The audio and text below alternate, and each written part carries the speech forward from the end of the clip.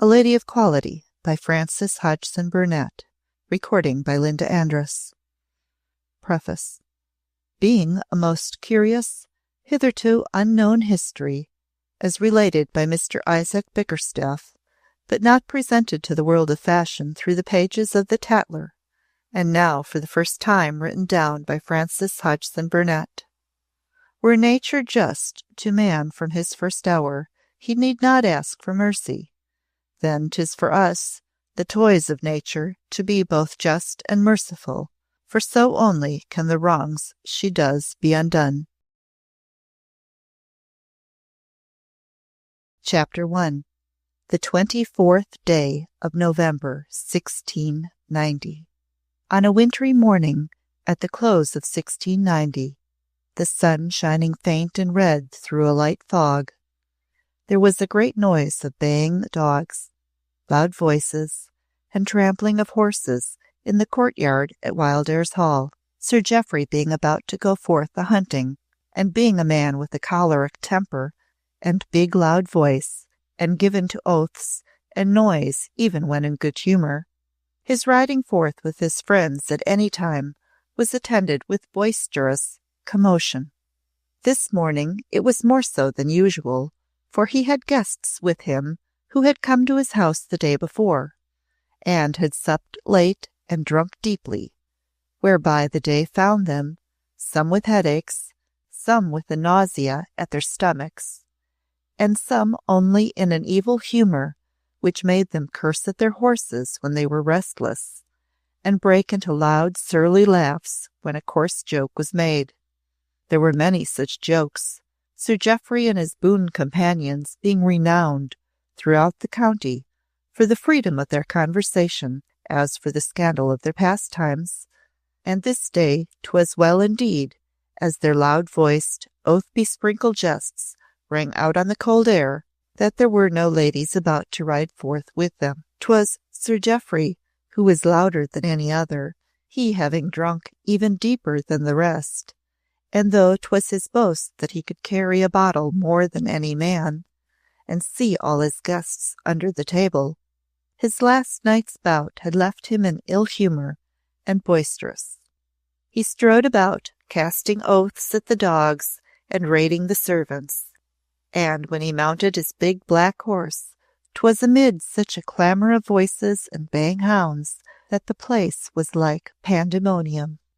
He was a large man of florid good looks, black eyes, and full habit of body, and had been much renowned in his youth for his great strength, which was indeed almost that of a giant, and for his deeds of prowess in the saddle and at the table when the bottle went round.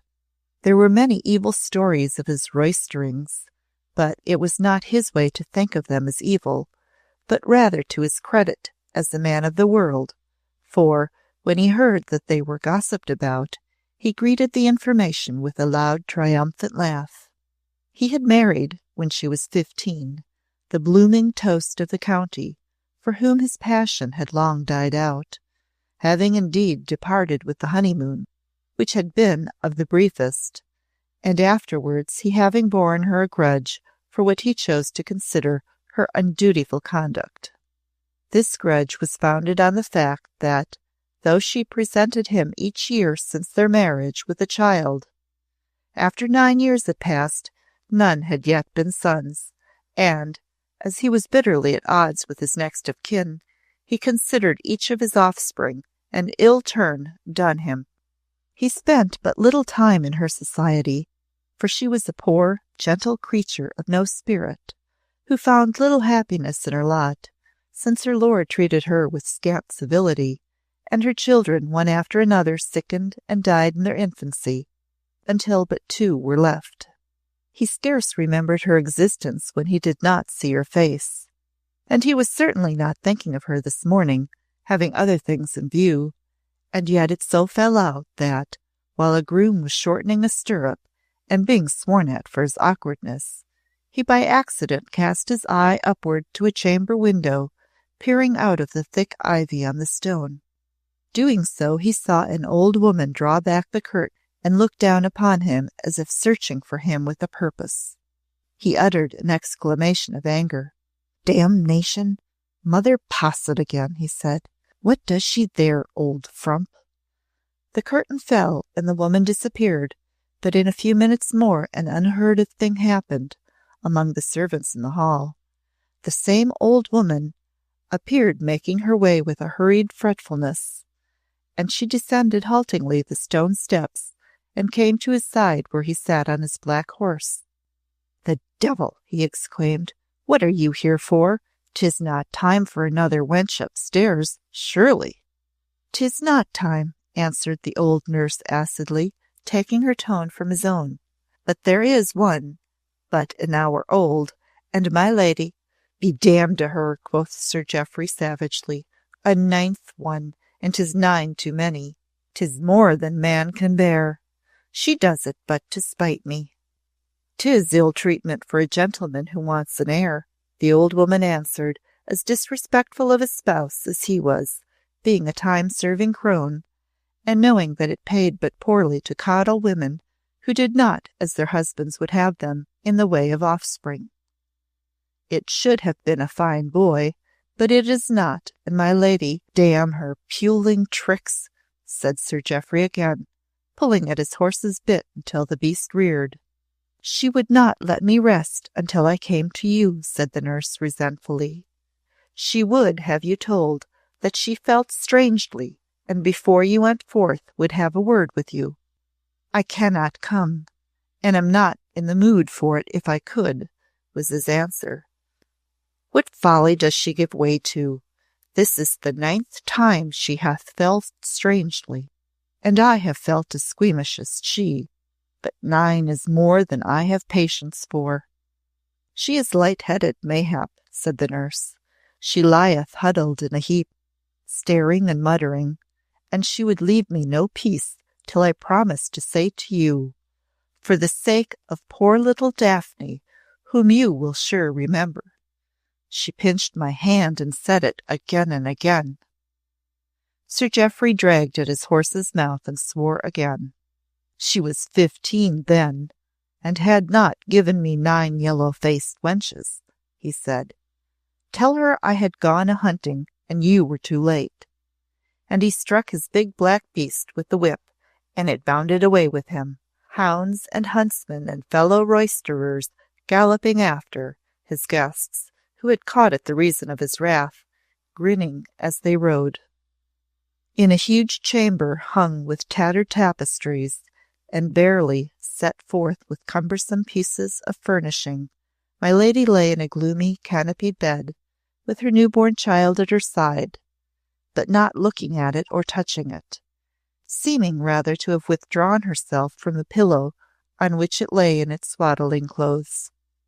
She was but a little lady, and now, as she lay in the large bed, her face and form shrunken and drawn with suffering, she looked scarce bigger than a child. In the brief days of her happiness, those who toasted her had called her Titania, for her fairy slightness and delicate beauty, but then her fair wavy locks had been of a length that touched the ground when her woman unbound them, and she had had the colour of a wild rose and the eyes of a tender little fawn.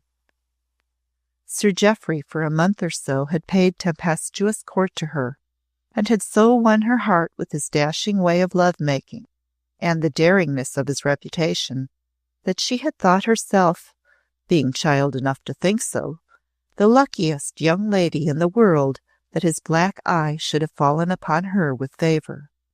Each year since, with the bearing of each child, she had lost some of her beauty. With each one her lovely hair fell out still more, her wild rose colour faded, and her shape was spoiled. She grew thin and yellow, only a scant covering of the fair hair was left her, and her eyes were big and sunken. Her marriage having displeased her family, and Sir Jeoffrey having a distaste for the ceremonies of visiting and entertainment, save where his own cronies were concerned, she had no friends, and grew lonelier and lonelier as the sad years went by. She being so without hope and her life so dreary, her children were neither strong nor beautiful, and died quickly each one bringing her only the anguish of birth and death. This wintry morning her ninth lay slumbering by her side. The noise of baying dogs and boisterous men had died away with the last sound of the horses' hoofs. The little light which came into the room through the ivied window was a faint yellowish red. She was cold because the fire in the chimney was but a scant, failing one. She was alone, and she knew that the time had come for her death. This she knew full well. She was alone because, being so disrespected and deserted by her lord, and being of a timid and gentle nature, she could not command her insufficient retinue of servants, and none served her as was their duty. The old woman Sir Jeoffrey had dubbed Mother Posset had been her sole attendant at such times as these for the past 5 years, because she would come to her for a less fee than a better woman, and Sir Jeoffrey had sworn he would not pay for wenches being brought into the world.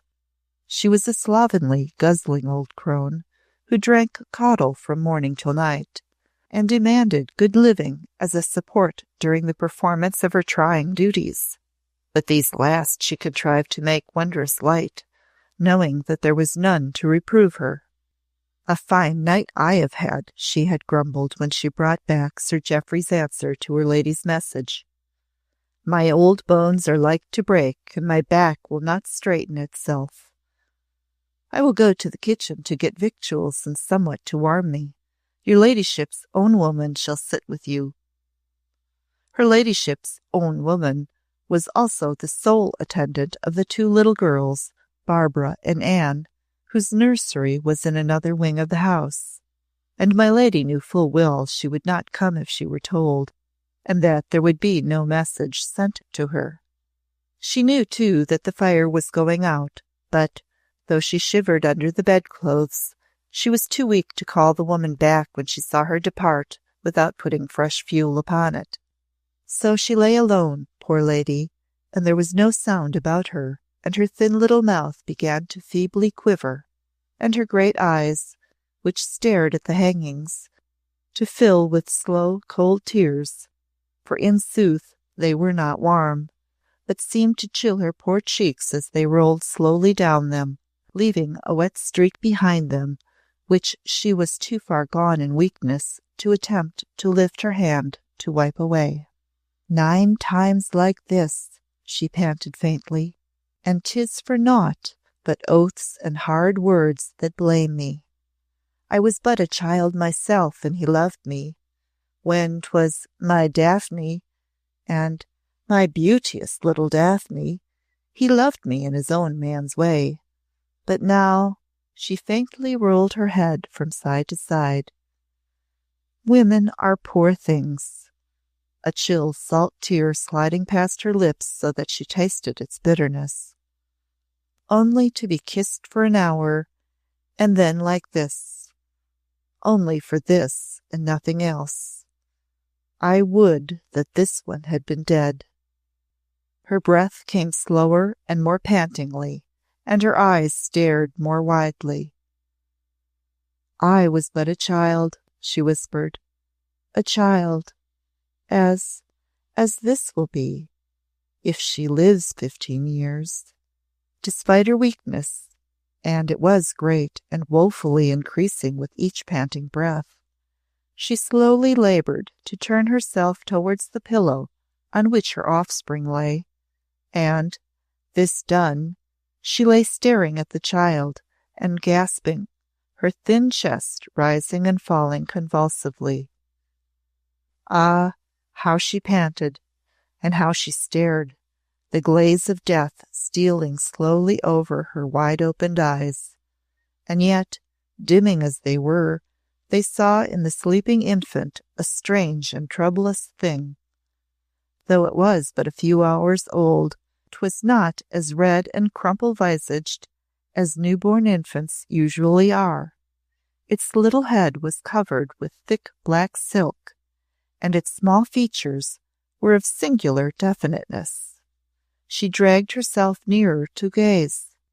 She looks not like the others, she said. They had no beauty. and are safe. She will be like Jeoffrey, and like me. The dying fire fell lower with a shuddering sound. If she is beautiful, and has but her father and no mother, she whispered, the words dragged forth slowly. Only evil can come to her. From her first hour she will know naught else. Poor heart, poor heart. There was a rattling in her throat as she breathed, but in her glazing eyes a gleam like passion leapt, and gasping she dragged nearer. "'Tis not fair," she cried. If I could lay my hand upon thy mouth, and stop thy breathing, thou poor thing, 'twould be fairer. But I have no strength." She gathered all her dying will and brought her hand up to the infant's mouth. A wild look was on her poor small face. She panted and fell forward on its breast, the rattle in her throat growing louder. The child awakened, opening great black eyes, and with her dying weakness its newborn life struggled. Her cold hand lay upon its mouth, and her head upon its body, for she was too far gone to move if she had willed to do so. But the tiny creature's strength was marvelous.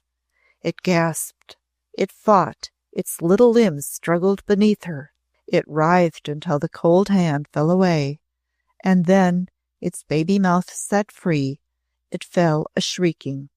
Its cries were not like those of a newborn thing, but fierce and shrill, and even held the sound of infant passion. 'Twas not a thing to let its life go easily. 'Twas of those born to do battle. Its lusty screaming pierced her ear, perhaps. She drew a long, slow breath, and then another, and another still. The last one trembled and stopped short, and the last cinder fell dead from the fire. When the nurse came bustling and fretting back, the chamber was cold as the grave's self. There were only dead embers on the hearth. The newborn child's cries filled all the desolate air, and my lady was lying stone dead, her poor head resting on her offspring's feet, the while her open glazed eyes seemed to stare at it as if asking fate some awful question. Chapter 2, in which Sir Jeoffrey encounters his offspring. In a remote wing of the house, in barren, ill-kept rooms, the poor infants of the dead lady had struggled through their brief lives and given them up, one after the other. Sir Jeoffrey had not wished to see them, nor had he done so, but upon the rarest occasions, and then nearly always by some untoward accident. The 6 who had died, even their mother had scarcely wept for. Her weeping had been that they should have been fated to come into the world, and when they went out of it, she knew she need not mourn their going as untimely. The 2 who had not perished, she had regarded sadly day by day, seeing they had no beauty, and that their faces promised none. Naught but great beauty would have excused their existence in their father's eyes, as beauty might have helped them to good matches, which would have rid him of them. But 'twas the sad ill fortune of the children, Anne and Barbara, to have been treated by nature in a way but niggardly. They were pale young misses, with insignificant faces and snub noses, resembling an aunt who had died a spinster, as they themselves seemed most likely to.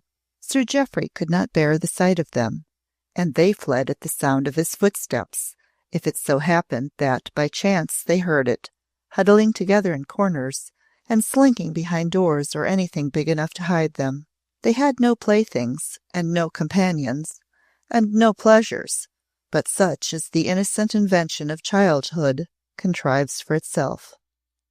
After their mother's death, a youth, desolate and strange indeed, lay before them. A spinster who was a poor relation was the only person of respectable breeding who ever came near them. To save herself from genteel starvation, she had offered herself for the place of governess to them, though she was fitted for the position neither by education nor character. Mistress Marjorie Wimpole was a poor dull creature, having no wilful harm in her, but endowed with neither dignity nor wit. She lived in fear of Sir Jeoffrey, and in fear of the servants, who knew full well that she was a humble dependent and treated her as one.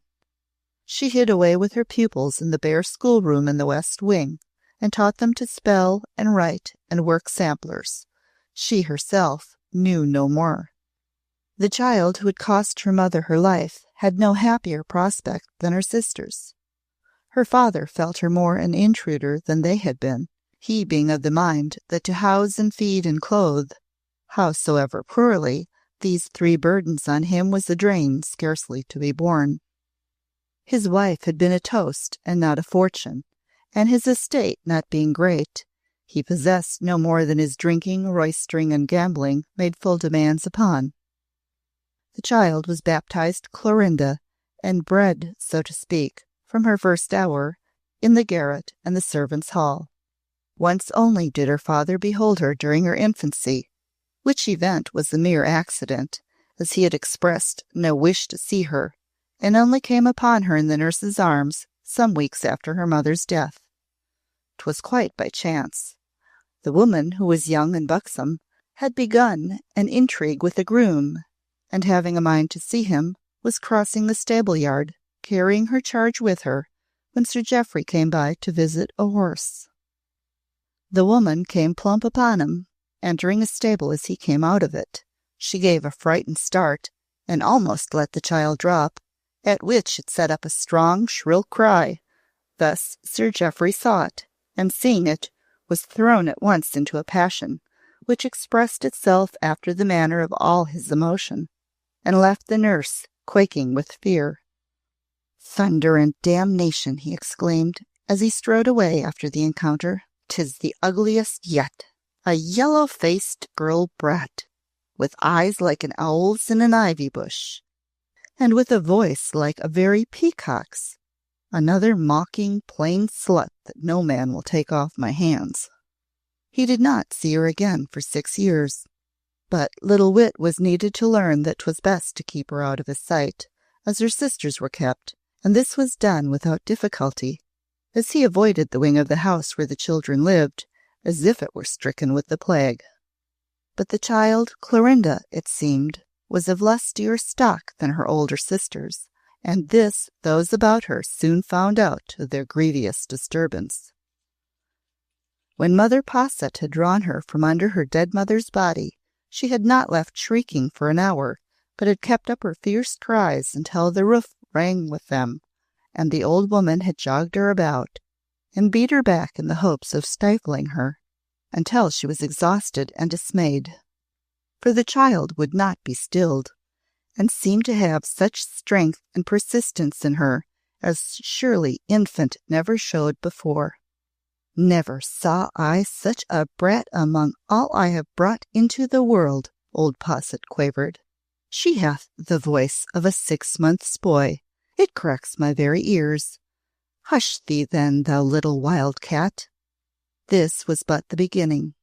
From the first she grew apace, and in a few months was a bouncing infant, with a strong back, and a power to make herself heard, such as had not before appeared in the family. When she desired a thing, she yelled and roared with such a vigour as left no peace for any creature about her until she was humoured, and this being the case, rather than have their conversation and love-making put a stop to, the servants gave her way. In this they but followed the example of their betters, of whom we know that it is not to the most virtuous they submit to, or to the most learned, but to those who, being cross, can conduct themselves in a manner so disagreeable, shrewish, or violent, that life is a burden until they have their will. This the child Clorinda had the infant wit to discover early, and having once discovered it, she never ceased to take advantage of her knowledge. Having found in the days when her one desire was pap, that she had but to roar lustily enough to find it beside her in her porringer, She tried the game upon all other occasions. When she had reached but a 12-month, she stood stoutly upon her little feet, and beat her sisters to gain their playthings, and her nurse for wanting to change her smock. She was so easily thrown into furies, and so raged and stamped in her baby way, that she was a sight to behold, and the men servants found amusement in badgering her. To set Miss Clorinda in their midst on a winter's night when they were dull, and to torment her until her little face grew scarlet with the blood which flew up into it, and she ran from one to another, beating them and screaming like a young spitfire, was among them a favourite entertainment. "Effeckins," said the butler one night, "but she is as like Sir Jeoffrey in her temper as one pea is like another. Ay, but she grows blood red, just as he does, and curses in her little way as he does in a man's words, among his hounds in their kennel." "And she will be of his build, too," said the housekeeper. "What mishap changed her to a maid instead of a boy, I know not. She would have made a strapping heir. She has the thigh and shoulders of a handsome man-child at this hour, and she is not 3 years old." "Sir Jeoffrey missed his mark when he called her an ugly brat," said the woman who had nursed her. "She will be a handsome woman, though large in build it may be. She will be a brown beauty, but she will have a colour in her cheeks and lips like the red of a Christmas holly, and her owl's eyes are as black as sloes, and have fringes on them like the curtains of a window. See how her hair grows thick on her little head, and how it curls in great rings. My lady, her poor mother, was once a beauty, but she was no such beauty as this one will be, for she has her father's long limbs and fine shoulders, and the will to make every man look her way." "Yes," said the housekeeper, who was an elderly woman, "there will be doings. There will be doings when she is a ripe young maid. She will take her way, and God grant she mayn't be too like her father and follow his." It was true that she had no resemblance to her plain sisters, and bore no likeness to them in character. The 2 elder children, Anne and Barbara, were too meek-spirited to be troublesome, but during Clorinda's infancy, Mistress Marjorie Wimpole watched her rapid growth with fear and qualms. She dare not reprove the servants who were ruining her by their treatment, and whose manners were forming her own. Sir Jeoffrey's servants were no more moral than their master, and being brought up as she was among them, their young mistress became strangely familiar with many sights and sounds it is not the fortune of most young misses of breeding to see and hear. The cooks and kitchen wenches were flighty with the grooms and men servants, and little Mistress Clorinda, having a passion for horses and dogs, spent many an hour in the stables with the women who, for reasons of their own, were pleased enough to take her there as an excuse for seeking amusement for themselves. She played in the kennels and among the horses' heels, and learned to use oaths as roundly as any Giles or Tom whose work was to wield the currycomb. It was indeed a curious thing to hear her red baby mouth pour forth curses and unseemly words, as she would at anyone who crossed her. Her temper and hot-headedness carried all before them, and the grooms and stable-boys found great sport in the language of my young lady, used in her innocent furies.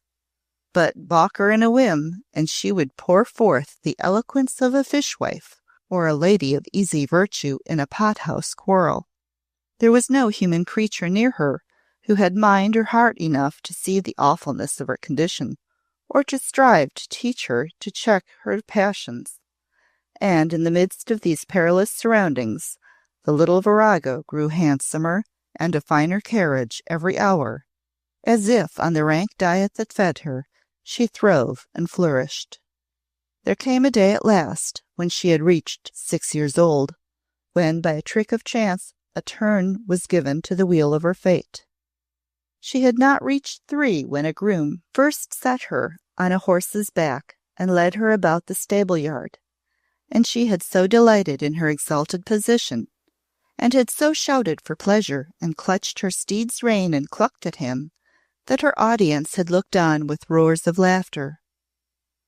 From that time she would be put up every day, and as the time went on showed such unchildish courage and spirit that she furnished to her servant companions a new pastime. Soon she would not be held on, but riding astride like a boy, would sit up as straight as a man, and swear at her horse, beating him with her heels and little fists if his pace did not suit her.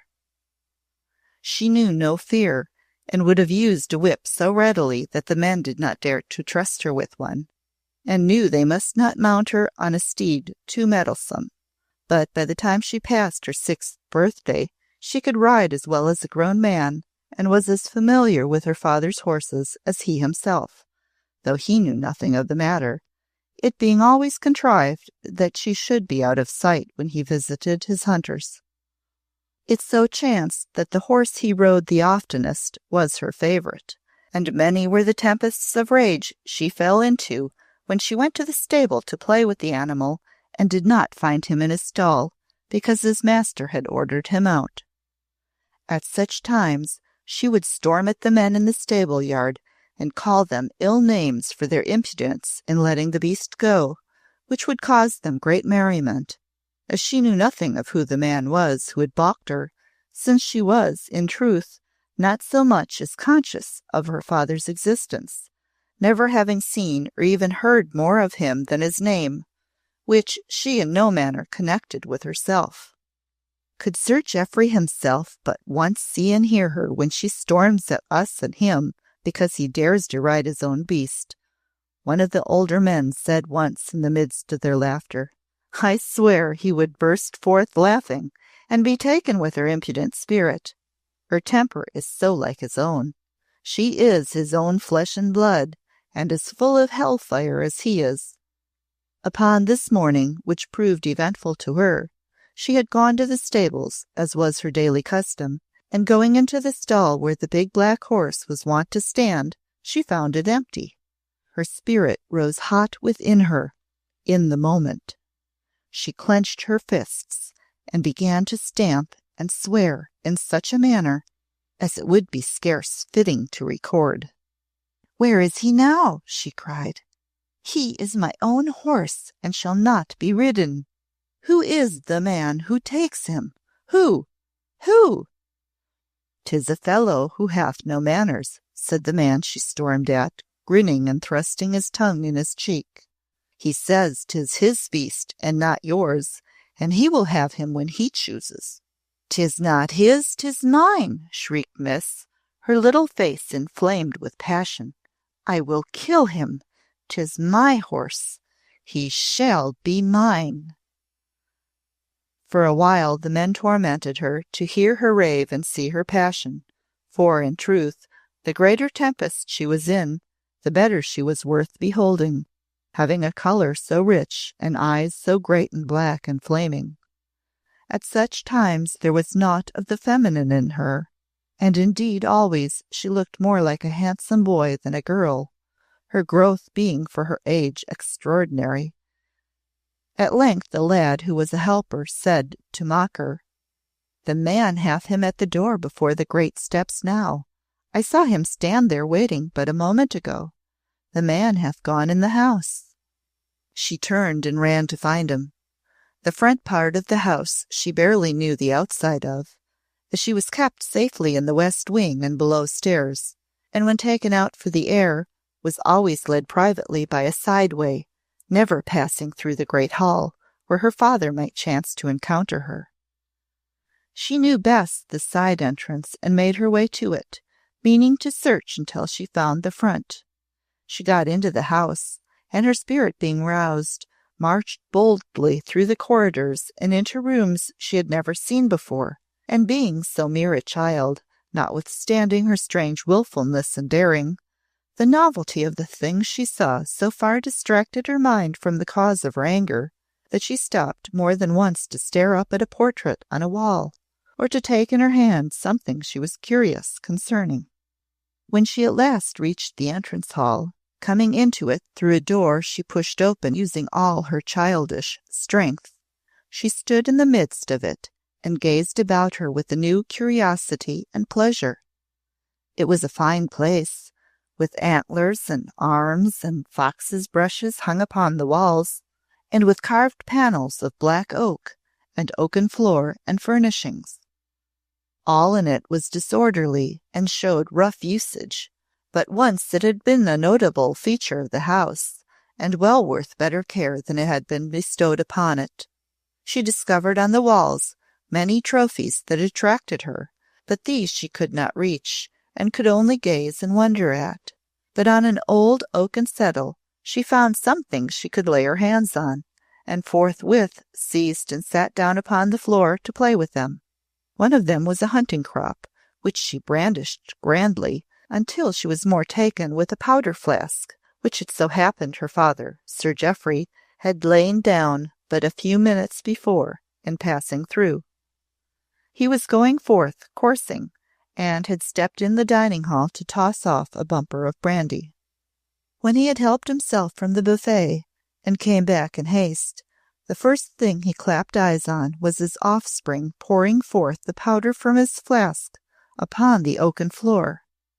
He had never seen her since that first occasion after the unfortunate incident of her birth, and beholding a child wasting his good powder at the moment he most wanted it and had no time to spare, and also not having had it recalled to his mind for years that he was a parent, except when he found himself forced reluctantly to pay for some small need, he beheld in the young offender only some impudent servant's brat who had strayed into his domain and applied itself at once to mischief. He sprang upon her, and seizing her by the arm, whirled her to her feet with no little violence, snatching the powder flask from her and dealing her a sound box on the ear. "Blood and damnation on thee, thou impudent little baggage," he shouted. "I'll break thy neck for thee, little scurvy beast," and pulled the bell as he were like to break the wire. But he had reckoned falsely on what he dealt with. Miss uttered a shriek of rage which rang through the roof like a clarion. She snatched the crop from the floor, rushed at him, and fell upon him like 1,000 little devils, beating his big legs with all the strength of her passion, and pouring forth oaths such as would have done credit to Doll Lightfoot herself. "Damn thee! Damn thee!" she roared and screamed, flogging him. "I'll tear thy eyes out. I'll cut thy liver from thee." And this choice volley was with such spirit and fury poured forth that Sir Jeoffrey let his hand drop from the bell, fell into a great burst of laughter, and stood thus roaring while she beat him and shrieked and stormed.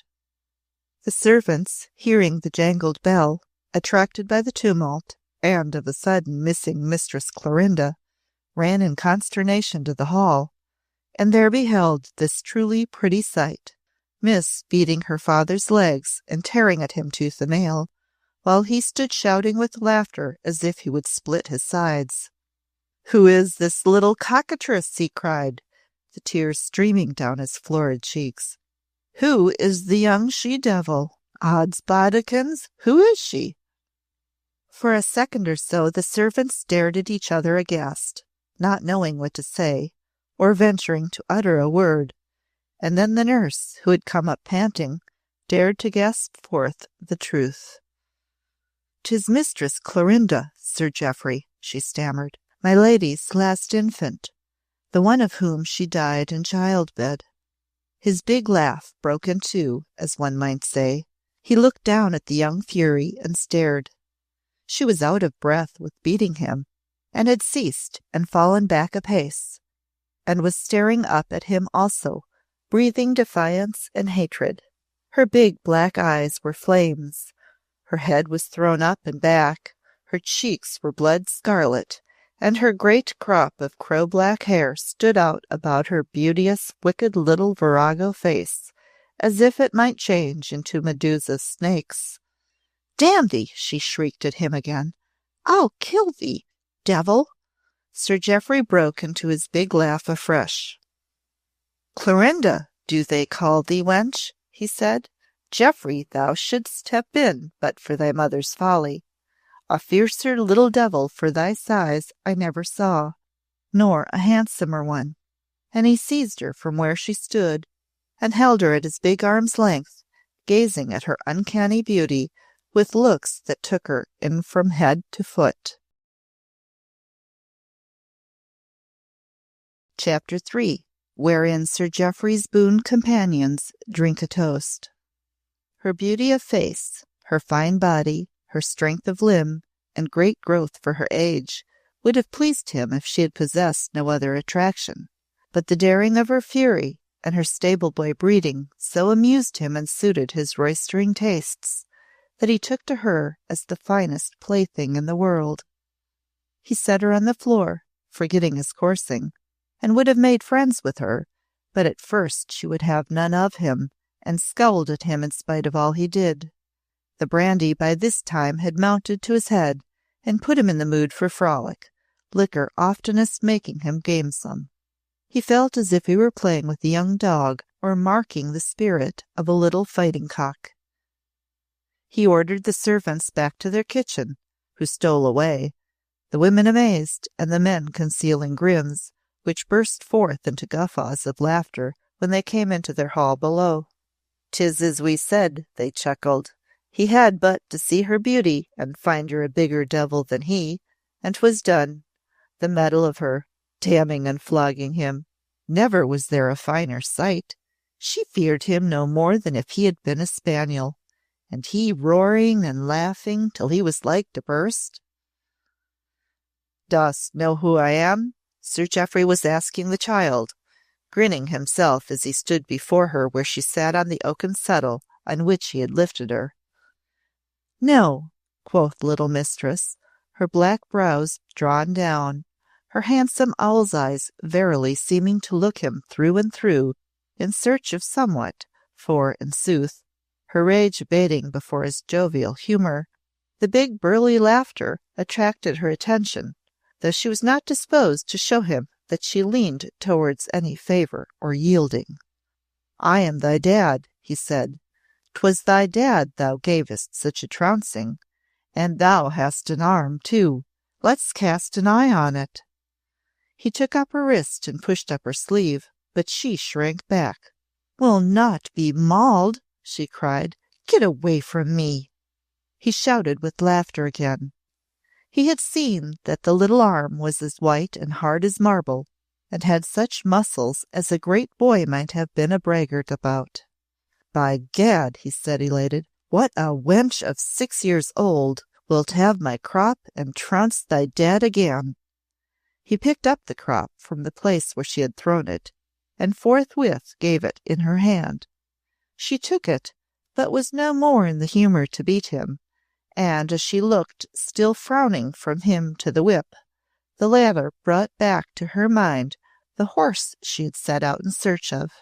"Where is my horse?" she said, and 'twas in the tone of an imperial demand. "Where is he?" "Thy horse?" he echoed. "Which is thy horse, then?" "Rake is my horse," she answered, "the big black one." The man took him again, and she ripped out a few more oaths and unchaste expressions, threatening what she would do for the man in question, the which delighted him more than ever. "Rake is my horse," she ended. "None else shall ride him." "None else?" cried he. "Thou canst not ride him, baggage." She looked at him with scornful majesty. "Where is he?" she demanded, and the next instant, hearing the beast's restless feet grinding into the gravel outside as he fretted at having been kept waiting so long, she remembered what the stable-boy had said of having seen her favourite standing before the door, and struggling and dropping from the settle, she ran to look out, whereupon, having done so, she shouted in triumph. "He is here," she said. "I see him," and went pell-mell down the stone steps to his side. Sir Jeoffrey followed her in haste. 'Twould not have been to his humour now to have her brains kicked out. "Hey!" he called as he hurried. "Keep away from his heels, thou little devil!" But she had run to the big beast's head with another shout, and caught him round his foreleg, laughing, and Rake bent his head down and nosed her in a fumbling caress, on which, the bridle coming within her reach, she seized it and held his head, that she might pat him, to which familiarity the beast was plainly well accustomed. "He is my horse," quoth she grandly, when her father reached her. "He will not let Giles play so." Sir Jeoffrey gazed and swelled with pleasure in her. "Would have said 'twas a lie if I had not seen it," he said to himself. "'Tis no girl, this, I swear." "I thought 'twas my horse," he said to her, "but 'tis plain enough he is thine." "Put me up," said his new-found offspring. "Hast rid him before?" Sir Jeoffrey asked, with some lingering misgiving. "Tell thy dad if thou hast rid him." She gave him a look askance under her long fringed eyes, a surely yet half slyly relenting look, because she wanted to get her way of him, and had the cunning wit and shrewdness of a child witch. "Ay," quoth she, "put me up, Dad." He was not a man of quick mind, his brain having been too many years bemuddled with drink, but he had a rough instinct which showed him all the wondrous shrewdness of her casting that last word at him to wheedle him, even though she looked sullen in the saying of it. It made him roar again for the very exultation. "Put me up, Dad," he cried. "That will I, and see what thou wilt do." He lifted her, she springing as he set his hands beneath her arms, and flinging her legs over astride across the saddle when she reached it. She was all fire and excitement, and caught the reins like an old huntsman, and with such a grasp as was amazing. She sat up with a straight, strong back, her whole face glowing and sparkling with exultant joy. Rake seemed to answer to her excited little laugh almost as much as to her hand. It seemed to wake his spirit and put him in good humour. He started off with her down the avenue at a light, spirited trot, while she, clinging with her little legs and sitting firm and fearless, made him change into canter and gallop, having actually learned all his paces like a lesson, and knowing his mouth as did his groom, who was her familiar and slave. Had she been of the build of ordinary with children of her age, she could not have stayed upon his back, but she sat him like a child jockey, and Sir Jeoffrey, watching and following her, clapped his hands boisterously and hallooed for joy. "Lord, Lord," he said, "there's not a man in the shire has such another little devil, and Rake her horse. Grinning, and she to ride him so. I love thee, wench. Hang me if I do not." She made him play with her and with Rake for a good hour, and then took him back to the stables, and there ordered him about finely among the dogs and horses, perceiving that somehow this great man she had got hold of was a creature who was in her power and could be made use of. When they returned to the house, he had her to eat her midday meal with him, when she called for ale and drank it, and did good trencher duty, making him the while roar with laughter at her impudent child talk. "Never have I so split my sides since I was 20, he said. "It makes me young again to roar so. She shall not leave my sight, since by chance I have found her. 'Tis too good a joke to lose, when times are dull, as they get to be as a man's years go on." He sent for her woman, and laid strange new commands on her. "Where hath she hitherto been kept?" he asked. "In the west wing, where are the nurseries, and where Mistress Wimple abides with Mistress Barbara and Mistress Anne," the woman answered with a frightened curtsy. "Henceforth she shall live in this part of the house where I do," he said. "Make ready the chambers that were my lady's, and prepare to stay there with her." From that hour the child's fate was sealed. He made himself her playfellow, and romped with and indulged her until she became fonder of him than of any groom or stable boy she had been companions with before. But indeed she had never been given to bestowing much affection on those around her, seeming to feel herself too high a personage to show softness. The ones she showed most favor to were those who served her best, and even to them it was always favor she showed, not tenderness. Certain dogs and horses she was fond of, Rake coming nearest to her heart, and the place her father won in her affections was somewhat like to Rake's. She made him her servant and tyrannized over him, but at the same time followed and imitated him as if she had been a young spaniel he was training. The life the child led, it would have broken a motherly woman's heart to hear about, but there was no good woman near her, her mother's relatives, and even Sir Jeoffrey's own, having cut themselves off early from them, Wildairs Hall and its master being no great credit to those having the misfortune to be connected with them. The neighbouring gentry had gradually ceased to visit the family some time before her ladyship's death, and since then the only guests who frequented the place were a circle of hunting, drinking, and guzzling boon companions of Sir Jeoffrey's own, who joined him in all his carousals and debaucheries. To these he announced his discovery of his daughter with tumultuous delight. He told them, amid storms of laughter, of his first encounter with her, of her flogging him with his own crop, and cursing him like a trooper, of her claiming Rake as her own horse, and swearing at the man who had dared to take him from the stable to ride, and of her sitting him like an infant jockey, and seeming, by some strange power, to have mastered him as no other had been able heretofore to do. Then he had her brought into the dining-room, where they sat over their bottles drinking deep, and setting her on the table, he exhibited her to them, boasting of her beauty, showing them her splendid arm and leg and thigh, measuring her height, and exciting her to test the strength of the grip of her hand and the power of her little fist. "Saw you ever a wench like her?" he cried, as they all shouted with laughter, and made jokes not too polite, but such as were of the sole kind they were given to. "Has any man among you begot a boy as big and handsome? Hang me, if she would not knock down any lad of 10, if she were in a fury." "We wild dogs are out of favour with the women," cried one of the best pleased amongst them, a certain Lord Eldershaw, whose seat was a few miles from Wildairs Hall. "Women like nincompoops and chaplains. Let us take this one for our toast, and bring her up as girls should be brought up to be companions for men. I give you Mistress Clorinda Wildairs. Mistress Clorinda, the enslaver of 6-year-olds. Bumpers, lads, bumpers."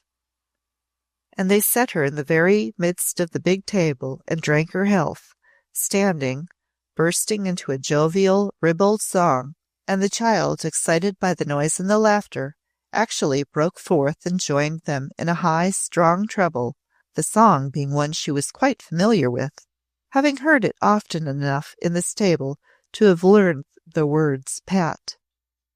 2 weeks after his meeting with her, Sir Jeoffrey was seized with the whim to go up to London and set her forth with finery. 'Twas but rarely he went up to town, having neither money to waste, nor finding great attraction in the more civilized quarters of the world. He brought her back such clothes as for richness and odd, unsuitable fashion child never wore before. There were brocades that stood alone with splendor of fabric. There was rich lace, fine linen, ribbons, farthingales, swansdown tippets, and little slippers with high red heels. He had a wardrobe made for her such as the finest lady of fashion could scarcely boast, and the tiny creature was decked out in it, and, on great occasions, even strung with her dead mother's jewels. Among these strange things, he had the fantastical notion to have made for her several suits of boys' clothes, pink and blue satin coats, little white or amber or blue satin breeches, ruffles of lace, and waistcoats embroidered with colours and silver or gold. There was also a small scarlet-coated hunting costume, and all the paraphernalia of the chase. It was Sir Jeoffrey's finest joke to bid her woman dress her as a boy, and then he would have her brought to the table, where he and his fellows were dining together, and she would toss off her little bumper with the best of them, and rip out childish oaths, and sing them, to their delight, songs she had learned from the stable boys. She cared more for dogs and horses than for finery, and when she was not in the humour to be made a puppet of, neither tirewoman nor devil could put her into her brocades. But she liked the excitement of the dining-room, and, as time went on, would be dressed in her flowered petticoats in a passion of eagerness to go and show herself, and coquette in her lace and gewgaws with men old enough to be her father, and loose enough to find her premature airs and graces a fine joke indeed. She ruled them all with her temper and her shrewish will. She would have her way in all things, or there would be no sport with her, and she would sing no songs for them, but would flout them bitterly, and sit in a great chair with her black brows drawn down, and her whole small person breathing rancour and disdain. Sir Jeoffrey, who had bullied his wife, had now the pleasurable experience of being henpecked by his daughter, for so indeed he was. Miss ruled him with a rod of iron, and wielded her weapon with such skill that before a year had elapsed, he obeyed her as the servants below stairs had done in her infancy. She had no fear of his great oaths, for she possessed a strangely varied stock of her own, upon which she could always draw, and her voice being more shrill than his, if not of such bigness, her ear-piercing shrieks and indomitable perseverance always proved too much for him in the end. It must be admitted, likewise, that her violence of temper and power of will were somewhat beyond his own, notwithstanding her tender years and his reputation. In fact, he found himself obliged to observe this, and finally made something of a merit and joke of it. "There is no managing of the little shrew," he would say.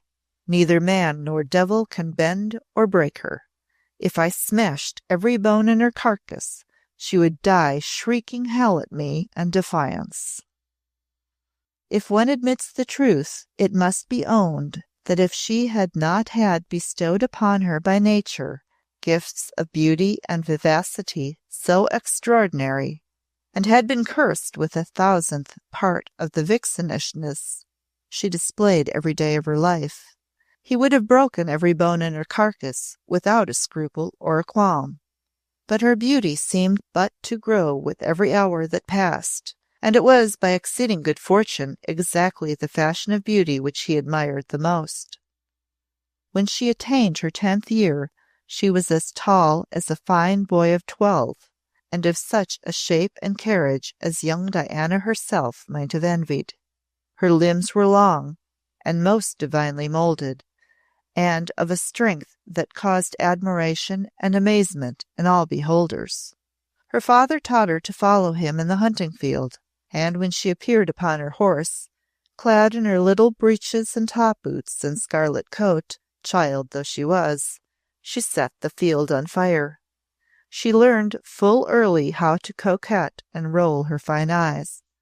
But it is also true that she was not much of a languisher, as all her ogling was of a destructive or proudly attacking kind. It was her habit to leave others to languish, and herself to lead them with disdainful vivacity to doing so. She was the talk, and, it must be admitted, the scandal of the county by the day she was 15. The part wherein she lived was a boisterous hunting shire, where there were wide ditches and high hedges to leap, and rough hills and moors to gallop over, and within the region neither polite life nor polite education were much thought of, but even in the worst portions of it were occasional virtuous matrons who shook their heads with much gravity and wonder over the beautiful Mistress Clorinda. Chapter 4. Lord Twenlow's Chaplain visits his patron's kinsman, and Mistress Clorinda shines on her birthday night. Uncivilized and almost savage as her girlish life was, and unregulated by any outward training as was her mind, there were none who came in contact with her who could be blind to a certain strong, clear wit and unconquerableness of purpose for which she was remarkable. She ever knew full well what she desired to gain or to avoid, and once having fixed her mind upon any object, she showed an adroitness and brilliancy of resource, a control of herself and of others, the which there was no circumventing. She never made a blunder because she could not control the expression of her emotions, and when she gave way to a passion, 'twas because she chose to do so, having naught to lose, and in the midst of all their roisterous jesting with her, the boon companions of Sir Jeoffrey knew this. Had she a secret to keep, child though she is, said Elder Shaw, there is none, man or woman, who could scare or surprise it from her, and 'tis a strange quality to note so early in a female creature. She spent her days with her father and his dissolute friends, treated half like a boy, half a fantastical queen, until she was 14. She hunted and coursed, shot birds, leapt hedges and ditches, reigned at the riotous feastings, and coquetted with these mature and in some cases elderly men, as if she looked forward to doing naught else all her life. But one day, after she had gone out hunting with her father, riding Rake, who had been given to her, and wearing her scarlet coat, breeches, and top boots, one of the few remaining members of her mother's family sent his chaplain to remonstrate and advise her father to command her to forbear from appearing in such impudent attire. There was, indeed, a stirring scene when this message was delivered by its bearer. The chaplain was an awkward, timid creature who had heard stories enough of Wildairs Hall and its master to undertake his mission with a quaking soul. To have refused to obey any behest of his patron would have cost him his living, and knowing this beyond a doubt, he was forced to gird up his loins and gather together all the little courage he could muster to beard the lion in his den. The first thing he beheld on entering the big hall was a beautiful, tall youth wearing his own rich black hair and dressed in scarlet coat for hunting.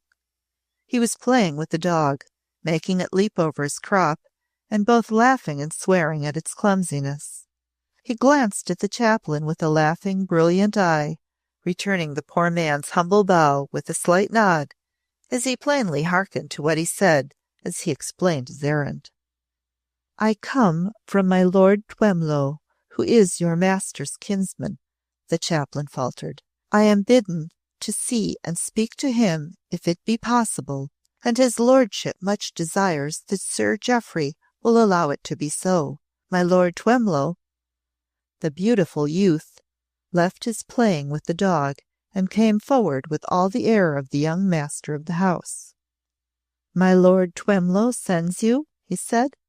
'Tis long since his lordship favoured us with messages. Where is Sir Jeoffrey, Lovett? In the dining hall, answered the servant. He went there but a moment past, mistress. The chaplain gave such a start as made him drop his shovel hat. Mistress! And this she was, this fine young creature who was tall and grandly enough built and knit to seem a radiant being, even when clad in masculine attire. He picked up his hat and bowed so low it almost swept the floor in his obeisance. He was not used to female beauty, which deigned to cast great smiling eyes upon him, for at my Lord Twenlow's table he sat so far below the salt that women looked not his way. The beauty looked at him as if she was amused at the thought of something in her own mind. He wondered tremblingly if she guessed what he came for, and knew how her father would receive it. Come with me, she said. I will take you to him. He would not see you if I did not. He does not love his lordship tenderly enough. She led the way, holding her head jauntily and high, while he cast down his eyes lest his gaze should be led to wander in a way unseemly in one of his cloth. Such a foot, and such— he felt it more becoming and safer to lift his eyes to the ceiling, and kept them there, which gave him somewhat the aspect of one praying. Sir Jeoffrey stood at the buffet, with a flagon of ale in his hand, taking his stirrup-cup.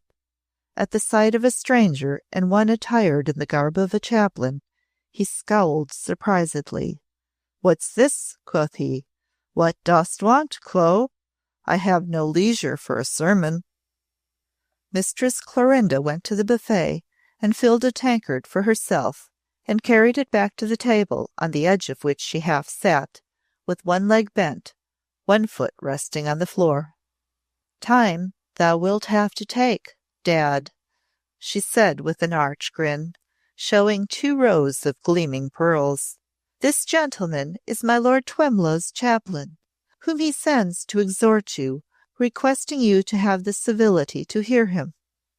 "Exhort be damned, and Twenlow be damned too," cried Sir Jeoffrey, who had a great quarrel with his lordship, and hated him bitterly. "What does the canting fool mean?"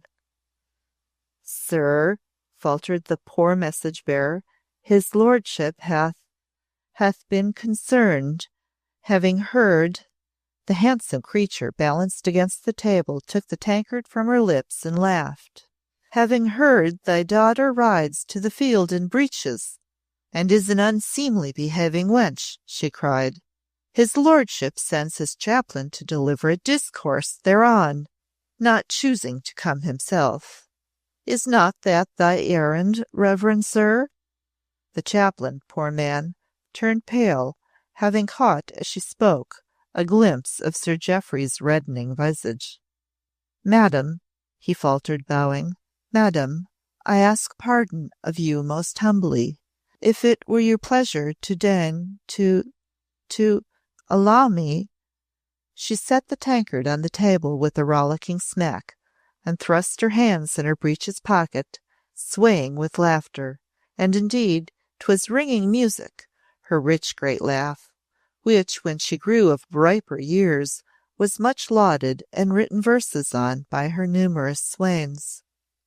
"If 'twere my pleasure to go away and allow you to speak, free from the awkwardness of a young lady's presence," she said, "but 'tis not, as it happens, and if I stay here I shall be a protection." In truth, he required one. Sir Jeoffrey broke into a torrent of blasphemy. He damned both kinsman and chaplain, and raged at the impudence of both, and daring to approach him, swearing to horsewhip my lord, if they ever met, and to have the chaplain kicked out of the house and beyond the park gates themselves.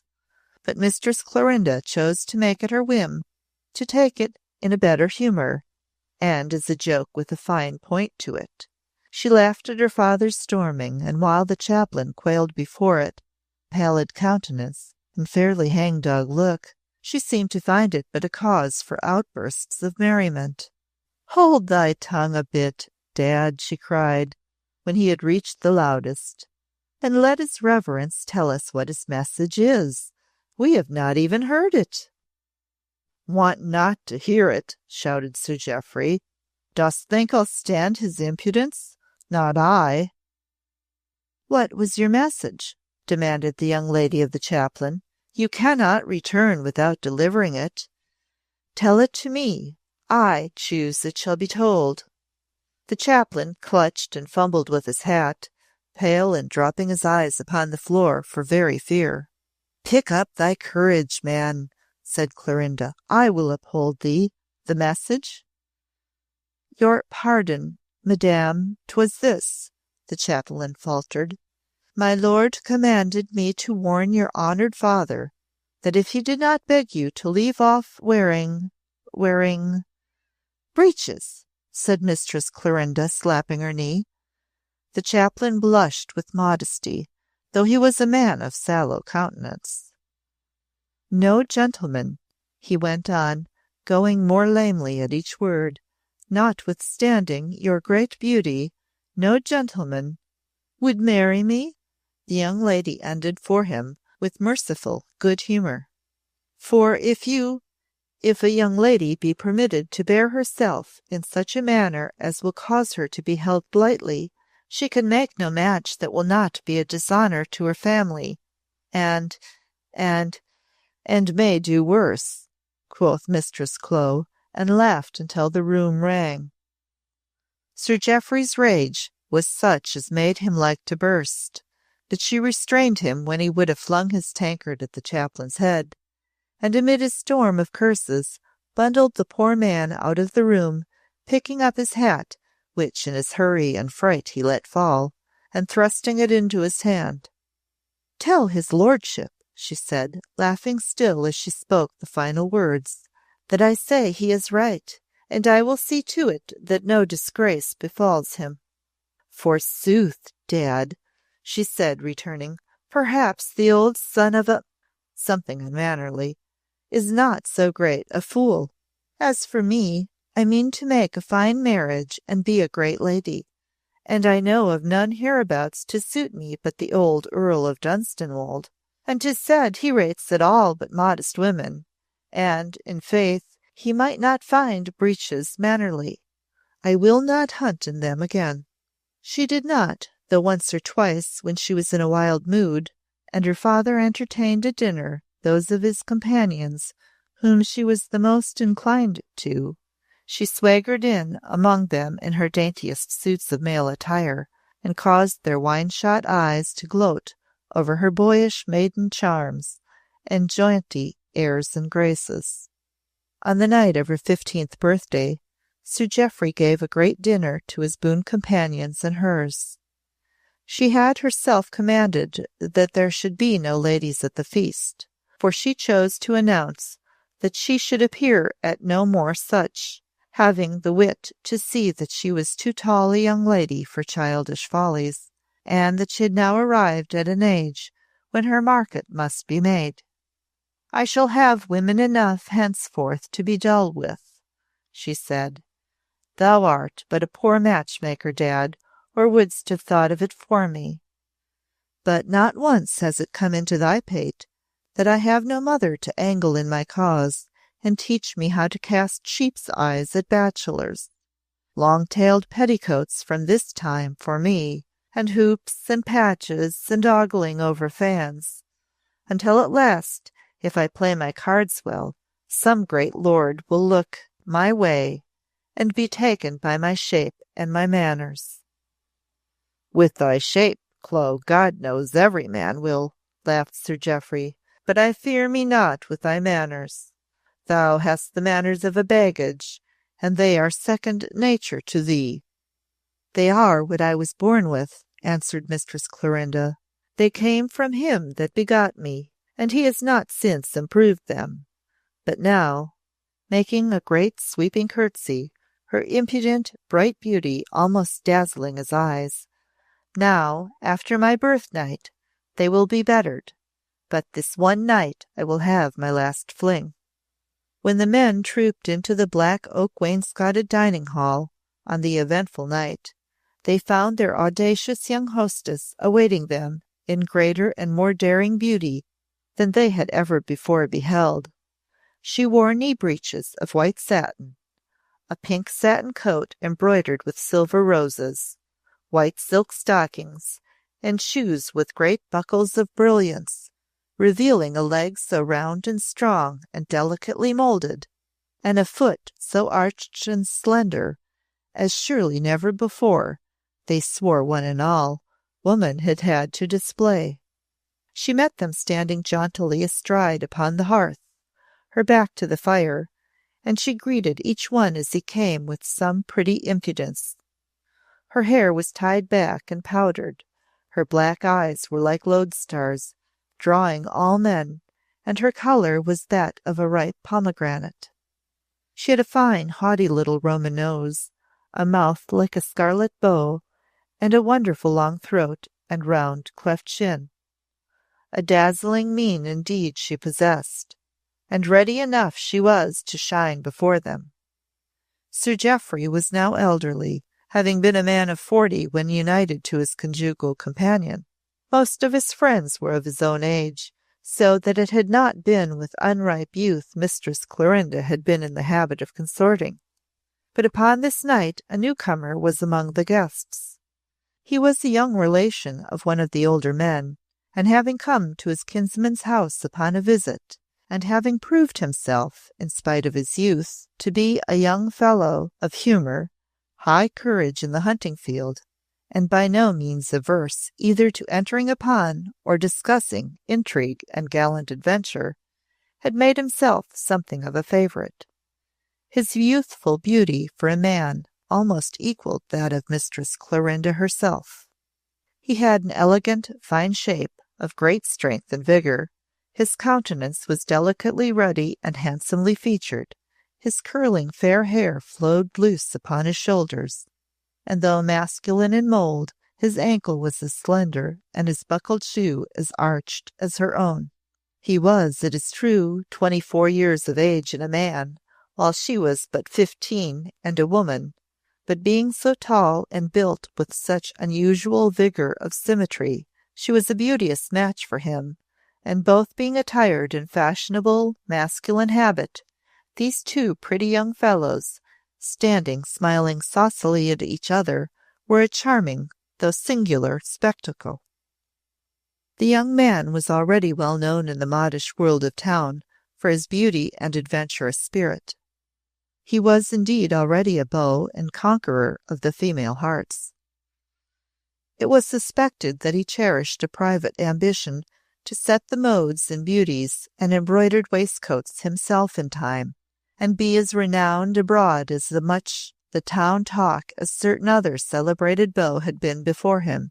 The art of ogling tenderly and of uttering soft nothings he had learned during his first season in town, and as he had a great melting blue eye, the figure of an Adonis, and a white and shapely hand for a ring, he was well equipped for conquest. He had darted many an flaming glance at Mistress Clorinda before the first meats were removed. Even in London he had heard a vague rumour of this handsome young woman, bred among her father's dogs, horses, and boon companions, and ripening into a beauty likely to make town faces pale. He had almost fallen into the spleen on hearing that she had left her boy's clothes and vowed she would wear them no more, as above all things he had desired to see how she carried them, and what charms they revealed. On hearing from his host and kinsman that she had said that on her birthnight she would bid them farewell forever by donning them for the last time, he was consumed with eagerness to obtain an invitation. This his kinsman besought for him, and behold, the first glance the beauty shot at him pierced his inflammable bosom like a dart. Never before had it been his fortune to behold female charms so dazzling, and eyes of such lustre and young majesty. The lovely baggage had a saucy way of standing, with her white jewelled hands in her pockets like a pretty fop, and throwing up her little head like a modish beauty who was of royal blood. And these two tricks alone, he felt, might have set on fire the heart of a man years older and colder than himself. If she had been of the order of soft-natured charmers, they would have fallen into each other's eyes before the wine was changed. But this Mistress Clorinda was not. She did not fear to meet the full battery of his enamoured glances, but she did not choose to return them. She played her part of the pretty young fellow, who was a high-spirited beauty, with more of wit and fire than she had ever played it before. The rollicking hunting squires, who had been her playfellows so long, devoured her with their delighted glances, and roared with laughter at her sallies. Their jokes and flatteries were not of the most seemly, but she had not been bred to seemliness and modesty, and was no more ignorant than if she had been, in sooth, some gay young springald of a lad. To her it was part of the entertainment that upon this last night they conducted themselves as beseemed her boyish masquerading. Though country-bred, she had lived among companions who were men of the world and lived without restraints, and she had so far learned from them that at 15 years old she was as worldly and as familiar with the devices of intrigue as she would be at 40. So far she had not been pushed to practicing them, her singular life having thrown her among few of her own age, and those had chanced to be of a sort she disdainfully counted as country bumpkins. But the young gallant introduced tonight in the world she lived in was no bumpkin, and was a dandy of the town. His name was Sir John Oxon, and he had just come into his title and a pretty property. His hands were as white and bejewelled as her own. His habit was of the latest fashionable cut, and his fair flowing locks scattered a delicate French perfume she did not even know the name of. But though she observed all these attractions and found them powerful, young Sir John remarked, with a slight sinking qualm, that her great eye did not fall before his amorous glances, but met them with a high, smiling readiness, and her colour never blanched or heightened a whit, for all their masterly skilfulness. But he had sworn to himself that he would approach close enough to her to fire off some fine speech before the night was ended, and he endeavoured to bear himself with at least an outward air of patience until he beheld his opportunity. When the last dish was removed and bottles and bumpers stood upon the board, she sprang up on her chair and stood before them all, smiling down the long table with eyes like flashing jewels. Her hands were thrust in her pockets, with her pretty young fop's air, and she drew herself to her full comely height, her beauteous lithe limbs and slender feet set smartly together. 20 pairs of masculine eyes were turned upon her beauty, but none so ardently as the young ones across the table. "Look your last on my fine shape," she proclaimed in her high, rich voice. "You will see but little of the lower part of it when it is hid in farthingales and petticoats. Look your last before I go to don my fine lady's furbelows." And when they filled their glasses and lifted them and shouted admiring jests to her, she broke into one of her stable-boy songs and sang it in the voice of a skylark. No man among them was used to showing her the courtesies of polite breeding. She had been too long a boy to them for that to have entered any mind, and when she finished her song, sprang down and made for the door. Sir John beheld his long-looked-for chance, and was there before her to open it with a great bow, made with his hand upon his heart, his fair locks falling. "You rob us of the rapture of beholding great beauties, madam," he said in a low, impassioned voice. "But there should be indeed but one happy man whose bliss it is to gaze upon such perfections." "I am 15 years old tonight," she answered, "and as yet I have not set eyes upon him." "How do you know that, madam?" he said, bowing lower still. She laughed her great, rich laugh. "Forsooth, I do not know," she retorted. "He may be here this very night among this company, and as it might be so, I go to don my modesty." And she bestowed on him a parting shot in the shape of one of her prettiest young fop waves of the hand, and was gone from him. When the door closed behind her, and Sir John Oxon returned to the table, for a while a sort of dullness fell upon the party. Not being of quick minds or sentiments, these country roisterers failed to understand the heavy cloud of spleen and lack of spirit they experienced, and as they filled their glasses and tossed off one bumper after another to cure it, they soon began again to laugh and fell into boisterous joking.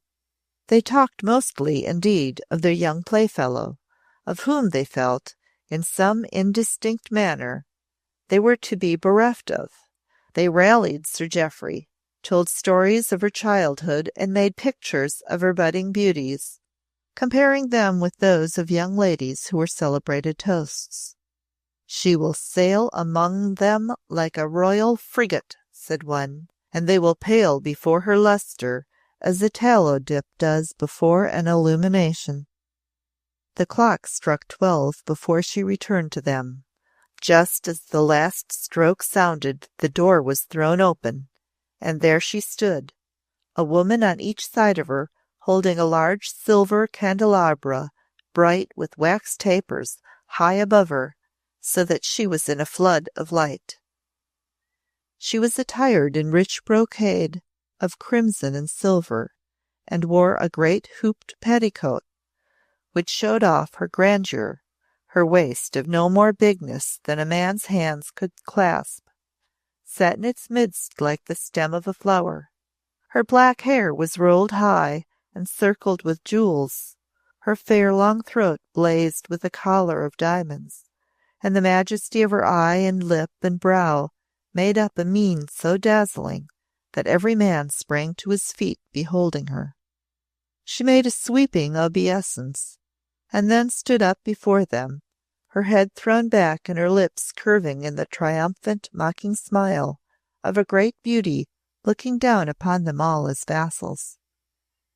"Down upon your knees," she cried, "and drink to me kneeling.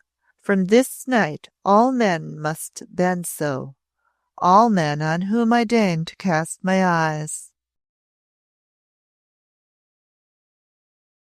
Chapter 5. "Not I," said she. "There thou mayst trust me. I would not be found out." She went no more a-hunting in boys' clothes, but from this time forward wore brocades and paduasoys, fine lawn and lace.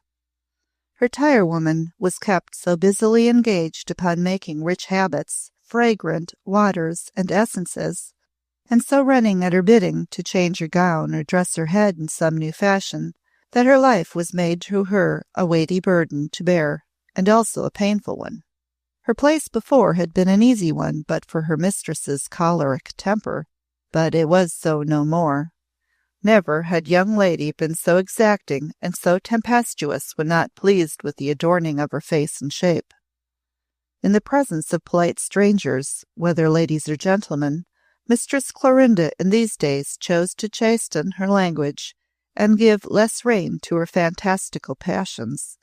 But alone in her closet with her woman, if a riband did not but suit her fancy, or a hoop not please, she did not fear to be as scurrilous as she chose. In this discreet retirement she rapped out oaths and boxed her woman's ears with a vigorous hand, tore off her gowns and stamped them beneath her feet, or flung pots of pomade at the poor woman's head. She took these freedoms with such a readiness and spirit that she was served with a despatch and humbleness scarcely to be equalled, and, it is certain, never excelled.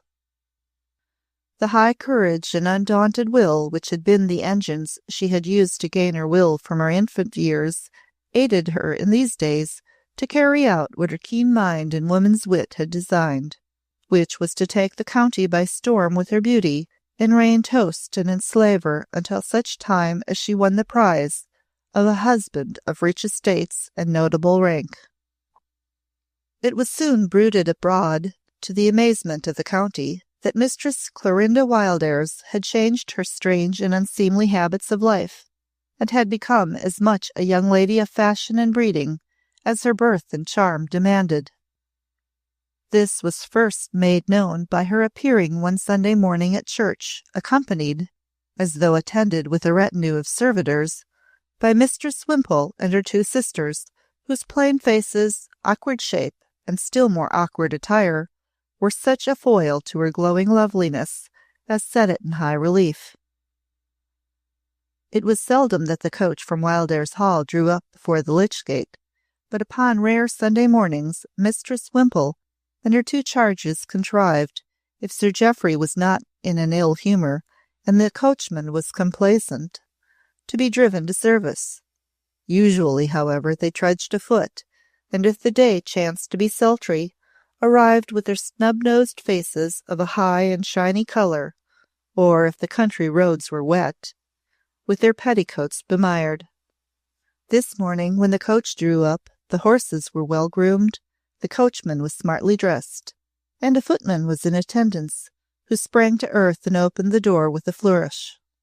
The loiterers in the churchyard and those who were approaching the gate or passing towards the church porch stared with eyes wide stretched in wonder and incredulity. Never had such a thing before been beheld or heard of as what they now saw in broad daylight. Mistress Clorinda, clad in the highest town fashion, in brocades and silver lace and splendid furbelows, stepped forth from the chariot with an air of a queen. She had the majestic composure of a young lady who had worn nothing less modish than such raiment all her life, and who had prayed decorously beneath her neighbours' eyes since she had left her nurse's care. Her sisters and their governess looked timorous, as if they knew not where to cast their eyes for shamefacedness, but not so Mistress Clorinda, who moved forward with a stately, swimming gait, her fine head in the air. As she stepped into the porch, a young gentleman drew back and made a profound obeisance to her. She cast her eyes upon him, and returned it with a grace and condescension which struck the beholders dumb with admiring awe. To some of the people of a commoner sort he was a stranger, but all connected with the gentry knew he was Sir John Oxon, who was staying at Eldershaw Park with his relative, whose estate it was. How Mistress Clorinda contrived to manage it, no one was aware but herself, but after a few appearances at church she appeared at other places. She was seen at dinners at fine houses, and began to be seen at routs and balls. Where she was seen, she shone, and with such radiance as caused match-making matrons great dismay, and their daughters woeful qualms.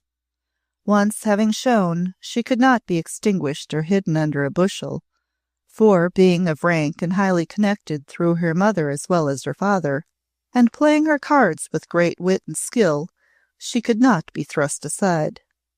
At her first hunt ball she set aflame every male breast in the shire, unmasking such a battery of charms as no man could withstand the fire of. Her dazzling eye, her wondrous shape, the rich music of her laugh, and the mocking wit of her sharp, saucy tongue were weapons to have armed a dozen women, and she was but one, and in the first rich, tempting glow of blooming youth. She turned more heads and caused more quarrels than she could have counted had she sat up half the night. She went to her coach with her father, followed by a dozen gallants, each ready to spit the other for a smile. Her smiles were wondrous, but there seemed always a touch of mockery or disdain in them, which made them more remembered than if they had been softer. One man there was, who perchance found something in her high glance not wholly scornful, but he was used to soft treatment from women, and had, in sooth, expected milder glances than were bestowed upon him. This was young Sir John Oxon, who had found himself among the fair sex that night, as a great a beau as she had been a belle, but 2 dances he had won from her, and this was more than any other man could boast, and what other gallants envied him with darkest hatred. Sir Jeoffrey, who had watched her as she queened among rakes and fops and honest county squires and knights, had marked the vigour with which they plied her with an emotion which was a new sensation to his drink-bemuddled brain. So far as it was in his nature to love another than himself, he had learned to love this young, lovely virago of his own flesh and blood, perchance because she was the only creature who never quailed before him, and had always known how to bend him to her will.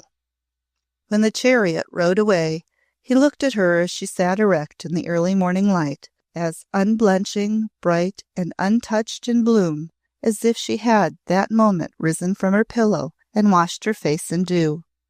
He was not so drunk as he had been at midnight, but he was a little maudlin. "By God, thou art handsome, Clo," he said. "By God, I never saw a finer woman." "Nor I," she answered back, "which I thank heaven for." "Thou pretty, brazen baggage," her father laughed. "Old Dunstanwolde looked thee well over tonight. He never looked away from the moment he clapped eyes on thee." "That I knew better than thee, Dad," said the beauty, and I saw that he could not have done it if he had tried. If there comes no richer, younger, great gentleman, he shall marry me." "Thou hast a sharp eye and a keen wit," said Sir Jeoffrey, looking askance at her with a new maggot in his brain. "Wouldst never play the fool, I warrant. They will press thee hard, and 'twill be hard to withstand their love-making, but I shall never have to mount and ride off with pistols in my holsters to bring back a man and make him marry thee, as Chris Crowell had to do for his youngest wench. Thou wouldst never play the fool, I warrant, wouldst thou, Clo?" She tossed her head and laughed like a young scornful devil, showing her white pearl teeth between her lips scarlet. "Not I," she said. "There thou mayst trust me. I would not be found out." She played her part as triumphant beauty so successfully that the cleverest managing mother in the universe could not have bettered her position. Gallants brawled for her, honest men fell at her feet, romantic swains wrote verses to her, praising her eyes, her delicate bosom, the carnation of her cheek, and the awful majesty of her mien. In every revel she was queen, in every contest of beauties, Venus, in every spectacle of triumph, empress of them all. The Earl of Dunstanwolde, who had the oldest name and the richest estates in his own county and the 6 adjoining ones, who, having made a love-match in his prime, and lost wife and heir but a year after his nuptials, had been the despair of every maid and mother who knew him, because he would not be melted to a marriageable mood. After the hunt ball, this morning nobleman, who was by this time of ripe years, had appeared in the world again as he had not done for many years. Before many months had elapsed, it was known that his admiration of the new beauty was confessed, and it was believed that he but waited further knowledge of her to advance to the point of laying his title and estates at her feet. But though 2 years before the entire county would have rated low indeed the wit and foresight of the man who had even hinted the possibility of such honor and good fortune being in prospect for the young lady, so great was Mistress Clorinda's brilliant and noble beauty, and with such majesty she bore herself in these times, that there were even those who doubted whether she would think my lord a rich enough prize for her, and if, when he fell upon his knees, she would deign to become his countess, feeling that she had such splendid wares to dispose of as might be bartered for a duke when she had went to town and to court. During the length of more than one man's lifetime after, the reign of Miss Clorinda Wildairs was a memory recalled over the bottle at the dining table among men, some of whom had but heard their fathers vaunt her beauties. It seemed as if in her person there was not a single flaw, or indeed a charm, which had not reached the highest point of beauty. For shape she might have vied with young Diana, mounted side by side with her upon a pedestal. Her raven locks were of a length and luxuriance to clothe her as a garment. Her great eye commanded and flashed as Juno's might have done in the goddess's divinest moments of lovely pride, and though it was said none ever saw it languish, each man who adored her was maddened by the secret belief that Venus' self could not so melt in love as she, if she would stoop to loving, as each one prayed she might, himself. Her hands and feet, her neck, the slimness of her waist, her mantle in crimson and ivory white, her little ear, her scarlet lip, the pearls between them, and her long white throat were perfection each and all, and catalogued with oaths of rapture. She hath such beauties, one admirer said, that a man must toast them all, and cannot drink to her as to a single woman. And she hath so many that to slight none her servant must go from the table reeling. But there was one thing connected with her which was not a weapon to her hand, and this was that she was not a fortune. Sir Jeoffrey had drunk and rioted until he had but little left. He had cut his timber and let his estate go to rack, having indeed no money to keep it up. The great hall, which had once been a fine old place, was almost a ruin. Its carved oak and noble rooms and galleries, were all of its past splendors that remained. All had been sold that could be sold, and all the outcome had been spent. The county, indeed, wondered where Mistress Clorinda's fine clothes came from, and knew full well why she was not taken to court to kneel to the Queen. That she was waiting for this to make her match, the envious were quite sure, and did not hesitate to whisper pretty loudly. The name of one man of rank and fortune after another was spoken of as that of a suitor to her hand, but in some way it was discovered that she refused them all. It was also known that they continued to worship her, and that at any moment she could call even the best among them back. It seemed that, while all the men were enamored of her, there was not one who could cure himself of his passion, however hopeless it might be. Her wit was as great as her beauty, and she had a spirit before which no man could stand if she chose to be disdainful. To some she was so, and had the whim to flout them with great brilliancy. Encounters with her were always remembered, and if heard by those not concerned, were considered worthy both of recollection and of being repeated to the world. She had a tongue so nimble and a wit so full of fire. Young Sir John Oxon's visit to his relative at Eldershaw being at an end, he returned to town, and remaining there through a few weeks of fashionable gaiety, won new reputations as a triumpher over the female heart. He made some renowned conquests, and set the mode in some new essences and sword knots. But even these triumphs appeared to pall upon him shortly, since he deserted the town and returned again to the country, where, on this occasion, he did not stay with his relative, but with Sir Jeoffrey himself, who had taken a boisterous fancy to him. It had been much marked since the altered life of Mistress Clorinda that she, who had previously defied all rules laid down on behavior for young ladies, and had been thought to do so because she knew none of them, now proved that her wild fashion had been but wilfulness, since it was seen that she must have observed and marked manners with the best. There seemed no decorum she did not know how to observe with the most natural grace. It was, indeed, all grace and majesty, there being no suggestion of the prude about her, but rather the manner of a young lady having been born with pride and stateliness, and most carefully bred. This was the result of her wondrous wit, the highness of her talents, and the strength of her will, which was of such power that she could carry out without fail anything she chose to undertake. There are some women who have beauty, and some who have wit or vigor of understanding, but she possessed all three, and with them such courage and strength of nerve as would have well equipped a man.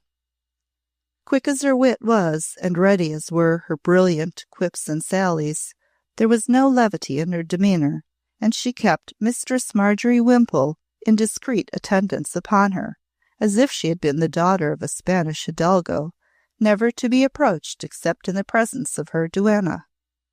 Poor Mistress Marjorie, finding her old fears removed, was overpowered with new ones. She had no lawlessness or hoyden manners to contend with, but instead a haughtiness so high and demands so great that her powers could scarcely satisfy the one or her spirit stand up before the other. It is if one were lady-in-waiting to her Majesty's self. She used to whimper when she was alone and dared do so. Surely the Queen has not such a will and such a temper. She will have me toil to look worthy of her in my habit, and bear myself like a duchess in dignity. Alack! I have practised my obeisance by the hour to perfect it, so that I may escape her wrath. And I must know how to look, and when and where to sit, and with what air of being near at hand, while I must see nothing. And I must drag my failing limbs hither and thither with genteel ease, while I ache from my head to foot, being neither young nor strong. The poor lady was so overawed by, and yet so admired her charge, that it was piteous to behold.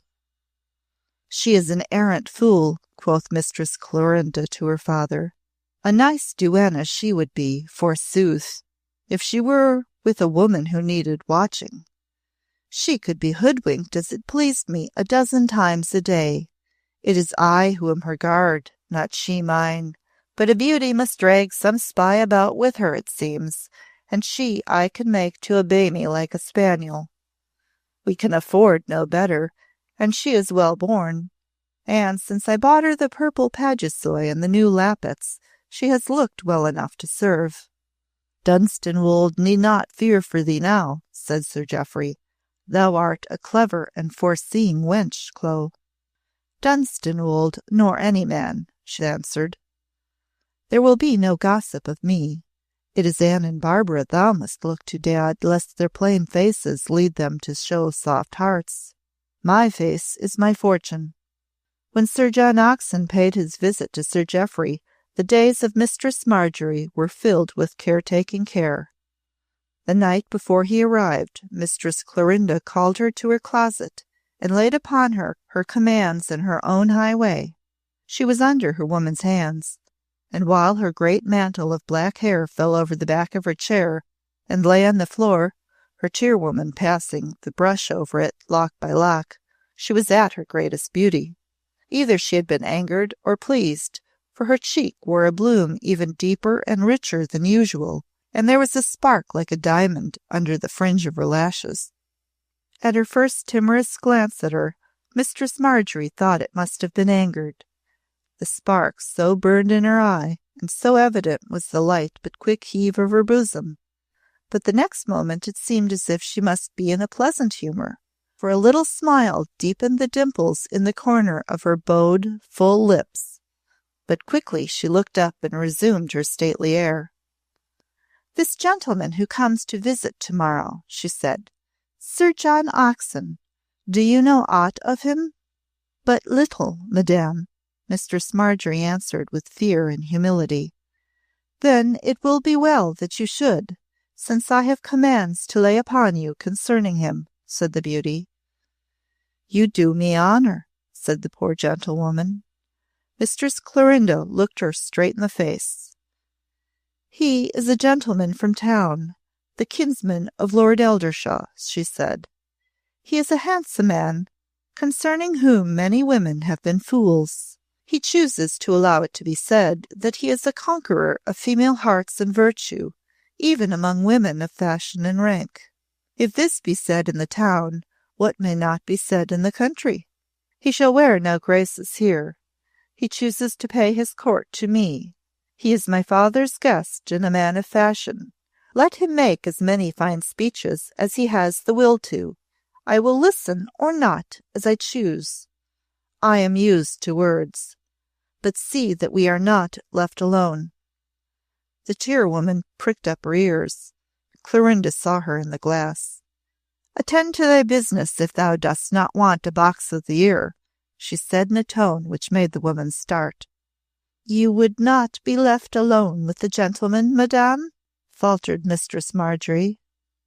"If he comes to boast of conquests," said Mistress Clorinda, looking at her straight again and drawing down her black brows, "I will play as cleverly as he. He cannot boast greatly of one whom he never makes his court to, but in the presence of a kinswoman of ripe years.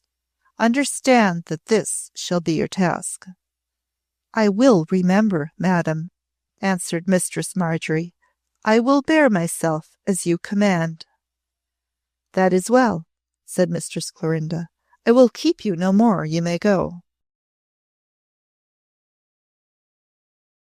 Chapter 6. Relating how Mistress Anne discovered a miniature. The good gentlewoman took her leave gladly. She had spent a life in timid fear of such things and persons as were not formed by nature to excite them, but never had she experienced such humble terrors as those with which Mistress Clorinda inspired her. Never did she approach her without inward tremor, and never did she receive permission to depart from her presence without relief. And yet her beauty and wit and spirit had no admirer regarding them with more of wondering awe. In the bare west wing of the house, comfortless though the neglect of its master had made it, there was one corner where she was unafraid, Her first charges, Mistress Barbara and Mistress Anne, were young ladies of gentle spirit. Their sister had said of them that their spirit was as poor as their looks.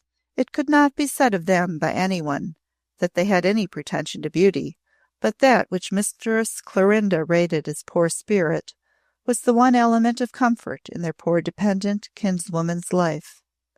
They gave her no ill words, they indulged in no fantastical whims and vapours, and they did not even seem to expect other entertainment than to walk the country roads, to play with their little lapdog Cupid, wind silks for their needlework, and please themselves with their embroidery frames.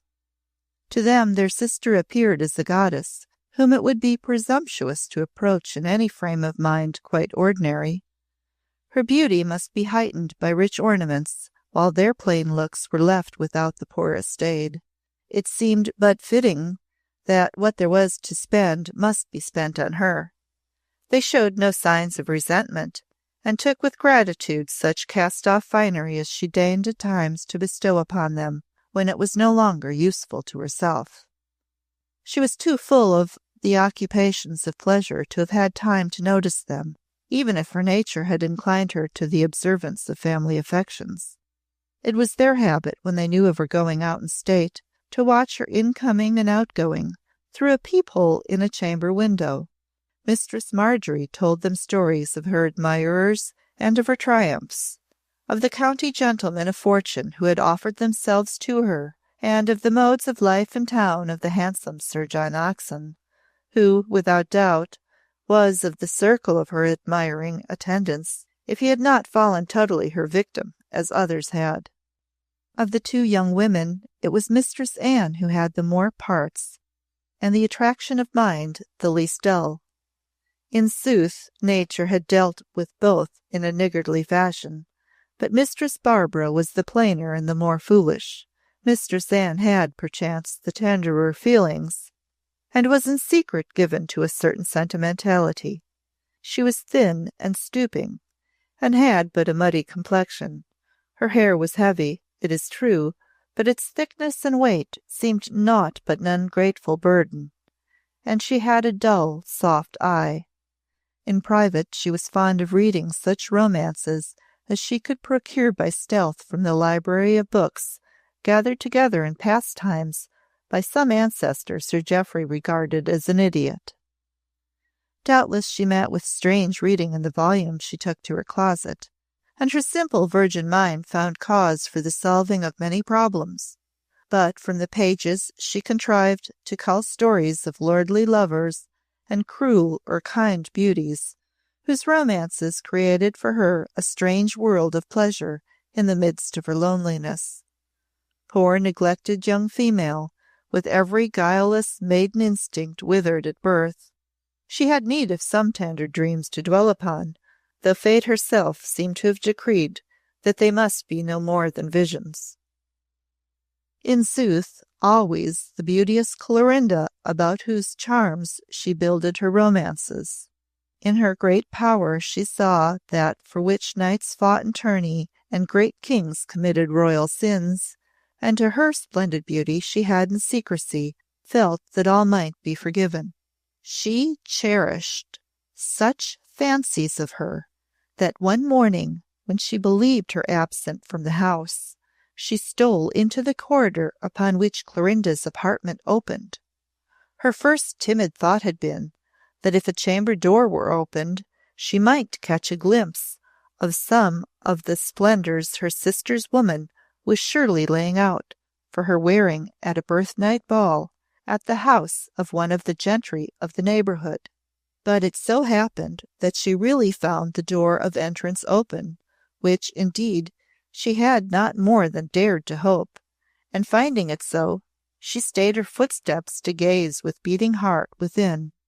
On the great bed, which was of carved oak and canopied with tattered tapestry, there lay spread such splendours as she had never beheld near to before.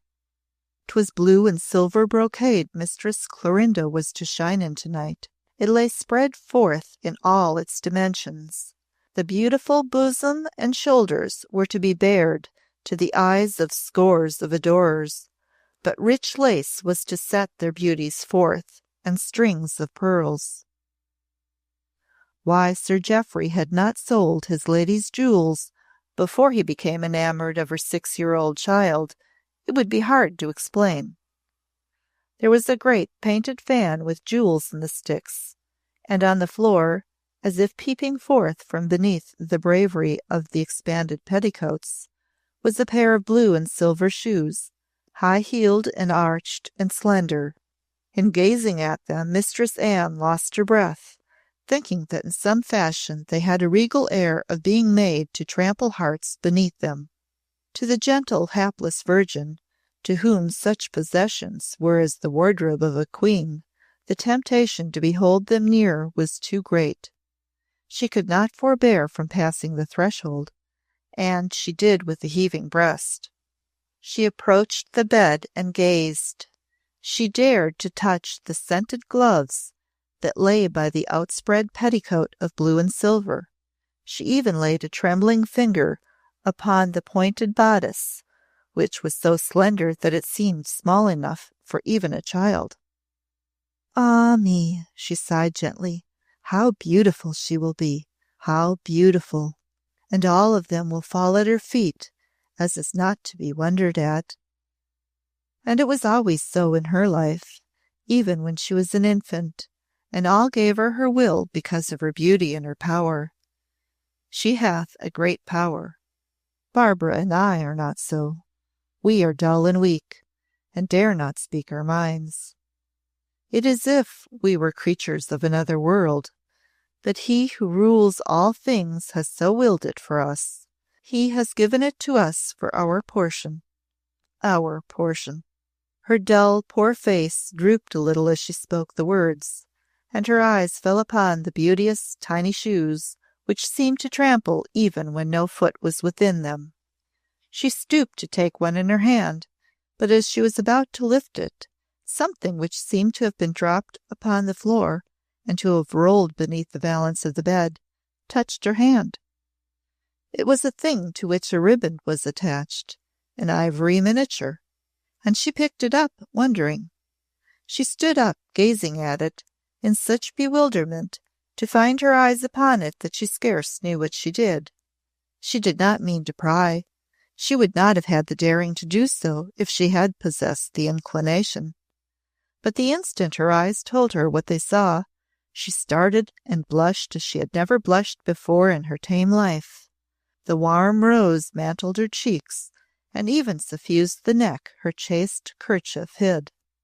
Her eyes kindled with admiration, and an emotion new to her indeed. "How beautiful!" she said. "He is like a young Adonis, and has the bearing of a royal prince. How can it, by what strange chance hath it come here?" She had not regarded it more than long enough to have uttered these words, when a fear came upon her, and she felt that she had fallen into a misfortune. "What must I do with it?" she trembled. "What will she say? Whether she knows of it being within the chamber or not? She will be angry with me that I have dared to touch it. What shall I do?" She regarded it again with eyes almost suffused. Her blush and the sensibility of her emotion gave to her plain countenance a new liveliness of tint and expression. "I will put it back where I found it," she said, "and the one who knows it will find it later. It cannot be she. It cannot be she. If I laid it on her table, she would rate me bitterly, and she can be bitter when she will." She bent and placed it within the shadow of the valance again, and as she felt it touch the hard oak of the polished floor, her bosom rose with a soft sigh. "It is an unseemly thing to do," she said. "'Tis as though one were uncivil, but I dare not do otherwise." She would have turned to leave the apartment, being much overcome by the incident, but just as she would have done so, she heard the sound of horses' feet through the window by which she must pass, and looked out to see if it was Clorinda, who was returning from a ride. Mistress Clorinda was a matchless horsewoman, and a marvel of loveliness and spirit she looked when she rode, sitting upon a horse such as no other woman dared to mount, always an animal of the greatest beauty, but of so dangerous a spirit that her riding whip was loaded like a man's. This time it was not she, and when Mistress Anne beheld the young gentleman who had drawn rein in the court, she started backward and put her hand to her heart, the blood mantling her pale cheek again in a flood. But having started back, the next instant she started forward to gaze again, all her timid soul in her eyes. "'Tis he," she panted. "'Tis he himself. He hath come in hope to speak with my sister, and she is abroad. Poor gentleman, he hath come in such high spirit, and must ride back heavy of heart. How comely and how finely clad he is!" He was, in sooth, with his rich riding habit, his handsome face, his plumed hat, and the sun shining on the fair, luxuriant locks which fell beneath it. It was Sir John Oxon, and he was habited as when he rode in the park in town, and the court was there. Not so were attired the country gentlemen whom Anne had been wont to see, though many of them were well mounted, knowing horseflesh and naught else as they did. She pressed her cheek against the side of the oriel window, over which the ivy grew thickly. She was so intent that she could not withdraw her gaze. She watched him as he turned away, having received his dismissal, and she pressed her face closer that she might follow him as he rode down the long avenue of oak trees, his servant riding behind. Thus she bent forward gazing until he turned and the oaks hid him from her sight, and even then the spell was not dissolved, and she still regarded the place where he had passed, until a sound behind her made her start violently. It was a peal of laughter, high and rich, and when she so started and turned to see whom it might be, she beheld her sister Clorinda, who was standing just within the threshold, as if movement had been arrested by what had met her eye as she came in. Poor Anne put her hand to her side again. "Oh, sister," she gasped. "Oh, sister," but could say no more. She saw that she had thought falsely, and that Clorinda had not been out at all, for she was in home attire, and even in the midst of her trepidation there sprang into Anne's mind the awful thought that through some servant's blunder the comely young visitor had been sent away. For herself, she expected but to be driven forth with wrathful, disdainful words for her presumption. For what else could she hope from this splendid creature, who, while of her own flesh and blood, had never seemed to regard her as being more than a poor superfluous underling? But strangely enough, there was no anger in Clorinda's eyes. She but laughed, as though what she had seen had made her merry. "You here, Anne," she said, and looking with light-mindedness after gallant gentlemen. "Mistress Marjorie should see to this and watch more closely, or we shall have unseemly stories told. You, sister, with your modest face and bashfulness, I had not thought it of you." She suddenly crossed the room to where her sister stood drooping, and seized her by the shoulder, so that she could look her well in the face. "What?" she said with a mocking, not quite harsh. "What is this? Does a glance at a fine gallant, even taken from behind an oriel window, make such change indeed? I never before saw this look, nor this colour. Forsooth, it hath improved thee wondrously, Anne, wondrously." "Sister," faltered Anne, "I so desired to see your birthnight ball gown, of which Mistress Marjorie hath much spoken. I so desired, I thought it would not matter if, the door being open and it spread forth upon the bed, I stole a look at it. And then I was tempted and came in, and then was tempted more." Clorinda laughed, still regarding her downcast countenance shrewdly. "By a thing far less to be resisted. A fine gentleman from town, with love-locks falling on his shoulders, and ladies' hearts strung at his saddle-bow by scores. Which found you the more beautiful?" "Your gown is splendid, sister," said Anne with modest shyness. There will be no beauty who will wear another like it, or should there be one, she will not carry it as you will." "But the man, Anne," Clorinda laughed again. "What of the man?" Anne plucked up just enough of her poor spirit to raise her eyes to the brilliant ones that mocked at her. "With such gentlemen, sister," she said, "is it like that I have aught to do?" Mistress Clorinda dropped her hand and left laughing. "'Tis true," she said. "It is not, but for this one time, Anne, thou lookest almost a woman." "'Tis not beauty alone that makes womanhood," said Anne, her head on her breast again. "In some book I have read that it is mostly pain. I am woman enough for that." You have read," quoted Clorinda. "You are the bookworm, I remember, and filch romances and poems from the shelves. And you have read that it is mostly pain that makes a woman? 'Tis not true. 'Tis a poor lie. I am a woman, and I do not suffer, for I will not. That I swear. And when I take an oath, I keep it, mark you. It is men women suffer for. That was what your scholar meant.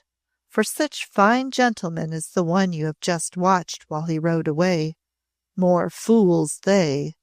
No man shall make me womanly in such a fashion, I promise you. Let them wince and kneel. I will not." "Sister," Anne faltered, "I thought you were not within. The gentleman who rode away, did the servants know?" "That did they," quoth Clorinda, mocking again. "They knew that I would not receive him today, and so sent him away.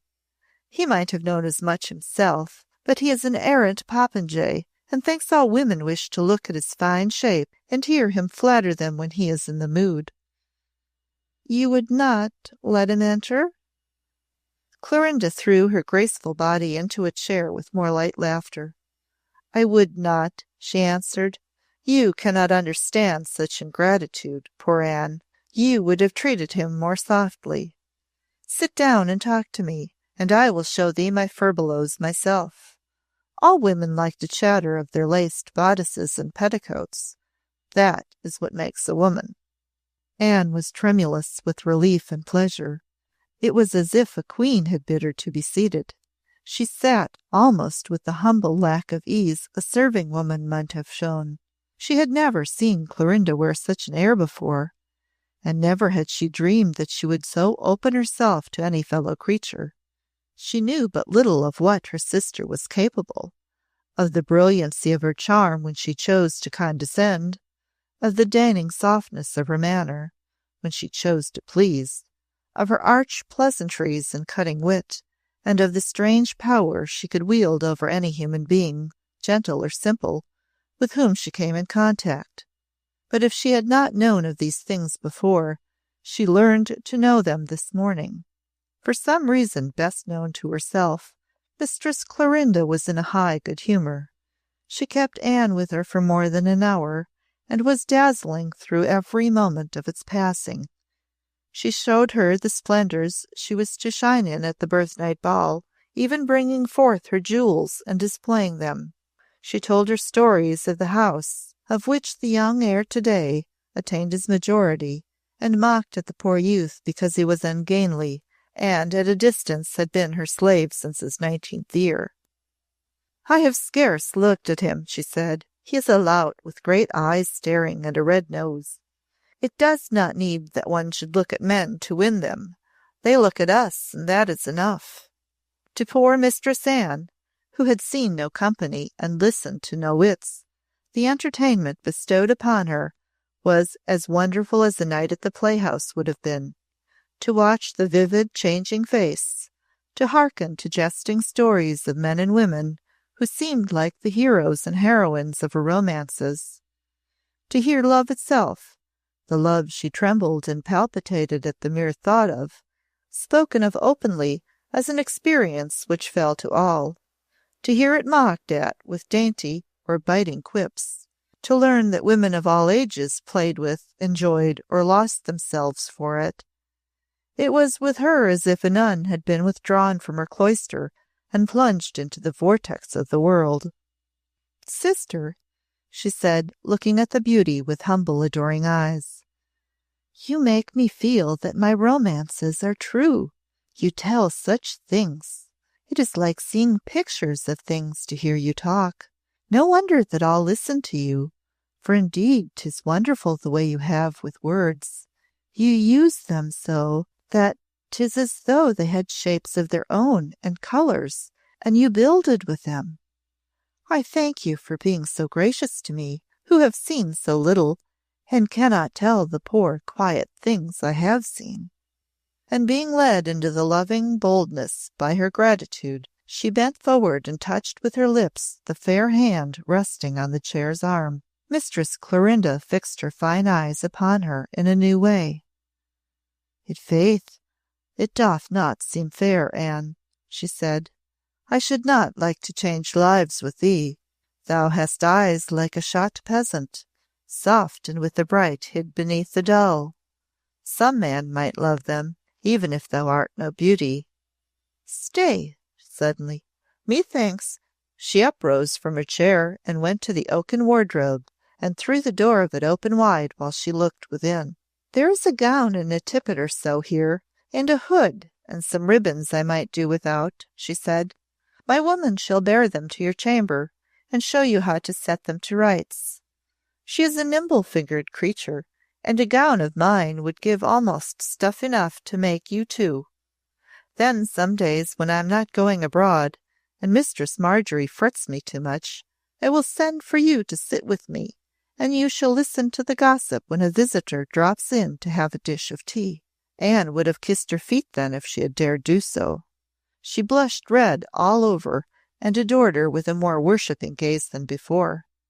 "I should not have dared to hope so much," she stammered. "I could not. Perhaps it is not fitting. Perhaps I could not bear myself as I should. I would try to show myself a gentlewoman and seemly. I am a gentlewoman, though I have learned so little. I could not be aught but a gentlewoman, could I, sister, being of your own blood and my parents' child? Half afraid to presume even this much." "No," said Clorinda. "Do not be a fool, Anne, and carry yourself too humbly before the world. You can be as humble as you like to me." I shall be your servant and worship you, sister," cried the poor soul, and she drew near and kissed again the white hand which had bestowed with such royal bounty all this joy. It would not have occurred to her that a cast-off robe and riband were but small largesse. It was not a minute after this grateful caress that Clorinda made a sharp movement, a movement which was so sharp that it seemed to be one of dismay. At first, as if involuntarily, she had raised her hand to her tucker, and after doing so she started, though 'twas but for a second's space, after which her face was as it had been before. "What is it?" exclaimed Anne. "Have you lost anything?" "No," quoth Mistress Clorinda quite carelessly, as she once more turned to the contents of the oaken wardrobe. "But I thought I missed a trinket I was wearing for a wager, and I would not lose it before the bet is won." "Sister," ventured Anne before she left her and went away to her own dull world in the west wing, "there is a thing I can do, if you will allow me. I can mend your tapestry hangings, which have holes in them. I am quick at my needle, and should love to serve you in such poor ways as I can. And it is not seemly that they should be so worn. All things about you should be beautiful and well kept." "Can you make these broken things beautiful?" said Clorinda. "Then indeed you shall. You may come here to mend them when you will." "They are very fine hangings, though so old and ill cared for," said Anne, looking up at them. "And I shall be only too happy sitting here, thinking of all you are doing while I am at my work." "Thinking of all I am doing?" laughed Mistress Clorinda. "That would give you such wondrous things to dream of, Anne, that you would have no time for your needle, and my hangings would stay as they are." "I can think and darn also," said Mistress Anne, "so I will come." Chapter 7. 'Twas the face of Sir John Oxon the moon shone upon. From that time henceforward into the young woman's dull life there came a little change. It did not seem a little change to her, but a great one, though to others it would have seemed slight indeed. She was an affectionate, housewifely creature, who would have made the best of wives and mothers if it had been so ordained by fortune, and something of her natural instincts found outlet in the furtive service she paid her sister, who became the empress of her soul. She darned and patched the tattered hangings with a wonderful neatness, and the hours she spent at work in the chamber were to her almost as sacred as hours spent at religious duty, or as those nuns and novices give to embroidering altar cloths. There was a brightness in the room that seemed in no other in the house, and the lingering essences in the air of it were as incense to her. In secrecy she even busied herself with keeping things in better order than Rebecca, Mistress Clorinda's woman, had ever had time to do before. She also contrived to get into her own hands some duties that were Rebecca's own. She could mend lace cleverly, and arrange ribbon knots with taste, and even change the fashion of a gown. The hard-working tirewoman was but too glad to be relieved, and kept her secret well, being praised many times for the set or fashion of a thing into which she had not so much as set a needle. Being a shrewd baggage, she was wise enough always to relate to Anne the story of her mistress' pleasure, having the wit to read in her delight that she would be encouraged to fresh effort. At times it so befell that, when Anne went into the bedchamber, she found the beauty there who, if she chanced to be in the humour, would detain her in her presence for a space and bewitch her over again. In sooth, it seemed that she took a pleasure in showing her female adorer how wondrously full of all fascinations she could be. At such times Anne's plain face would almost bloom with excitement, and her shot pheasant's eyes would glow as if beholding a goddess. She neither saw nor heard more of the miniature on the riband. It used to make her tremble at times to fancy that by some strange chance it might still be under the bed, and that the handsome face smiled and the blue eyes gazed in the very apartment where she herself sat, and her sister was robed and disrobed in all her beauty. She used all her modest skill in fitting to her own shape and refurnishing the cast-off bits of finery bestowed upon her. It was all set to rights long before Clorinda recalled to mind that she had promised that Anne should sometimes see her chance visitors take their dish of tea with her. But one day, for some cause, she did remember and sent for her. Anne ran to her bedchamber and donned her remodelled gown with shaking hands. She laughed a little hysterically as she did it, seeing her plain, snub-nosed face in the glass. She tried to dress her head in a fashion new to her, and knew she did it ill and untidily, but had no time to change it.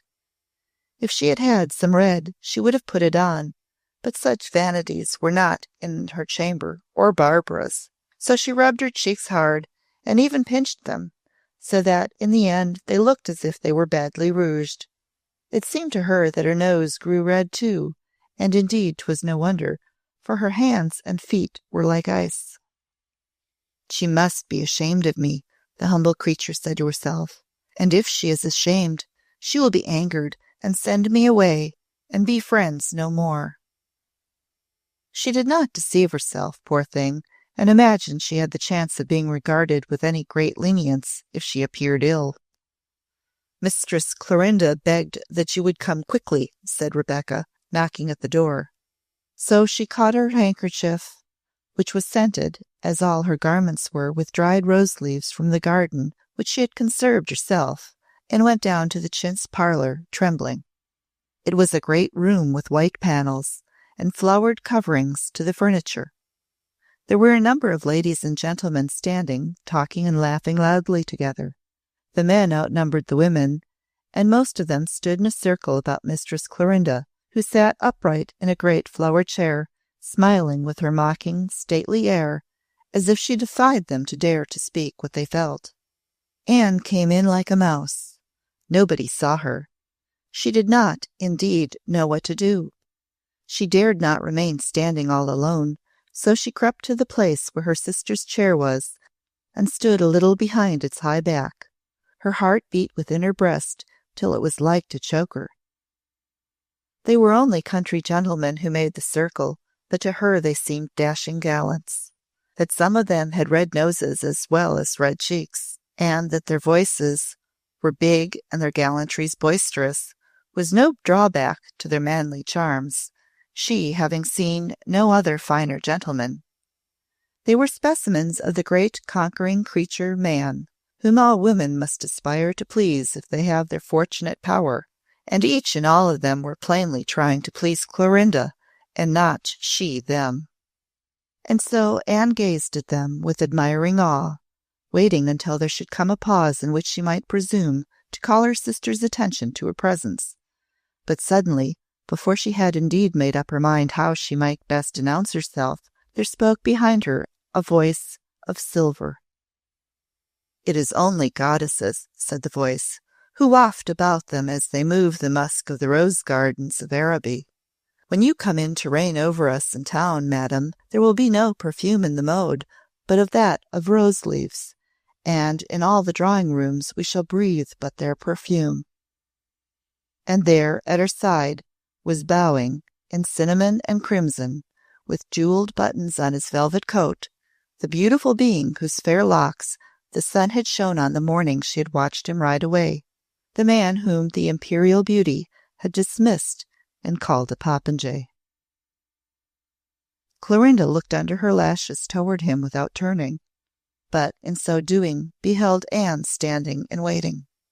"A fine speech lost," she said, "though 'twas well enough for the country, Sir John. 'Tis thrown away, because 'tis not I who am scented with rose leaves, but Anne there, whom you must not ogle. Come hither, sister, and do not hide as if you were ashamed to be looked at." And she drew her forward, and there Anne stood, and all of them stared at her poor, plain, blushing face, and the Adonis in cinnamon and crimson bowed low, as if she had been a duchess, that being his conqueror's way with gentle or simple maid, wife, or widow, beauty or homespun uncomeliness. It was so with him always. He could never resist the chance of luring to himself a woman's heart, whether he wanted it or not, and he had a charm, a strange and wonderful one. It could not be denied. Anne palpitated indeed as she made her curtsy to him, and wondered if heaven had ever before made so fine a gentleman and so beautiful a being. She went but seldom to this room again, and when she went, she stood always in the background, far more in fear that someone would address her than that she should meet with neglect. She was used to neglect, and to being regarded as a nonentity, and aught else discomfited her. All her pleasure was to hear what was said, though 'twas not always of the finest wit, and to watch Clorinda play the queen among her admirers and her slaves. She would not have dared to speak of Sir John Oxon frequently.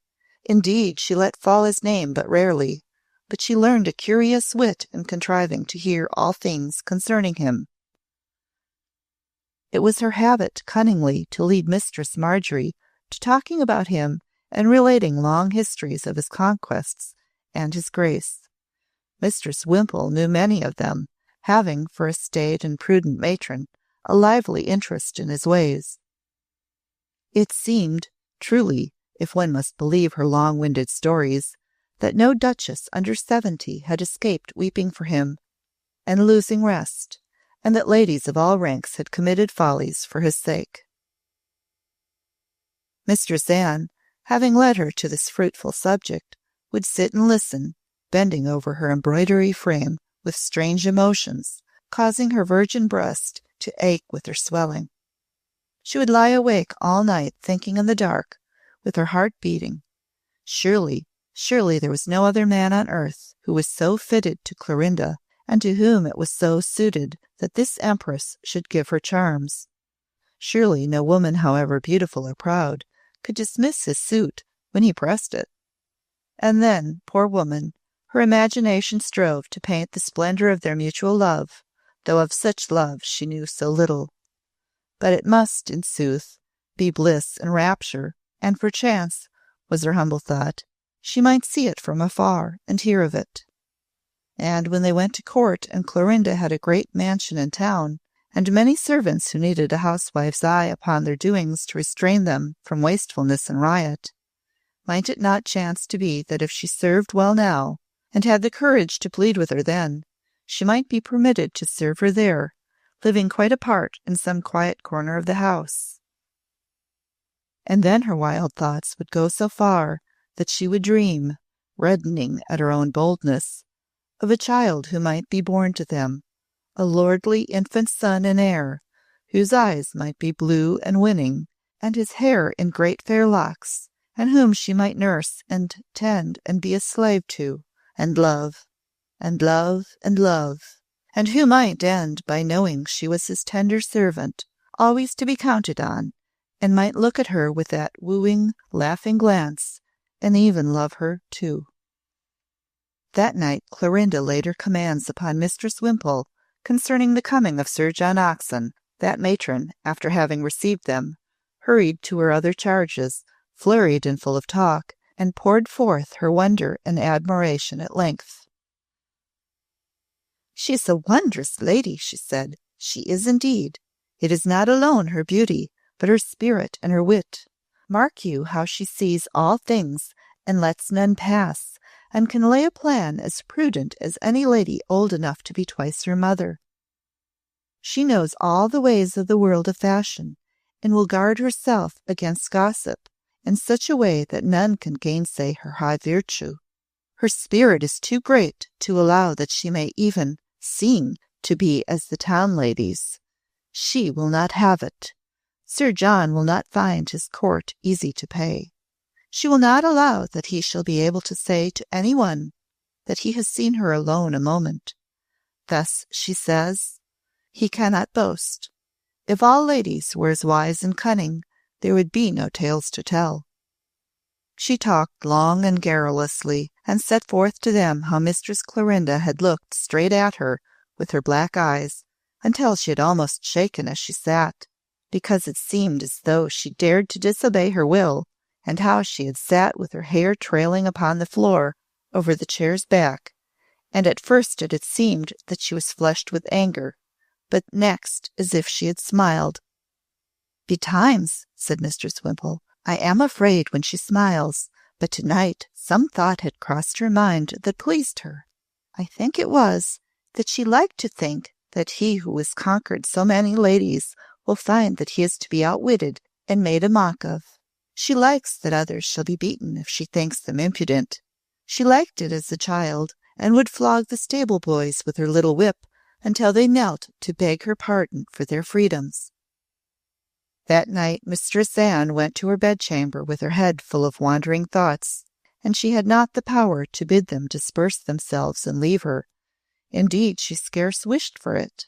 She was thinking of Clorinda, and wondering sadly that she was of so high a pride that she could bear herself as though there were no human weakness in her breast, not even the womanly weakness of a heart. How could it be possible that she could treat with disdain this gallant gentleman, if he loved her, as he surely must? Herself, she had been sure that she had seen an ardent flame in his blue eyes, even that first day when he had bowed to her with that air of grace as he spoke of the fragrance of the rose leaves he had thought wafted from her robe. How could a woman whom he loved resist him?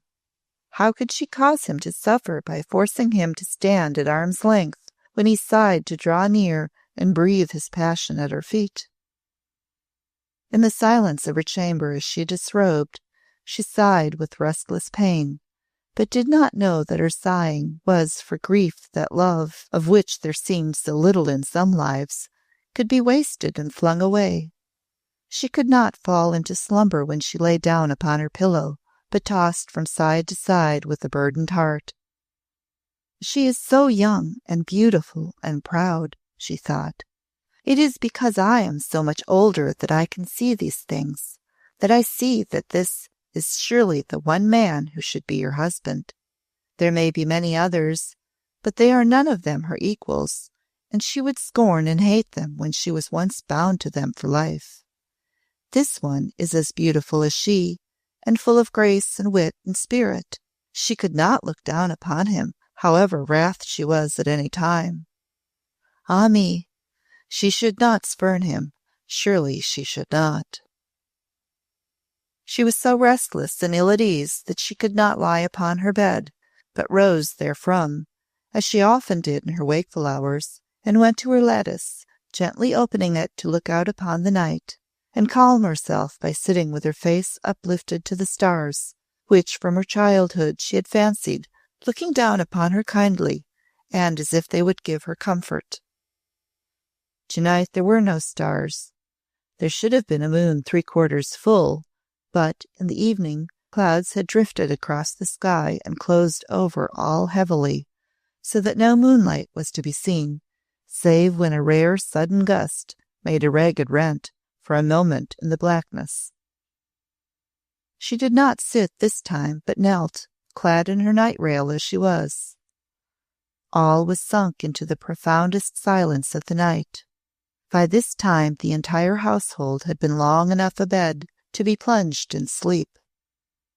She alone was waking, and being of that simple mind which, like a child's, must ever bear its trouble to a protecting strength, she looked up at the darkness of the cloudy sky and prayed for the better fortune of the man, who had indeed not remembered her existence after the moment he had made her his obeisance.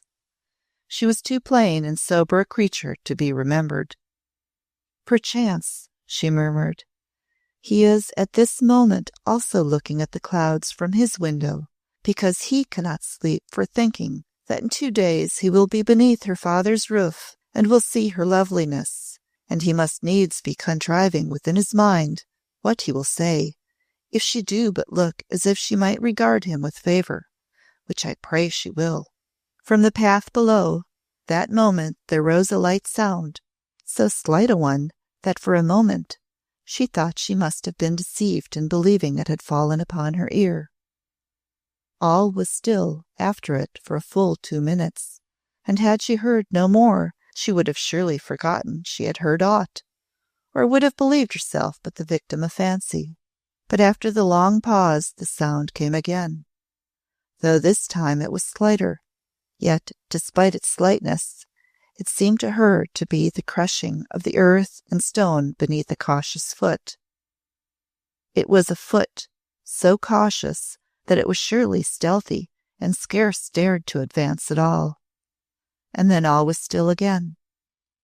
She was for a moment overcome with fears, not being of a courageous temper, and having heard, but of late, of a bold gypsy vagabond who, with a companion, had broken into the lower rooms of a house of the neighbourhood, and being surprised by its owner, had only been overcome and captured after a desperate fight, in which shots were exchanged, and one of the hurriedly awakened servants killed.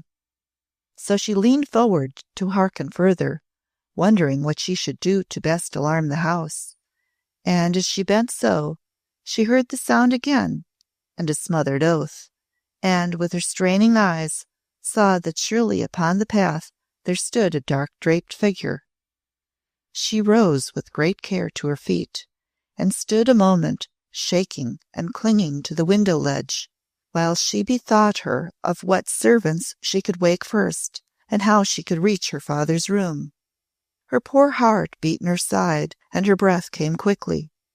The soundlessness of the night was broken by one of the strange sudden gusts of wind which tossed the trees and tore at the clouds as they hurried.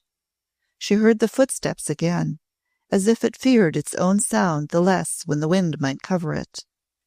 A faint pale gleam showed between 2 dark clouds behind which the moon had been hidden. It grew brighter, and a jagged rent was torn, so that the moon herself, for a second or so, shone out dazzling bright before the clouds rushed over her again and shut her in. It was at this very instant Mistress Anne heard the footsteps once more, and saw full well a figure in dark cloak and hat, which stepped quickly into the shade of a great tree. But more she saw, and clapped her hand upon her mouth to stifle the cry that would have otherwise risen in spite of her, that, notwithstanding his fair locks were thrust out of sight beneath his hat, and he looked strange and almost uncomely, it was the face of Sir John Oxon, the moon bursting through the jagged clouds had shone upon. Chapter 8. Two meet in the deserted rose garden, and the old Earl of Dunstanwolde is made a happy man. It was not until 3 days later, instead of 2, that Sir John Oxon rode into the courtyard with his servant behind him. He had been detained on his journey, but looked as if his impatience had not caused him to suffer, for he wore his fiercest air of spirit and beauty, and when he was alone with Sir Jeoffrey, made his compliments to the absent ladies, and inquired of their health with his best town grace. Mistress Clorinda did not appear until the dining hour, when she swept into the room like a queen, followed by her sister Anne and Mistress Wimple, this being the first occasion of Mistress Anne's dining, as it were, in state with her family. The honour had so alarmed her that she looked pale, and so ugly that Sir Jeoffrey scowled at sight of her, and swore under his breath to Clorinda that she should have been allowed to come. "I know my own affairs the best, by your leave, sir," answered Clorinda, as low and with a grand flash of her eye. "She hath been drilled well." This she had indeed, and so had Mistress Wimple, and throughout Sir John Oxon's stay they were called upon to see that they played well their parts. 2 weeks he stayed, and then rode gaily back to town, and when Clorinda made her sweeping curtsy to the ground to him upon the threshold of the flowered room in which he bade her farewell, both Anne and Mistress Wimple curtsied a step behind her.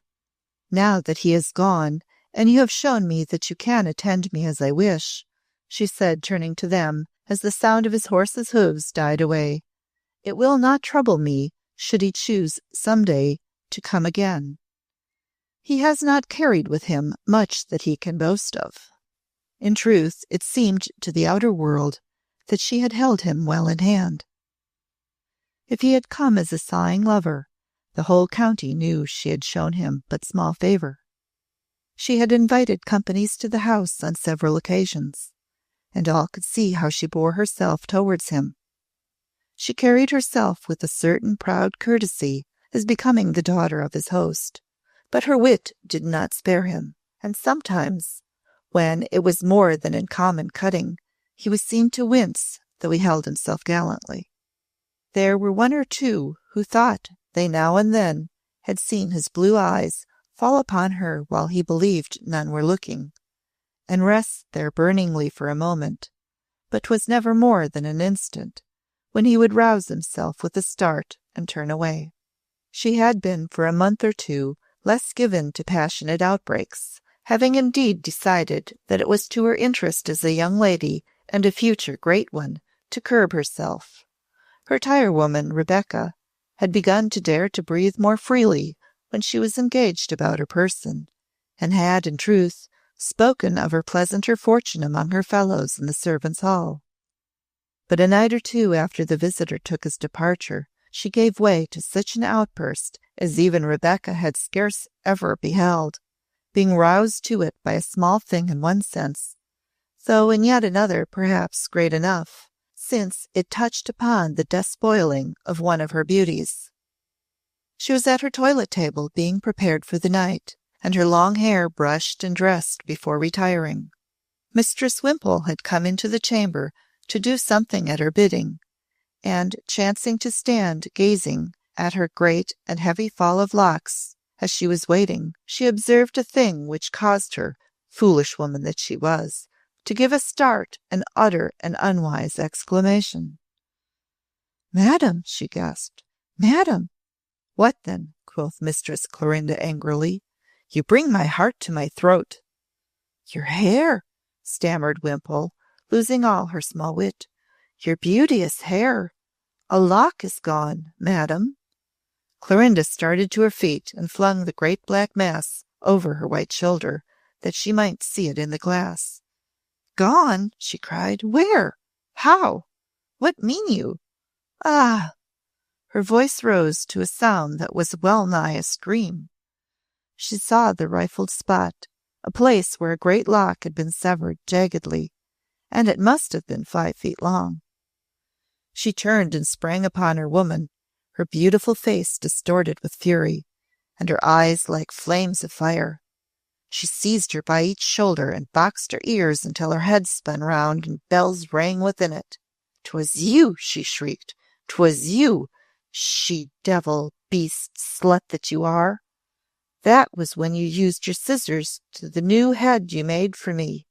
You set it on my hair that you might set a loop, and in your sluttish way you snipped a lock by accident and hid it for me." She beat her till her own black hair flew about her like the mane of a fury, and having used her hands till they were tired, she took her brush from the table and beat her with that till the room echoed with the blows on the stout shoulders. "Mistress, 'twas not so," cried the poor thing, sobbing and struggling. "'Twas not so, madam." "Madam, you will kill the woman," wept Mistress Wimple. "I beseech you. 'Tis not seemly. I beseech." Mistress Clorinda flung her woman from her and threw the brush at Mistress Wimple, crying at her with the lordly rage she had been wont to shriek with when she wore breeches. "Damnation to thy seemliness," she cried, "and to thee too. Get thee gone from me, both. Get thee gone from my sight." And both women fled weeping and sobbing and gasping from the room incontinently. She was shrewish and sullen with her woman for days after, and it was the poor creature's labour to keep from her sight, when she dressed her head, the place from whence the lock had been taken.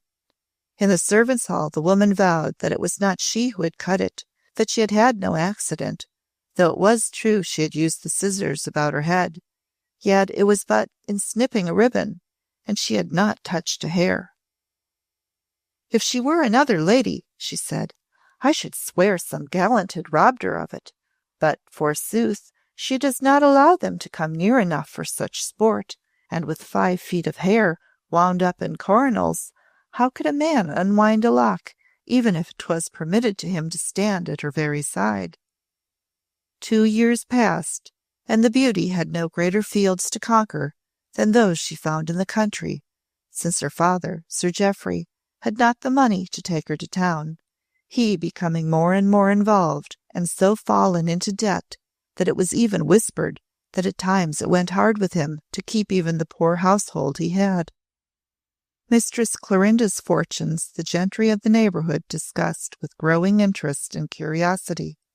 What was like to become of her great gifts and powers in the end, if she could never show them to the great world, and have the chance to carry her splendid wares to the fashionable market, where there were men of quality and wealth who would be like to bid for them?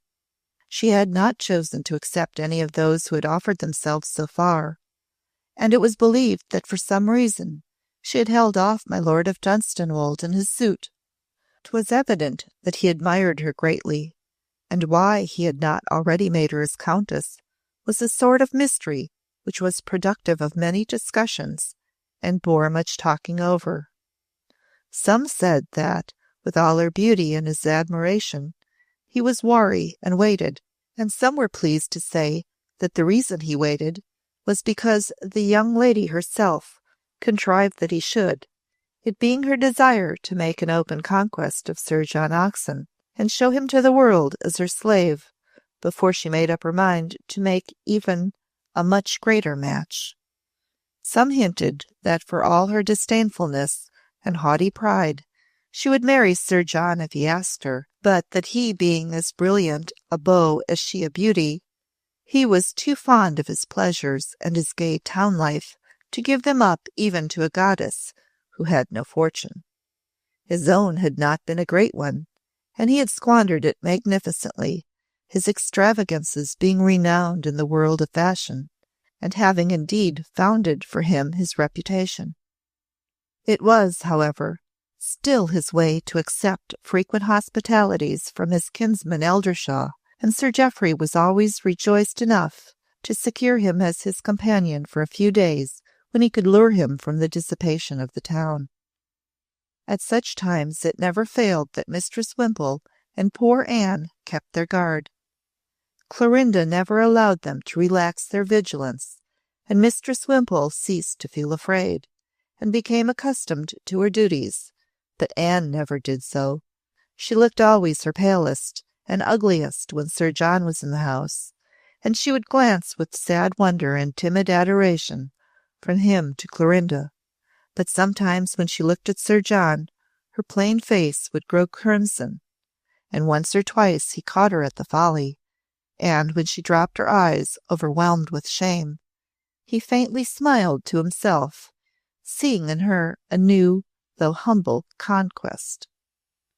There came a day when in the hunting field there passed from mouth to mouth a rumour, and Sir Jeoffrey, hearing it, came pounding over his big black horse to his daughter, and told it to her in great spirits.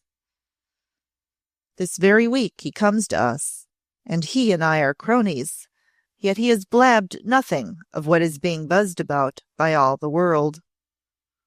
"He has learned how to keep a closed mouth," said Mistress Clorinda, without asking a question. "But 'tis marriage he is so mum about, bless ye," said Sir Jeoffrey, "and that is not a thing to be hid long. He is to be shortly married, they say. My lady, his mother, has found him a great fortune in a new beauty but just come to town. She hath great estates in the West Indies, as well as a fine fortune in England, and all the world is besieging her. But Jack hath come and bowed sighing before her, and writ some verses, and borne her off from them all." "'Tis time," said Clorinda, "that he should marry some woman who can pay his debts, and keep him out of the sponging house, for to that he will come if he does not play his cards with skill." Sir Jeoffrey looked askance, and rubbed his red chin. "I wish thou hadst liked him, Clo," he said, "and ye had both had fortunes to match. I love the fellow, and ye would have made a handsome pair." Mistress Clorinda laughed, sitting straight in her saddle, her fine eyes unblenching, though the sun struck them. "We had fortunes to match," she said. "I was a beggar, and he was a spendthrift. Here comes Lord Dunstanwolde." And as the gentleman rode near, it seemed to his dazzled eyes that the sun so shone down upon her because she was a goddess, and drew it from the heavens. In the west wing of the hall 'twas talked of between Mistress Wimple and her charges that a rumour of Sir John Oxon's marriage was afloat. "Yet can I not believe it," said Mistress Marjorie, "for if ever a gentleman was deep in love, though he bitterly strove to hide it, 'twas Sir John, and with Mistress Clorinda." "But she," faltered Anne, looking pale and even agitated, "she was always disdainful to him, and held him at arm's length. I wished she would have treated him more kindly." "'Tis not her way to treat men kindly," said Mistress Wimple.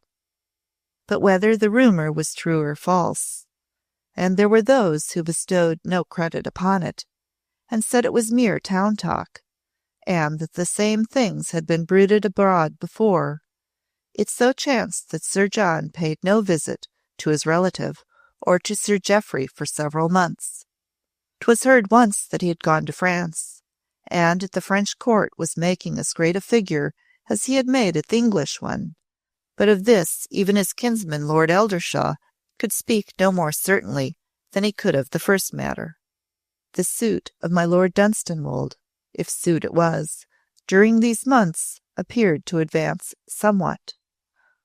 All orders of surmises were made concerning it, that Mistress Clorinda had privately quarrelled with Sir John and sent him packing, that he had tired of his love-making, as 'twas well known he had done many times before, and having squandered his possessions, and finding himself in open straits, must needs patch up his fortunes in a hurry with the first heiress whose estates suited him. But 'twas the women who said these things. The men swore that no man could tire of or desert such a spirit and beauty, and that if Sir John Oxon stayed away, 'twas because he had been commanded to do so, it never having been Mistress Clorinda's intention to do more than play with him a while, she having been witty against him always for a fop, and meaning herself to accept no man as a husband who could not give her both rank and wealth.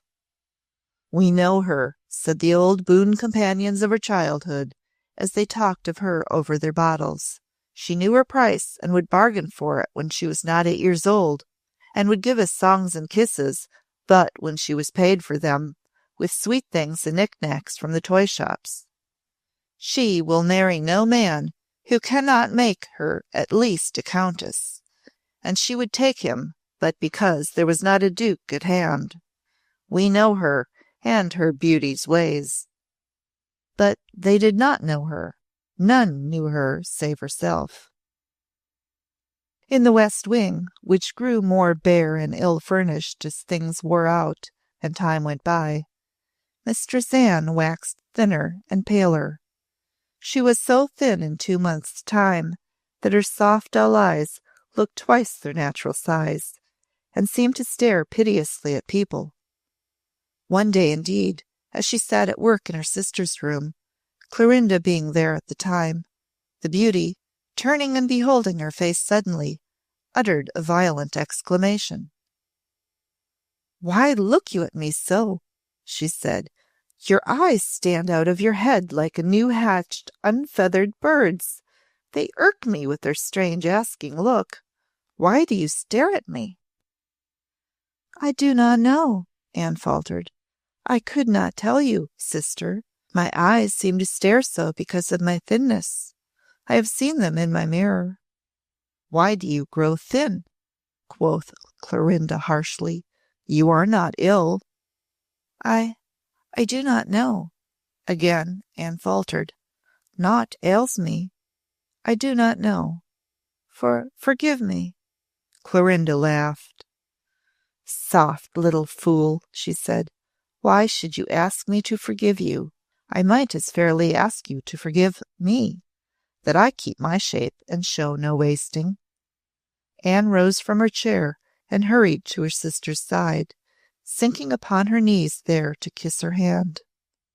"Sister," she said, "one could never dream that you could need pardon. I love you so that all you do, it seems to me, must be right, whatsoever it might be." Clorinda drew her fair hands away and clasped them on the top of her head proudly, as if she crowned herself thereby, her great and splendid eyes setting themselves upon her sister's face. "All that I do," she said slowly, and with the steadfast high arrogance of an empress self, "all that I do is right for me. I make it so by doing it. Do you think that I am conquered by the laws that other women crouch and whine before, because they dare not break them, though they long to do so? I am my own law, and the law of some others." It was by this time the first month of the summer, and tonight there was again a birthnight ball, at which the beauty was to dazzle all eyes. But 'twas of a greater import than the one she had graced previously, it being to celebrate the majority of the heir to an old name and estate, who had been orphaned early and was highly connected, counting, indeed, among the members of his family, the Duke of Osmond, who was of one of the richest and most envied nobles in Great Britain, his dukedom being of the oldest, his numerous estates the most splendid and beautiful, and the long history of his family full of heroic deeds.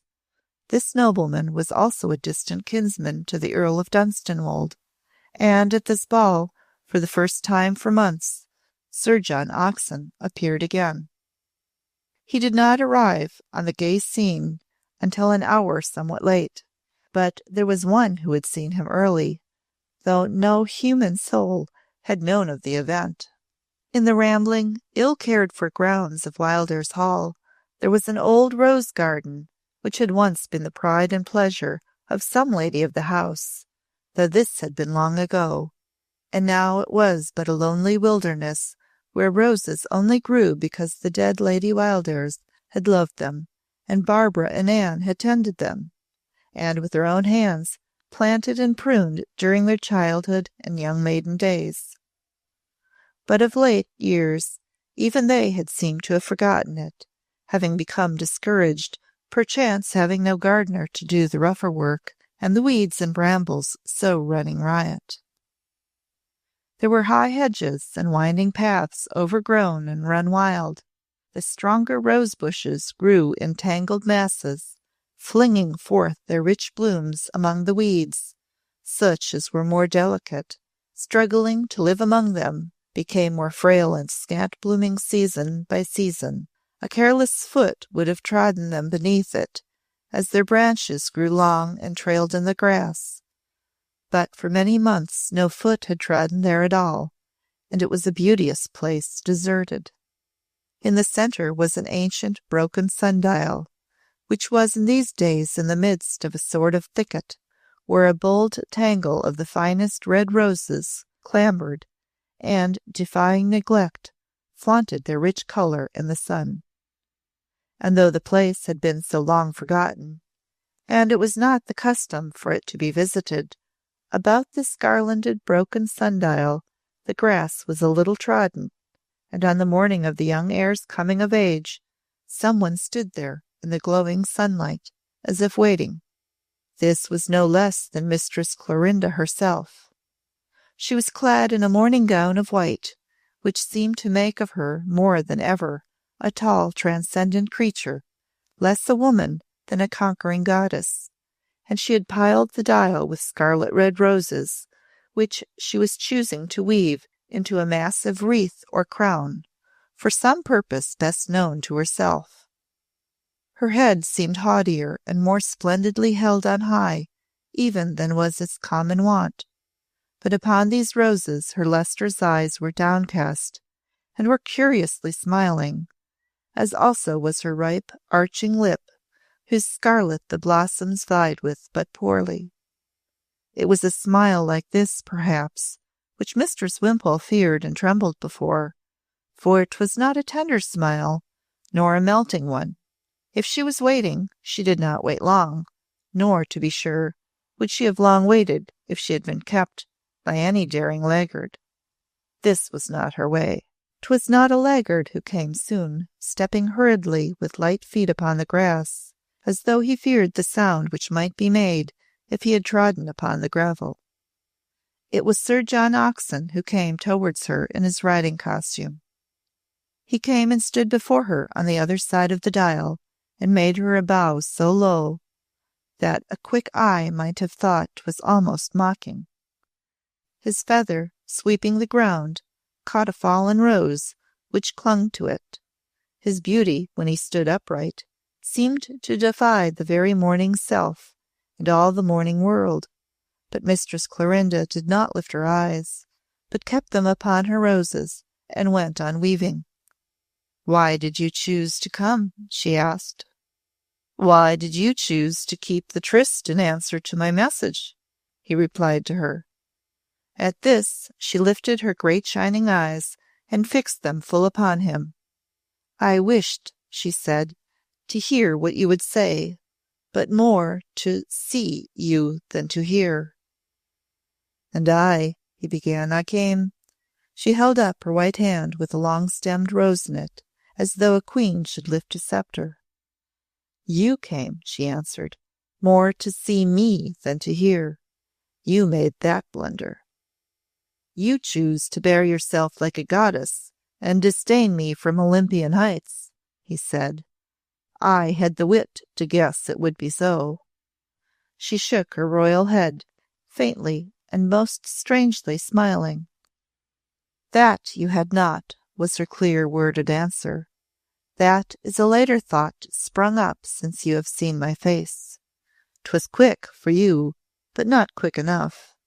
and the smile in her eyes was maddening.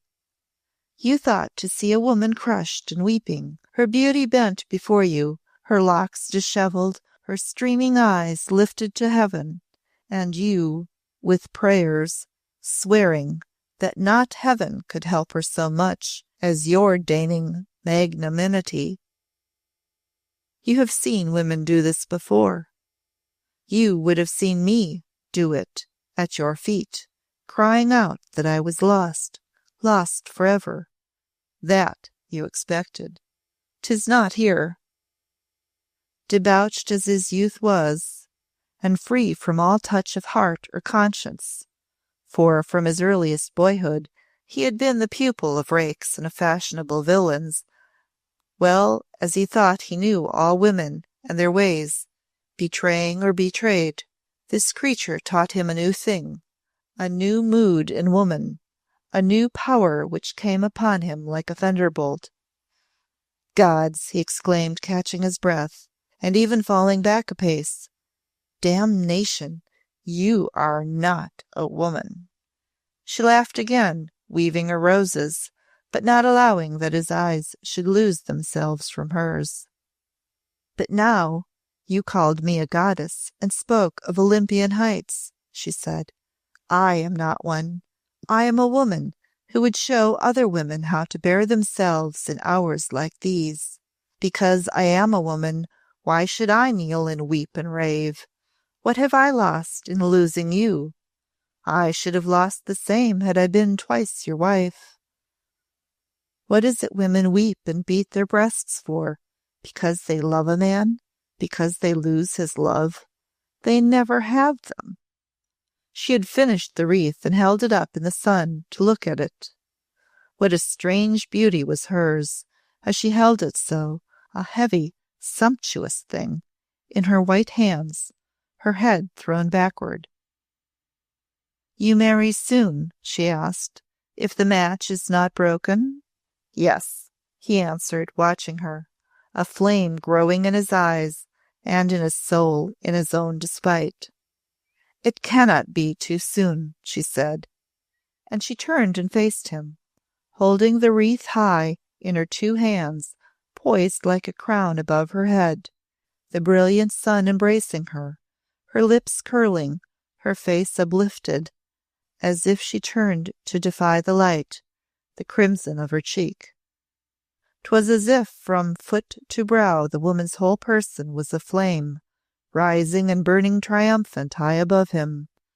Thus for 1 second's space she stood, dazzling his very eyesight with her strange, dauntless splendor, and then she set the great rose wreath upon her head, so crowning it.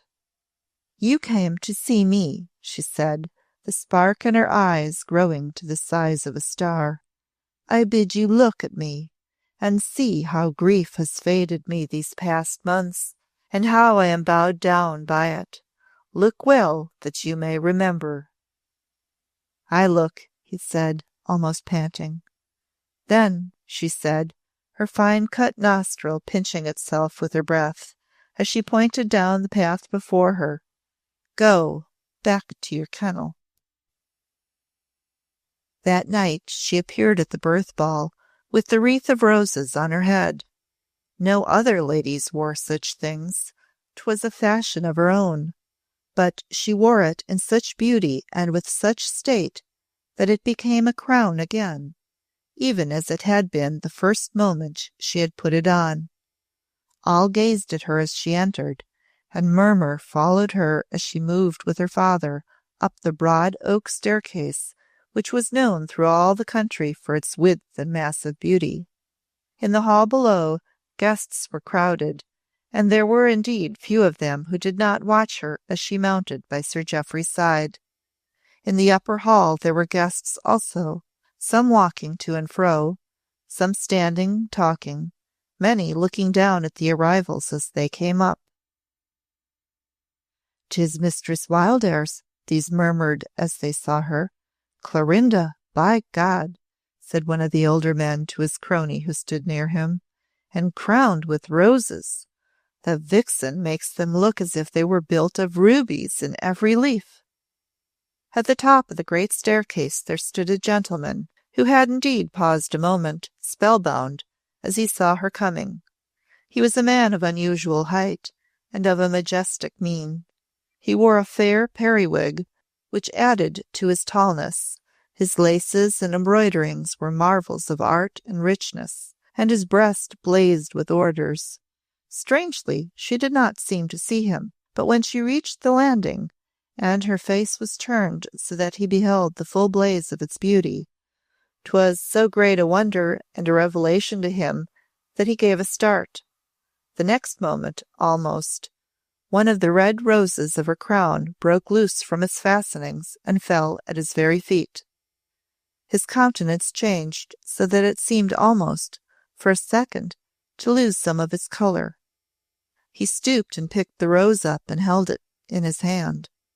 But Mistress Clorinda was looking at my Lord Dunstanwolde, who was moving through the crowd to greet her. She gave him a brilliant smile, and from her lustrous eyes surely there passed something which lit a fire of hope in his. After she had made her obeisance to her entertainers, and her birthday greetings to the young heir, he contrived to draw closely to her side and speak a few words in a tone those near her could not hear. "To-night, madam," he said with melting fervour, "you deign to bring me my answer as you promised." "Yes," she murmured. "Take me where we may be a few minutes alone." He led her to an antechamber, where they were sheltered from the gaze of the passers-by, though all was moving gaiety about them. He fell upon his knee and bowed to kiss her fair hand. Despite the sobriety of his years, he was as eager and tender as a boy. "Be gracious to me, madam," he implored. "I am not young enough to wait. Too many months have been thrown away." "You need wait no longer, my lord," she said, "not one single hour." And while he, poor gentleman, knelt, kissing her hand with adoring humbleness, she, under the splendour of her crown of roses, gazed down at his grey sprinkled head with her great, steady, shining orbs, as if gazing at some almost uncomprehended, piteous wonder. In less than an hour the whole assemblage knew of the event and talked of it. Young men looked daggers at Dunstanwolde and at each other, and older men wore glum or envious faces. Women told each other 'twas as they had known it would be, or 'twas a wonder that at last it had come about. Upon the arm of her lord that was to be, Mistress Clorinda passed from room to room like a royal bride. After she made her first turn of the ballroom, all eyes upon her, her beauty blazing at its highest, Sir John Oxon entered and stood at the door. He wore his gallant air, and smiled as ever, and when she drew near him, he bowed low, and she stopped and bent lower in a curtsy sweeping the ground. 'Twas but in the next room her lord led her to a gentleman who stood with a sort of court about him. It was the tall stranger with the fair periwig, and the orders glittering on his breast, the one who had stared at the sight of her as she had reached the landing of the stairs.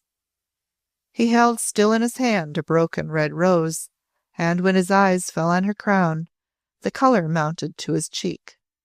"My honoured kinsman, his Grace the Duke of Osmond," said her affianced lord. "Your Grace, it is this lady who has done me the great honour of becoming my Lady Dunstanwolde." And as the deep, tawny brown eye of the man bending before her flashed into her own, for the first time in her life, Mistress Clorinda's lids fell, and as she swept her curtsy of stately obeisance, her heart struck like a hammer against her side. Chapter 9. I give to him the thing he craves with all his soul, myself. In a month she was the Countess of Dunstanwolde, and reigned in her lord's great town-house with a retinue of servants, her powdered lackeys among the tallest, her liveries and equipages the richest the world of fashion knew. She was presented at the court, blazing with the Dunstanwolde jewels, and even with others her bridegroom had bought in his passionate desire to heap upon her the magnificence which became her so well. From the hour she knelt to kiss the hand of royalty, she set the town on fire. It seemed to have been ordained by fate that her passage through this world should be always the triumphant passage of a conqueror, as when a baby she had ruled the servants' hall, the kennel, and the groom's quarters, later her father and his boisterous friends, and from her 15th birthday the whole hunting-shire she lived in, so she held her sway in the great world, as did no other lady of her rank or any higher. Those of her age seemed but girls yet by her side, whether married or unmarried, and howsoever trained to modish ways. She was but scarce 18 at her marriage, but she was no girl, nor did she look one, glowing as was the early splendor of her bloom. Her height was far beyond the ordinary for a woman, but her shape so faultless and her carriage so regal, that though there were men upon whom she was tall enough to look down with ease, the beholder but felt that her tallness was an added grace and beauty with which all women should have been endowed, and which, as they were not, caused them to appear but insignificant. What a throat her diamonds blazed on! What shoulders and bosom her laces framed! On what a brow her coronet sat and glittered! Her lord lived, as 'twere, upon his knees in raptured adoration. Since his first wife's death in his youth, he had dwelt almost entirely in the country at his house there, which was fine and stately, but had been kept gloomily half-closed for a decade. His town establishment had, in truth, never been opened since his bereavement, and now, an elderly man, he returned to the gay world he had almost forgotten, with a bride whose youth and beauty set it aflame. What wonder that his head almost reeled at times, and that he lost his breath before the sum of his strange late bliss, and the new lease of brilliant life which seemed to have been given to him. In the days when, while in the country, he had heard such rumours of the lawless days of Sir Jeoffrey Wildairs' daughter, when he had heard of her dauntless boldness, her shrewish temper, and her violent passions, he had been awed at the thought of what a wife such a woman would make for a gentleman accustomed to a quiet life, and he had indeed striven hard to restrain the desperate admiration he was forced to admit she had inspired in him even at her first ball. The effort had, in sooth, been in vain, and he had passed many a sleepless night, and when, as time went on, he beheld her again and again, and saw with his own eyes, as well as heard from others, of the great change which seemed to have taken place in her manners and character, he began devoutly to thank heaven for the alteration, as for a merciful boon vouchsafed to him. He had been wise enough to know that even a stronger man than himself could never conquer or rule her, and when she seemed to begin to rule herself and bear herself as befitted her birth and beauty, he had dared to allow himself to dream of what perchance might be if he had great good fortune. In these days of her union with him, he was indeed almost humbly amazed at the grace and kindness she showed him every hour they passed in each other's company. He knew that there were men, younger and handsomer than himself, who, being wedded to beauties far less triumphant than she, found that their wives had but little time to spare them from the world, which knelt at their feet, and that in some fashion they themselves seemed to fall into the background. But 'twas not so with this woman, powerful and worshipped though she might be. She bore herself with the high dignity of her rank, but rendered to him the gracious respect and deference due both to his position and his merit. She stood by his side and not before him, and her smiles and wit were bestowed upon him as generously as to others. If she had once been a vixen, she was surely so no longer, for he never heard a sharp or harsh word pass her lips, though it is true her manner was always somewhat imperial, and her lackeys and waiting women stood in greatest awe of her. There was that in her presence and in her eye before which all commoner or weaker creatures quailed. The men of the world who flocked to pay their court to her, and the popinjays who followed them, all knew this look, and a tone in her rich voice which could cut like a knife when she chose that it should do so. But to my Lord Dunstanwolde she was all that a worshipped lady could be. Your ladyship has made of me a happier man than I ever dared to dream of being, even when I was but 30, he would say to her with a reverent devotion. I know not what I have done to deserve this late summer which hath been given me. When I consented to be your wife, she answered once, I swore to myself that I would make one for you. And she crossed the hearth to where he sat. She was attired in all her splendor for a court ball, and starred with jewels, bent over his chair and placed a kiss upon his grizzled hair. Upon the night before her wedding with him, her sister, Mistress Anne, had stolen to her chamber at a late hour. When she had knocked upon the door, and had been commanded to enter, she had come in, and closing the door behind her, had stood leaning against it, looking before her, with her eyes wide with agitation, and her poor face almost grey. All the tapers for which places could be found had been gathered together, and the room was a blaze of light. In the midst of it, before her mirror, Clorinda stood attired in her bridal splendor of white satin and flowing rich lace, a diamond crescent on her head, sparks of light flaming from every point of her raiment. When she caught sight of Anne's reflection in the glass before her, she turned and stood staring at her in wonder. What is this? She cried. What do you come for? On my soul, you come for something, or you have gone mad. Anne started forward, trembling, her hands clasped upon her breast, and fell at her feet with sobs. Yes, she gasped. I came for something, to speak, to pray you, sister, Clorinda, have patience with me, till my courage comes again, and she clutched her robe. Something which came nigh to being a shudder passed through Mistress Clorinda's frame, but it was gone in a second, and she touched Anne, though not ungently, with her foot, withdrawing her robe. Do not stain it with your tears, she said. 'Twould be a bad omen.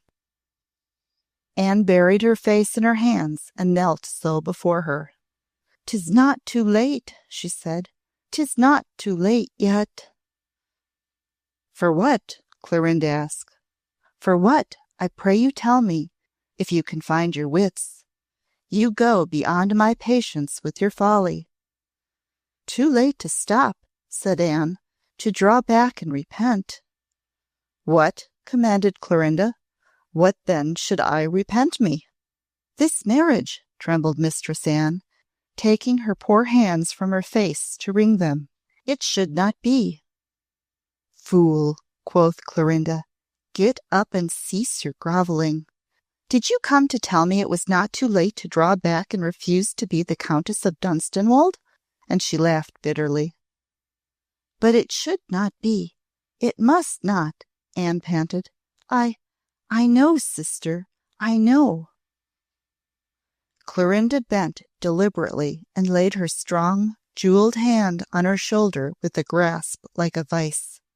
There was no hurry in her movement or in her air, but by sheer, slow strength she forced her head backward so that the terrified woman was staring in her face. Look at me, she said. I would see you well, and be squarely looked at, that my eyes may keep you from going mad. You have pondered over this marriage until you have a frenzy, Women who live alone are sometimes so, and your brain was always weak. What is it that you know? Look in my eyes and tell me." It seemed as if her gaze stabbed through Anne's eyes to the very center of her brain. Anne tried to bear it, and shrunk and withered. She would have fallen upon the floor at her feet, a helpless, sobbing heap, but the white hand would not let her go. "Find your courage, if you have lost it, and speak plain words," Clorinda commanded. Anne tried to writhe away, but could not again, and burst into passionate, hopeless weeping. "I cannot, I dare not," she gasped. "I am afraid. You are right, my brain is weak, and but that gentleman who so loved you—" "Which?" said Clorinda with a brief, scornful laugh. "The one who was so handsome, with the fair locks and the gallant air." "The one you fell in love with and stared at through the window," said Clorinda with her brief laugh again. "John Oxon? He has victims enough, forsooth, to have spared such an one as you are." "But he loved you," cried Anne piteously. "And it must have been that you too, sister, or else—" She choked again with sobs, and Clorinda released her grasp upon her shoulder and stood upright. "He wants none of me, nor I of him," she said with strange sternness. "We have done with one another. Get up upon your feet, if you would not have me thrust you out into the corridor." She turned from her, and walking back to her dressing table, stood there steadying the diadem on her hair, which had loosed a fastening when Anne tried to writhe away from her. Anne half sat, half knelt upon the floor, staring at her with wet, wild eyes of misery and fear. "Leave your kneeling," commanded her sister again, "and come here." Anne staggered to her feet and obeyed her behest. In the glass she could see the resplendent reflection, but Clorinda did not deign to turn towards her while she addressed her, changing the while the brilliance in her hair. "Hark you, Sister Anne," she said, "I read you better than you think. You are a poor thing, but you loved me, and, in my fashion, I think I love you somewhat too. You think I should not marry a gentleman whom you fancy I do not love, as I might a younger, handsomer man. You are full of love, and spinster dreams of it, which make you flighty. I love my Lord of Dunstanwolde as well as any other man, and better than some, for I do not hate him. He has a fine estate, and is a gentleman, and worships me. Since I have been promised to him, I own I have for a moment seen another gentleman who might, but 'twas for a moment, and 'tis done with. 'Twas too late then. If we had met 2 years agone, 'twould not have been so. My Lord Dunstanwolde gives to me wealth and rank and life at court. I give to him the thing he craves with all his soul, myself. It is an honest bargain, and I shall bear my part of it with honesty. I have no virtues. Where should I have got them from, forsooth, in a life like mine? I mean, I have no women's virtues, but I have one that is sometimes, not always, a man's. 'Tis that I am not a coward and a trickster, and keep my word when 'tis given. You fear that I shall lead my lord a bitter life of it. 'Twill not be so. He shall live smoothly, and not suffer for me. What he has paid for he shall honestly have. I will not cheat him as weaker women do their husbands, for he pays, poor gentleman, he pays." And then, still looking at the glass, she pointed to the doorway through which her sister had come, and in obedience to her gesture of command, Mistress Anne stole silently away. Chapter 10.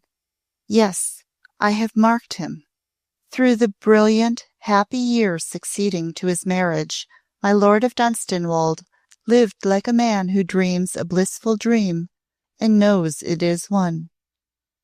I feel, he said to his lady, as if 'twere too great rapture to last, and yet what end could come, unless you ceased to be kind to me, and, in truth, I feel that you are too noble above all other women to change, unless I were more unworthy than I could ever be since you are mine.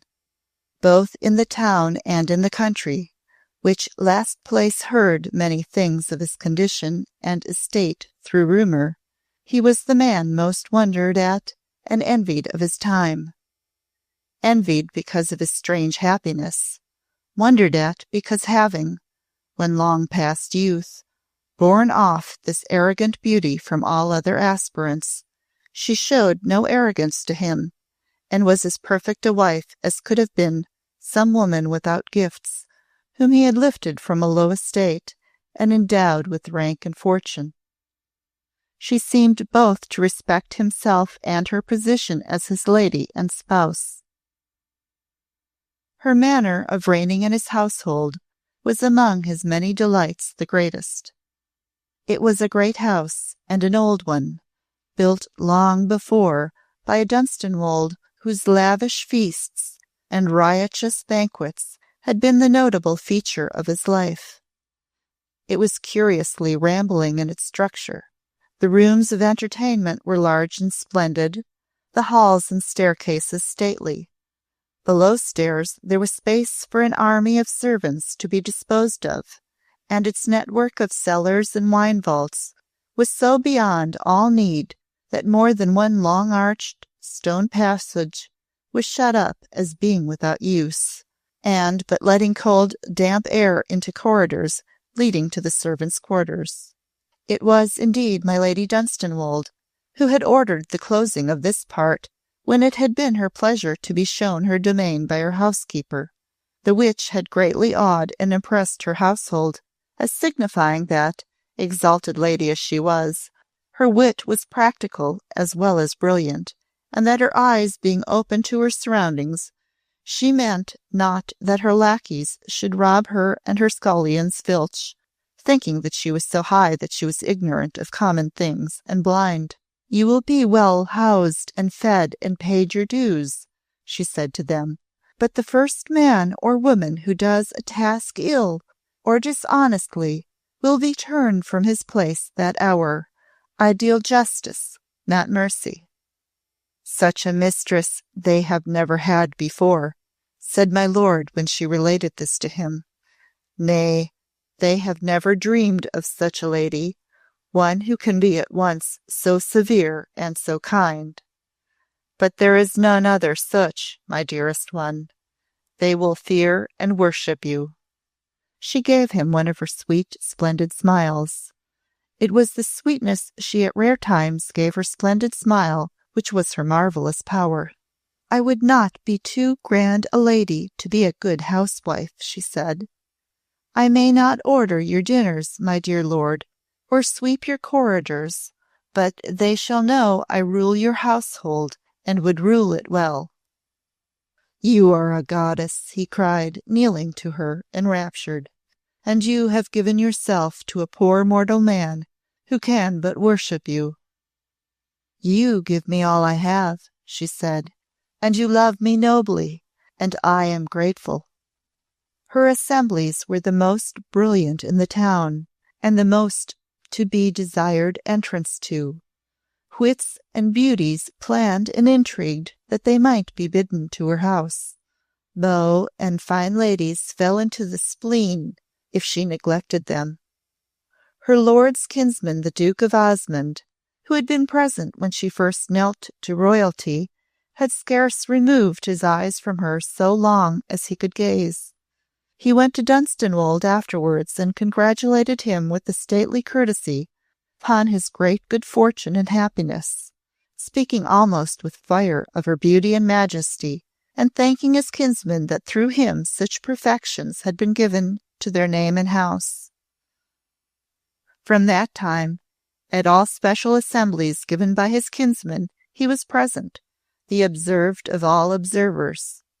He was a man of whom 'twas said that he was the most magnificent gentleman in Europe, that there was none to compare with him in the combination of gifts given both by nature and fortune. His beauty both of feature and carriage was of the greatest, his mind was of the highest, and his education far beyond that of the age he lived in.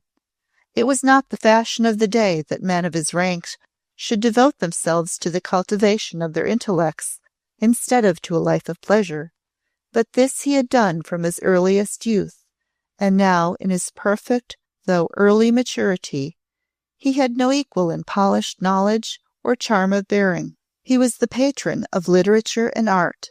Men of genius were not kept waiting in his antechamber, but were received by him with courtesy and honor. At the court 'twas well known that there was no man who stood so near the throne in favor, and that there was no union so exalted that he might not have made his suit as rather that of a superior than an equal. The queen both loved and honored him, and condescended to avow as much with gracious frankness. She knew no other man, she deigned to say, who was so worthy of honor and affection, and that he had not married must be because there was no woman who could meet him on ground that was equal. If there were no scandals about him, and there were none, 'twas not because he was cold of heart or imagination. No man or woman could look into his deep eye and not know that when love came to him, 'twould be a burning passion, and an evil fate if it went ill instead of happily. Being past his callow, youthful days, 'tis time he made some woman a duchess, Dunstanwolde said reflectively once to his wife. 'Twould be more fitting that he should, and it is his way to honor his house in all things, and bear himself without fault as the head of it. Methinks it strange he makes no move to do it. No, 'tis not strange, said my lady, looking under her black-fringed lids at the glow of the fire, as though reflecting also. There is no strangeness in it. Why not? Her lord asked. There is no mate for him, she answered slowly. A man like him must mate as well as marry, or he will break his heart with silent raging at the weakness of the thing he is tied to. He is too strong and splendid for a common woman. If he married one, 'twould be as if a lion had taken to himself for mate a jackal or a sheep. Ah, with a long-drawn breath, he would go mad, mad with misery, and her hands, which lay upon her knee, wrung themselves hard together, though none could see it. He should have a goddess, were they not so rare, said Dunstanwolde, gently smiling. He should hold a bitter grudge against me that I, his unworthy kinsman, have been given the only one. Yes, he should have a goddess, said my lady slowly again. And there are but women, naught but women. You have marked him well, said her lord, admiring her wisdom. Methinks that you, though you have spoken to him but little, and have but of late become his kinswoman, have marked and read him better than the rest of us. Yes, I have marked him, was her answer. He is a man to mark, and I have a keen eye. She rose up as she spoke and stood before the fire, lifted by some strong feeling to her fullest height, and towering there, splendid in the shadow, for 'twas by twilight they talked. He is a man, she said. He is a man. Nay, he is as God meant man should be. And if men were so, there would be women great enough for them to mate with, and to give the world men like them. And but that she stood in the shadow, her lord would have seen the crimson torrent rush upon her cheek and brow, and overspread her long round throat itself. If none other had known of it, there was one man who knew that she had marked him, though she had borne herself towards him always with her stateliest grace. This man was his grace the Duke himself. From the hour that he had stood transfixed as he had watched her come up the broad oak stair, from the moment that the red rose fell from her wreath at his feet, and he had stooped to lift it in his hand, he had seen her as no other man had seen her, and he had known that he had not come but just too late. She would have been his own. Each time he had beheld her since that night, he had felt this burn more deeply in his soul. He was too high and fine in all his thoughts to say to himself that in her he saw for the first time the woman who was his peer. But this was the very truth, or might have been, if fate had set her youth elsewhere, and a lady who was noble and her own mother had trained and guarded her. When he saw her at the court surrounded, as she ever was, by a court of her own, when he saw her reigning in her lord's house, receiving and doing gracious honour to his guests and hers, when she passed him in her coach, drawing every eye by the majesty of her presence, as she drove through the town, he felt a deep pang, which was all the greater that his honour bade him conquer it. He had no ignoble thought of her. He would have scorned to sully his soul with any like passion.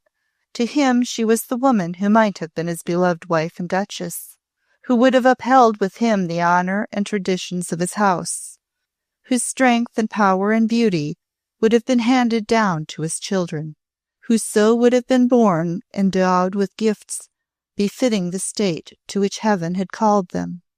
It was of this he thought when he saw her, and of naught less like to do her honour. And as he had marked her, so he saw in her eyes, despite her dignity and grace, she had marked him.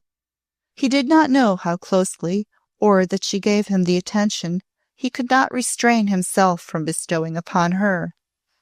But when he bowed before her, and she greeted him with all courtesy, he saw in her great splendid eye that had fate willed it so, she would have understood all his thoughts, shared all his ambitions, and aided him to uphold his high ideals. Nay, he knew she understood him even now, and was stirred by what stirred him also, even though they met but rarely, and when they encountered each other, spoke but as kinsman and kinswoman, who would show each other all gracious respect and honour. It was because of this pang which struck his great heart at times that he was not a frequent visitor at my Lord Dunstanwolde's mansion, but appeared there only at such assemblies as were matters of ceremony, his absence from which would have been a noted thing. His kinsman was fond of him, and though himself of so much riper age, honoured him greatly. At times he strove to lure him into visits of greater familiarity, but though his kindness was never met coldly or repulsed, a further intimacy was in some gracious way avoided.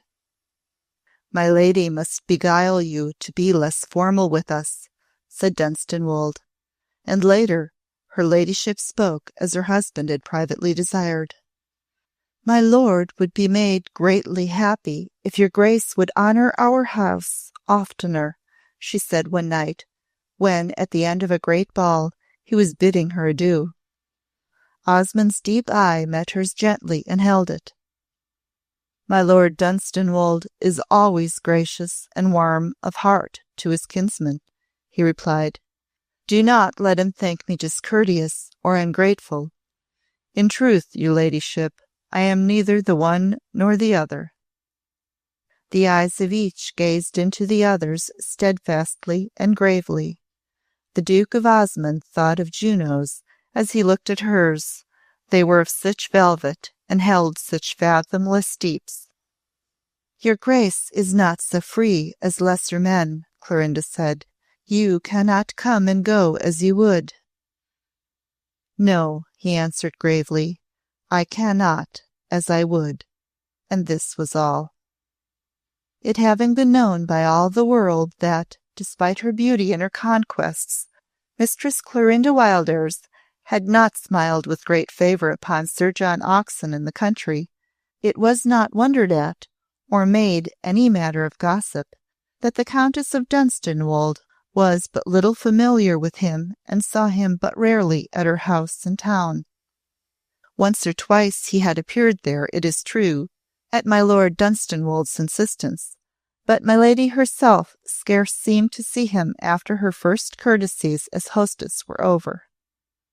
"You never smiled on him, my love," Dunstanwolde said to his wife. "You bore yourself towards him but cavalierly, as was your ladyship's way, with all but one poor servant, tenderly.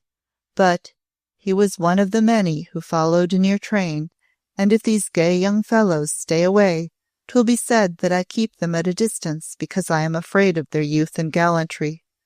I would not have it fancied that I was so ungrateful as to presume upon your goodness, and not leave you your freedom." "Nor would I, my lord," she answered, "but he will not come often. I do not love him well enough." His marriage with the heiress, who had wealth in the West Indies, was broken off, or rather 'twas said had come to naught. All the town knew it, and wondered, and talked because it had been believed at first that the young lady was much enamoured of him, and that he would soon lead her to the altar, the which his creditors had greatly rejoiced over, as promising them some hope that her fortune would pay their bills, of which they had been in despair. Later, however, gossip said that the heiress had not been so tender as was thought, that, indeed, she had been found to be in love with another man, and that even had she not, she had heard such stories of Sir John as promised but little nuptial happiness for any woman that took him to husband. When my Lord Dunstanwolde brought his bride to town, and she soared at once to splendid triumph and renown, inflaming every heart and setting every tongue at work, clamouring her praises, Sir John Oxon saw her from afar in all the scenes of brilliant fashion she frequented and reigned queen of. 'Twas from afar, it might be said, he saw her only, though he was often near her, because she bore herself as if she did not observe him, or as though he were a thing which did not exist.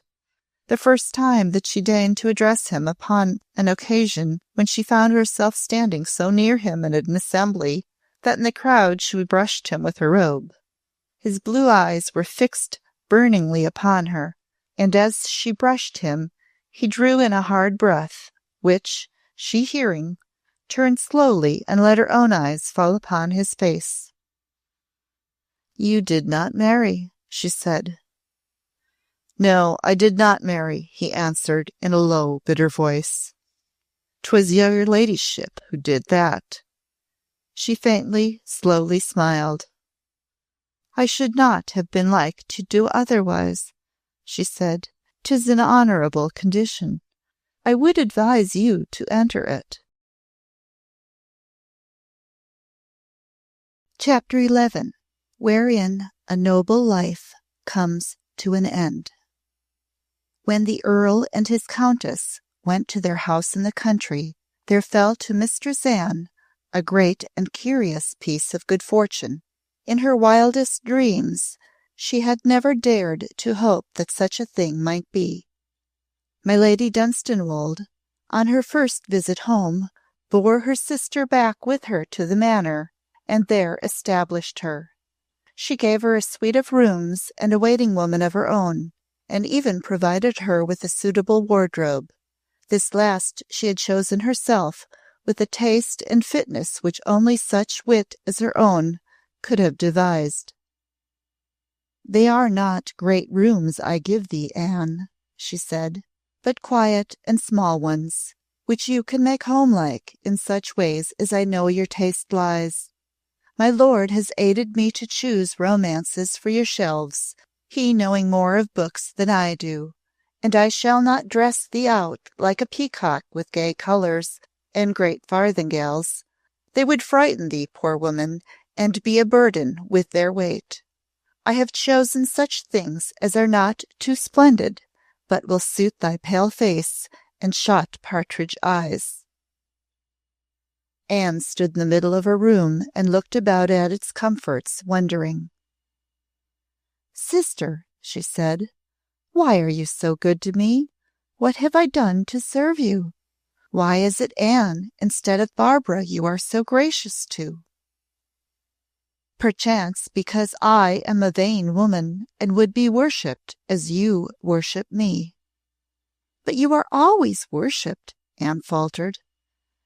"Ay, by men," said Clorinda, mocking, "but not by women.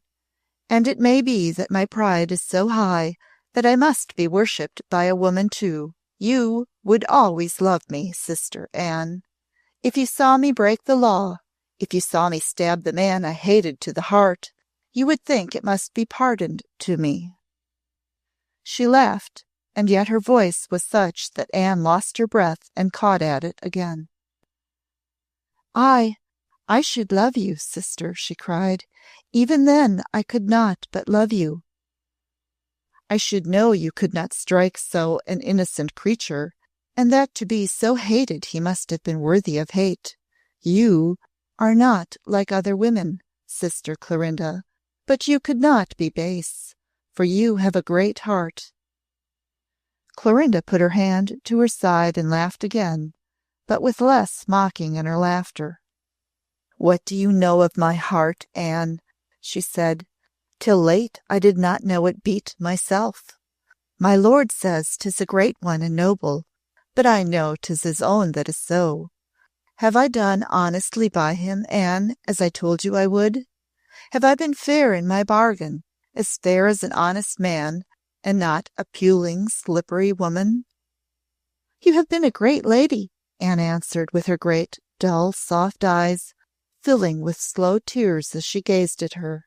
"He says that you have given to him a year of heaven, and that you seem to him like some archangel, for the lower angels seem not high enough to set beside you." "'Tis, as I said, 'tis his heart that is noble," said Clorinda. "But I vowed it should be so. He paid.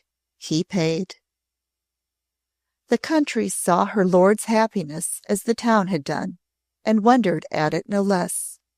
The manor was thrown open, and guests came down from town, great dinners and balls being given, at which all the country saw the mistress reign at her consort's side with such a grace as no lady had ever worn before.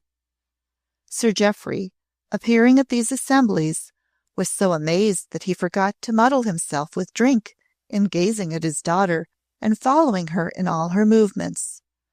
"Look at her," he said to his old boon companions and hers, who were as much awed as he. "Lord, who would think she was that strapping, handsome shrew that swore and sang men's songs to us and rode to the hunt in breeches?" He was awed at the thought of paying fatherly visits to her house, and would have kept away, but that she was kind to him in the way he was best able to understand. "I am country bred, and have not the manners of your town men, my lady," he said to her, as he sat with her alone on one of the first mornings he spent with her in her private apartment. "I am used to rap out an oath, or an ill-mannered word when it comes to me. Dunstanwolde has weaned you of hearing such things, and I am too old a dog to change." "Wouldst have thought I was too old to change," answered she, "but I was not. Did I not tell thee I would be a great lady? There is naught a man or woman cannot learn who hath the wit." "Thou hadst it, Clo," said Sir Jeoffrey, gazing at her with a sort of slow wonder. "Thou hadst it. If thou hadst not—" He paused and shook his head, and there was a rough emotion in his coarse face.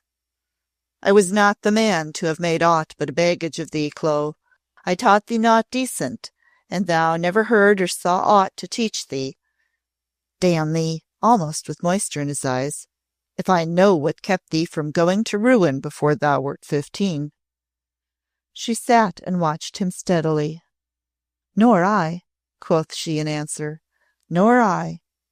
But here thou seest me, Dad, an earl's lady, sitting before thee."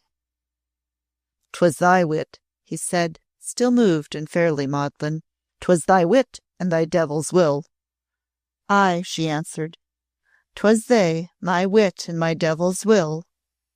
She rode to the hunt with him, as she had been wont to do, but she wore the latest fashion in hunting habit and coat, and though it would not have been possible for her to sit her horse better than of old, or to take hedges and ditches with greater daring and spirit.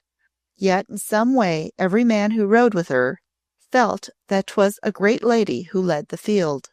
The horse she rode was a fierce, beauteous devil of a beast, which Sir Jeoffrey himself would scarce have mounted, even in his younger days. But she carried her loaded whip, and she sat upon the brute as if she scarcely felt its temper, and held it with a wrist of steel. My Lord Dunstanwolde did not hunt this season. He had never been greatly fond of the sport, and at this time was a little ailing, but he would not let his lady give up her pleasure because he could not join it. Nay, he said, 'tis not for the queen of the hunting field to stay at home to nurse an old man's aches. My pride would not let it be so. Your father will attend you. Go and lead them all, my dear. In the field appeared Sir John Oxon, who for a brief visit was at Eldershaw. He rode close enough to my lady that she had naught to say to him after their first greetings of civility. He looked not as fresh and glowing with youth as had been his wont only a year ago. His reckless wildness of life and his town debaucheries had at last touched his bloom, perhaps. He had a haggard look at moments when his countenance was not heightened by excitement. 'Twas whispered that he was deep enough in debt to be greatly straitened, and that his marriage having come to naught, his creditors were besetting him without mercy. This, and more than this, no one knew so well as my Lady Dunstanwolde, but of a certainty she had little pity for his evil case, if one might judge by her face, when in the course of the running he took a hedge behind her, and pressing his horse, came up by her side and spoke. "Clorinda," he began breathlessly through his set teeth.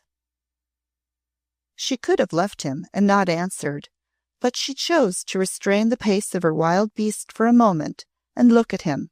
"Your ladyship," she corrected his audacity, "or my Lady Dunstanwolde." "There was a time," he said. "This morning," she said, "I found a letter in a casket in my closet. I do not know the mad villain who wrote it. I never knew him." "You did not," he cried with an oath, and then laughed scornfully.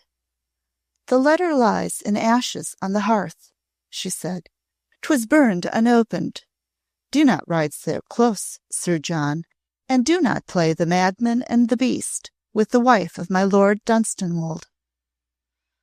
"The wife," he answered. "My lord, 'tis a new game this, and well played, by God." She did not so much as waver in her look, and her wide eyes smiled. "Quite new," she answered him, "quite new. And I could not have played it well and fairly. I would not have touched the cards. Keep your horse off, Sir John. Mine is restive, and likes not another beast near him." And she touched the creature with her whip, and he was gone like a thunderbolt. The next day, being in her room, Anne saw her come from her dressing-table with a sealed letter in her hand. She went to the bell and rang it. "Anne," she said, "I am going to rate my woman and turn her from my service. I shall not beat or swear at her, as I was wont to do with my women in time past. You will be afraid, perhaps, but you must stay with me." And she was standing by the fire with the letter held almost at arm's length in her fingertips when the woman entered, who, seeing her face, turned pale, and casting her eyes upon the letter, paler still, and began to shake. "You have attended mistresses of other ways than mine," her lady said in her slow, clear voice, which seemed to cut as knives do. "Some fool and madman has bribed you to serve him. You cannot serve me also. Come hither and put this in the fire. If 'twere to be done, I would make you hold it in the live coals with your hand." The woman came shuddering, looking as if she thought she might be struck dead. She took the letter and kneeled, ashen pale, to burn it. When 'twas done, her mistress pointed to the door. "Go and gather your goods and chattels together, and leave within this hour," she said. "I will be my own tirewoman till I can find one who comes to me honest." When she was gone, Anne sat gazing at the ashes on the hearth. She was pale also. "Sister," she said, "do you—" "Yes," answered my lady. "'Tis a man who loved me, a cur and a knave. He thought for an hour he was cured of his passion. I could have told him 'twould spring up and burn more fierce than ever when he saw another man possess me. 'Tis so with knaves and curs, and 'tis so with him. He hath gone mad again." "Ay, mad," cried Anne, "mad, and base, and wicked." Clorinda gazed at the ashes, her lips curling. "He was ever base," she said. "As he was at first, so he is now. 'Tis thy favourite, Anne," lightly, and she delicately spurned the blackened tinder with her foot. "Thy favourite, John Oxon." Mistress Anne crouched in her seat and hid her face in her thin hands. "Oh, my lady," she cried, not feeling that she could say sister, "if he be base, and ever was so, pity him, pity him. The base need pity more than all." For she had loved him madly, all unknowing her own passion, not presuming even to look up in his beautiful face, thinking of him only as the slave of her sister, and in dead secrecy, knowing strange things. And when she had seen the letter, she had known the handwriting, and the beating of her simple heart had well nigh strangled her, for she had seen the words writ by him before. When Dunstanwolde and his lady went back to their house in town, Mistress Anne went with them. Clorinda willed that it should be so. She made her there as peaceful and retired a nest of her own as she had given to her at Dunstanwolde. By strange good fortune, Barbara had been wedded to a plain gentleman, who, being a widower with children, needed a helpmeet in his modest household, and through a distant relationship to Mistress Wimpole, encountered her charge, and saw in her meekness of spirit the thing which might fall into the supplying of his needs. A beauty or a fine lady would not have suited him. He wanted but a housewife and a mother for his orphaned children, and this, a young woman who had lived straitly, had been forced to many contrivances for mere decency of apparel and ordinary comfort, might be trained to become. So it fell that Mistress Anne could go to London without pangs of conscience at leaving her sister in the country and alone. The stateliness of the town mansion, my Lady Dunstanwolde's retinue of lackeys and serving women, her little black page, who waited on her and took her pug dog to walk, her wardrobe and jewels and equipages, were each and all marvels to her, but seemed to her mind so far befitting that she remembered, wondering, the days when she had darned the tattered tapestry in her chamber and changed the ribbons and fashions of her gowns. Being now attired fittingly, though soberly as became her, she was not in these days, at least as far outward seeming went, an awkward blot upon the scene when she appeared among her sister's company. But at heart she was as timid and shrinking as ever, and never mingled with the guests in the great rooms when she could avoid so doing. Once or twice she went forth with Clorinda in her coach and six, and saw the glittering world, while she drew back into her corner of the equipage and gazed with all a country-bred woman's timorous admiration. "'Twas grand, and like a beautiful show," she said when she came home the first time. "But do not take me often, sister. I am too plain and shy, and feel that I am not in it." But though she kept as much apart from the great world of fashion as she could, she contrived to know of all her sister's triumphs, to see her when she went forth in her bravery, though 'twere but to drive in the mall, to be in her closet with her on great nights when her tirewomen were decking her in brocades and jewels, that she might show her highest beauty at some assembly or ball of state. And at all these times, as also at all others, she knew that she but shared her own love and dazzled admiration with my Lord Dunstanwolde, whose tenderness, being so fed by his lady's unfailing graciousness of bearing and kindly looks and words, grew with every hour that passed. They held one night a splendid assembly, at which a member of the royal house was present. That night Clorinda bade her sister appear.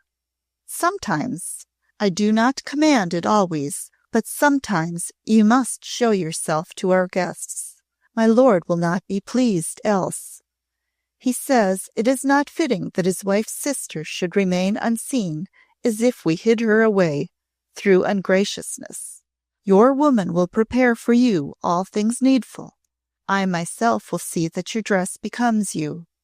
I have commanded it already, and given much thought to its shape and color. I would have you very comely, Anne." She kissed her lightly on her cheek, almost as gently as she sometimes kissed her lord's grey hair. In truth, though she was still a proud lady and stately in her ways, there had come upon her some strange, subtle change Anne could not understand. On the day when the assembly was held, Mistress Anne's woman brought to her a beautiful robe. 'Twas flowered satin of the sheen and softness of a dove's breast, and the lace adorning it was like a spider's web for gossamer fineness.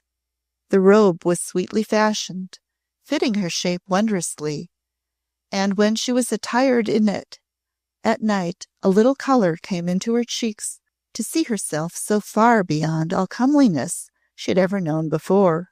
When she found herself in the midst of the dazzling scene in the rooms of entertainment, she was glad when at last she could feel herself lost among the crowd of guests.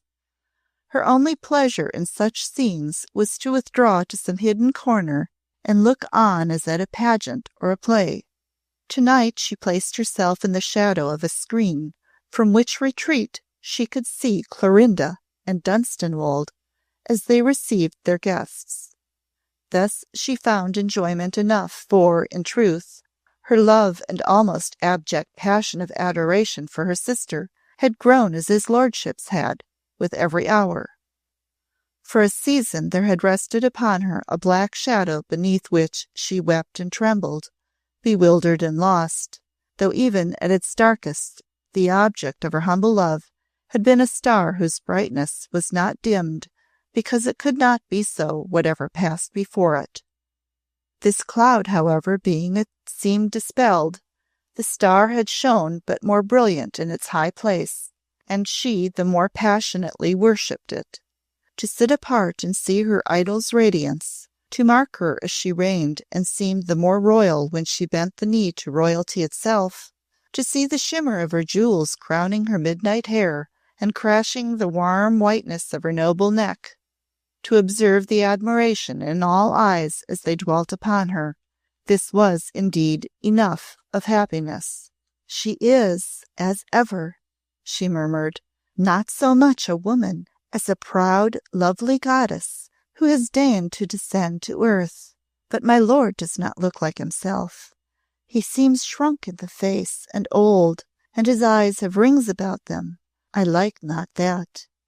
He is so kind a gentleman and so happy that his body should not fail him.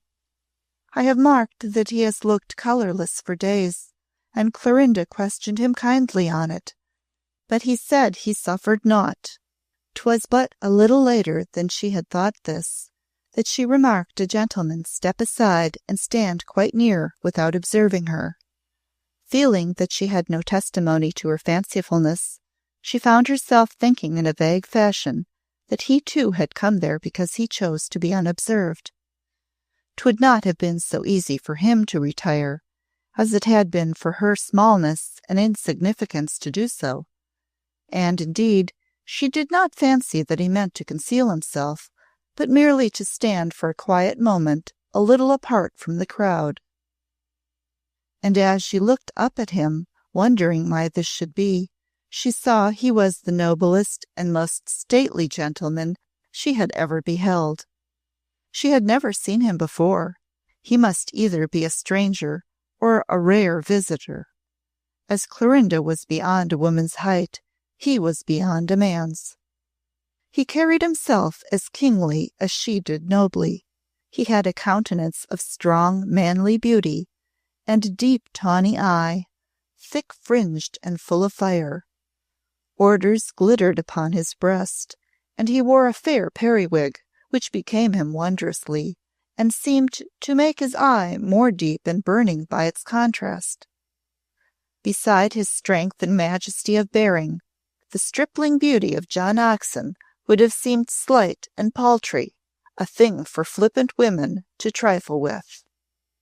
Mistress Anne looked at him with an admiration somewhat like reverence, and as she did so a sudden thought rose to her mind, and even as it rose, she marked what his gaze rested on, and how it dwelt upon it, and knew that he had stepped apart to stand and gaze as she did, only with a man's hid fervour, at her sister's self. 'Twas as if suddenly a strange secret had been told her. She read it in his face, because he thought himself unobserved, and for a space had cast his mask aside. He stood and gazed as a man who, starving at soul, fed himself through his eyes, having no hope of other sustenance, or as a man weary with long carrying of a burden, for a space laid it down for rest and to gather power to go on. She heard him draw a deep sigh, almost stifled in its birth, and there was that in his face which she felt it was unseemly that a stranger like herself should behold, himself unknowing of her near presence.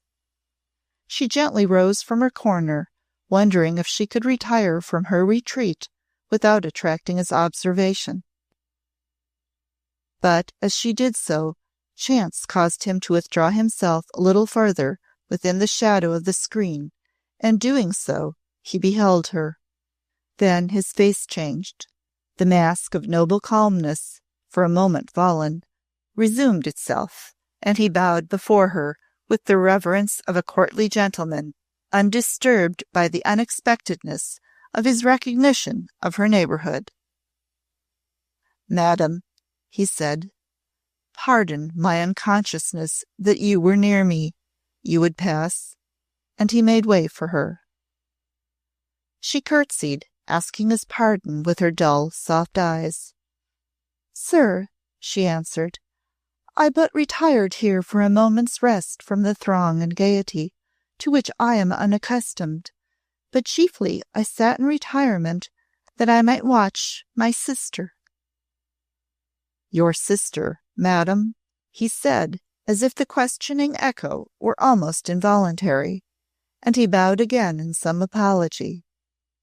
"My Lady Dunstanwolde," she replied. "I take such pleasure in her loveliness, and in all that pertains to her. It is a happiness to me to look on." Whatsoever the thing was in her loving mood which touched him and found echo in his own, he was so far moved that he answered to her with something less of ceremoniousness, remembering also, in truth, that she was a lady he had heard of, and recalling her relationship and name.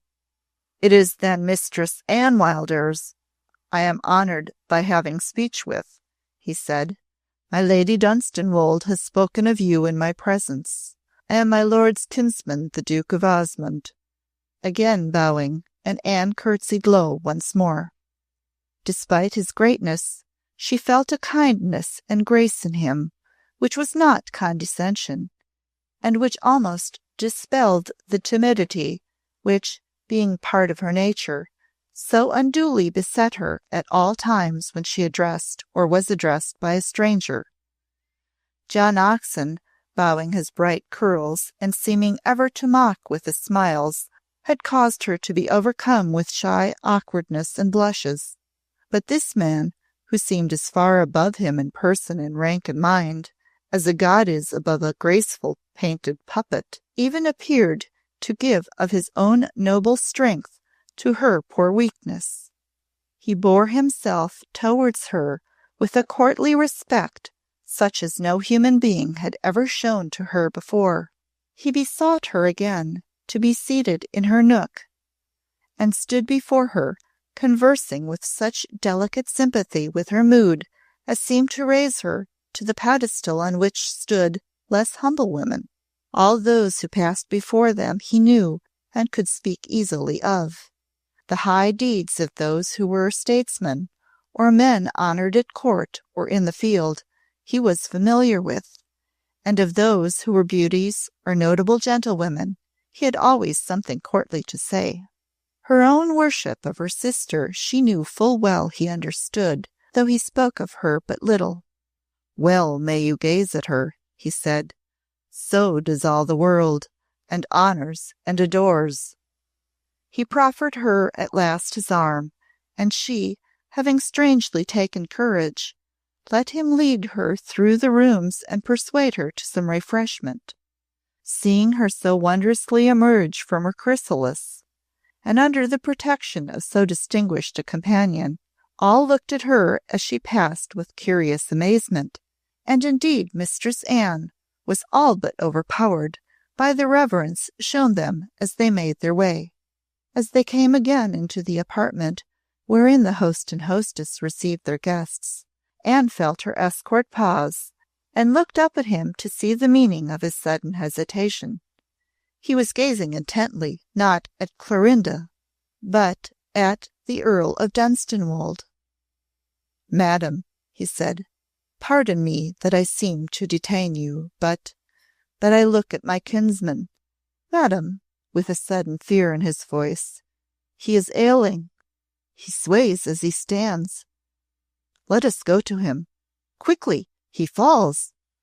And in sooth at that very moment there arose a dismayed cry from the guests about them, and there was a surging movement, and as they pressed forward themselves through the throng, Anne saw Dunstanwolde no more above the people, for he had indeed fallen and lay outstretched and deathfully on the floor.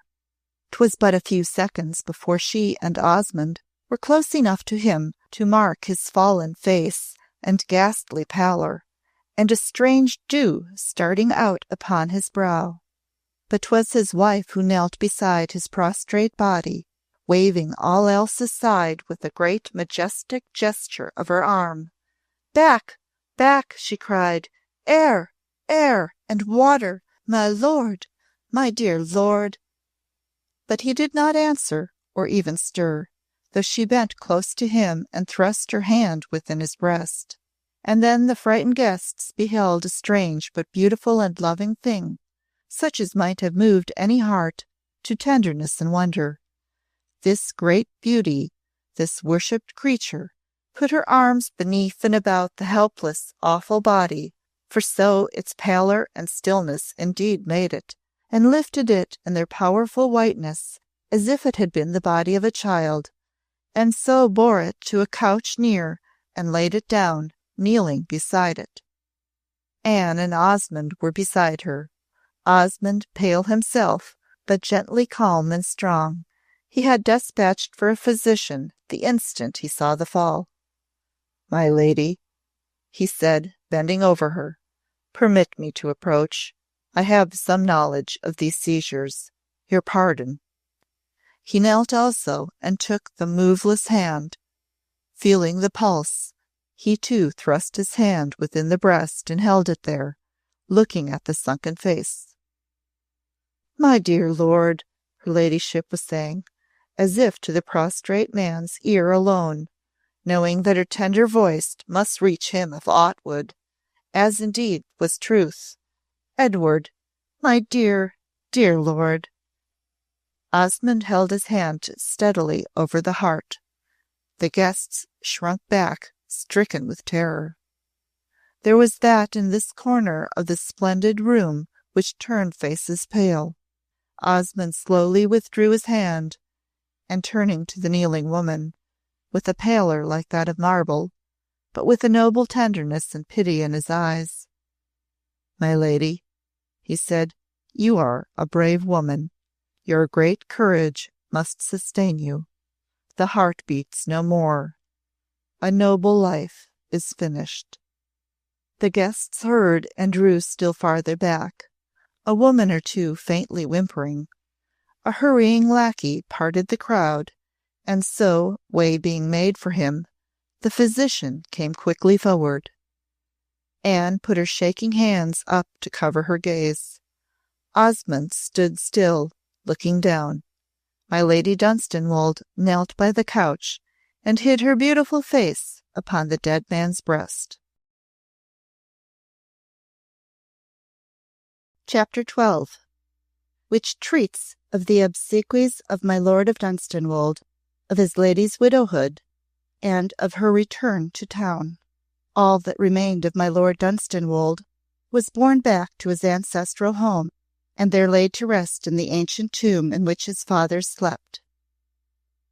Many came from town to pay him respect, and the Duke of Osmond was, as was but fitting, among them. The Countess kept her own apartments, and none but her sister, Mistress Anne, beheld her. The night before the final ceremonies she spent sitting by her lord's coffin, and to Anne it seemed that her mood was a stranger one than ever woman had before been ruled by. She did not weep or moan, and only once kneeled down.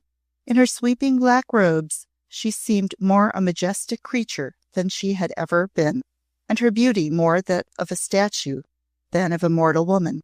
She sent away all other watchers, keeping only her sister with her, and Anne observed in her a strange protecting gentleness when she spoke of the dead man. "I do not know whether dead men can feel and hear," she said. "Sometimes there has come into my mind, and made me shudder, the thought that though they lie so still, mayhap they know what we do, and how they are spoken of as nothings whom live men and women but wait a moment to thrust away, that their own living may go on again in its accustomed way, or perchance more merrily. If my lord knows aught, he will be grateful that I watch by him tonight in this solemn room. He was ever grateful, and moved by any tenderness of mine."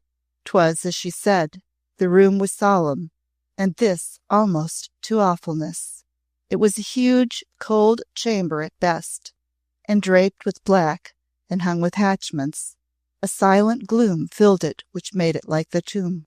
Tall wax candles burned in it dimly, but adding to its solemn shadows with their faint light. And in his rich coffin the dead man lay in his shroud, his hands like carvings of yellowed ivory clasped upon his breast. Mistress Anne dared not have entered the place alone, and was so overcome at sight of the pinched nostrils and sunk eyes that she turned cold with fear. But Clorinda seemed to feel no dread or shrinking. She went and stood beside the great funeral-draped bed of state on which the coffin lay, and thus standing, looked down with a grave, protecting pity in her face. Then she stooped and kissed the dead man long upon the brow. "I will sit by you tonight," she said. "That which lies here will be alone tomorrow. I will not leave you this last night. Had I been in your place, you would not leave me." She sat down beside him and laid her strong, warm hand upon his cold, waxen ones, closing it over them as if she would give them heat. Anne knelt and prayed that all might be forgiven, that sins might be blotted out, that this kind, poor soul might find love and peace in the kingdom of heaven, and might not learn there, might make bitter the memory of his last year of rapture and love. She was so simple that she forgot that no knowledge of the past could embitter aught when a soul looked back from paradise. Throughout the watches of the night, her sister sat and held the dead man's hand. She saw her more than once smooth his grey hair, almost as a mother might have touched a sick, sleeping child's. Again she kissed his forehead, speaking to him gently, as if to tell him he need not fear, for she was close at hand. Just once she knelt, and Anne wondered if she prayed, and in what manner, knowing that prayer was not her habit. 'Twas just before dawn she knelt so, and when she rose and stood beside him, looking down again, she drew from the folds of her robe a little package. "Anne," she said, as she untied the riband that bound it, "when first I was his wife, I found him one day at his desk, looking at these things as they lay upon his hand. Thought at first it would offend me to find him so, but I told him that I was gentler than he thought, though not so gentle as the poor innocent girl who died in giving him his child. 'Twas her picture he was gazing at, and a little ring and 2 locks of hair, one a brown ringlet from her head, and one, such a tiny wisp of down, from the head of her infant. I told him to keep them always and look at them often, remembering how innocent she had been, and that she had died for him. There were tears on my hand when he kissed it in thanking me. He kept the little package in his desk, and I have brought it to him. The miniature was of a sweet-faced girl with large, loving, childish eyes, and cheeks that blushed like the early morning. Clorinda looked at her almost with tenderness. "There is no marrying or giving in marriage, 'tis said," quoth she. "But were there, 'tis you who were his wife, not I. I was but a lighter thing, though I bore his name, and he honored me. When you and your child greet him, he will forget me, and all will be well." She held the miniature and the soft hair to his cold lips a moment, and Anne saw, with wonder, that her own mouth worked. She slipped the ring on his least finger, and hid the picture and the ringlets within the palms of his folded hands. "He was a good man," she said. "He was the first good man that I had ever known," and she held out her hand to Anne, and drew her from the room with her, and 2 crystal tears fell upon the bosom of her black robe and slipped away like jewels. When the funeral obsequies were over, the next of kin who was heir came to take possession of the estate which had fallen to him, and the widow retired to her father's house for seclusion from the world. The town-house had been left to her by her deceased lord, but she did not wish to return to it until the period of her mourning was over, and she laid aside her weeds. The income the Earl had been able to bestow upon her made her a rich woman, and when she chose to appear again in the world, it would be with the power to mingle with it fittingly. During her stay at her father's house, she did much to make it more suitable abode for her, ordering down from London furnishings and workmen to set her own apartments and Anne's in order. But she would not occupy the rooms she had lived in heretofore. For some reason it seemed to be her whim to have begun to have an enmity for them. The first day she entered them with Anne, she stopped upon the threshold. "I will not stay here," she said. "I never loved the rooms, and now I hate them. It seems to me it was another woman who lived in them, in another world. 'Tis so long ago that 'tis ghostly. Make ready the old red chambers for me," to her woman. "I will live there. They have been long closed, and are worm-eaten and mouldy perchance, but a great fire will warm them. And I will have furnishings from London to make them fit for habitation." The next day it seemed for a brief space as if she would have changed even from the red chambers. "I did not know," she said, turning with a sudden movement from a side window, "that one might see the old rose garden from here. I would not have taken the room had I guessed it. It is too dreary a wilderness with its tangle of briars and its broken sundial." "You cannot see the dial from here," said Anne, coming towards her with a strange paleness and haste. "One cannot see within the garden from any window, surely." "Nay," said Clorinda, "'tis not near enough, and the hedges are too high. But one knows 'tis there, and 'tis tiresome." "Let us draw the curtains and not look, and forget it," said poor Anne, and she drew the draperies with a trembling hand, and ever after, while they dwelt in the room, they stayed so. My lady wore her mourning for more than a year, and in her sombre trailing weeds was a wonder to behold. She lived in her father's house, and saw no company, but sat or walked and drove with her sister Anne, and visited the poor.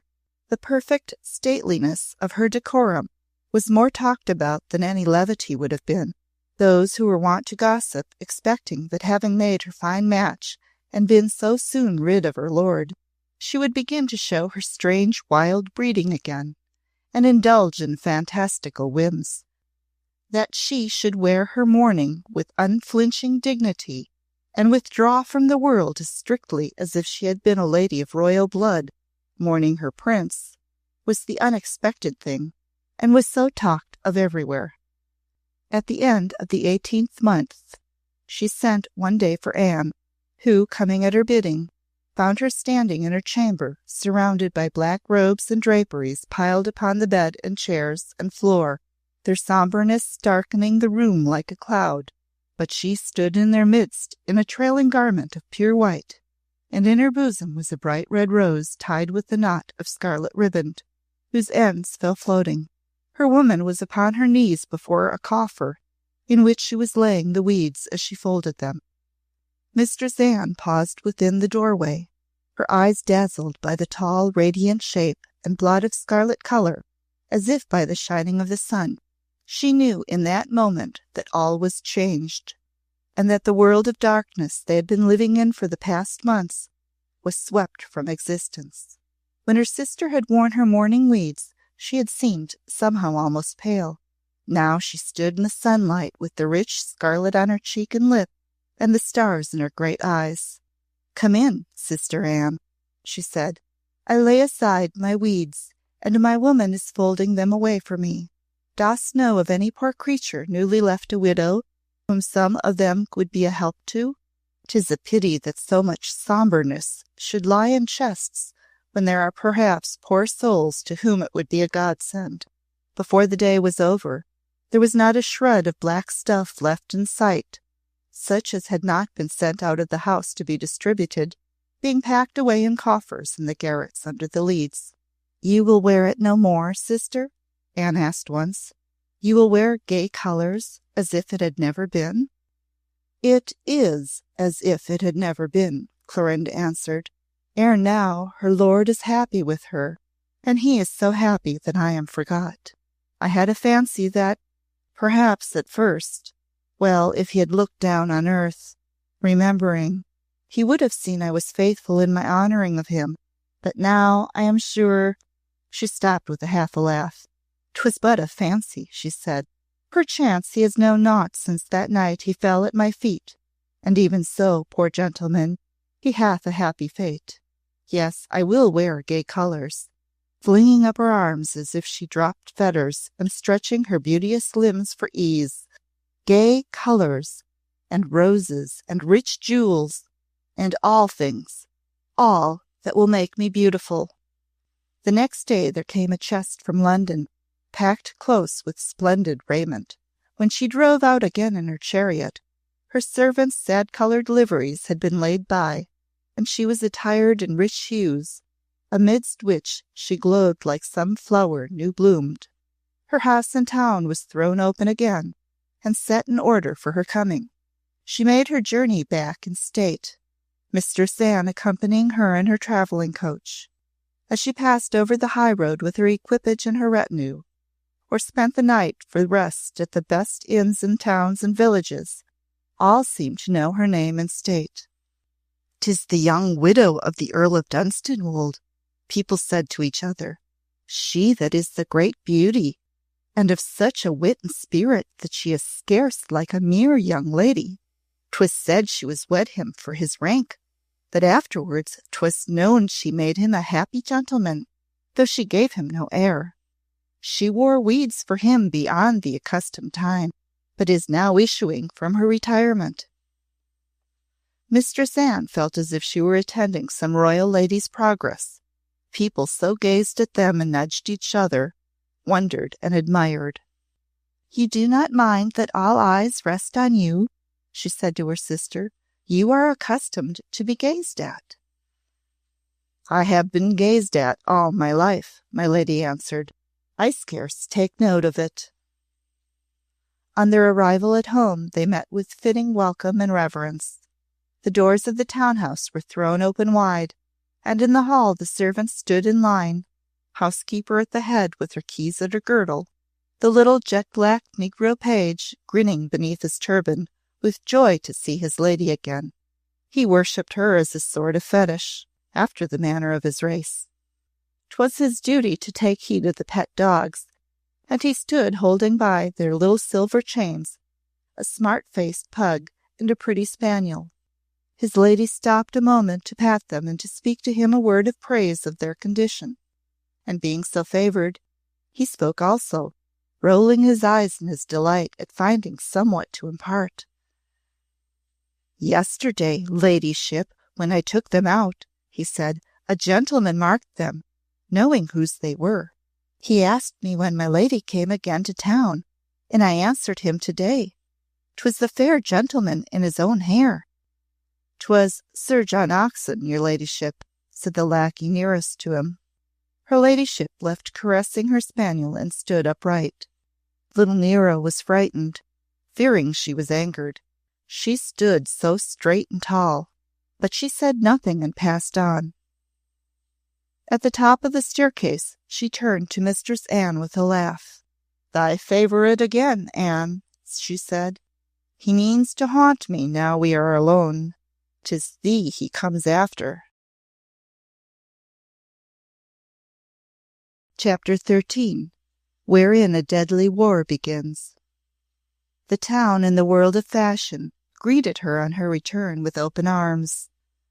Those who looked on when she bent the knee to kiss the hand of royalty at the next drawing-room whispered among themselves that bereavement had not dimmed her charms, which were even more radiant than they had been at her presentation on her marriage, and that the mind of no man or woman could dwell on aught as mournful as widowhood in connection with her, or, indeed, could think of anything but her brilliant beauty.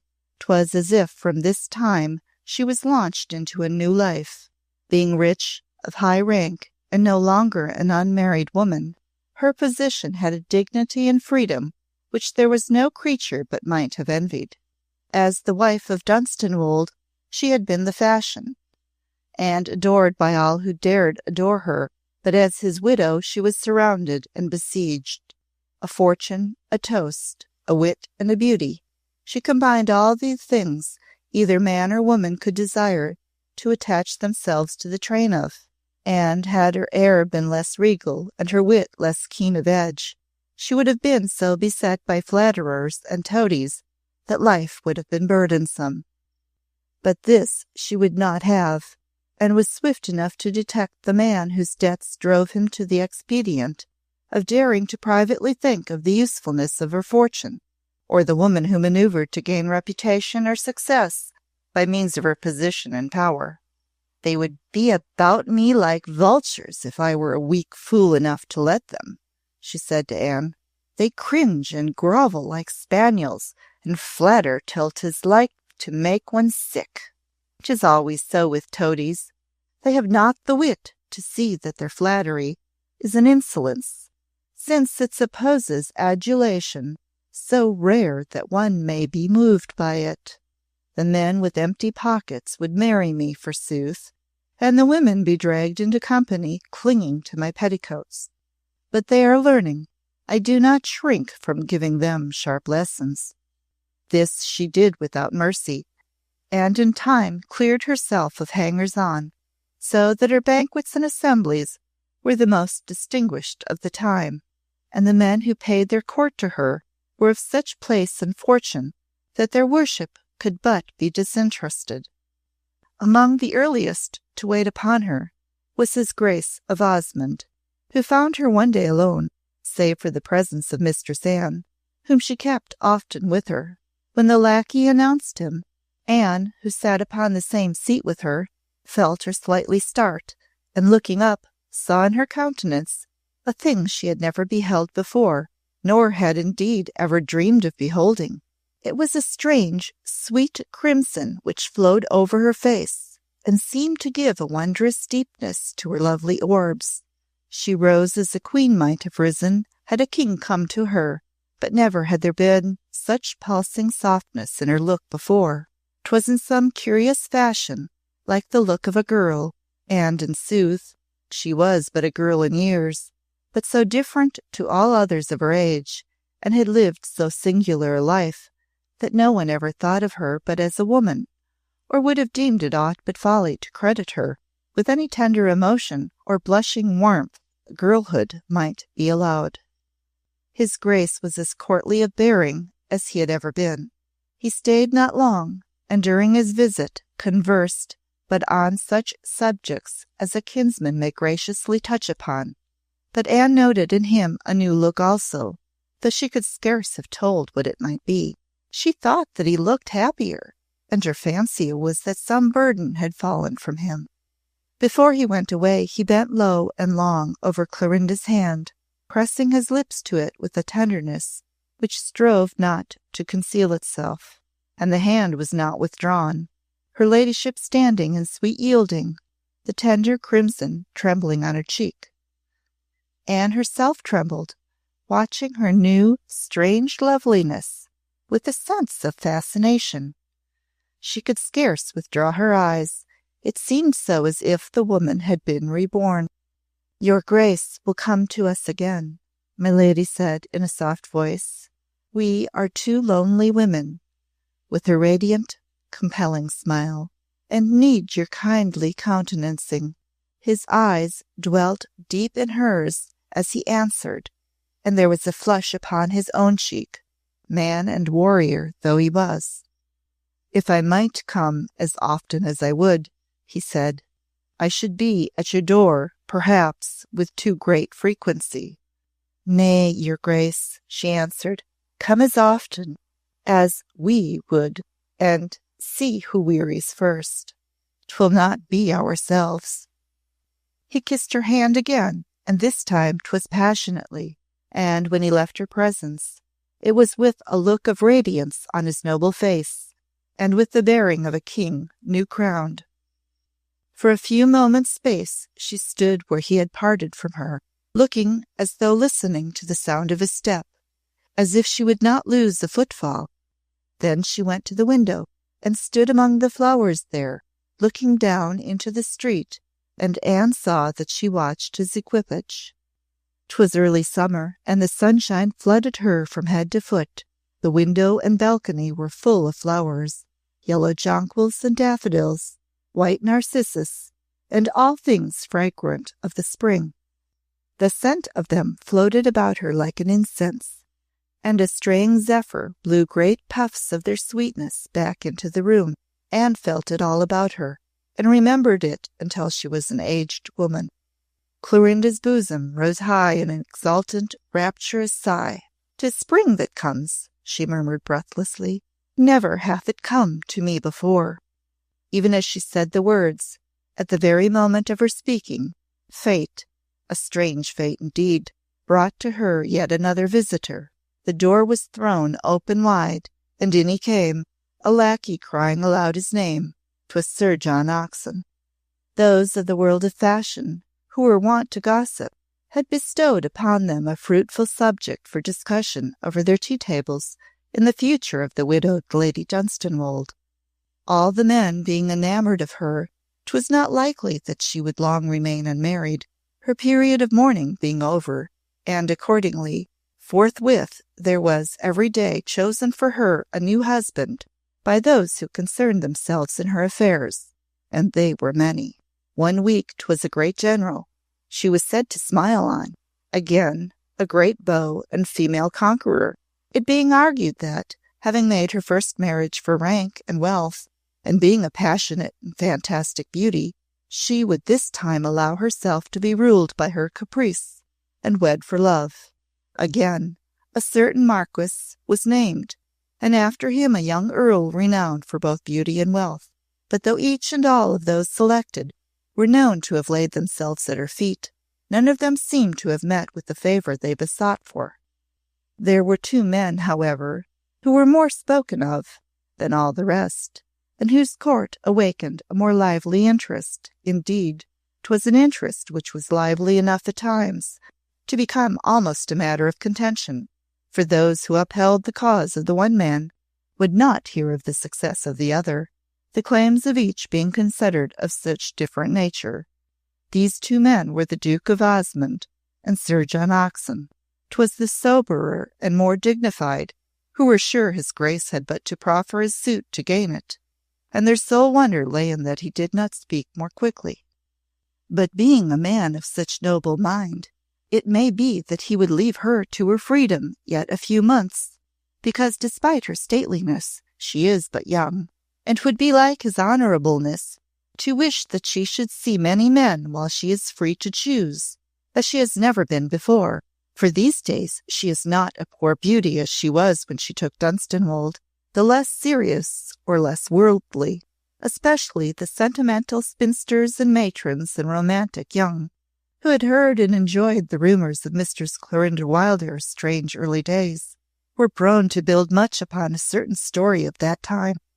Sir John Oxon was her first love, they said. He went to her father's house at a beautiful young man in his earliest bloom, and she had never encountered such a one before, having only known country dolts and her father's friends.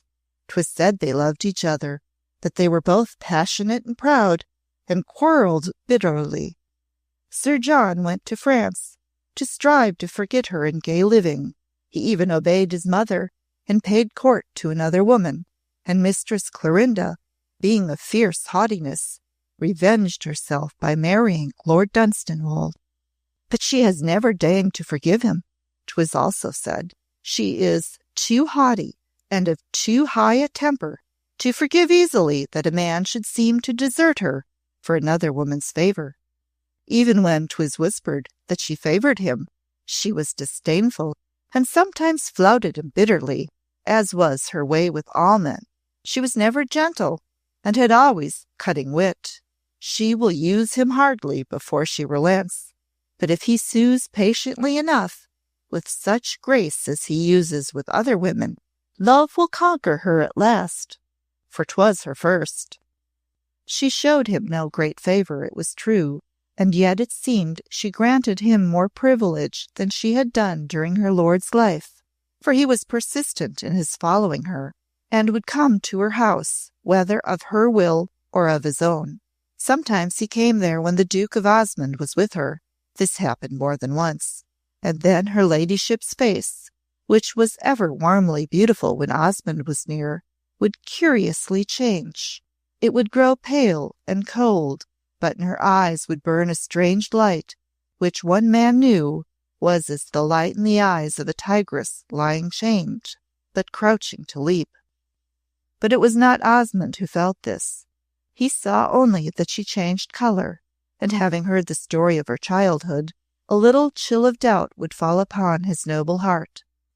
It was not doubt of her, but of himself, and fear that his great passion made him blind, for he was the one man chivalrous enough to remember how young she was, and to see the cruelty of the fate which had given her unmothered childhood into the hands of a coarse rioter and debauchee, making her his plaything and his whim. And if in her first hours of bloom she had been thrown with youthful manhood and beauty, what more in the course of nature than that she should have learned to love, and being separated from a young lover by their mutual youthful faults of pride and passionateness of temper, what more natural than, being free again, and he suing with all his soul that her heart should return to him, even though a struggle with pride. In her lord's lifetime he had not seen Oxon near her, and in those days when he had so struggled with his own surging love, and striven to bear himself nobly, he had kept away from her, knowing that his passion was too great and strong for any man to always hold at bay, and make no sign, because at brief instants he trembled before the thought that in her eyes he had seen that which would have sprung to answer the same self in him if she had been a free woman. But now when, despite her coldness, which never melted to John Oxon, she still turned pale and seemed to fall under a restraint on his coming, a man of sufficient high dignity to be splendidly modest where his own merit was concerned, might well feel that for this there must be a reason, and it might be a grave one. So, though he would not give up his suit until he was sure that 'twas either useless or unfair, he did not press it, as he would have done, but saw his lady when he could, and watched with all the tenderness of passion her lovely face and eyes. But one short town season passed before he won his prize, but to poor Anne it seemed that in its passing she lived years. Poor woman, as she had grown thin and large-eyed in those days gone by, she grew so again. Time in passing had taught her so much that others did not know, and as she served her sister and waited on her wishes, she saw that of which no other dreamed, and saw without daring to speak or show by any sign her knowledge. The day when Lady Dunstanwolde had turned from standing among her daffodils, and had found herself confronting the open door of her saloon, and John Oxon passing through it. Mistress Anne had seen in her face, and his, which had given to her a shock of terror. In John Oxon's blue eyes there had been a set, fierce look, and in Clorinda's a blaze which had been like a declaration of war. And these same looks she had seen since that day, again and again. Gradually it had become her sister's habit to take Anne with her into the world, as she had not done before her widowhood, and Anne knew whence this custom came. There were times when, by use of her presence, she could avoid those she wished to thrust aside, and Anne noted, with a cold sinking of the spirit, that the one she would plan to elude most frequently was Sir John Oxon, and this was not done easily. The young man's gay lightness of demeanour had changed. The few years that had passed since he had come to pay his courts to the young beauty in male attire had brought experiences to him which had been bitter enough. He had squandered his fortune and failed to reinstate himself by marriage. His dissipations had told upon him, and he had lost his spirit and good humour. His mocking wit had gained a bitterness. His gallantry had no longer the gaiety of youth, and the woman he had loved for an hour with youthful passion, and had dared to dream of casting aside in boyish insolence, had risen like a phoenix, and soared high and triumphant to the very sun itself. He was ever base, Clorinda had said. As he was at first, he is now. And in the saying there was truth. If she had been helpless and heartbroken, and had pined for him, he would have treated her as a victim, and disdained her humiliation and grief. Magnificent, powerful, rich, and fullest beauty, and disdaining himself, she filled him with a mad passion of love, which was strangely mixed with hatred and cruelty. To see her surrounded by her worshippers, courted by the court itself, all eyes drawn towards her as she moved, all hearts laid at her feet, was torture to him. In such cases as his and hers, it was the woman who should sue for love's return, and watch the averted face, longing for the moment when it would deign to turn, and she could catch the cold eye and plead piteously with her own. This he had seen. This men like himself, but older, had taught him with vicious art. But here was a woman who had scorned him at the hour which should have been the moment of his greatest powerfulness, who had mocked at him and lashed him in the face with the high derision of a creature above law, and who never for one instant had bent her neck to the yoke which women must bear. She had laughed at it to scorn, and him, and all things, and gone on her way, crowned with her scarlet roses, to wealth and rank and power and adulation, while he, the man whose right it was to be a transgressor, had fallen upon hard fortune, and was losing step by step all she had won. In his way he loved her madly, as he had loved her before, and as he would have loved any woman who embodied triumph and beauty, and burning with desire for both, and with jealous rage of all, he swore he would not be outdone, befooled, cast aside, and trampled on. At the playhouse, when she looked from her box, she saw him leaning against some pillar, or stationed in some noticeable spot, his bold blue eyes fixed burningly upon her. At fashionable assemblies he made his way to her side and stood near her, gazing, or dropping words into her ear. At church he placed himself in some pew near by, that she and all the world might behold him. When she left her coach and walked in the mall, he joined her, or walked behind. At such times in my lady's close-fringed eyes there shone a steady gleam, but they were ever eyes that glowed, and there were none who had ever come close enough to her to know her well, and so there were none who read its meaning. Only Anne knew as no other creature could, and looked on with secret terror and dismay. The world but said that he was a man mad with love, and desperate at the knowledge of the powerfulness of his rivals, could not live beyond sight of her. They did not hear the words that passed between them at times when he stood near her in some crowd, and dropped, as 'twas thought, words of burning prayer and love into her ear. 'Twas said that it was like to her to listen with unchanging face, and when she deigned to reply, to answer without turning towards him. But such words and replies it had more than once been Anne's ill fortune to be near enough to catch, and hearing them, she had shuddered. One night at a grand rout, the Duke of Osmond, but just having left the reigning beauty's side, she heard the voice she hated close by her, speaking. "You think you can disdain me to the end," it said. "Your ladyship is sure so?" She did not turn or answer, and there followed a low laugh. "You think a man will lie beneath your feet and be trodden upon without speaking. You are too high and bold." She waved her painted fan and gazed steadily before her at the crowd, now and then bending her head in gracious greeting and smiling at some passer-by. "If I could tell the story of the rose garden, and of what the sundial saw, and what the moon shone on," he said. He heard her draw her breath sharply through her teeth. He saw her white bosom lift as if a wild beast leapt within it, and he laughed again.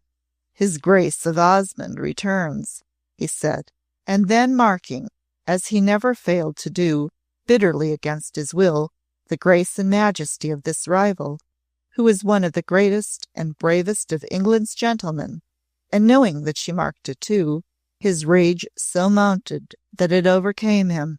"Sometimes," he said, "methinks that I shall kill you." "Would you gain your end thereby?" she answered in a voice as low and deadly. "I would frustrate his and yours." "Do it then," she hissed back, "some day when you think I fear you." "'Twould be too easy," he answered. "You fear it too little. There are bitterer things." She rose and met his Grace, who had approached her. Always to his greatness and his noble heart she turned with that new feeling of dependence which her whole life had never brought to her before. His deep eyes, falling on her tenderly as she rose, were filled with protecting concern. Involuntarily he hastened his steps. "Will your Grace take me to my coach?" she said. "I am not well. May I go?" as gently as a tender, appealing girl. And moved by this, as by her pallor, more than his man's words could have told, he gave her his arm and drew her quickly and supportingly away. Mistress Anne did not sleep well that night, having much to distract her mind and keep her awake, as was often in these days the case. When at length she closed her eyes, her slumber was fitful and broken by dreams, and in the mid-hour of the darkness she wakened with a start, as if some sound had aroused her. Perhaps there had been some sound, though all was still when she opened her eyes. But in the chair by her bedside sat Clorinda in her night-rail, her hands wrung hard together on her knee, her black eyes staring under a brow knit into straight, deep lines. "Sister!" cried Anne, starting up in bed. "Sister!" Clorinda slowly turned her head towards her, whereupon Anne saw that in her face there was a look, as if of horror, which struggled with a grief, a woe, too monstrous to be borne. "Lie down, Anne," she said. "Be not afraid. 'Tis only I," bitterly. "Who need fear?" Anne cowered among the pillows and hid her face in her thin hands. She knew so well that this was true. "I never thought the time would come," her sister said, "when I should seek you for protection. A thing has come upon me. Perhaps I shall go mad. Tonight, alone in my room, I wanted to sit near a woman. 'Twas not like me, was it?" Mistress Anne crept near the bed's edge, and stretching forth a hand, touched hers, which were as cold as marble. "Stay with me, sister," she prayed. "Sister, do not go. What can I say?" "Naught," was the steady answer. "There is naught to be said. You were always a woman. I was never one till now." She rose up from her chair and threw up her arms, pacing to and fro. "I am a desperate creature," she cried. "Why was I born?" She walked the room almost like a thing mad and caged. "Why was I thrown into the world?" striking her breast. "Why was I made so, and not one to watch or care through those mad years, to be given a body like this and tossed to the wolves?" She turned to Anne, her arms outstretched, and so stood white and strange and beauteous as a statue, with drops like great pearls running down her lovely cheeks, as she caught her breath sobbingly like a child. "I was thrown to them," she wailed piteously, "and they harried me, and left the marks of their great teeth, and of the scars I cannot rid myself. And since it was my fate, pronounced from my first hour, why was not this," clutching her breast, "left hard as 'twas at first? Not a woman's, but a she-cub's. Ah, 'twas not just that it should be so." Anne slipped from her bed and ran to her, falling upon her knees and clinging to her, weeping bitterly. "Poor heart!" she cried. "Poor dearest heart!" Her touch and words seemed to recall Clorinda to herself. She started as if wakened from a dream, and drew her form up rigid. "I have gone mad," she said. "What is it I do?" She passed her hand across her brow and laughed a little wild laugh. "Yes," she said, "this it is to be a woman, to turn weak and run to other women, and weep and talk. Yes, by these signs I am a woman." She stood with her clenched hands pressed against her breast. "In any fair fight," she said, "I could have struck back blow for blow, and mine would have been the heaviest. But being changed into a woman, my arms are taken from me. He who strikes aims at my bared breast, and that he knows and triumphs in." She set her teeth together and ground them, and the look, which was like that of a chained and harried tigress, lit itself in her eyes. "But there is none shall beat me," she said through these fierce shut teeth. "Nay, there is none. Get up, Anne," bending to raise her. "Get up, or I shall be kneeling too, and I must stand upon my feet." She made a motion as if she would have turned and gone from the room without further explanation, but Anne still clung to her. She was afraid of her again, but her piteous love was stronger than her fear. "Let me go with you," she cried. "Let me but go and lie in your closet, that I may be near, if you should call." Clorinda put her hands upon her shoulders, and, stooping, kissed her, which in all their lives she had done but once or twice. "God bless thee, poor Anne," she said. "I think thou wouldst lie on my threshold and watch the whole night through, if I should need it. But I have given way to womanish vapours too much. I must go and be alone. I was driven by my thoughts to come and sit and look at thy good face. I did not mean to wake thee. Go back to bed." She would be obeyed, and led Anne to her couch herself, making her lie down and drawing the coverlet about her. After which she stood upright with a strange smile, laying her hands lightly about her own white throat. "When I was a new-born thing and had a little throat and a weak breath," she cried, "'twould have been an easy thing to end me. I have been told I lay beneath my mother when they found her dead. If, when she felt her breath leaving her, she had laid her hand upon my mouth and stopped mine, I should not," with a little laugh again, "I should not lie awake tonight."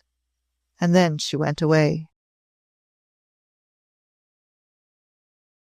Chapter 14, containing the history of the breaking of the horse devil, and relates the returning of his Grace of Osmond from France. There were in this strange nature depths so awful and profound that it was not to be sounded or to be judged as others were. But one thing could have melted or caused the unconquerable spirit to bend, and this was the overwhelming passion of love, not a slight, tender feeling, but a great and powerful one, such as could be awakened but by a being of as strong and deep a nature as itself, one who was in all things its peer. "I have been lonely, lonely all my life," my Lady Dunstanwolde had once said to her sister, and she had indeed spoken a truth. Even in her childhood, she had felt in some strange way she stood apart from the world about her. Before she had been old enough to reason, she had been conscious that she was stronger and had greater power and endurance than any human being about her. Her strength she used in these days in wilful tyranny, and indeed it was so used for many a day when she was older. The time had never been when an eye lighted on her with indifference, or when she could not rule and punish as she willed. As an infant, she had browbeaten the women servants and the stable boys and grooms, but because of her quick wit and clever tongue, and also because no humour ever made aught her but a creature well worth looking at, they had taken her bullying and good humour, and loved her in their coarse way. She had tyrannized over her father and his companions, and they had adored and boasted of her, but there had not been one among them whom she could have turned to if a softer moment had come upon her, and she had felt the need of a friend, nor indeed one whom she did not regard privately with contempt. A god or goddess forced upon earth and surrounded by mere human beings would surely feel a desolateness beyond the power of common words to express, and a human being endowed with powers and physical gifts so rare as to be out of all keeping with those of its fellows of ordinary build and mental stature must needs be lonely too. She had had no companion, because she had found none like herself, and none with whom she could have aught in common. And she had pitied, being struck by some sense of the unfairness of her lot as compared with her own. John Oxon had moved her, bringing to her her first knowledge of buoyant, ardent youth, and blooming health and beauty. For Dunstanwolde she had felt gratitude and affection. But than these there had been no others who even distantly had touched her heart. The night she had given her promise to Dunstanwolde, and had made her obeisance before his kinsman, as she had met his deep and leonine eye, she had known that 'twas the only man's eye before which her own would fall, and which held the power to rule her very soul. She did not think this as a romantic girl would have thought it. It was revealed to her by a sudden tempestuous leap of her heart, and by a shock like terror. Here was the man who was of her own build, whose thews and sinews of mind and body were as powerful as her own. Here was he who, had she met him one short year before, would have revolutionized her world. In the days of her wifehood, when she had read in his noble face something of that which he endeavoured to command, and which to no other was apparent, the dignity of his self-restraint had but filled her with tenderness more passionate and grateful. Had he been a villain and a coward, was her thought, he would have made my life a bitter battle. But 'tis me he loves, not himself only, and as I honour him, so does he honour me. Now she beheld the same passion in his eyes, but no more held in leash. His look met hers, hiding from her nothing of what his high soul burned with, and she was free to answer when he spoke, and only feeling one bitterness in her heart. If he had but come in time. God, why had he not been sent in time? But, late or early, he had come, and what they had to give each other should not be mocked at and lost. The night she had ended by going to Anne's chamber. She had paced her room, saying this again and again, all the strength of her being rising in revolt. She had been then a caged tigress of a verity. She had wrung her hands. She had held her palm hard against her leaping heart. She had walked madly to and fro, battling in thought with what seemed awful fate. She had flung herself upon her knees and wept bitter, scalding tears. "He is so noble," she had cried. "He is so noble, and I so worship his nobleness, and I have been so base." And in her suffering, her woman's nerves had for a moment betrayed her. Heretofore she had known no weakness of her sex, but the woman's soul in her, so being moved, she had been broken and conquered for a space, and had gone to Anne's chamber, scarcely knowing what refuge she so sought. It had been a feminine act, and she had realized all it signified when Anne sank weeping by her. Women who wept and prated together at midnight in their chambers ended by telling their secrets. So it was that it fell out that Anne saw not again the changed face to the sight of which she had that night awakened. It seemed as if my lady, from that time, made plans which should never for a moment leave her alone. The next day she was busied arranging a brilliant rout, the next a rich banquet, the next a great assembly. She drove in them all in her stateliest equipages. She walked upon its promenade, surrounded by her crowd of courtiers, smiling upon them and answering them with shafts of graceful wit. The charm of her gaiety had never been so remarked upon, her air never so enchanting. At every notable gathering in the world of fashion she was to be seen. Being bidden to the court, which, at Hampton, her brilliant beauty and spirit so enlivened the royal dullness that 'twas said the Queen herself was scarce resigned to part with her, and that the ladies and gentlemen in waiting all suffered from the spleen when she withdrew. She bought at this time the fiercest but most beautiful beast of a horse she had ever mounted. The creature was superbly handsome, but apparently so unconquerable and so savage that her grooms were afraid to approach it, and indeed it could not be saddled and bitted unless she herself stood near. Even the horse-dealer, rogue though he was, had sold it to her with some approach to a qualm of conscience, having confessed to her that it had killed 2 grooms, and had been sentenced to be shot by its first owner, and was still living only because its great beauty had led him to hesitate for a few days. It was by chance that during these few days Lady Dunstanwolde heard of it, and going to see it, desired and bought it at once. "It is the very beast I want," she said with a gleam in her eye. "It will please me to teach it that there is one stronger than itself." She had much use for her loaded riding-whip, and indeed, not finding it heavy enough, ordered one made which was heavier.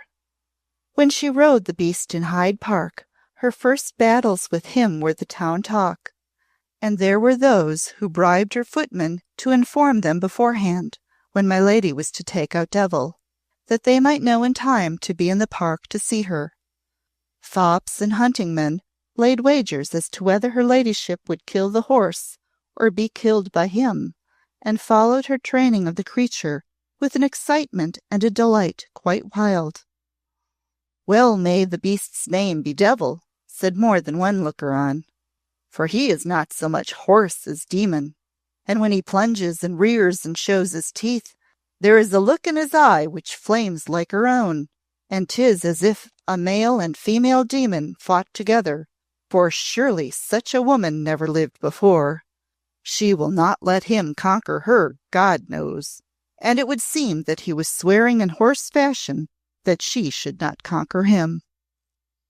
When he was first bought and brought home, Mistress Anne turned ashy at the sight of him, and in her heart of hearts grieved bitterly that it had so fallen out that his Grace of Osmond had been called away from town by high and important matters, for she knew full well that if he had been in the neighbourhood he would have said some discreet and tender word of warning to which her ladyship would have listened, though she would have treated with disdain the caution of any other man or woman. When she herself ventured to speak, Clorinda looked only stern. "I have ridden only ill-tempered beasts all my life, and that for the mere pleasure of subduing them," she said. "I have no liking for a horse like a bellwether, and if this one should break my neck, I need battle with neither men nor horses again, and I shall die at the high tide of life and power, and those who think of me afterwards will only remember that they loved me, that they loved me." But the horse did not kill her, nor she it. Day after day she stood by while it was taken from its stall, many a time dealing with it herself, because no groom dare approach, and then she would ride it forth, and in Hyde Park force it to obey her. The wondrous strength of her will, her wrist of steel, and the fierce, pitiless punishment she inflicted, actually daunting the devilish creature's courage. She would ride from the encounter through 2 lines of people who had been watching her, and some of them found themselves following after her, even to the park gate, almost awed as they looked at her, sitting erect and splendid on the fretted, anguished beast, whose shining skin was covered with lather, whose mouth tossed blood-flecked foam, and whose great eye was so strangely like her own, but that hers glowed with the light of triumph, and his burned with the agonized protest of the vanquished. At such times there was somewhat of fear in the glances that followed her beauty, which almost seemed to blaze. Her color was so rich, the curve of her red mouth so imperial, the poise of her head with its loosening coils of velvet black hair so high. "It is good for me that I do this," she said to Anne with a short laugh one day. "I was growing too soft, and I have need now for all my power. To fight with the demon in this beast rouses all in me that I have held in check since I became my poor lord's wife. That the creature should have set his will against all others, and should resist me with such strength and devilishness, rouses in me the passion of the days when I cursed and raved and struck at those who angered me. 'Tis fury that possesses me, and I could curse and shriek at him as I flog him, if 'twould be seemly. As it would not be so, I shut my teeth hard, and shriek and curse within them, and none can hear." Among those who made it their custom to miss no day when she went forth on devil, that they might stand near and behold her, there was one man ever present, and 'twas Sir John Oxon. He would stand as near as might be and watch the battle, a stealthy fire in his eye, and a look as if the outcome of the fray had deadly meaning to him. He would gnaw his lip until at times the blood started. His face would by turns flush scarlet and turn deadly pale. He would move suddenly and restlessly, and break forth under breath into oaths of exclamation.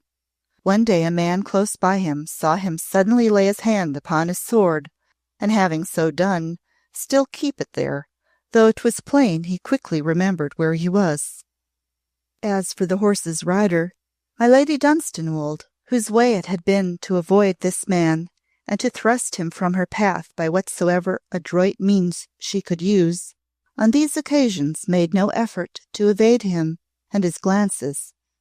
In sooth, he knew, though none other did so, that when she fought with her horse she did it with a fierce joy in that he beheld her.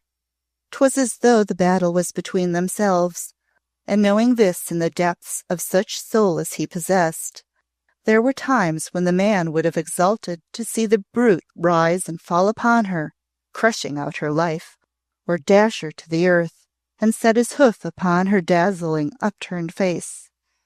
Her scorn and deadly defiance of him, her beauty and maddening charm, which had seemed but to increase with every hour that flew by, had roused his love to fury. Despite his youth, he was a villain, as he had ever been. Even in his first freshness there had been older men, and hardened ones, who had wondered at the selfish mercilessness and blackness of the heart that was but that of a boy. They had said among themselves, that at his years they had never known a creature who could be so gaily a dastard, one who could plan with such light remorselessness, and using all the gifts given him by nature solely for his own ends, would take so much and give so little. In truth, as time had gone on, men who had been his companions, and had indeed small consciences to boast of, had begun to draw off a little from him, and frequent his company less. He chose to tell himself that this was because he had squandered his fortune, and was less good company, being pursued by creditors and haunted by debts. But though there was somewhat in this, perchance 'twas not the entire truth. "By gad," said one over his cups, "there are things even a rake-hell fellow like me cannot do, but he does them, and seems not to know that they are to his discredit." There had been a time when, without this woman's beauty, he might have lived. Indeed, he had left it of his own free vicious will. But in these days, when his fortunes had changed and she represented all that he stood most desperately in need of, her beauty drove him mad.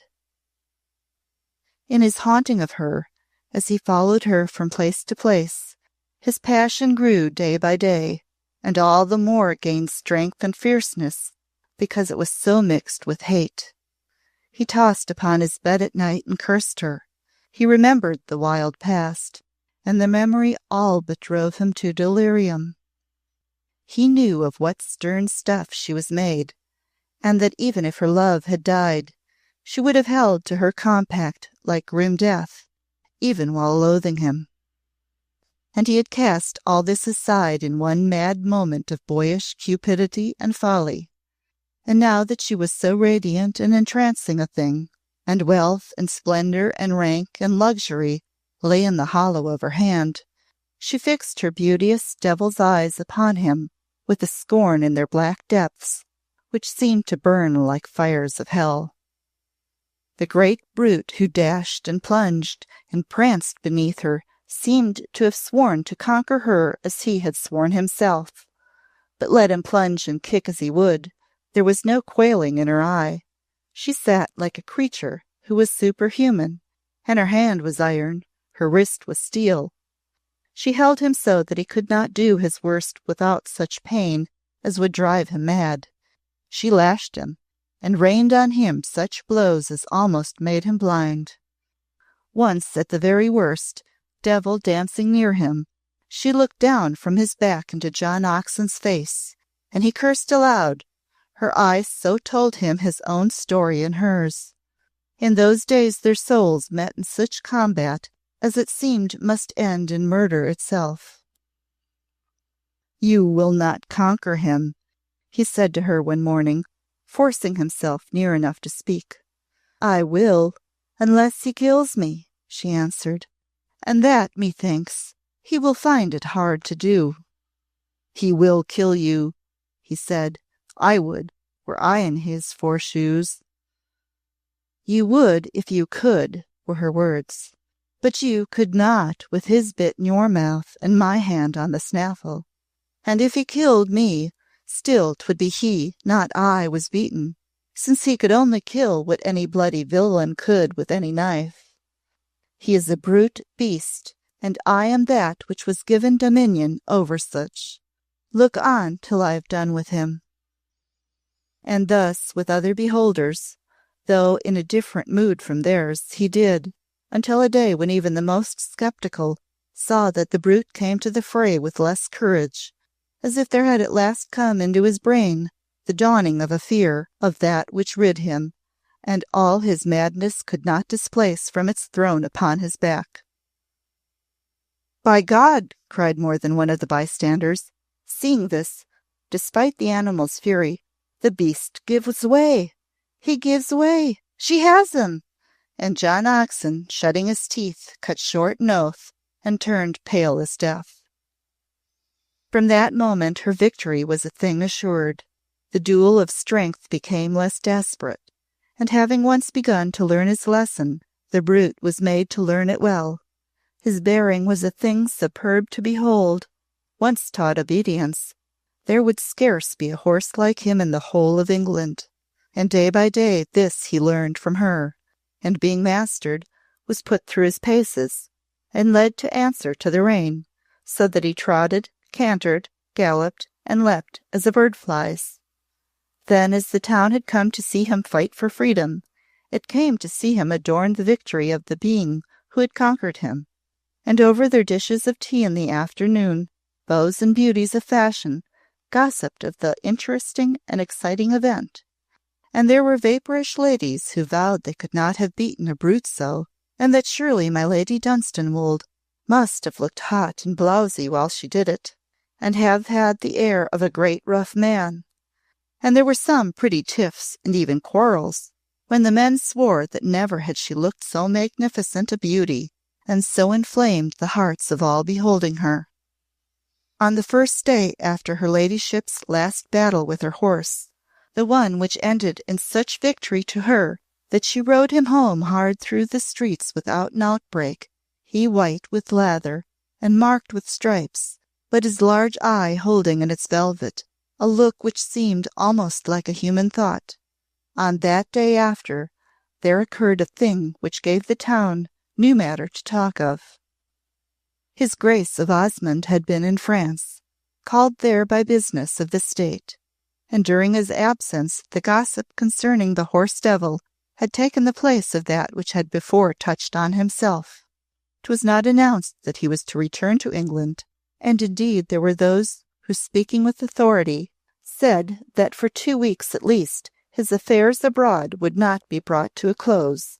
And yet, on this morning, as my Lady Dunstanwolde rode neath the trees, holding Devil well in hand, and watching him with an eagle keenness of eye, many looking on in wait for the moment when the brute might break forth suddenly again, a horseman was seen approaching at a pace so rapid that 'twas on the verge of a gallop, and the first man who beheld him looked amazed and lifted his hat, and the next, seeing him, spoke to another, who bowed with him, and all along the line of loungers hats were removed, and people wore the air of seeing a man unexpectedly, and hearing a name spoken in exclamation by his side. Sir John Oxon looked round and beheld ride by my Lord Duke of Osmond. The sun was shining brilliantly, and all the park was gay with bright warmth and greenness of turf and trees. Clorinda felt the glow of the summer morning permeate her being. She kept her watch upon her beast, but he was going well, and in her soul she knew that he was beaten, and that her victory had been beheld by the one man who knew that it meant to her that which it seemed to mean also to himself. And filled with this thought and the joy of it, she rode beneath the trees, and so was riding with splendid spirit when she heard a horse behind her, and looked up as it drew near, and the rich crimson swept over her in a sweet flood, so that it seemed to her she felt it warm on her very shoulders, neath her habit, for 'twas Osmond himself who had followed her and reached her, and uncovered, keeping pace by her side. Ah, what a face he had, and how his eyes burned as they rested on her! It was such a look she met that for a moment she could not find speech, and he himself spoke as a man who, through some deep emotion, had almost lost his breath. "My Lady Dunstanwolde," he began, and then with a sudden passion, "Clorinda, my beloved." The time had come when he could not keep silence, and with great leapings of her heart she knew. Yet not one word said she, for she could not, but her beauty, glowing and quivering under his eyes' great fire, answered enough. "Were it not that I fear for your sake the beast ye ride," he said, "I would lay my hand upon his bridle, that I might crush your hand in mine. At post haste I have come from France, hearing this thing, that you endangered every day that which I love so madly. My God, beloved, cruel, cruel woman, sure you must know." She answered with a breathless, wild surrender. "Yes, yes," she gasped, "I know." "And yet you braved this danger, knowing that you might leave me a widowed man for life." But, she said, with a smile whose melting radiance seemed akin to tears, but see how I have beaten him, and all is past. Yes, yes, he said, as you have conquered all, as you have conquered me, and did it from the first hour, but God forbid that you should make me suffer so again. Your Grace, she said falteringly, I will not. Forgive me for the tempest of my passion, he said. 'Twas not thus I had thought to come to make my suit. 'Tis scarcely fitting that it should be so, but I was almost mad when I first heard this rumour, knowing my duty would not loose me to come to you at once, and knowing you so well that only if your heart had melted to the one who besought you, you would give it up. I give up, she answered. I give up. I worship you, he said. I worship you. And their meeting eyes were drowned in each other's tenderness. They galloped side by side, and the watchers looked on, exchanging words and glances, seeing in her beauteous, glowing face, in his joyous one, the final answer to the question they had so often asked each other. 'Twas his Grace of Osmond who was the happy man, he and no other. That was a thing plain indeed to be seen, for they were too high above the common world to feel that they must play the paltry part of outward trifling to deceive it. And as the sun pierces through the clouds and is stronger than they, so their love shone like the light of day itself through poor conventions. They did not know the people gazed and whispered, and if they had known it, the thing would have been counted for naught with them. See, said my lady, patting her devil's neck, see, he knows that you have come, and frets no more. They rode homeward together, the great beauty and the great Duke, and all the town beheld. And after they had passed him, where he stood, John Oxon mounted his own horse and galloped away, white-lipped and with mad eyes. Let me escort you home, the Duke had said, that I may kneel to you there, and pour forth my heart as I have so dreamed of doing. Tomorrow I must go back to France, because I left my errand incomplete. I stole from my duty the time to come to you, and I must return as quickly as I came. So he took her home, and as they entered the wide hall together, side by side, the attendant lackeys bowed to the ground in deep, welcoming obeisance, knowing it was their future lord and master they received. Together they went to her own sitting-room, called the panelled parlour, a beautiful great room hung with rare pictures, warm with floods of bright summer sunshine, and perfumed with bowls of summer flowers. And as the lackeys departed, bowing and closing the doors behind him, they turned and were enfolded close in each other's arms, and stood so, with their hearts beating as surely it seemed to them human hearts had never beat before. "Oh, my dear love, my heavenly love," he cried, "it has been so long. I have lived in prison and in fetters, and it has been so long." Even as my Lord Dunstanwolde had found cause to wonder at her gentle ways, so was this man amazed at her great sweetness, now that he might cross the threshold of her heart. She gave of herself as an empress might give of her store of imperial jewels, with a sumptuous lavishness, knowing that the store could not fail. In truth, it seemed that it must be a dream, that she so stood before him in all her great, rich loveliness, leaning against his heaving breast, her arms as tender as his own, her regal head thrown backward, that they might gaze into the depths of each other's eyes. "From that first hour that I looked up at you," she said, "I knew you were my lord, and a fierce pain stabbed my heart, knowing you had come too late by but 1 hour. For had it not been that Dunstanwolde had led me to you, I knew, ah, how well I knew, that our hearts would have beaten together, not as two hearts, but as one. "As they do now," he cried. "As they do now," she answered, "as they do now. And from the moment that your rose fell at my feet, and I raised it in my hand," he said, "I knew I held some rapture which was my own. And when you stood before me at Dunstanwolde's side, and our eyes met, I could not understand, nay, I could scarce believe, that it had been taken from me."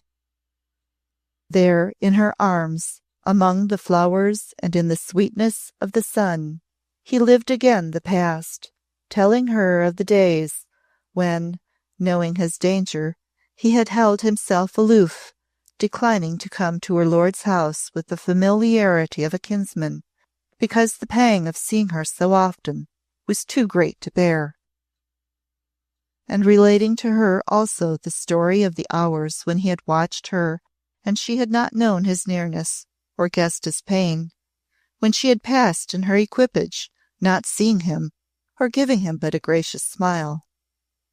He had walked outside her window at midnight sometimes, too, coming because he was a despairing man, and could not sleep, and returning homeward, having found no rest, but only increase of anguish. "Sometimes," he said, "I dared not look into your eyes, fearing my own would betray me. But now I can gaze into your soul itself, for the midnight is over, and joy cometh with the morning." As he had spoken, he had caressed softly with his hand her cheek and her crown of hair, and such was his great gentleness that 'twas as if he touched lovingly a child, for into her face there had come that look which it would seem that in the arms of the man she loves every true woman wears, a look which is somehow like a child's in its trusting sweet surrender and appeal, whatsoever may be her stateliness and the splendor of her beauty. Yet as he touched her cheek, so, and her eyes so dwelt on him, suddenly her head fell heavily upon his breast, hiding her face, even while her enwreathing arms held him more closely. "Oh, those mad days before!" she cried. "Oh, those mad, mad days before!" "Nay, they are long past, sweet," he said in his deep, noble voice, thinking that she spoke of the wildness of her girlish years, "and all our days of joy are yet to come." "Yes, yes," she cried, clinging closer, yet with shuddering. "They were before. The joy is all to come." Chapter 15, in which Sir John Oxon finds again a trophy he had lost. His Grace of Osmond went back to France to complete his business, and all the world knew that when he returned to England, 'twould be to make his preparations for his marriage with my Lady Dunstanwolde. It was a marriage not long to be postponed, and her ladyship herself was known already to be engaged with lacemen, linen drapers, toy-shop women, and goldsmiths. Mercers awaited upon her at her house, accompanied by their attendants, bearing burdens of brocades and silks, and splendid stuffs of all sorts. Her chariot was to be seen standing before their shops, and the interest in her purchases was so great that fashionable beauties would contrive to visit the counters at the same hours as herself, so that they might catch glimpses of what she chose. In her own great house all was repressed excitement. Her women were enraptured at being allowed the mere handling and laying away of the glories of her wardrobe. The lackeys held themselves with greater state, knowing that they were soon to be a duke's servants. Her little black Nero strutted about, his turban set upon his pate with a majestic cock, and disdained to enter into battle with such pages of his own colour as wore only silver collars, he feeling assured that his own would soon be gold. The world of fashion said when her ladyship's equipage drove by that her beauty was like that of the god of day at morning, and that 'twas plain that no man or woman had ever beheld her as his Grace of Osmondwood. She loves at last, a wit said, until the time that such a woman loves, however great her splendour, she is as the sun behind a cloud. And now this one hath come forth, and shines so that she warms us in mere passing, said another. What eyes, and what a mouth, with that strange smile upon it! Who ever saw such before? And when she came to town with my Lord Dunstanwolde, who, beholding her, would have believed that she could wear such a look? In sooth, there was that in her face and in her voice when she spoke, which almost made Anne weep through its strange sweetness and radiance. 'Twas as if the flood of her joy had swept away all hardness and disdain. Her eyes, which had seemed to mock at all they rested on, mocked no more, but ever seemed to smile at some dear inward thought. One night when she went forth to a court ball, being all attired in brocade of white and silver, and glittering with the Dunstanwolde diamonds, which starred her as with great sparkling dewdrops, and yet had not the radiance of her eyes and smile, she was so purely wonderful a vision that Anne, who had been watching her through all the time when she had been under the hands of her tirewoman, and beholding her now so dazzling and white a shining creature, fell upon her knees to kiss her hand, almost as one who worships. "Oh, sister," she said, "you look like a spirit. It is as if with the earth you had naught to do, as if your eyes saw heaven itself and him who reigns there." The lovely orbs of Clorinda shone more still like the great star of morning. "Sister Anne," she said, laying her hand on her white breast, "at times I think that I must almost be a spirit. I feel such heavenly joy. It is as if he whom you believe in, and who can forgive and wipe out sins, has forgiven me, and has granted it to me that I may begin my poor life again. Ah, I will make it better. I will try to make it as near an angel's life as a woman can. And I will do no wrong, but only good. And I will believe and pray every day upon my knees. And all my prayers will be that I may so live that my dear Lord, my Gerald, could forgive me all that I have ever done, and seeing my soul, would know me worthy of him. Oh, we are strange things, we human creatures, Anne." With a tremulous smile, "we do not believe until we want a thing, and feel that we shall die if it's not granted us. And when we kneel and believe, because we must have someone to ask help from." "But all help has been given to you," poor tender Anne, kissing her hand again. "And I will pray. I will pray." "Ay, pray, Anne, pray with all thy soul," Clorinda answered. "I need thy praying, and thou didst believe always, and have asked so little that has been given thee." "Thou wast given me, sister," said Anne. "Thou hast given me a home and kindness such as I never dared to hope. Thou hast been like a great star to me. I have had none other, and I thank heaven on my knees each night for the brightness my star has shed on me." "Poor Anne, dear Anne," Clorinda said, laying her arms about her and kissing her. "Pray for thy star, good, tender Anne, that its light may not be quenched." Then, with a sudden movement, her hand was pressed upon her bosom again. "Ah, Anne," she cried, and in the music of her voice, agony itself was ringing. "Anne, there is but one thing on this earth God rules over, but one thing that belongs to me, and to Gerald Merton, and he is mine, and shall not be taken from me, for he is a part of me, and I a part of him." "He will not be," said Anne. "He will not." "He cannot," Clorinda answered. He shall not. 'Twould not be human. She drew a long breath and was calm again. Did it reach your ears, she said, reclasping a band of jewels on her arm, that John Oxon has been offered a place in a foreign court, and that 'twas said he would soon leave England? I heard some rumour of it, Anne answered, her emotion getting the better of her usual discreet speech. God grant it may be true. Ay, said Clorinda, would God that he were gone.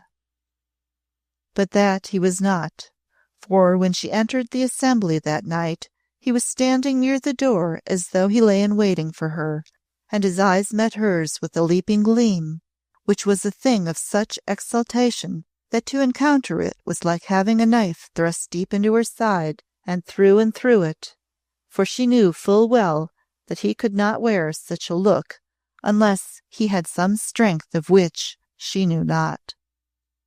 This gleam was in his eyes each time she found herself drawn to them, and it seemed as though she could look nowhere without encountering his gaze.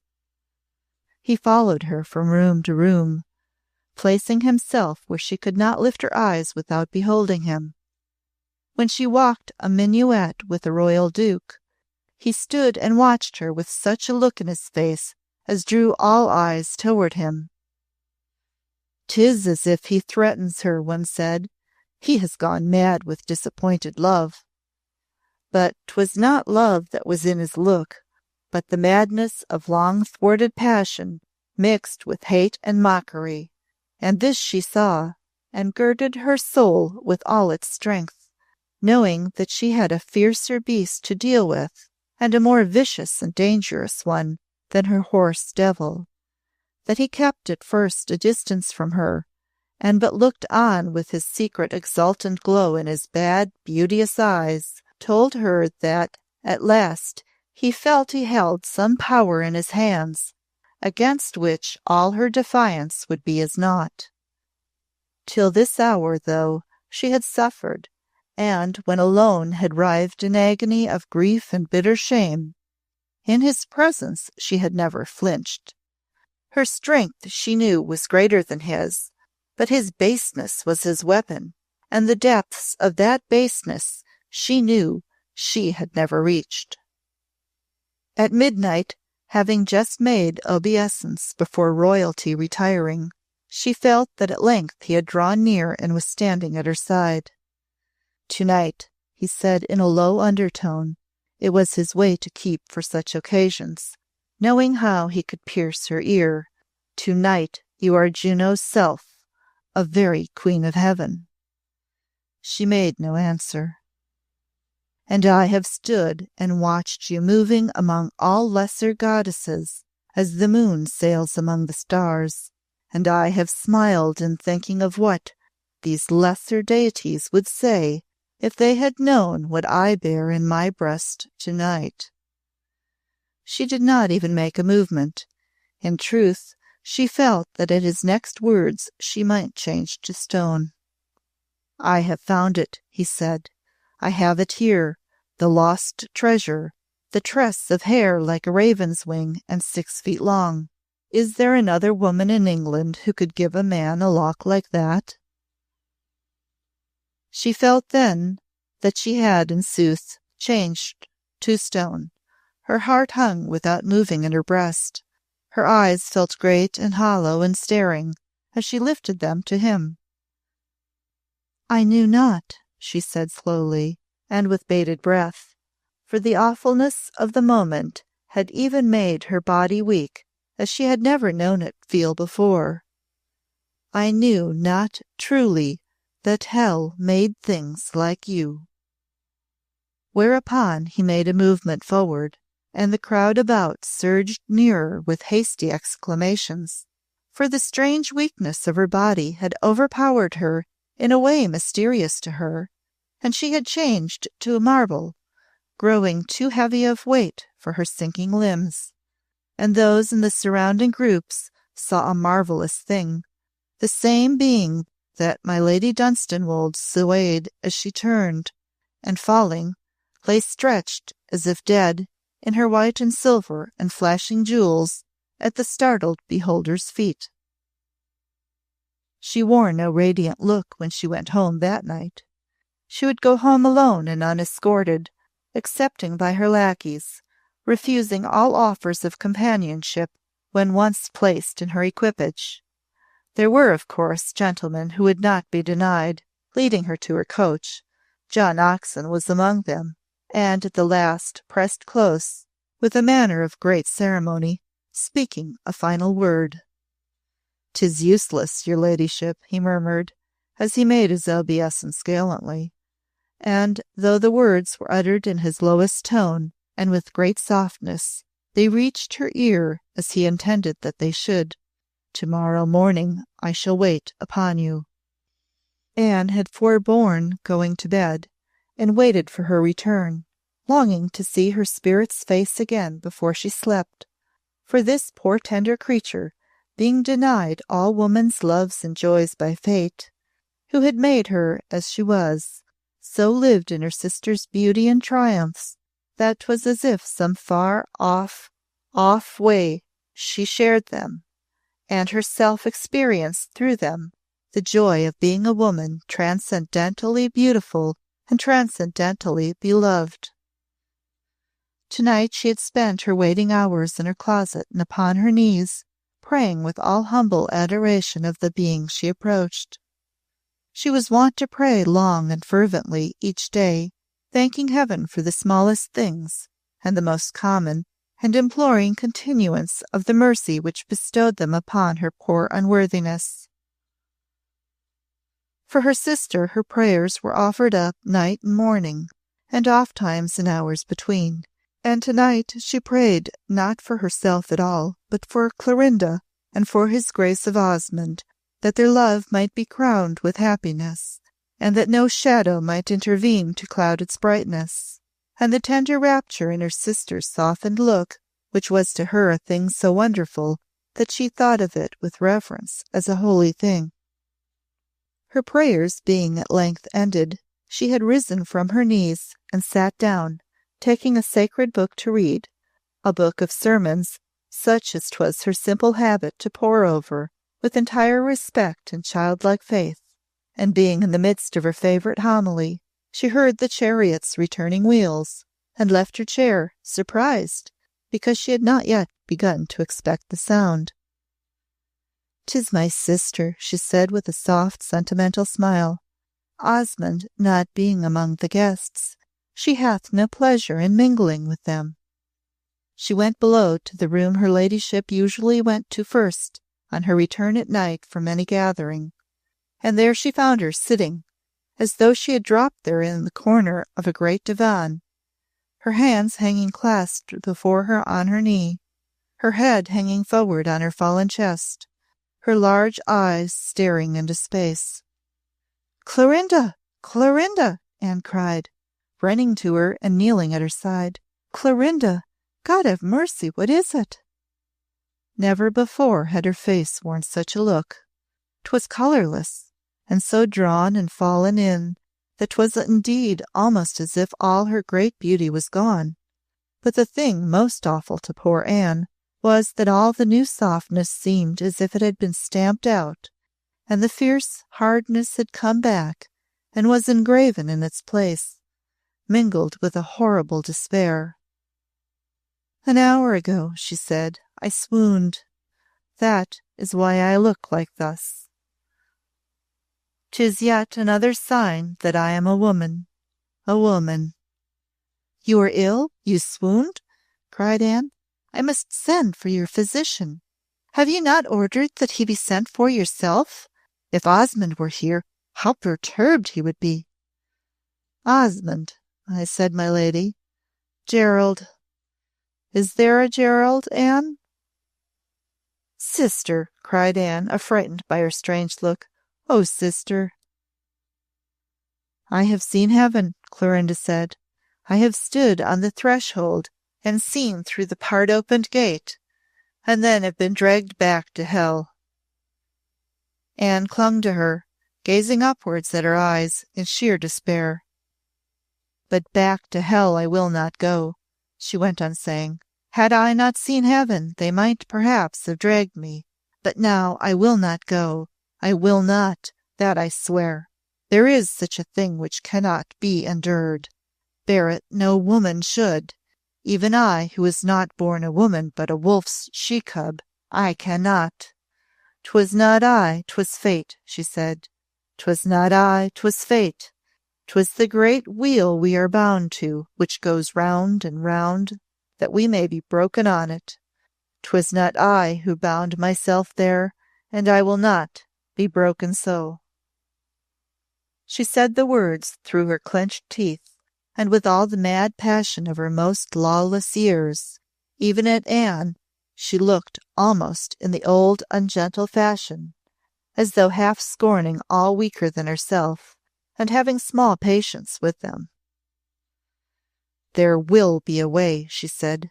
"There will be a way. I shall not swoon again." She left her divan and stood upright, the colour having come back to her face, but the look Anne worshipped not having returned with it. 'Twas as though Mistress Clorinda Wildairs had been born again. "Tomorrow morning I go forth on Devil," she said, "and I shall be abroad if any visitors come." What passed in her chamber that night no human being knew.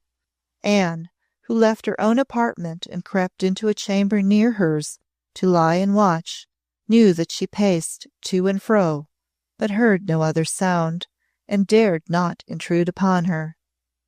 When she came forth in the morning, she wore the high look she had been wont to wear in years gone by, when she ruled in her father's house, and rode to the hunt with a following of grey, middle-aged, and elderly rioters. Her eye was brilliant, and her colour matched it. She held her head with the old dauntless carriage, and there was that in her voice before which her women quaked, and her lackeys hurried to do her bidding. Devil himself felt this same thing in the touch of her hand upon his bridle when she mounted him at the door, and seemed to glance askance at her sideways. She took no servant with her, and did not ride to the park, but to the country. Once on the high road, she rode fast and hard, only galloping straight before her as the way led, and having no intention. Where she was going she knew not, but why she rode on horseback she knew full well, it being because the wild, almost fierce motion was in keeping with the tempest in her soul.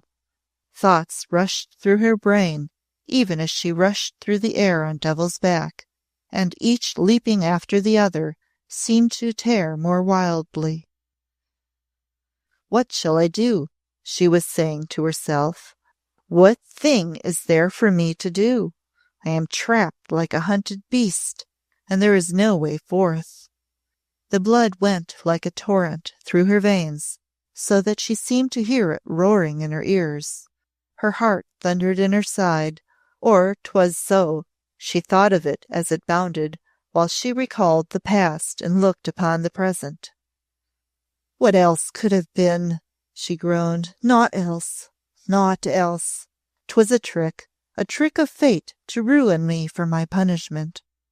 When she had gone forth, it had been with no hope in her breast that her wit might devise a way to free herself from the thing which so beset her, for she had no weak fancies that there dwelt in this base soul any germ of honour which might lead it to relenting. As she had sat in her dark room at night, crouching upon the floor, and clenching her hands, as the mad thoughts went whirling through her brain, she had stared her fate in the face, and known all its awfulness. Before her lay the rapture of a great, sweet, honourable passion, a high and noble life, lived in such bliss as rarely fell to lot of woman. On this one man she knew that she could lavish all the splendour of her nature, and make his life a heaven, as hers would be. Behind her lay the mad, uncared-for years, and one black memory blighting all to come, though 'twould have been but a black memory with no power to blight, if the heaven of love had not so opened to her and with its light cast all else into shadow. "If 'twere not love," she cried, "if 'twere but ambition, I could defy it to the last. But 'tis love, love, love, and it will kill me to forego it." Even as she moaned the words, she heard hoof-beats near her, and a horseman leapt the hedge and was at her side. She set her teeth and, turning, stared into Don Oxon's face. "Did you think I would not follow you?" he asked. "No. I have followed you at a distance hitherto. Now I shall follow close." She did not speak, but galloped on. "Think you can outride me?" he said grimly, quickening his steed's pace. "I go with your ladyship to your own house. For fear of scandal you have not openly rebuffed me, previous to this time. For a like reason you will not order your lackeys to shut your door when I enter it with you." My Lady Dunstanwolde turned to gaze at him again. The sun shone on his bright falling locks and his blue eyes as she had seen it shine in days which seemed so strangely long passed by, though they were not 5 years agone. "'Tis strange," she said with a measure of wonder, "to live and be so black a devil." "Ah, my lady," he said, "these are fine words, and fine words do not hold between us. Let us leave them. I would escort you home and speak to you in private." There was that in his mocking that was madness to her, and made her sick and dizzy with the boiling of the blood which surged to her brain. The fury of passion which had been a terror to all about her when she had been a child was upon her once more, and though she had thought herself freed from its dominion, she knew it again and all it meant. She felt the thundering beat in her side, the hot flood leaping to her cheek, the flame burning in her eyes themselves as if fire was within them. Had he been other than he was, her face itself would have been a warning, but he pressed her hard, as he would have slunk away a beaten cur if she had held the victory in her hands. So feeling that the power was his, he exulted over the despairing frenzy which was in her look. "I pay back old scores," he said. "There are many to pay. When you crowned yourself with roses and set your foot upon my face, your ladyship thought not of this. When you gave yourself to Dunstanwolde and spat at me, you did not dream that there could come a time when I might goad as you did." She struck Devil with her whip, who leapt forward, but Sir John followed hard behind her. He had a swift horse too, and urged him fiercely, so that between these two there was a race as if for life or death. The beasts bounded forward, spurning the earth beneath their feet. My lady's face was set, her eyes were burning flame, her breath came short and pantingly between her teeth. Oxon's fair face was white with passion. He panted also, but strained every nerve to keep at her side, and kept there. "Keep back, I warn thee," she cried once, almost gasping. "Keep back," he answered, blind with rage. "I will follow thee to hell." And in this wise they galloped over the white road until the hedges disappeared, and they were in the streets, and people turned to look at them, and even stood and stared. Then she drew rein a little and went slower, knowing with shuddering agony that the trap was closing about her. "What is it that you would say to me?" she asked him breathlessly. "That which I would say within 4 walls, that you may hear it all," he answered. "This time 'tis not idle threatening. I have a thing to show you." Through the streets they went, and as her horse's hoofs beat the pavement, and the passers-by, looking towards her, gazed curiously at so fine a lady on so splendid a brute, she lifted her eyes to the houses, the booths, the faces, and the sky, with a strange fancy that she looked about her as the man looks who, doomed to death, is being drawn in his cart to Tyburn Tree.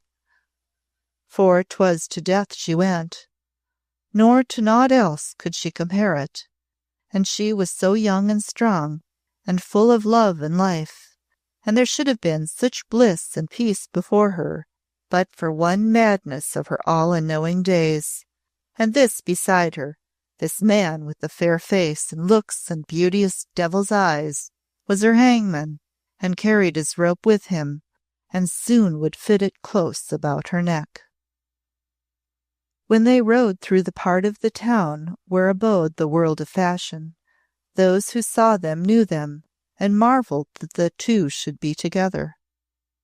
But perhaps his love has made him sue for pardon, that he has so borne himself, some said, and she has chosen to be gracious to him, since she is gracious in these days to all.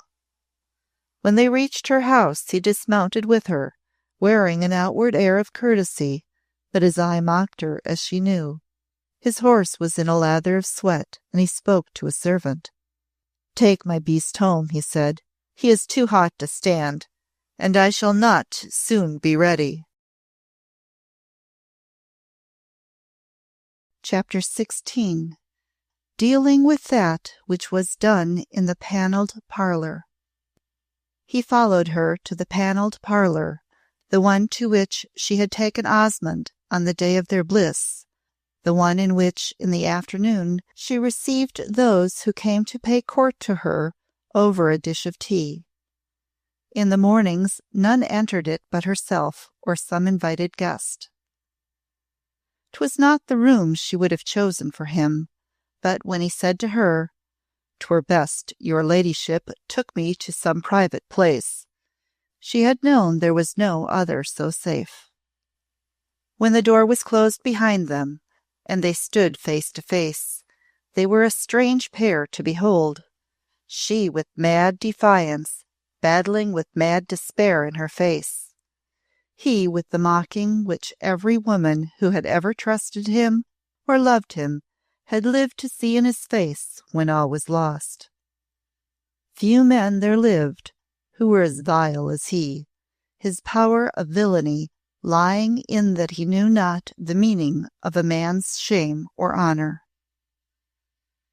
"Now," she said, "tell me the worst."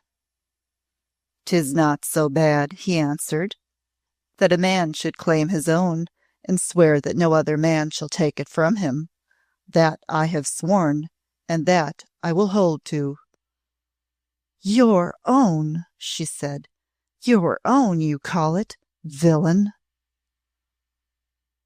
"My own, since I can keep it," quoth he. "Before you were my lord of Dunstanwolde, you were mine, of your own free will." "Nay, nay," she cried. "God, through some madness I knew not the awfulness of, because I was so young and had known naught but evil, and you were so base and wise." "Was your ladyship an innocent?" he answered. "It seemed not so to me." "An innocent of all good," she cried, "of all things good on earth, of all that I know now, having seen manhood and honour." "His Grace of Osmond has not been told this," he said, "and I should make it all plain to him." "What do you ask, devil?" she broke forth. "What is it you ask?" "That you shall not be the Duchess of Osmond," he said, drawing near to her.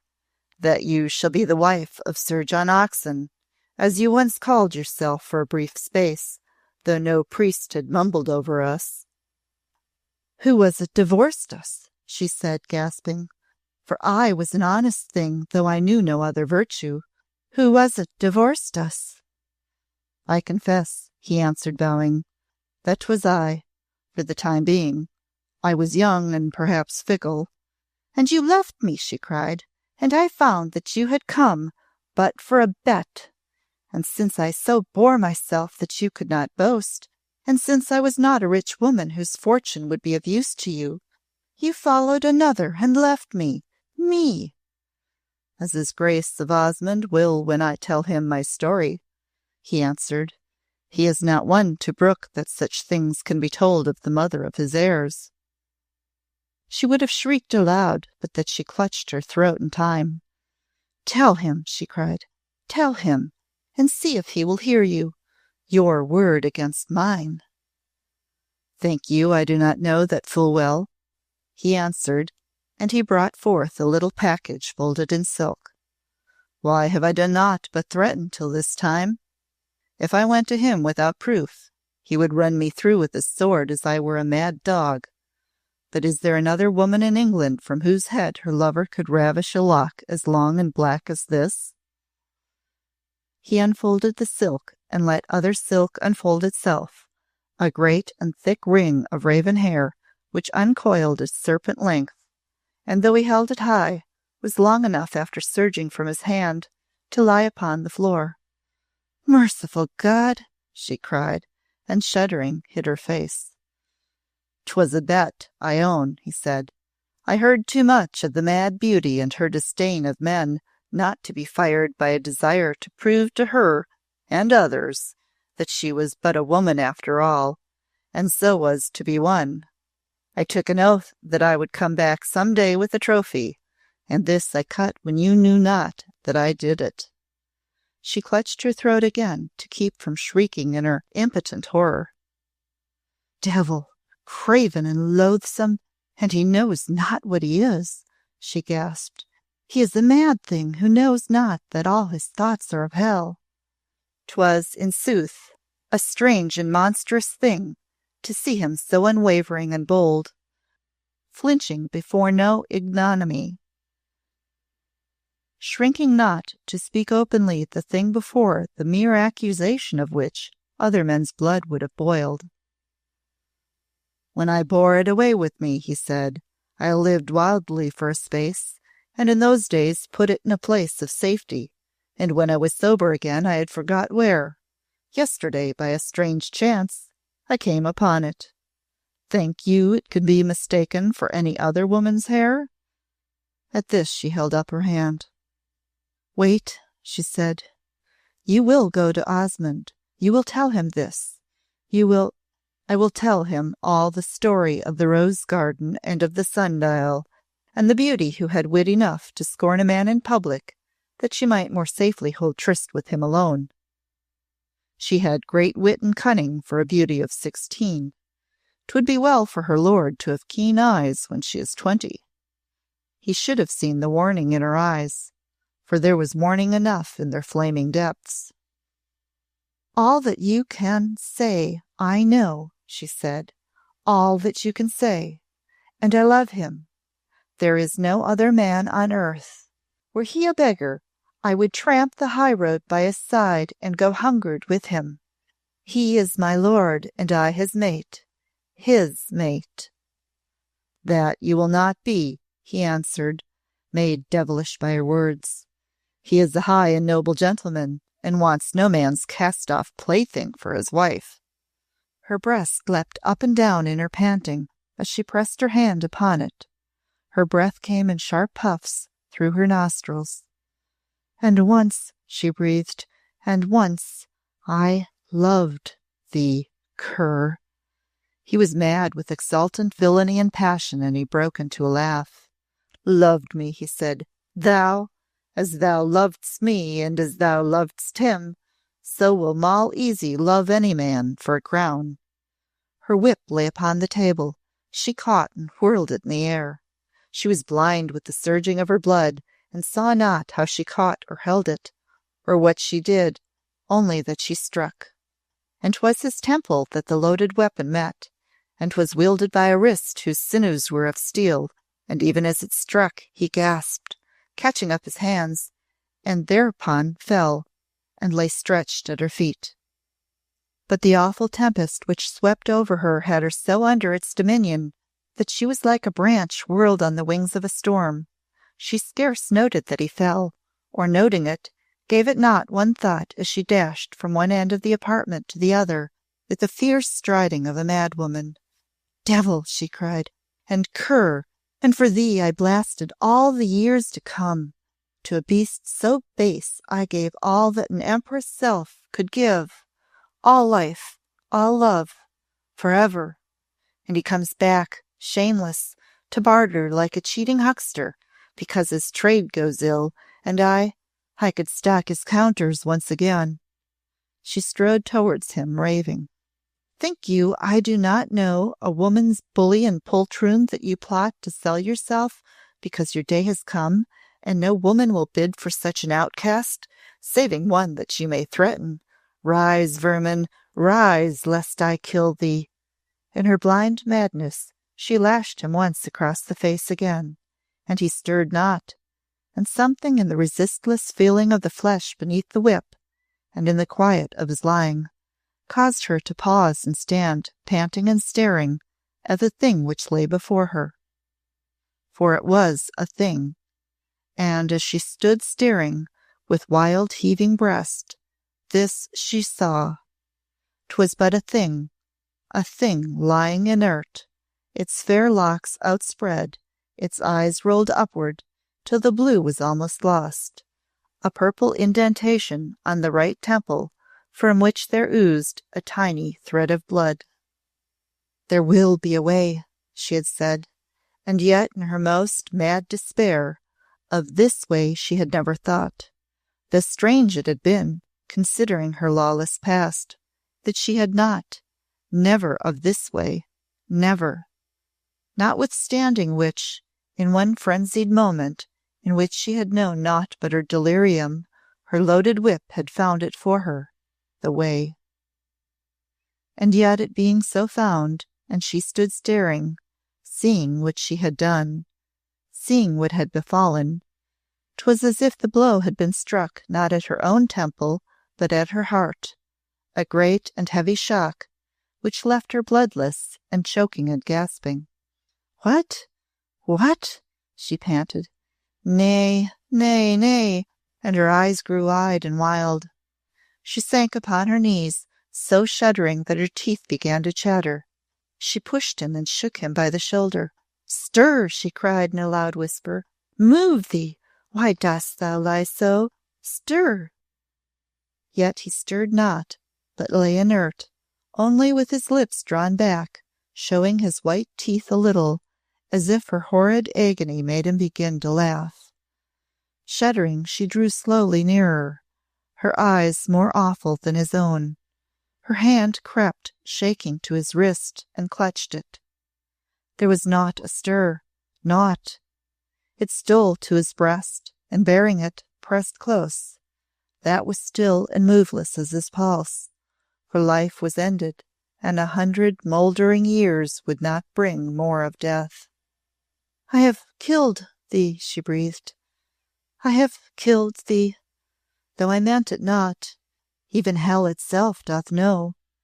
Thou art a dead man, and this is the worst of all."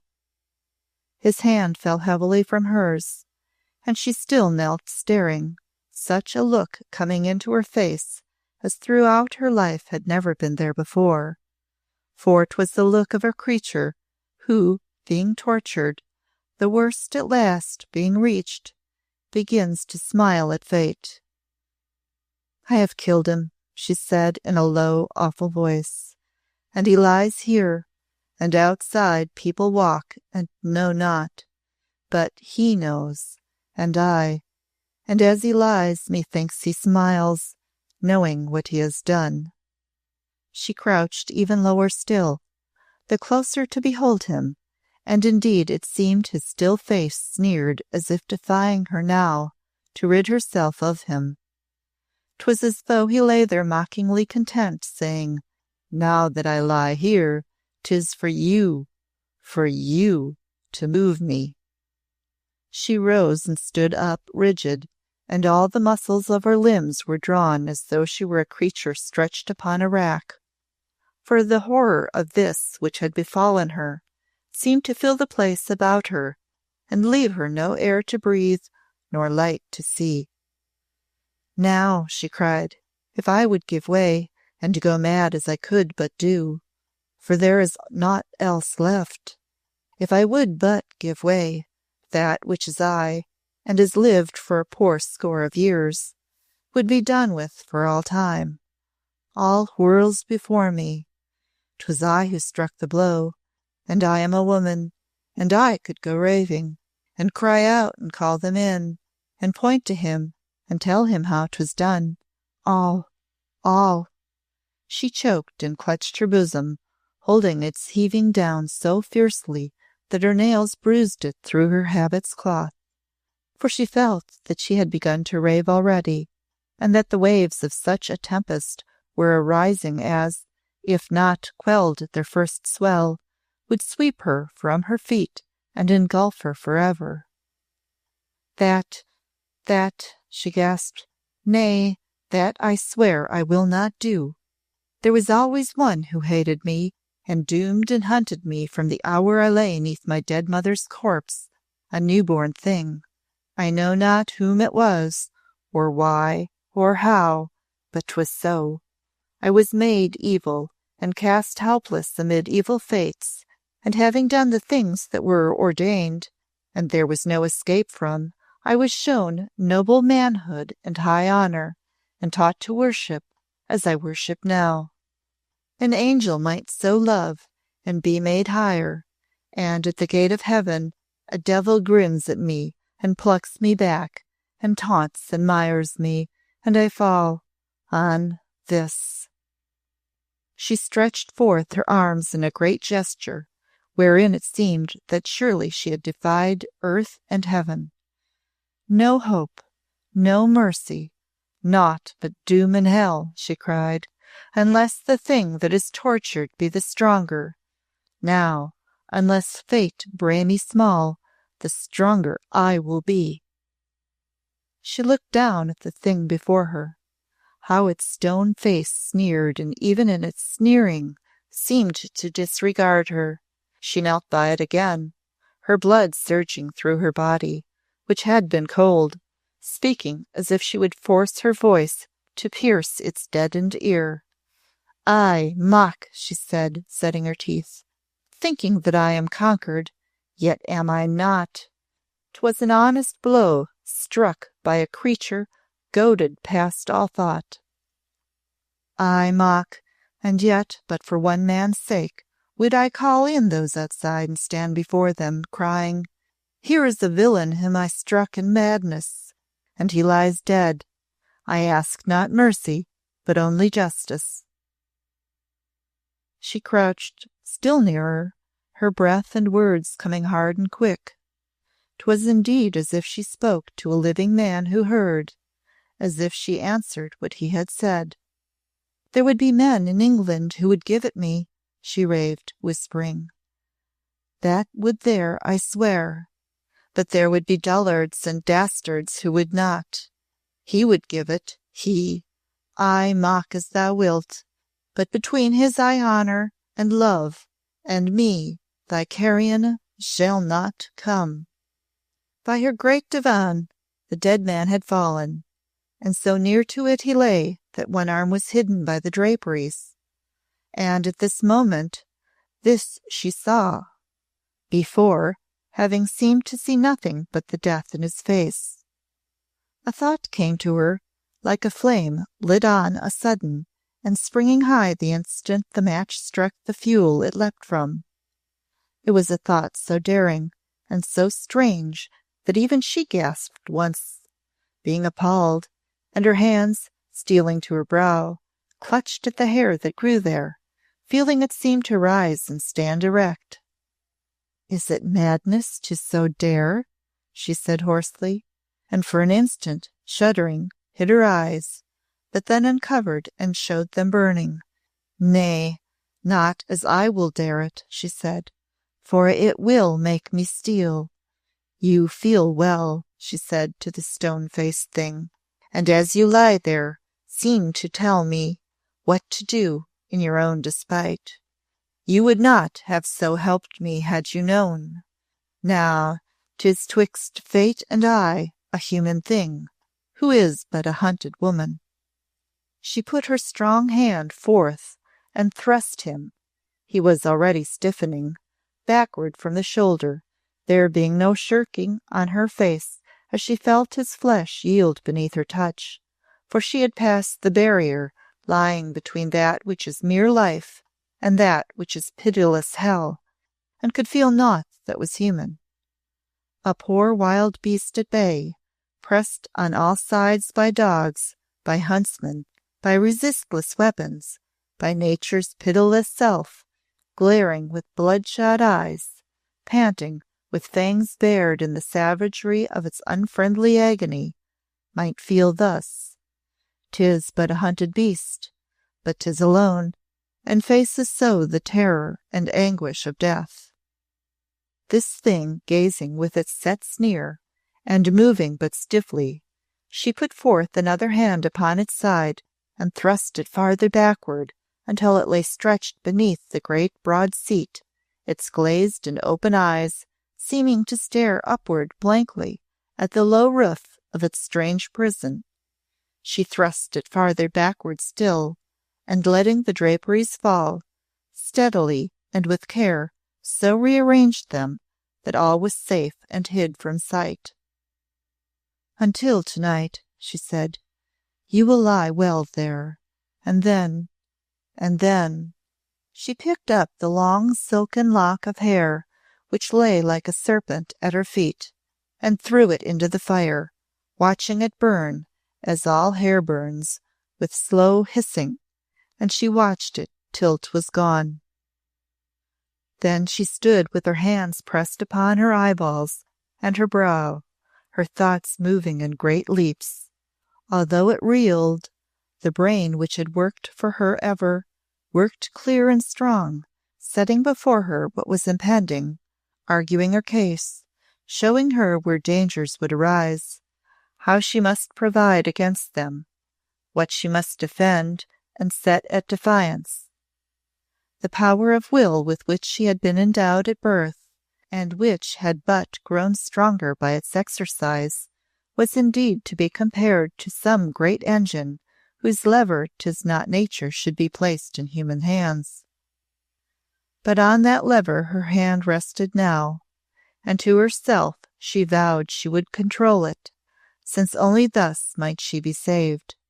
The torture she had undergone for months, the warring of the evil past with the noble present, and of that which was sweet and passionately loving woman with that which was all but devil, had strung her to a pitch so intense and high that on the falling of this unnatural and unforeseen blow she was left scarce a human thing.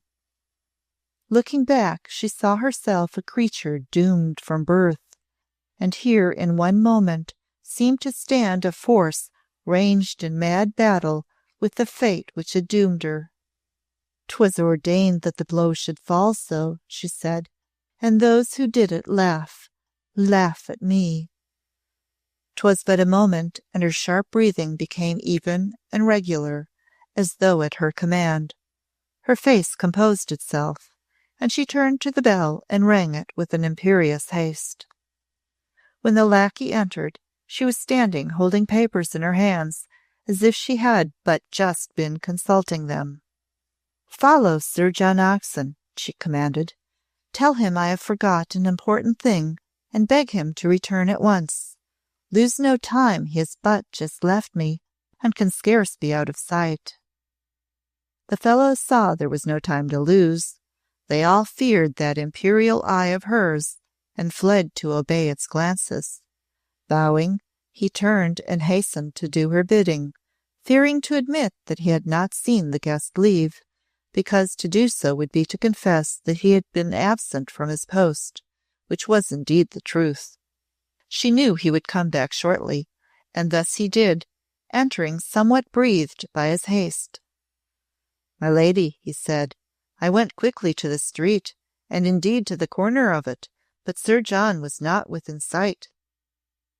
"Fool, you were not swift enough," she said angrily. "Wait, you must go to his lodgings with the note. The matter is of importance." She went to a table.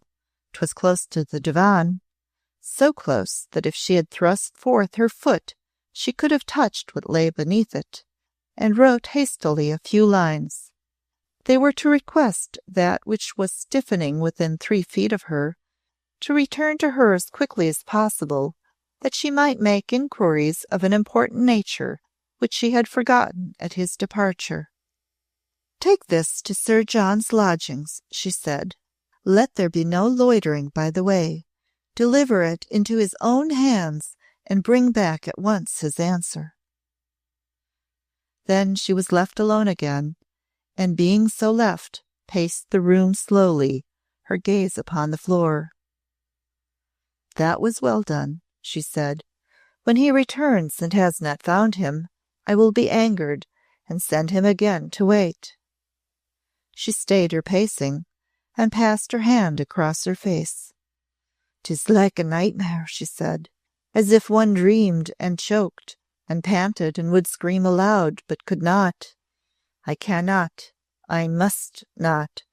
Would that I might shriek and dash myself upon the floor, and beat my head upon it till I lay, as he does." She stood a moment, breathing fast, her eyes widening, that part of her which was weak woman for the moment putting her into parlous danger. Realizing the which, she pressed her sides with hands that were of steel. "Wait, wait," she said to herself. "This is going mad. This is loosening hold, and being beaten by that one who hates me and laughs to see what I have come to." Naught but that unnatural engine of will could have held her within bounds and restrained the mounting female weakness that beset her. But this engine being stronger than all else, it beat her womanish and swooning terrors down. "Through this one day I must live," she said, "and plan and guard each moment that doth pass. My face must tell no tale, my voice must hint none. He will be still, God knows he will be still enough." Upon the divan itself there had been lying a little dog. 'Twas a King Charles spaniel, a delicate, pampered thing, which attached itself to her, and was not easily driven away. Once during the last hour, the fierce, ill-hushed voices had disturbed it, and it had given vent to a fretted bark. But, being a luxurious little beast, it had soon curled up among its cushions and gone to sleep again. But as its mistress walked about muttering low words and oft-times breathing sharp breaths, it became disturbed again. Perhaps through some instinct of which naught is known by human creatures, it felt the strange presence of a thing which roused it. It stirred, at first drowsily, and lifted its head and sniffed. Then it stretched its limbs, and having done so, stood up, turning on its mistress a troubled eye, and this she saw, and stopped to meet it. 'Twas a strange look she bestowed upon it, a startled and fearful one. Her thought drew the blood up to her cheek, but backward again it flowed when the little beast lifted its nose and gave a low but woeful howl. Twice it did this, and then jumped down, and standing before the edge of the couch, stood there sniffing. There was no mistake. Some instinct of which it knew not the meaning had set it on, and it would not be thrust back. In all beasts this strange thing has been remarked, that they know that which ends them all, and so revolt against it that they cannot be at rest so long as it is near them, but must roar or whinny or howl until it is out of reach of their scent. And so it was plain this little beast knew, and was afraid and restless. He would not let it be, but roved about, sniffing and whining, and not daring to thrust his head beneath the falling draperies, but growing more and yet more excited and terrified, until at last he stopped, raised his head in the air, and gave vent to a longer, louder, and more dolorous howl, and albeit to one with so strange and noticeable a sound that her heart turned over in her breast as she stooped and caught him in her grasp, and shuddered as she stood upright, holding him to her side, her hand over his mouth.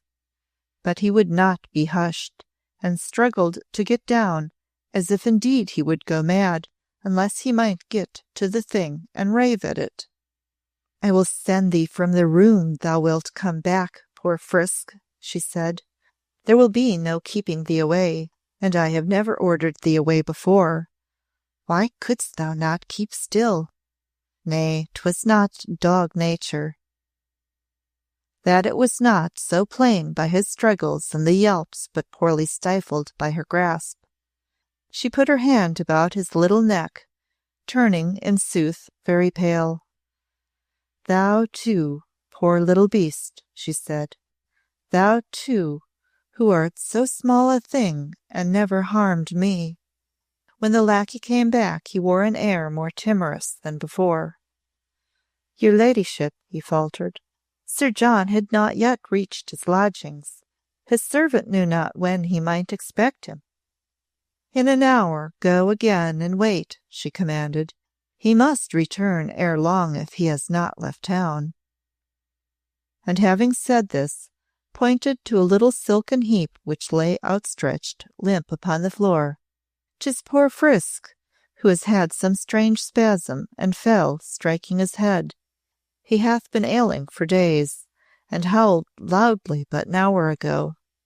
Take him away, poor beast. Chapter 17, wherein his Grace of Osmond's courier arrives from France. The stronghold of her security lay in the fact that her household so stood in awe of her, and that this room, which was one of the richest and most beautiful, though not the largest in the mansion, all her servitors had learned to regard as a sort of sacred place in which none dared to set foot unless invited or commanded to enter. Within its four walls she read and wrote in the morning hours, no servant entering unless summoned by her, and the apartment seeming, as it were, a citadel, none approached without previous parley. In the afternoon the doors were thrown open, and she entertained there such visitors as came with less formality than statelier assemblages demanded.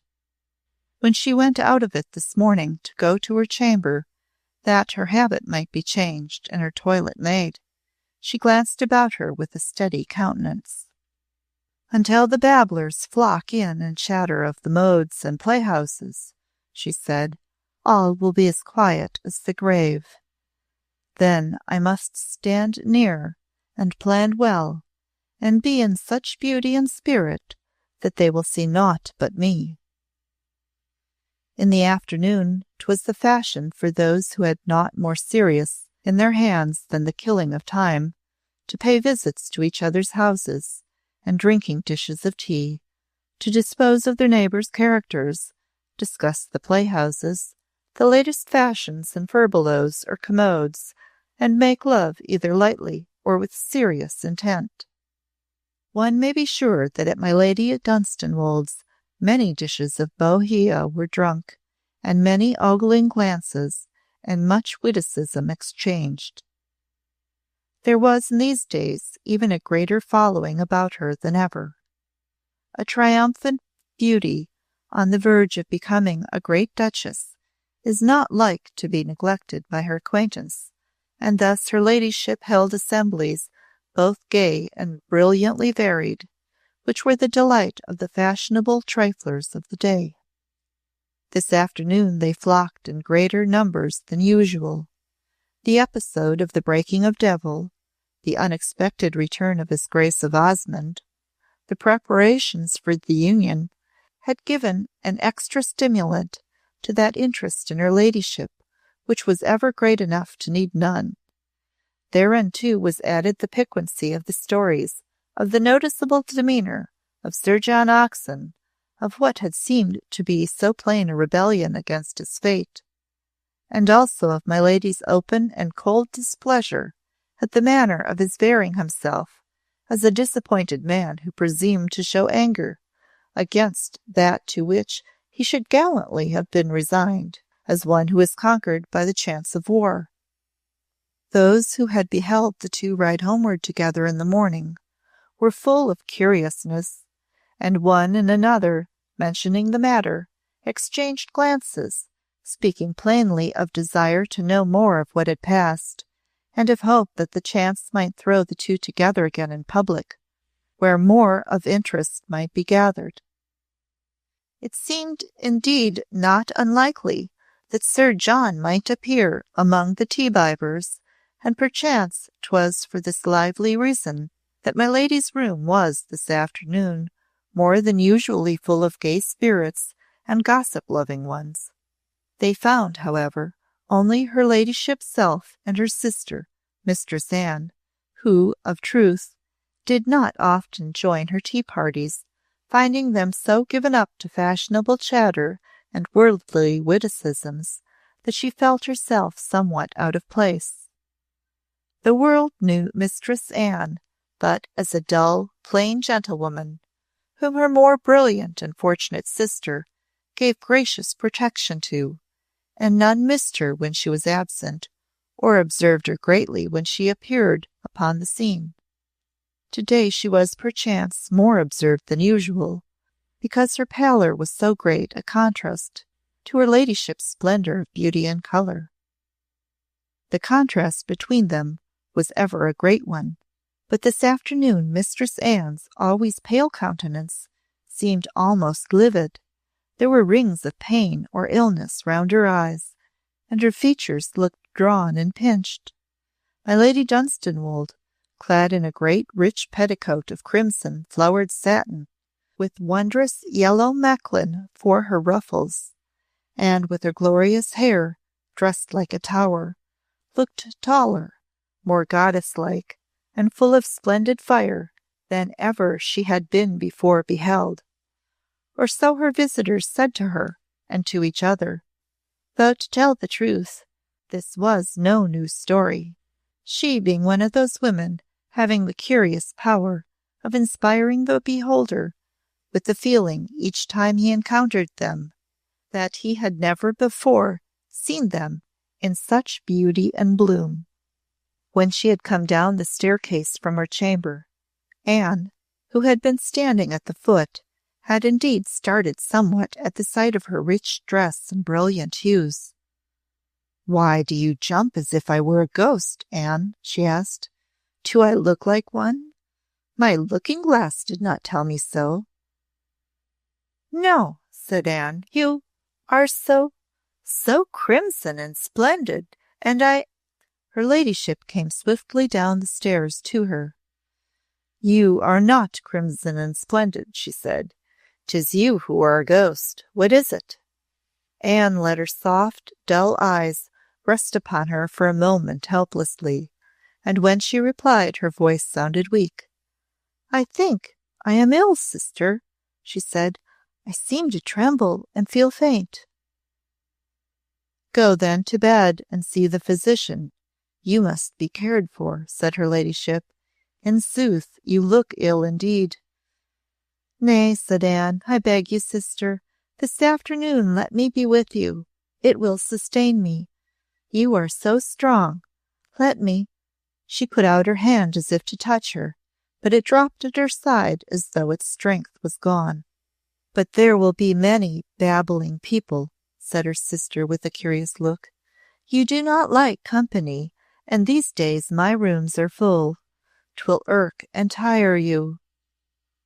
"I care not for the people. I would be with you," Anne said in strange imploring.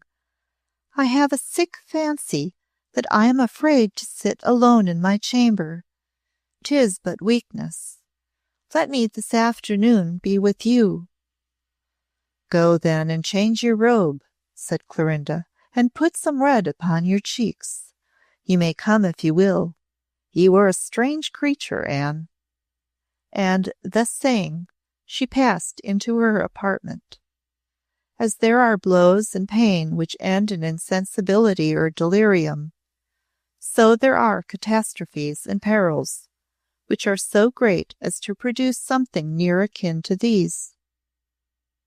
As she had stood before her mirror in her chamber, watching her reflection, while her woman attired her in her crimson-flowered satin, and builded up her stately headdress, this other woman had felt that the hour when she could have shrieked and raved and betrayed herself had passed by, and left a deadness like a calm behind, as though horror had stunned all pain, and yet left her senses clear.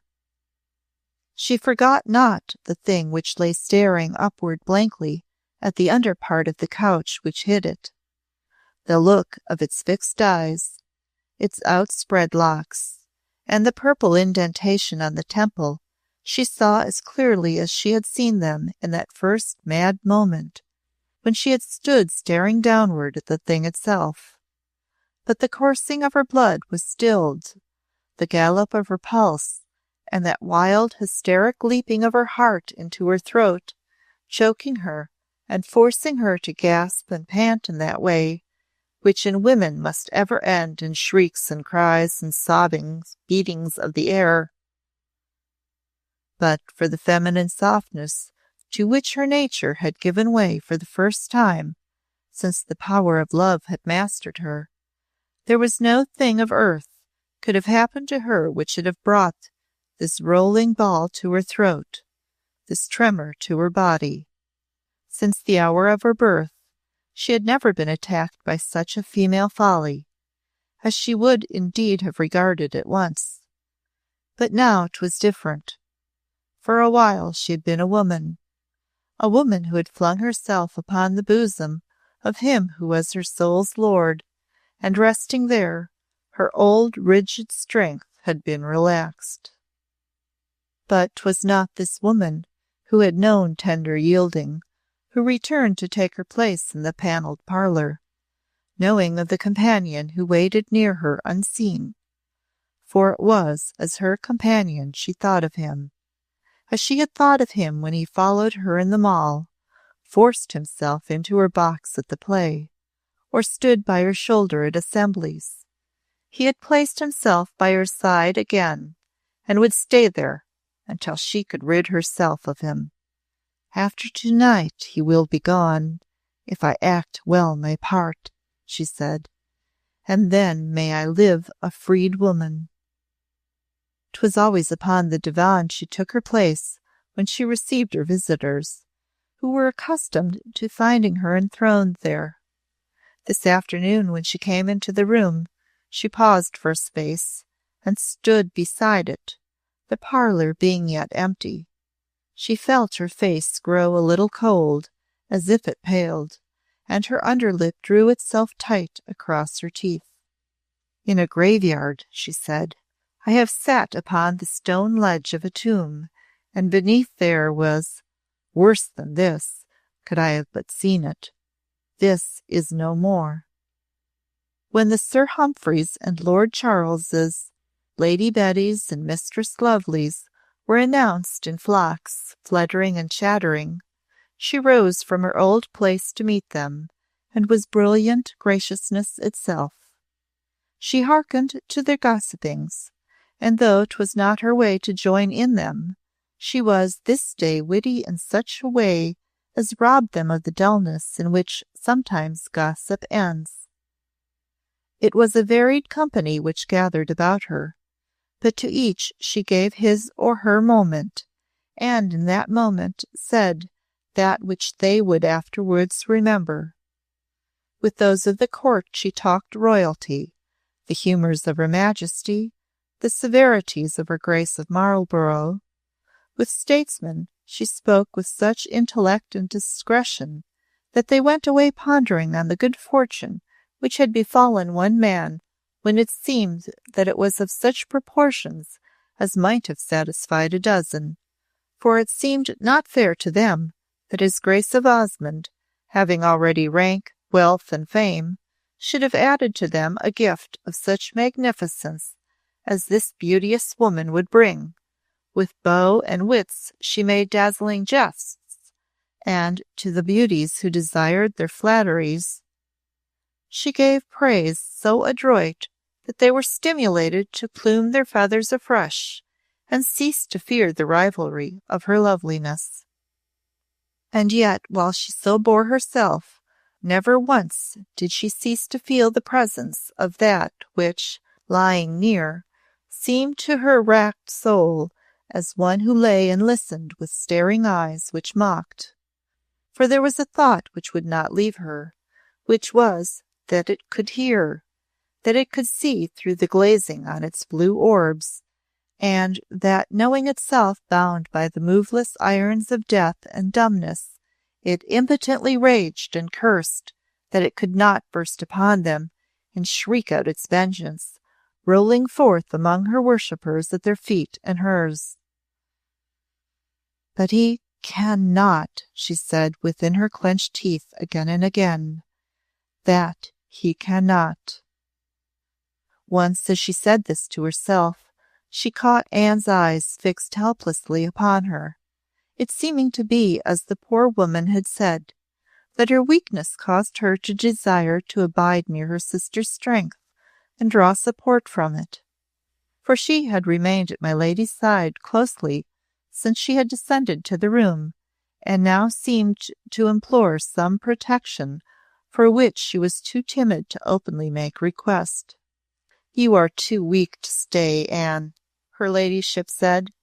"'Twould be better that you should retire." "I am weak," the poor thing answered in low tones, "but not too weak to stay. I am always weak. Would that I were of your strength and courage. Let me sit down, sister. Here." She touched the divan's cushions with a shaking hand, gazing upward wearily, perchance remembering that this place seemed ever a sort of throne none other than the hostess queen herself presumed to encroach upon. "You are too meek, poor sister," quoth Clorinda. "'Tis not a chair of coronation, or the woolsack of a judge. Sit, sit, and let me call for wine." She spoke to a lackey and bade him bring the drink, for even as she sank into her place, Anne's cheeks grew whiter. When 'twas brought, her ladyship poured it forth and gave it to her sister with her own hand, obliging her to drink enough to bring her colour back. Having seen to this, she addressed the servant who had obeyed her order. "Hath Jeoffrey returned from Sir John Oxon?" she demanded in that clear, ringing voice of hers, whose music ever arrested those surrounding her, whether they were concerned in her speech or no. But now all felt sufficient interest to prick up ears and hearken to what was said. "No, my lady," the lackey answered. "He said that you had bidden him to wait." "But not all day, poor fool," she said, setting down Anne's empty glass upon the salver. "Did he think I bade him stand about the door all night? Bring me his message when he comes." "'Tis ever thus with these dull serving folk," she said to those nearest her. "One cannot pay for wit with wages and livery. They can but obey the literal word. Sir John, leaving me in haste this morning, I forgot a question I would have asked, and sent a lackey to recall him." Anne sat upright. "Sister, I pray you, another glass of wine." My lady gave it to her at once, and she drained it eagerly. "Was he overtaken?" said a curious matron, who wished not to see the subject closed. "No," quoth her ladyship with a light laugh, "though he must have been in haste, for the man was sent after him in but a moment's time. 'Twas then I told the fellow to go later to his lodgings, and deliver my message into Sir John's own hand, whence it seems that he thinks that he must await him till he comes." Upon a table near there lay the loaded whip, for she had felt it bolder to let it lie there as if forgotten, because her pulse had sprung so at first sight of it when she came down, and she had so quailed before the desire to thrust it away, to hide it from her sight. "And that I quail before," she had said, "I must have the will to face, or I am lost." So she had let it stay. A languishing beauty, with melting blue eyes and a pretty fashion of ever keeping before the world of her admirers her waxen delicacy, lifted the heavy thing in her frail white hand. "How can your ladyship wield it?" she said. "It is so heavy for a woman. But your ladyship is not." "Not," quite a woman," said the beautiful creature, standing at her full great height and smiling down at this blue and white piece of frailty with the flashing splendor of her eyes. "Not quite a woman," cried two wits at once. "A goddess, rather, an Olympian goddess." The languisher could not endure comparisons which so seemed to disparage her ethereal charms.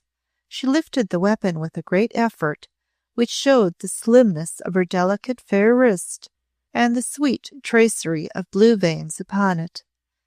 "Nay," she said lispingly, "it needs the muscle of a great man to lift it. I could not hold it, much less beat with it a horse." And to show how coarse a strength was needed, and how far her femininity lacked such vigor, she dropped it upon the floor, and it rolled beneath the edge of the divan.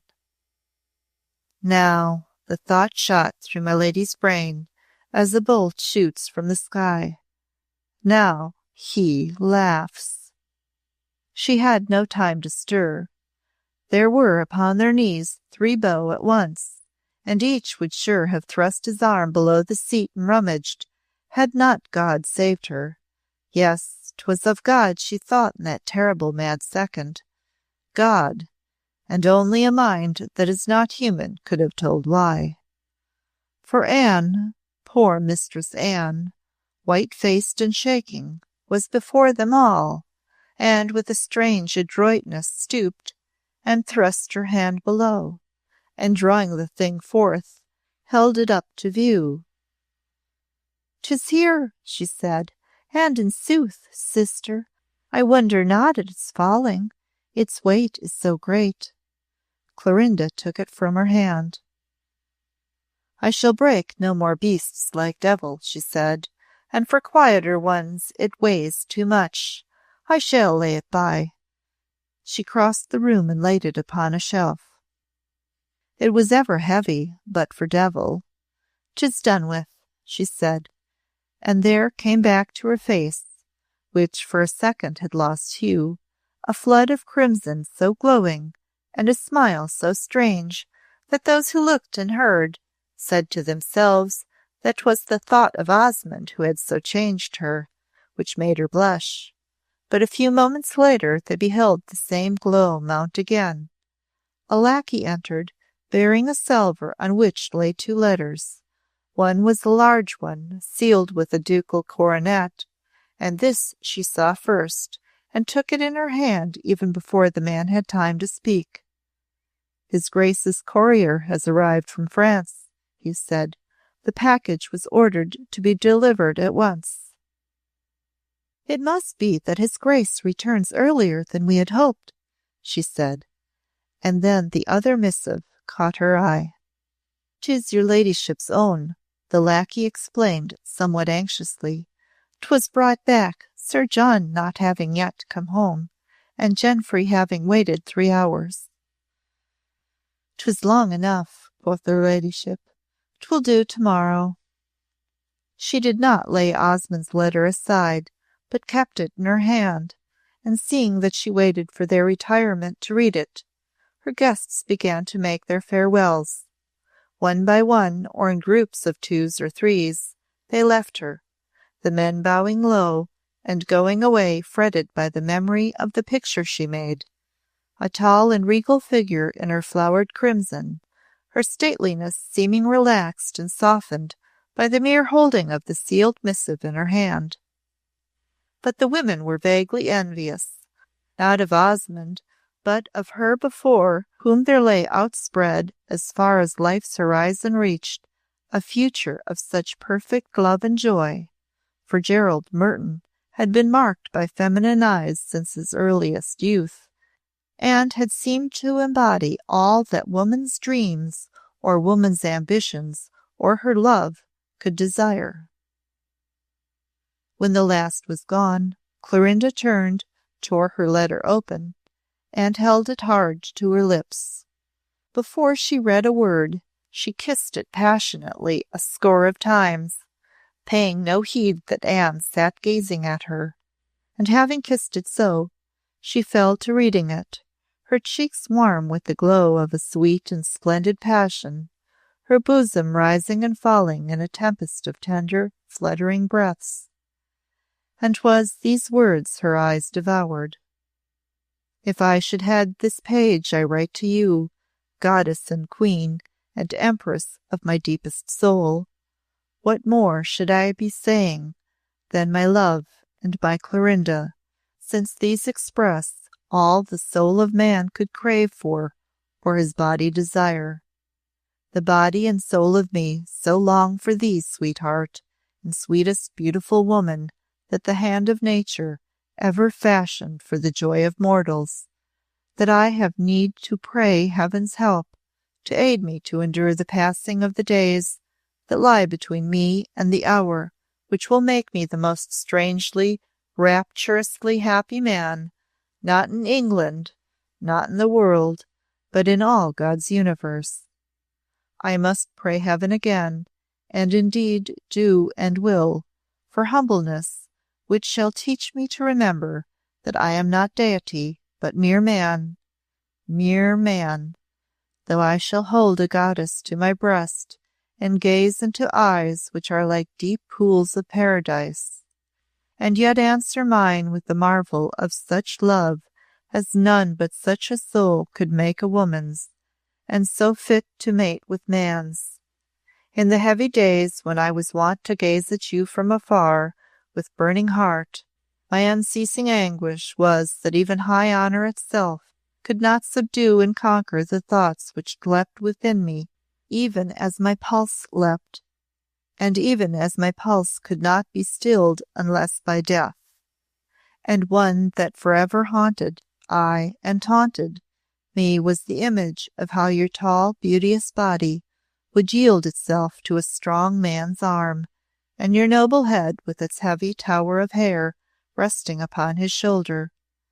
The centres of his very being would be thrilled and shaken by the uplifting of such melting eyes as surely man's ne'er gazed within on earth before, and the ripe and scarlet bow of a mouth so beauteous and so sweet with womanhood. This beset me day and night, and with such torture that I feared betimes my brain might reel, and I become a lost and ruined madman. And now it is no more forbidden me to dwell upon it. Nay, I lie waking at night, wooing the picture to me, and at times I rise from my dreams to kneel by my bedside and thank God that he hath given me at last what surely is mine own. For so it seems to me, my love, that each of us is but a part of the other, and that such forces of nature rush to meet together in us, that nature herself would cry out were we rent apart.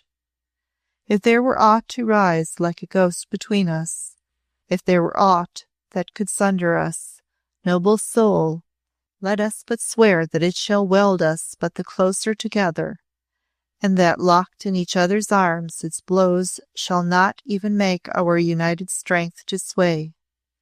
Sweetest lady, your lovely lip will curve in smiles, and you will say, "He is mad with his joy, my Gerald," for never till my heart stops at its last beat, and leaves me still, a dead man, cold upon my bed, can I forget the music of your speech when you spoke those words, "My Gerald, my Gerald." And indeed I crave your pardon, for a man so filled with rapture cannot be quite sane, and sometimes I wonder if I walk through the palace gardens like one who is drunk. So does my brain reel. But soon, my heavenly, noble love, my exile will be over, and this is in truth what my letter is to tell you, that in 4 days your lackeys will throw open your doors to me, and I shall enter, and being led to you, shall kneel at your feet, and kiss the hem of your robe, and then rise standing to fold her who will so soon be my very wife to my throbbing breast. Back to her face had come all the softness which had been lost. The hard lines were gone. The tender curves had returned. Her lashes looked as if they were moist. Anne, sitting rigidly and gazing at her, was afraid to speak, knowing that she was not for the time on earth, but that the sound of a voice would bring her back to it, and that 'twas well she should be away as long as she might. She read the letter not once but thrice, dwelling upon every word, 'twas plain. And when she had reached the last one, turning back the pages and beginning again. When she looked up at last, 'twas with an almost wild little smile, for she had indeed for that one moment forgotten. "Locked in each other's arms," she said. "Locked in each other's arms. My Gerald, my Gerald. What surely is my own, my own." Anne rose and came to her, laying her hand on her arm. She spoke in a voice low, hushed, and strained. "Come away, sister," she said. "For a little while, come away." Chapter 18. My Lady Dunstanwolde sits late alone and writes.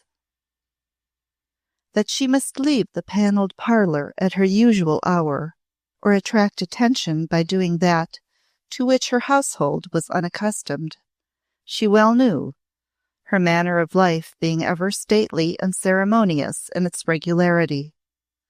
When she dined at home, she and Anne partook of their repast together in the large dining-room, the table loaded with silver dishes and massive glittering glass, their powdered, gold-laced lackeys in attendance, as though a score of guests had shared the meal with them.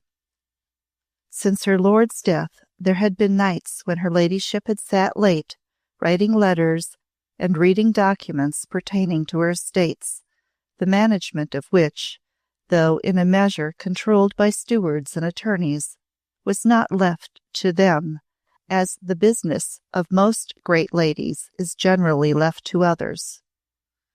All papers were examined by her, all leases and agreements clearly understood before she signed them, and if there were aught unsatisfactory, both stewards and lawyers were called to her presence to explain. Never did I, or any other man, meet with such a head upon a woman's shoulders, her attorney said, and the head steward of Dunstanwolde and Helversley learned to quake at the sight of her bold handwriting upon the outside of a letter. "Such a lady," he said, "such a lady! Lie to her if you can, palter if you know how. Try upon her the smallest honest shrewd trick, and see how it fares with you. Were it not that she is generous as she is piercing of eye, no man could serve her and make an honest living." She went to her chamber and was attired again, sumptuously, for dinner. Before she descended, she dismissed her woman for a space on some errand, and when she was alone, drawing near to her mirror, gazed steadfastly within it at her face. When she had read Osmond's letter, her cheeks had glowed, but when she had come back to earth, and as she had sat under her woman's hands at her toilet, bit by bit the crimson had died out, as she had thought of what was behind her and of what lay before. The thing was so stiffly rigid by this time, and its eyes still stared so. Never had she needed to put red upon her cheeks before, nature having stained them with such richness of hue. But as no lady of the day was unprovided with her crimson, there was a little pot among her toilet ornaments which contained all that any emergency might require. She opened the small receptacle and took from it the red she, for the first time, was in want of. "I must not wear a pale face, God knows," she said, and rubbed the colour on her cheeks with boldness. It would have seemed that she wore her finest crimson when she went forth, fully dressed from her apartment. Little Nero grinned to see her, the lackeys saying amongst themselves that his Grace's courier had surely brought good news, and that they might expect his master soon. At the dinner table 'twas Anne who was pale and ate but little, she having put no red upon her cheeks, and having no appetite for what was spread before her. She looked strangely as though she were withered and shrunken, and her face seemed even wrinkled. My lady had small leaning towards food, but she sent no food away untouched, forcing herself to eat, and letting not the talk flag, though it was indeed true that 'twas herself who talked. Mistress Anne speaking rarely, but as it was always her way to be silent, and a listener rather than the one who conversed, this was not greatly noticeable. Her ladyship of Dunstanwolde talked of her guests of the afternoon, and was charming and witty in her speech of them. She repeated the mots of the wits, and told some brilliant stories of certain modish ladies and gentlemen of fashion. She had things to say of statesmen and politics, and was sparkling indeed in speaking of the lovely languisher, whose little wrist was too delicate and slender to support the loaded whip. While she talked, Mistress Anne's soft, dull eyes were fixed upon her with a sort of wonder which had some of the quality of bewilderment. But this was no new thing either, for to the one woman the other was ever something to marvel at. "It is because you are so quiet a mouse, Anne," my lady said, with her dazzling smile, "that you seem never in the way. And yet I should miss you if I knew you were not within the house.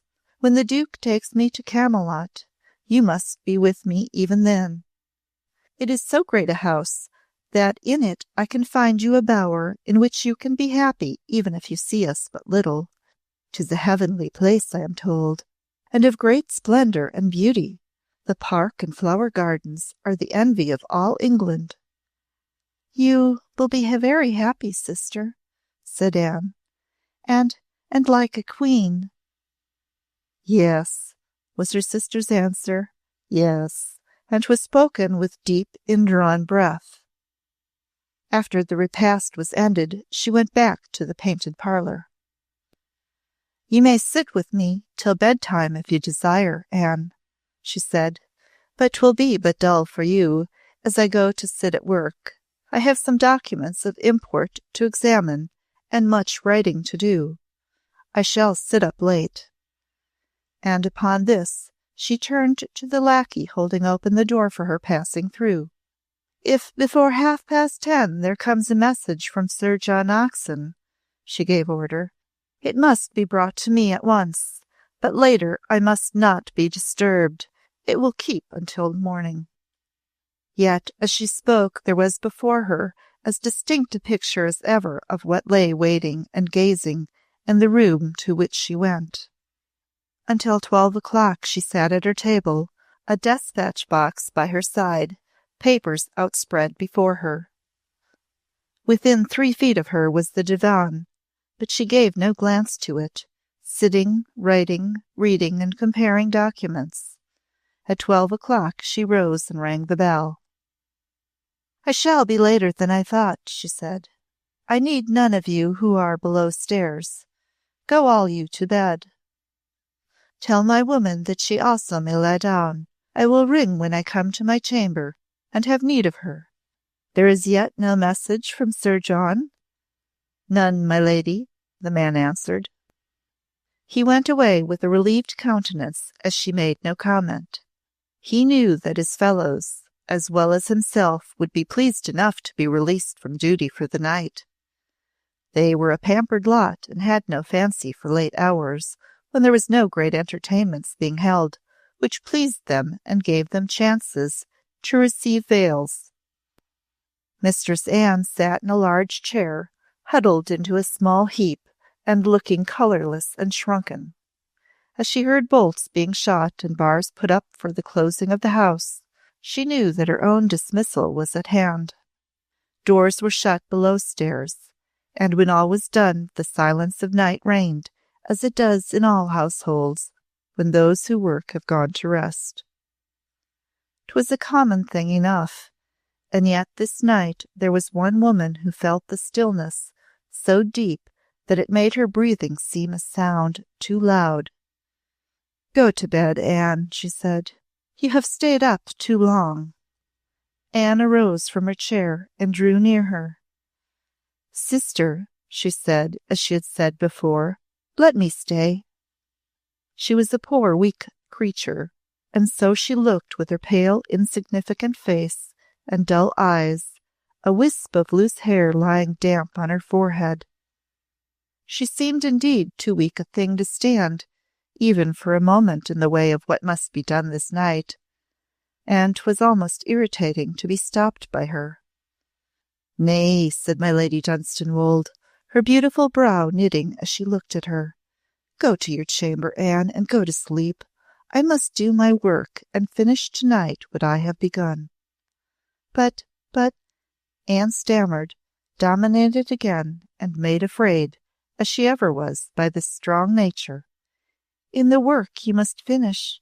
Is there not something I could do to aid you, even in some small and poor way? Is there not?" "Naught," answered Clorinda, her form drawn to its great full height, her lustrous eyes darkening. "What should there be that you could understand?" "Not some small thing? Not some poor thing?" Anne said, her fingers nervously twisting each other, so borne down was she by her awful timorousness, for awful it was indeed, when she saw clouds gather on her sister's brow. "I have so loved you, sister, I have so loved you, that my mind is quickened somehow at times, and I can understand more than would be thought, when I hope to serve you. Once you said, she knew not then, nor ever afterwards, how it came to pass, that in that moment she found herself swept into her sister's white arms, and strained against her breast, wherein she felt the wild heart bounding, nor could she, not being given to subtle reasoning, have comprehended the almost fierce kiss on her cheek, nor the hot drops that wet it. "I said I believed that if you saw me commit murder," Clorinda cried, "you would love me still, and be my friend and comforter." I would," cried Anne. "And I believe your word, poor, faithful soul. I do believe it," my lady said, and kissing her hard again, but the next instant set her free and laughed. "But you will not be put to the test," she said, "for I have done none, and in 2 days' time my Gerald will be here, and I shall be safe, saved and happy for evermore, for evermore. There, leave me. I would be alone and end my work." And she went back to her table and sat beside it, taking her pen to write, and Anne knew that she dare say no more, and turning, went slowly from the room, seeing for her last sight as she passed through the doorway the erect and splendid figure at its task, the light from the candelabras shining upon the rubies round the snow-white neck and wreathed about the tower of raven hair like lines of crimson. Chapter 19. A piteous story is told, and the old cellars walled in. It is, indeed, strangely easy in the great world for a man to lose his importance, and from having been the target for all eyes and the subject of all conversation, to step from his place, or find it so taken by some rival that it would seem, judging from the general obliviousness to him, that he had never existed. But few years before, no fashionable gathering would have been felt complete had it not been graced by the presence of the young and fascinating Lovelace, Sir John Oxon. Women favoured him, and men made themselves his boon companions. His wit was repeated, the fashion of his hair and the cut of his waistcoat copied. He was at first rich and gay enough to be courted and made a favourite. But when his fortune was squandered, and his marriage with the heiress came to naught, Those qualities which were vicious and base in him were more easy to be seen. Besides, there came new male beauties and new dandies with greater resources and more of prudence, and these, beginning to set fashion, win ladies' hearts, and make conquests, so drew the attention of the public mind that he was less noticeable, being only one of many, instead of ruling singly, as it had seemed that by some strange chance he did at first.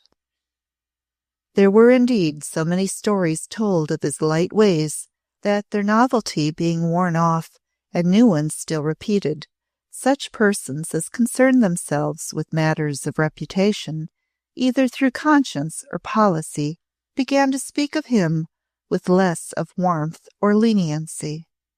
'Tis not well for a matron with daughters to marry, and with sons to keep an eye to, it was said, to have in her household too often a young gentleman who has squandered his fortune in dice and drink and wild living, and who 'twas known was cast off by a reputable young lady of fortune. So there were fine ladies who began to avoid him, and those in power at court and in the world who regarded him with lessening favour day by day. In truth, he had such debts, and his creditors pressed him so ceaselessly, that even had the world's favour continued, his life must have changed its aspect greatly. His lodgings were no longer the most luxurious in the fashionable part of the town. His brocades and laces were no longer of the richest, nor his habit of the very latest and most modish cut. He had no more an equipage attracting every eye as he drove forth, nor a gentleman's gentleman, whose swagger and pomp outdid that of all others in his world.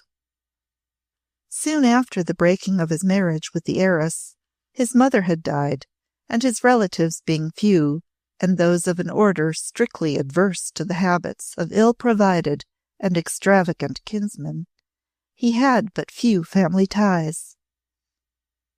Other ties he had, 'twas true, but they were not such as were accounted legal or worthy of attention either by himself or those related to him. So it befell that when my Lady Dunstanwolde's lackey could not find him at his lodgings, and as the days went past, neither his landlady nor his creditors beheld him again, his absence from the scene was not considered unaccountable by them, nor did it attract the notice it would have done in times gone by. "He hath made his way out of England to escape us," said the angry tailors and mercers, who had besieged his door in vain for months, and who were now infuriated at the thought of their own easiness and the impudent gay airs which had befooled them. "A good 400 pounds of mine hath he carried with him," said one, "and 200 of mine, and more of mine, since I am a poor man to whom a pound means 20 guineas. We are all robbed, and he has cheated the debtor's prison, wherein, if we had not been fools, he would have been clapped 6 months ago." "Think ye he will not come back, gentlemen?"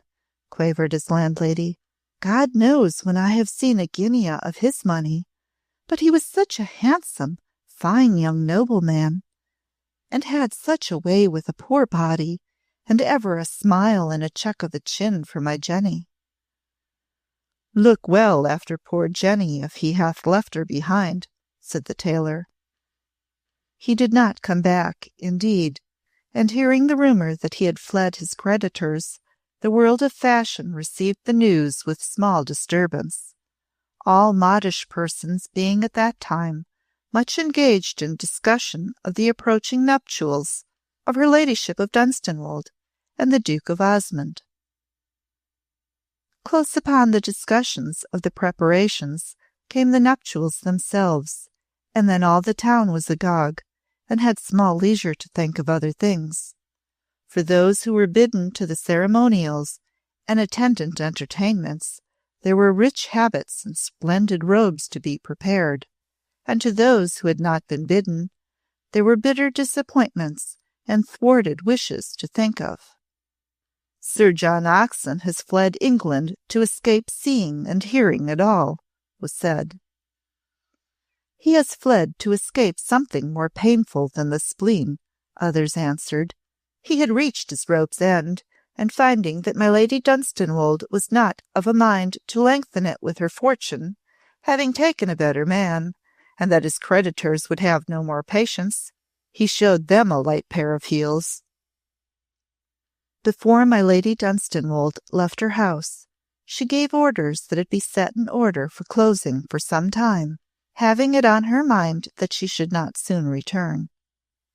It was, however, to be left in such condition that at any moment, should she wish to come to it, all could be made ready in 2 days' time.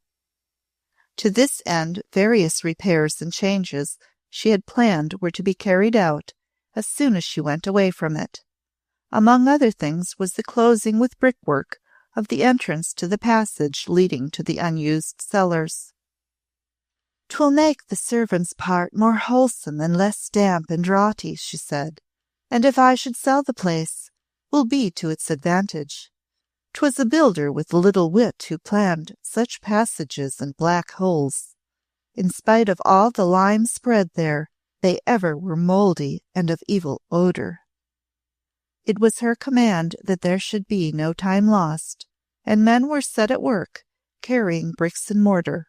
It so chanced that one of them, going in through a back entrance with a hod over his shoulder, and being young and lively, found his eye caught by the countenance of a pretty, frightened-looking girl, who seemed to be loitering about, watching, as if curious or anxious.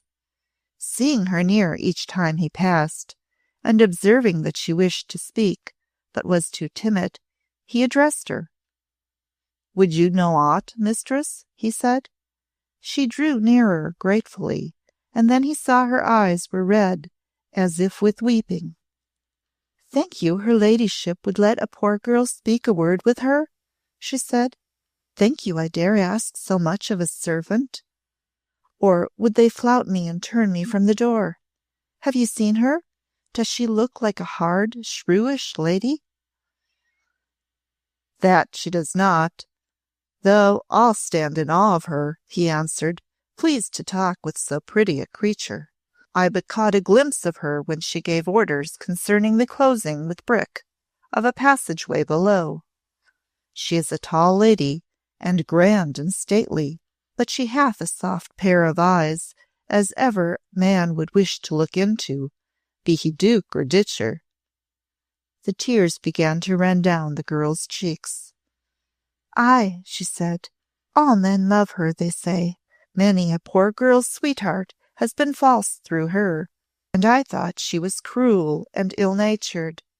Know you the servants that wait on her? Would you dare to ask one for me, if he thinks she would deign to see a poor girl who would crave the favour to be allowed to speak to her of a gentleman she knows?" "They are but lackeys, and I would dare to ask what was in my mind," he answered. "But she is near her wedding day, and little as I know of brides' ways, I am of the mind that she will not like to be troubled." "That I stand in fear of," she said. "But oh, I pray you, ask some one of them, a kindly one." The young man looked aside. "Luck is with you," he said. "Here comes one now to air himself in the sun, having naught else to do. Here is a young woman who would speak with her ladyship," he said to the strapping, powdered fellow.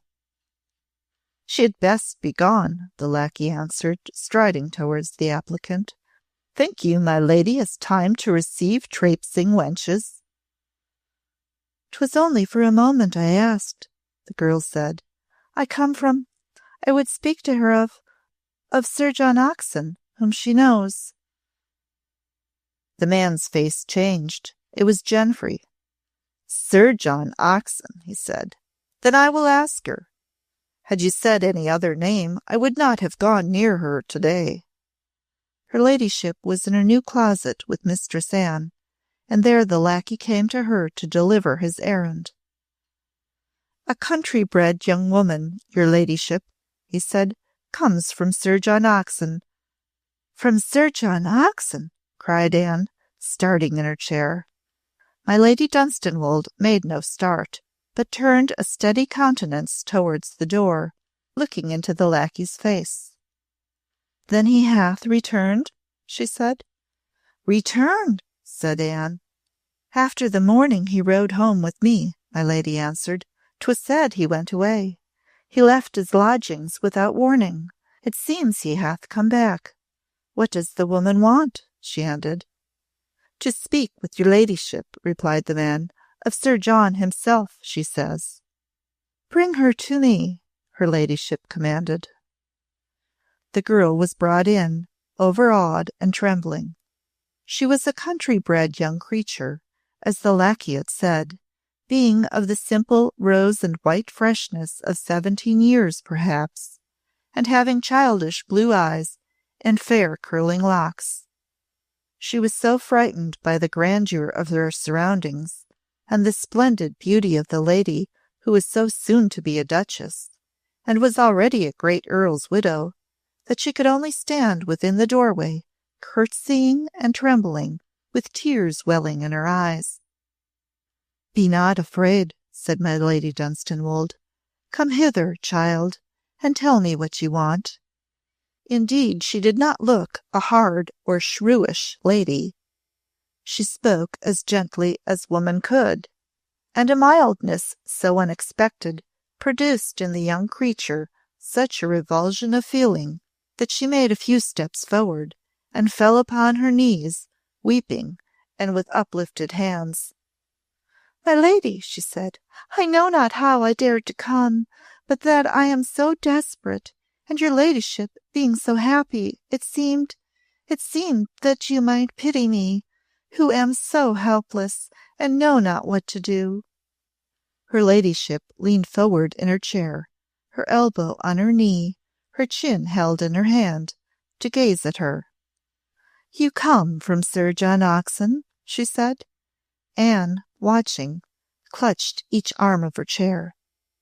"Not from him, asking your ladyship's pardon," said the child, but from the country to him," her head falling on her breast, "and I know not where he is."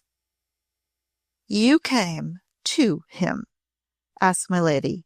"Are you," and her speech was pitiful and slow, "are you one of those whom he has ruined?" The little suppliant looked up with widening orbs. "How could that be? And he so virtuous and pious a gentleman," she faltered. Then did my lady rise with a sudden movement. "Was he so?" says she. "Had he not been," the child answered, "my mother would have been afraid to trust him. I am but a poor country widow's daughter, but was well brought up and honestly, and when he came to our village, my mother was afraid, because he was a gentleman. But when she saw his piety, and how he went to church, and sang the psalms, and prayed for grace, she let me listen to him." "Did he go to church and sing and pray at first?" my lady asks. "'Twas in church he saw me, your ladyship," she was answered. "He said 'twas his custom to go always when he came to a new place, and that often there he found the most heavenly faces, for 'twas piety and innocence that made a face like to an angel's, and 'twas innocence and virtue stirred his heart to love, and not mere beauty which so fades." "Go on, innocent thing," my lady said, and as she turned aside to Anne, flashing from her eyes unseen a great blaze, and speaking in a low and hurried voice, "God's house," she said, "God's prayers, God's songs of praise. He used them all to break a tender heart, and bring an innocent life to ruin. And yet was he not struck dead?" Anne hid her face and shuddered. "He was a gentleman," the poor young thing cried, sobbing, "and I no fit match for him, but that he loved me, 'Tis said love makes all equal, and he said I was the sweetest, innocent young thing, and without me he could not live. And he told my mother that he was not rich, or the fashion now, and had no modish friends or relatives to flout any poor beauty he might choose to wed. And he would marry you? My lady's voice broke in. He said that he would marry you?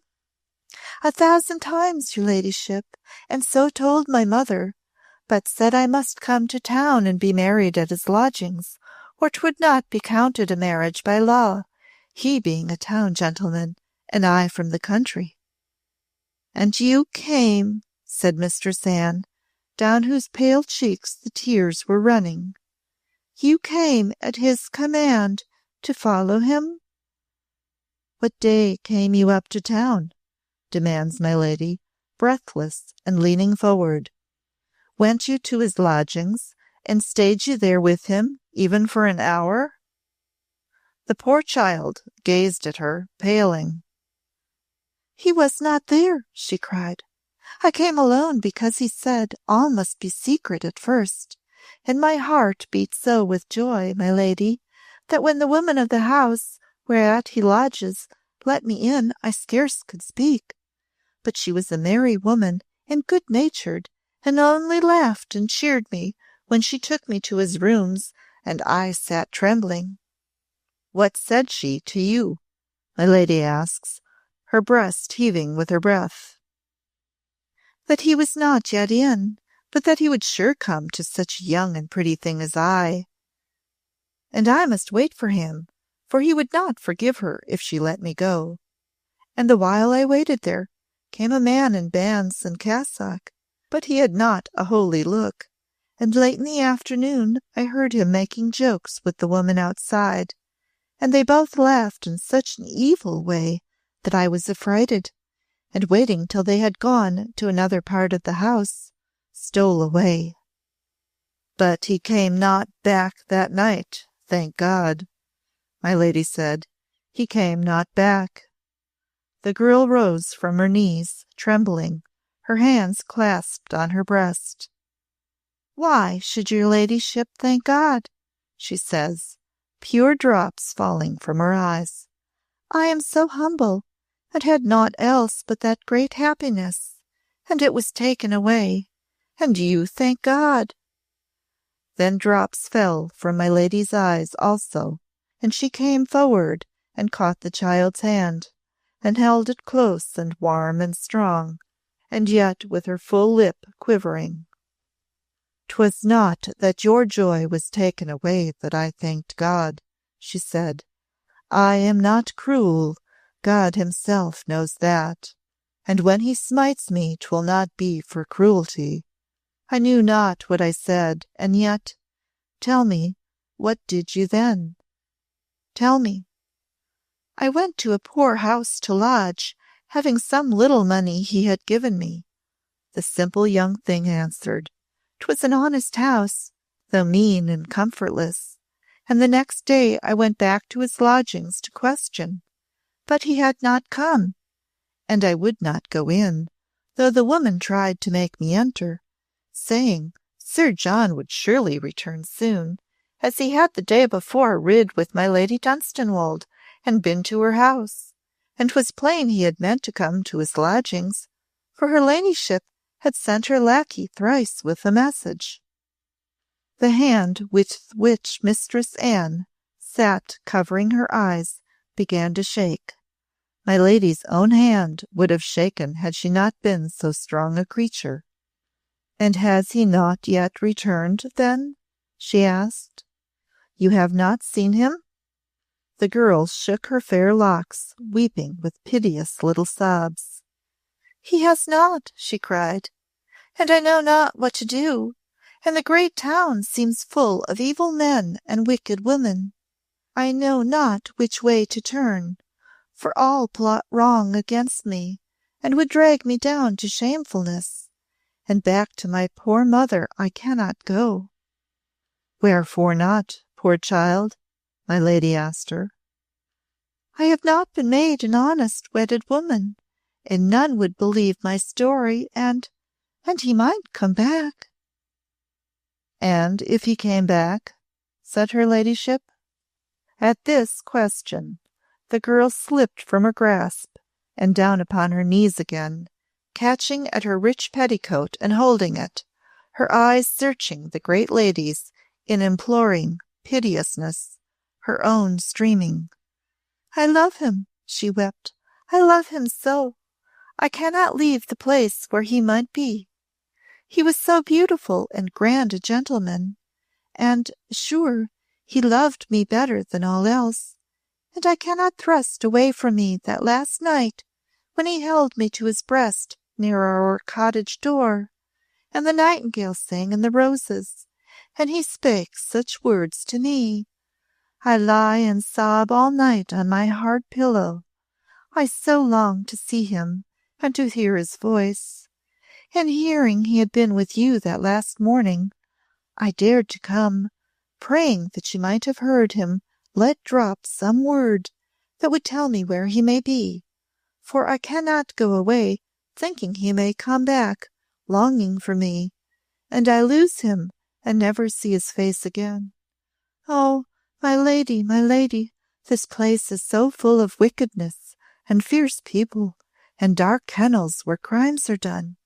I am affrighted for him, thinking he may have been struck some blow and murdered and hid away, and none will look for him but one who loves him, Could it be so? Could it be? You know the town's ways so well. I pray you, tell me, in God's name I pray you." "God's mercy," Anne breathed, and from behind her hands came stifled sobbing. My Lady Dunstanwolde bent down, her colour dying. "Nay, nay," she said, "there has been no murder done, none. Hush, poor thing, hush thee. There is somewhat I must tell thee."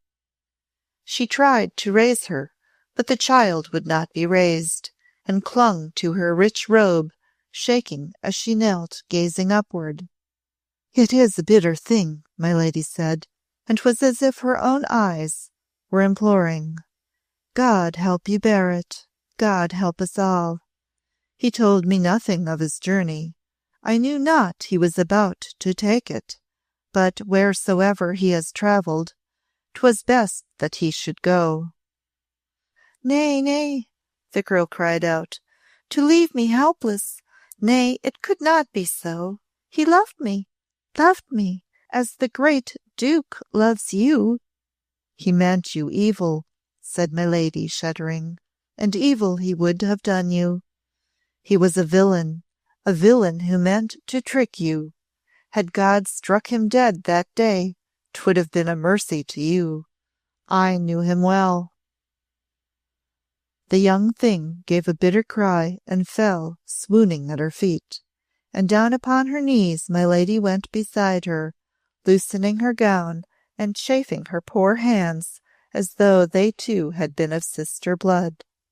"Call for hartshorn, Anne, and for water," she said. "She will come out of her swooning, poor child, and if she is cared for kindly, in time her pain will pass away. God be thanked she knows no pain that cannot pass. I will protect her, that will I, as I will protect all he hath done wrong to and deserted." She was so strangely kind through the poor victim's swoons and weeping that the very menials who were called to aid her went back to their hall, wondering in their talk of the noble grandness of so great a lady, who on the very brink of her own joy could stoop to protect and comfort a creature so far beneath her, that to most ladies her sorrow and desertion would have been things which were too trivial to count. For 'twas guessed, and talked over with great freedom and much shrewdness, that this was a country victim of Sir John Oxon's, and he, having deserted his creditors, was ready enough to desert his rustic beauty, finding her heavy on his hands. Below stairs the men closing the entrance to the passage with brick, having caught snatches of the servants' gossip, talked of what they heard among themselves as they did their work. "Ay, a noble lady indeed," they said, "for 'tis not a woman's way to be kindly with the cast-off fancy of a man, even when she does not want him herself. He was her own worshipper for many a day, Sir John, and before she took the old Earl, 'twas said that for a space people believed she loved him. She was but 15, and a high-mettled beauty, and he was handsome as she, and had a blue eye that would melt any woman. But at 16 he was a town rake, and such tricks as this one he hath played since he was a lad. 'Tis well indeed for this poor thing her ladyship hath seen her.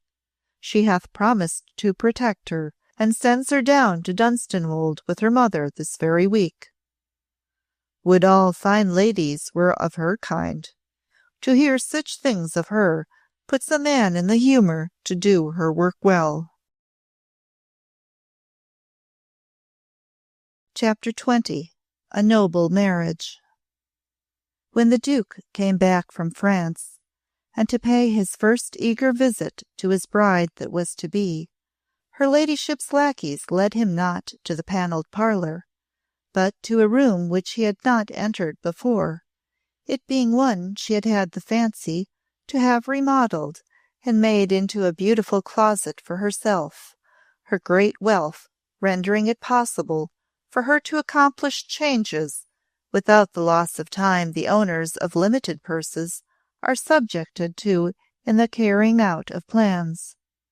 This room she had made as unlike the panelled parlour as two rooms would be unlike one another. Its panellings were white, its furnishings were bright and delicate, its draperies flowered with rosebuds tied in clusters with love knots of pink and blue. It had a large bow window, through which the sunlight streamed, and it was blooming with great rose bowls overrunning with sweetness.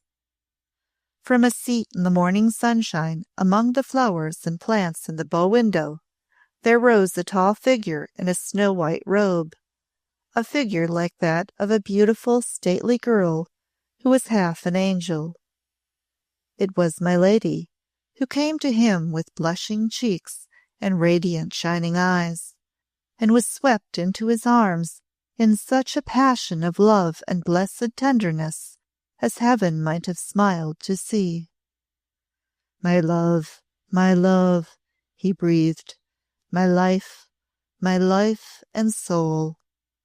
"My Gerald," she cried, "my Gerald, let me say it on your breast 1,000 times." "My wife," he said, "so soon my wife, and all my own until life's end." "Nay, nay," she cried, her cheeks pressed to his own, "through all eternity, for love's life knows no end." As it had seemed to her poor lord who had died, so it seemed to this man who lived, and so worshipped her, that the wonder of her sweetness was a thing to marvel at with passionate reverence. Being a man of greater mind and poetic imagination than Dunstanwolde, and being himself adored by her, as that poor gentleman had not had the good fortune to be, he had 10,000-fold the power and reason to see the tender radiance of her. As she was taller than other women, so her love seemed higher and greater, and as free from any touch of earthly poverty of feeling as her beauty was from any flaw. In it there could be no doubt, no pride. It could be bounded by no limit, measured by no rule, its depths sounded by no plummet. His very soul was touched by her great longing to give to him the feeling, and to feel herself, that from the hour that she had become his, her past life was a thing blotted out. "I am a new created thing," she said, "until you called me love. I had no life. All before was darkness.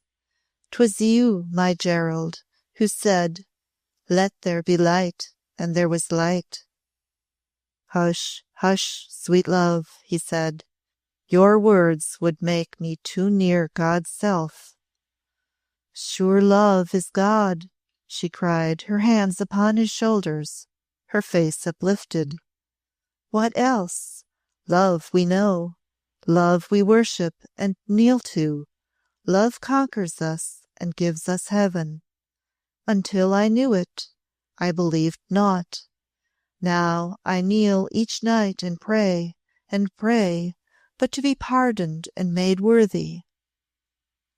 Never before, it was true, had she knelt and prayed, but from this time no nun in her convent knelt oftener or prayed more ardently than her prayer was ever that the past might be forgiven her, the future blessed, and she taught how to so live that there should be no faintest shadow in the years to come.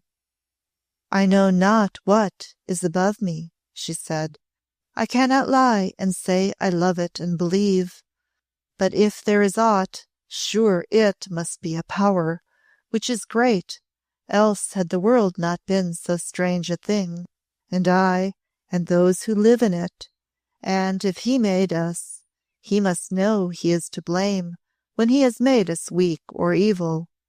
And he must understand why we have been so made. And when we throw ourselves into the dust before him and pray for help and pardon, surely, surely he will lend an ear.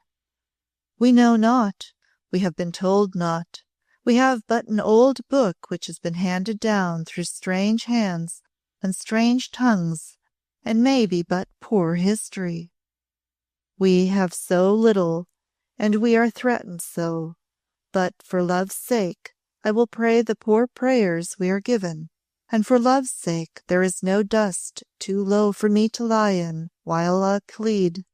This was the strange truth, though 'twas not so strange if the world feared not to admit such things, that through her Gerald, who was but noble and high-souled man, she was led to bow before God's throne as the humblest and holiest saint bows, though she had not learned belief, and had only learned love. But life lasts so short a while, she said to Osmond. It seems so short when it is spent in such joy as this.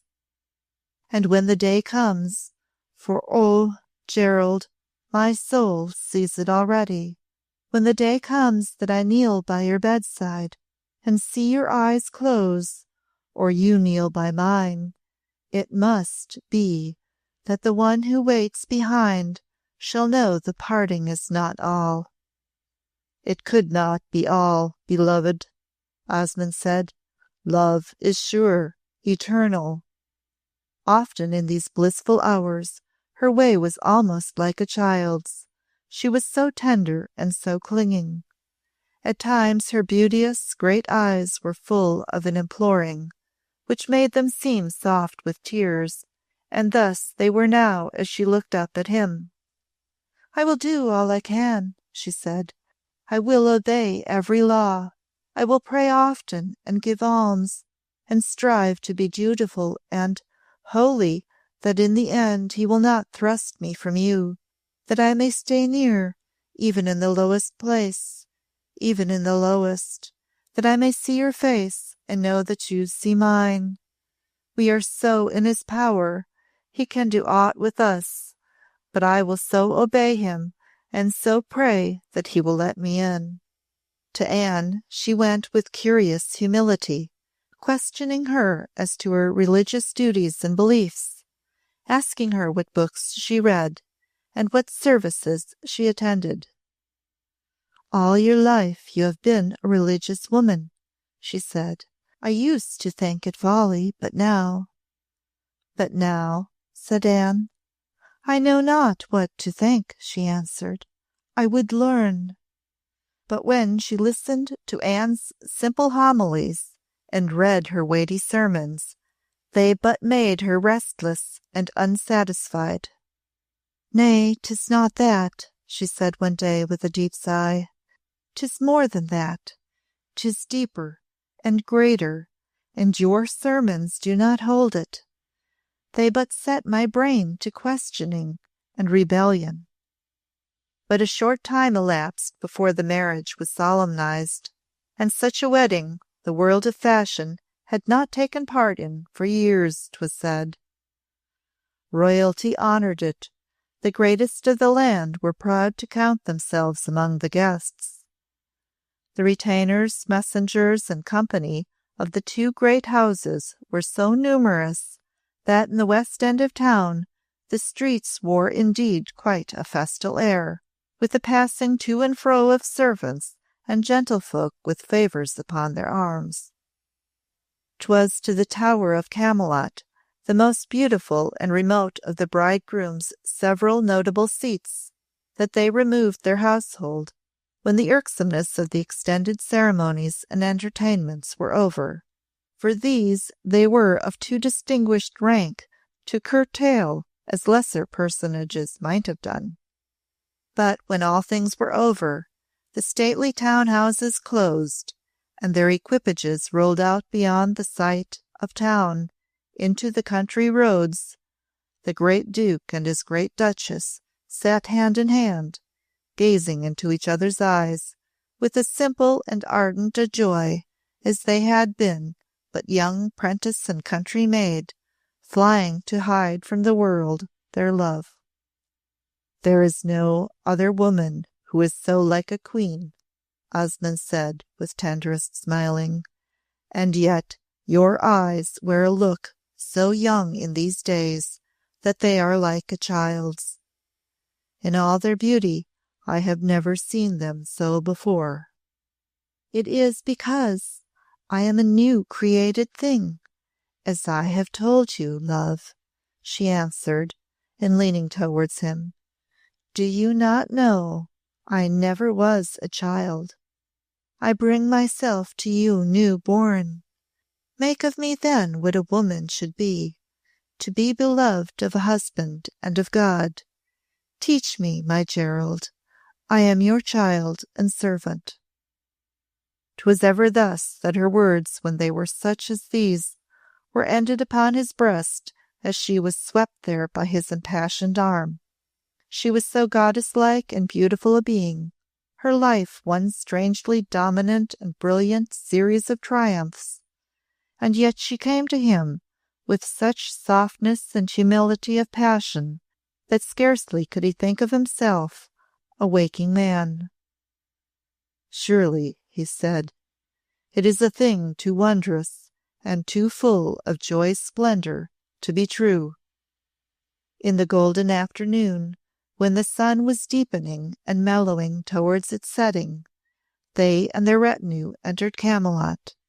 The bells pealed from the grey belfry of the old church. The villagers came forth in clean smocks and Sunday cloaks of scarlet, and stood in the street and by the roadside, curtsying and baring their heads with rustic cheers. Little country girls with red cheeks threw posies before the horses' feet, and into the equipage itself when they were of the bolder sort.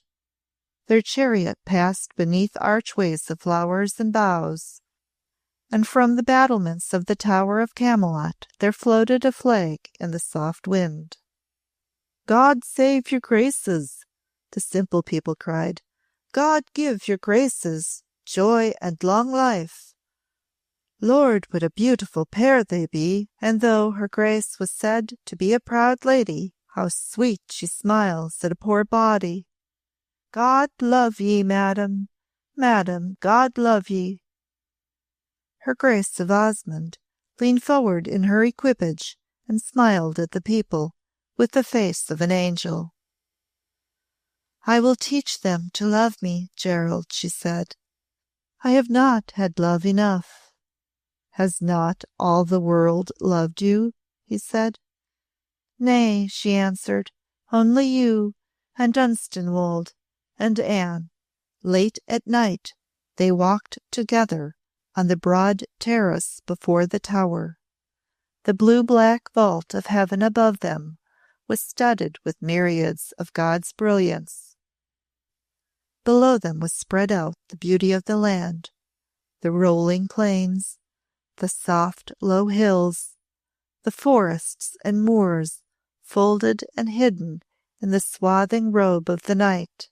From the park and gardens floated upward the freshness of acres of thick sward and deep fern thicket, the fragrance of roses and 1,000 flowers, the tender sighing of the wind through the huge oaks and beeches bordering the avenues, and reigning like kings over the seeming boundless grassy spaces.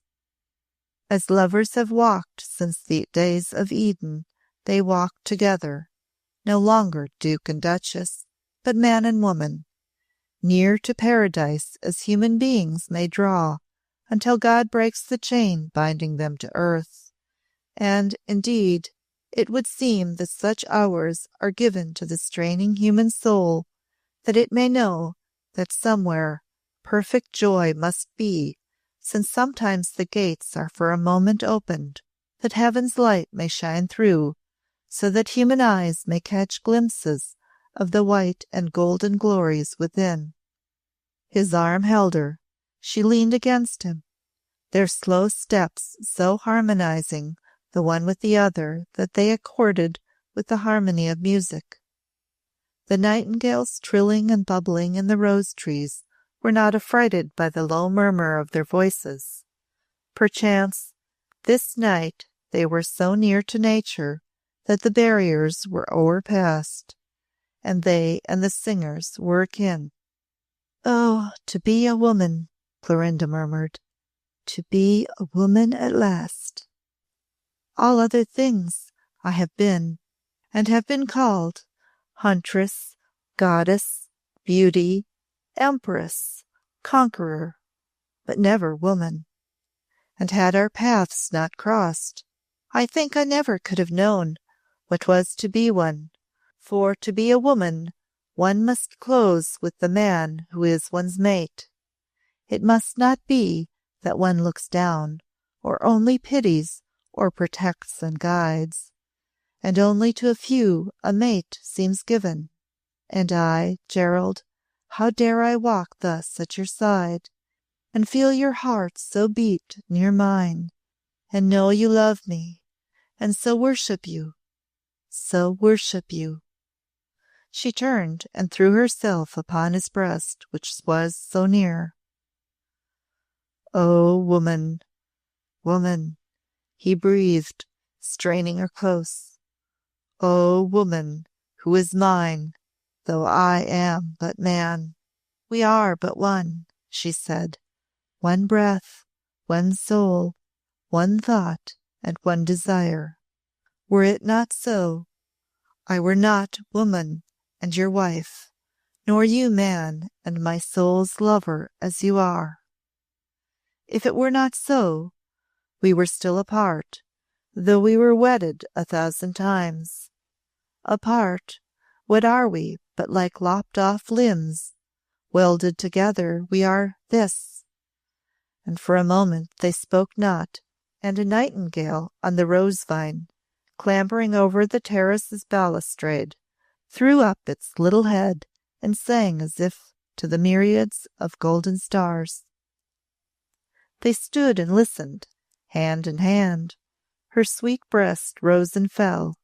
Her lovely face was lifted to the bespangled sky. "Of all this," she said, "I am a part, as I am a part of you. Tonight, as the great earth throbs, and as the stars tremble, and as the wind sighs, so I, being woman, throb and am tremulous and sigh also. The earth lives for the sun, and through strange mysteries blooms forth each season with fruits and flowers.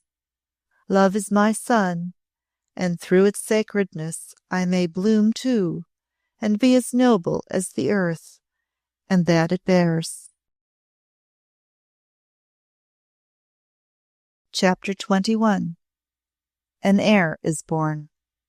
In a fair tower, whose windows looked out upon spreading woods, and rich lovely plains stretching to the freshness of the sea, Mistress Anne had her abode, which her Duchess sister had given to her for her own living in as she would.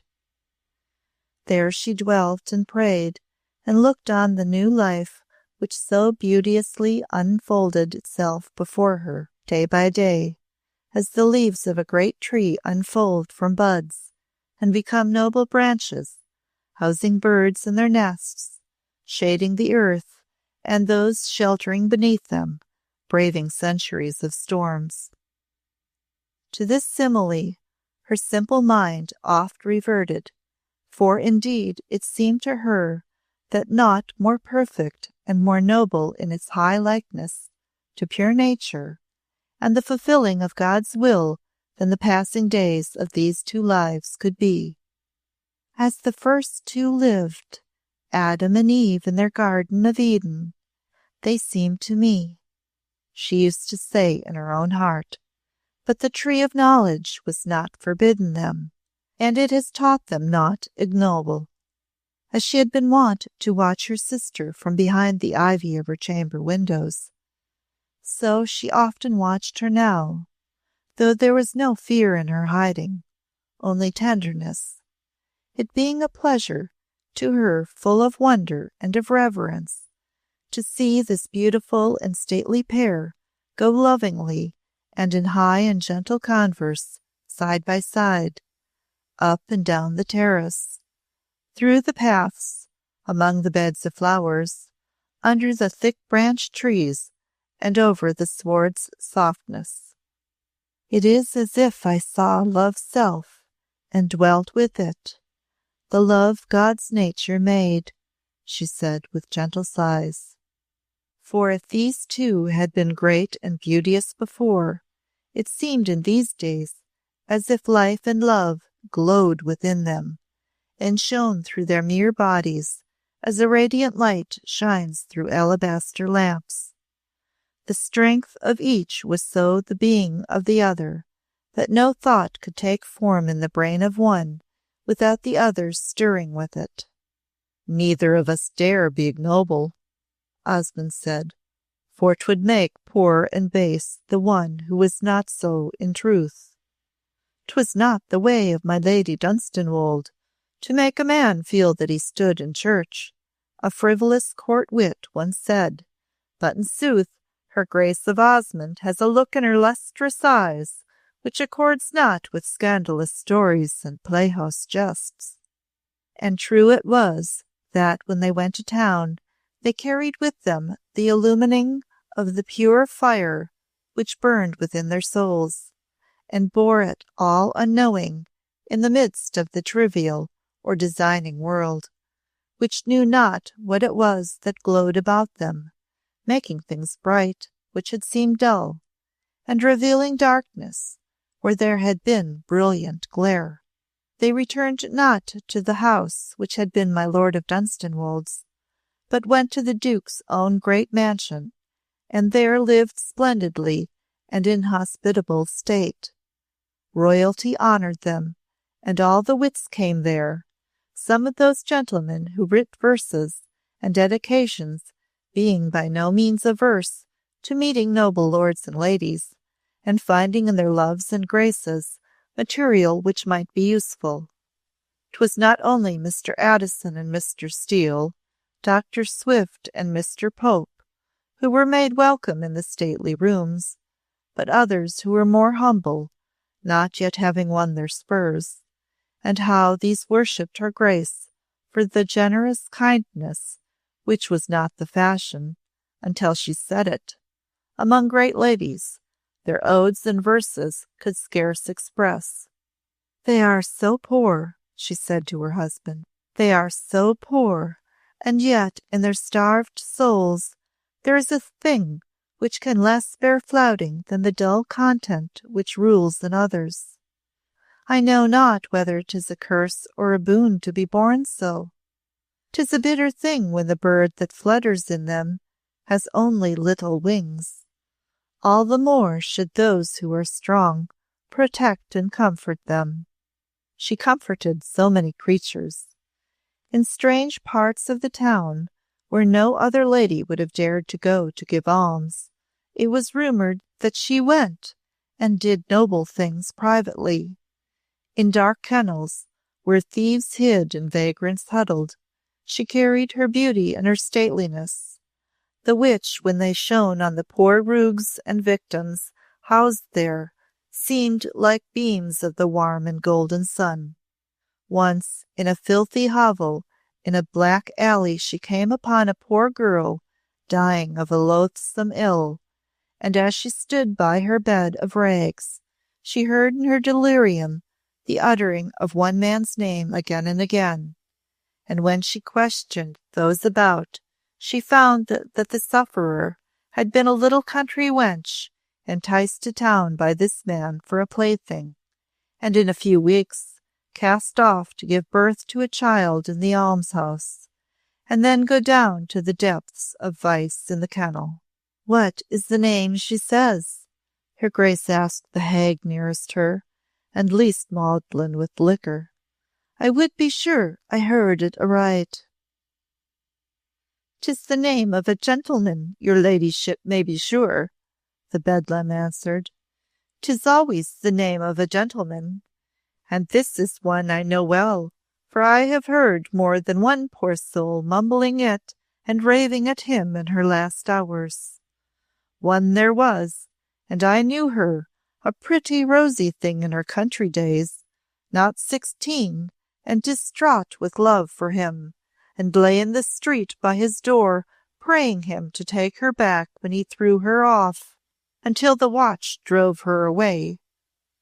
And she was so mad with love and grief, she killed her girl child when 'twas born in the kennel, sobbing and crying that it should not live to be like her and bear others.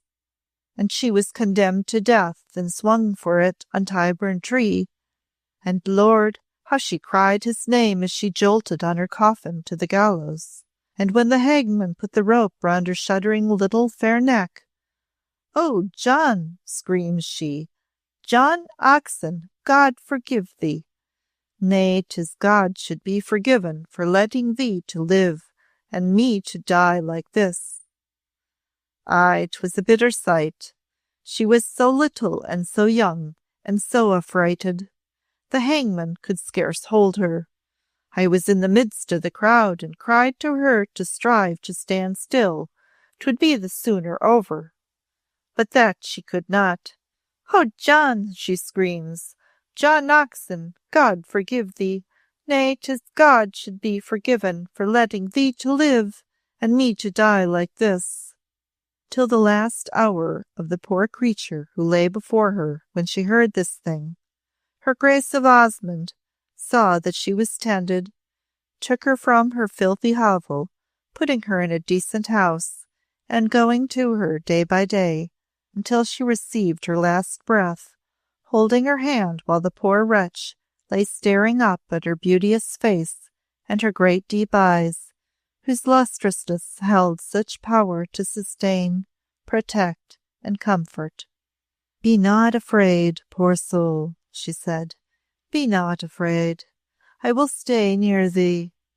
Soon all will end in sleep, and if thou wakest, sure there will be Christ who died, and wipes all tears away.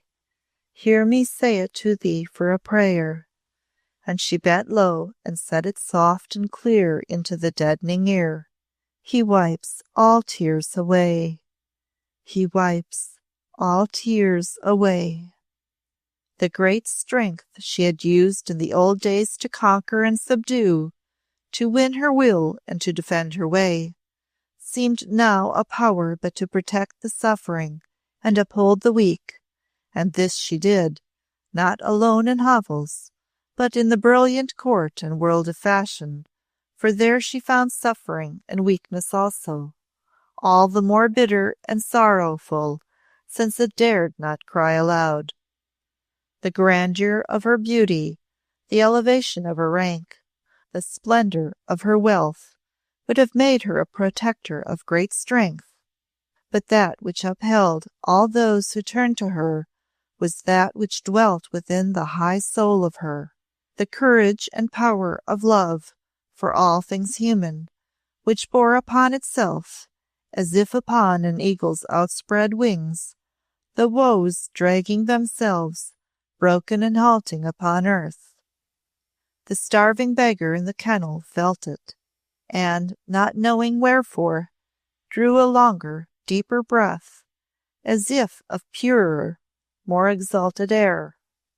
The poor poet in his garret was fed by it, and having stood near, or spoken to her, went back to his lair with lightning eyes and soul warmed, to believe that the words his muse might speak, the world might stay to hear. From the hour she stayed the last moments of John Oxon's victim, she set herself a work to do. None knew it but herself at first, and later Anne, for 'twas done privately. From the hag who had told her of the poor girl's hanging upon Tyburn Tree, she learned things by close questioning, which to the old woman's dull wit seemed but the curiousness of a great lady, and from others who stood too deep in awe of her to think of her as a mere human being, she gathered clues which led her far in the tracing of the evils following one wicked, heartless life. Where she could hear of man, woman, or child on whom John Oxon's sins had fallen, or who had suffered wrong by him, there she went to help, to give light, to give comfort and encouragement. Strangely as it seemed to them, and as if done by the hand of heaven, the poor tradesmen he had robbed were paid their dues. Youth he had led into evil ways was checked mysteriously and set in better paths. Women he had dragged downward were given aid and chance of peace or happiness. Children he had cast upon the world, unfathered and with no prospect but the education of the gutter and a life of crime, were cared for by a powerful, unseen hand.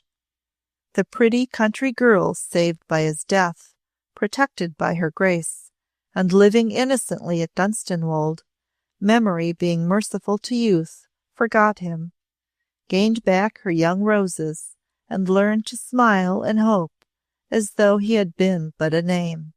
"Since 'twas I who killed him," said her grace to her inward soul, "'tis I must live his life which I took from him, and making it better, I may be forgiven. If there is one who dares to say to the poor thing he made, I will not forgive." Surely it was said that there had never been lives so beautiful and noble as those of the Duke of Osmond and his lady lived as time went by. The Tower of Camelot, where they had spent the first months of their wedded life, they loved better than any other of their seats, and there they spent as much time as their duties of court and state allowed them. It was indeed a splendid and beautiful estate, the stately tower being built upon an eminence, and there, rolling out before it, the most lovely land in England, moorland and hills, thick woods and broad meadows, the edge of the heather dipping to show the soft silver of the sea. Here was this beauteous woman, chatelaine and queen, wife of her husband as never before, he thought, had wife blessed and glorified the existence of mortal man. All her great beauty she gave to him in tender, joyous tribute.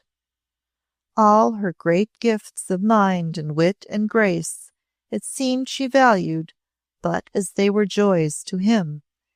In his stately households in town and country she reigned a lovely empress, adored and obeyed with reverence by every man or woman who served her and her lord. Among the people on his various estates she came and went a tender goddess of benevolence. When she appeared amid them in the first months of her wedded life, the humble souls regarded her with awe, not unmixed with fear, having heard such wild stories of her youth at her father's house, and of her proud state and bitter wit in the great London world when she had been my Lady Dunstanwolde. But when she came among them, all else was forgotten, in their wonder at her graciousness and noble way. To see her come into a poor body's cottage, so tall and grand a lady, and with such carriage as she hath, they said, hobnobbing together in their talk of her, looking as if a crown of gold should sit on her high black head, and then to hear her gentle speech, and see the look in her eyes, as if she was but a simple, new-married girl, full of her joy, and her heart big with the wish that all other women should be as happy as herself. It is, forsooth, a beauteous sight to see. Ay, and no hovel too poor for her, and no man or woman too sinful, was said again. Heard ye how she found that poor wetch of Haylets lying sobbing among the fern in the Tower woods, and stayed and knelt beside her to hear her trouble? The poor soul had gone to ruin at 14, and her father, finding her out, beat her and thrust her from his door, and her grace, coming through the wood at sunset, it being her way to walk about for mere pleasure, as though she had no coach to ride in. The girl says she came through the golden glow as if she had been one of God's angels, and she kneeled and took the poor wench in her arms, as strong as a man, Betty says, but as soft as a young mother, and she said to her things surely no mortal lady ever said before, that she knew not of a surety of what God's true will might be, or if his laws were those that have been made by man concerning marriage by priests, saying common words, but that she surely knew of a man whose name was Christ, and he had taught love and helpfulness and pity, and for his sake, he having earned our trust in him, whether he was God or man, because he hung and died in awful torture on the cross, for his sake, all of us must love and help and pity. I, you, poor Betty, were her very words, and you me. And then she went to the girl's father and mother, and so talked to them that she brought them to weeping, and begging Betty to come home. And also she went to her sweetheart, Tom Beck, and made so tender a story to him of the poor pretty wench whose love for him had brought her to such trouble, that she stirred him up to falling in love again, which is not man's way at such times, and in a week's time he and Betty went to church together, her grace setting them up in a cottage on the estate. I used all my wit and all my tenderest words to make a picture that would fire and touch him, Gerald, her grace said, sitting at her husband's side in a great window from which they often watched the sunset in the valley spread below.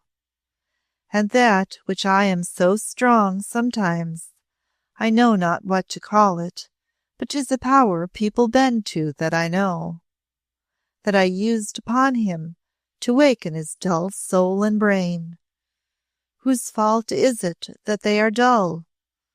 Poor lout, he was born so, as I was born strong and passionate, and as you were born noble and pure and high. I led his mind back to the past, when he had been made happy by the sight of Betty's little smiling, blushing face, and when he had kissed her and made love in the hayfields.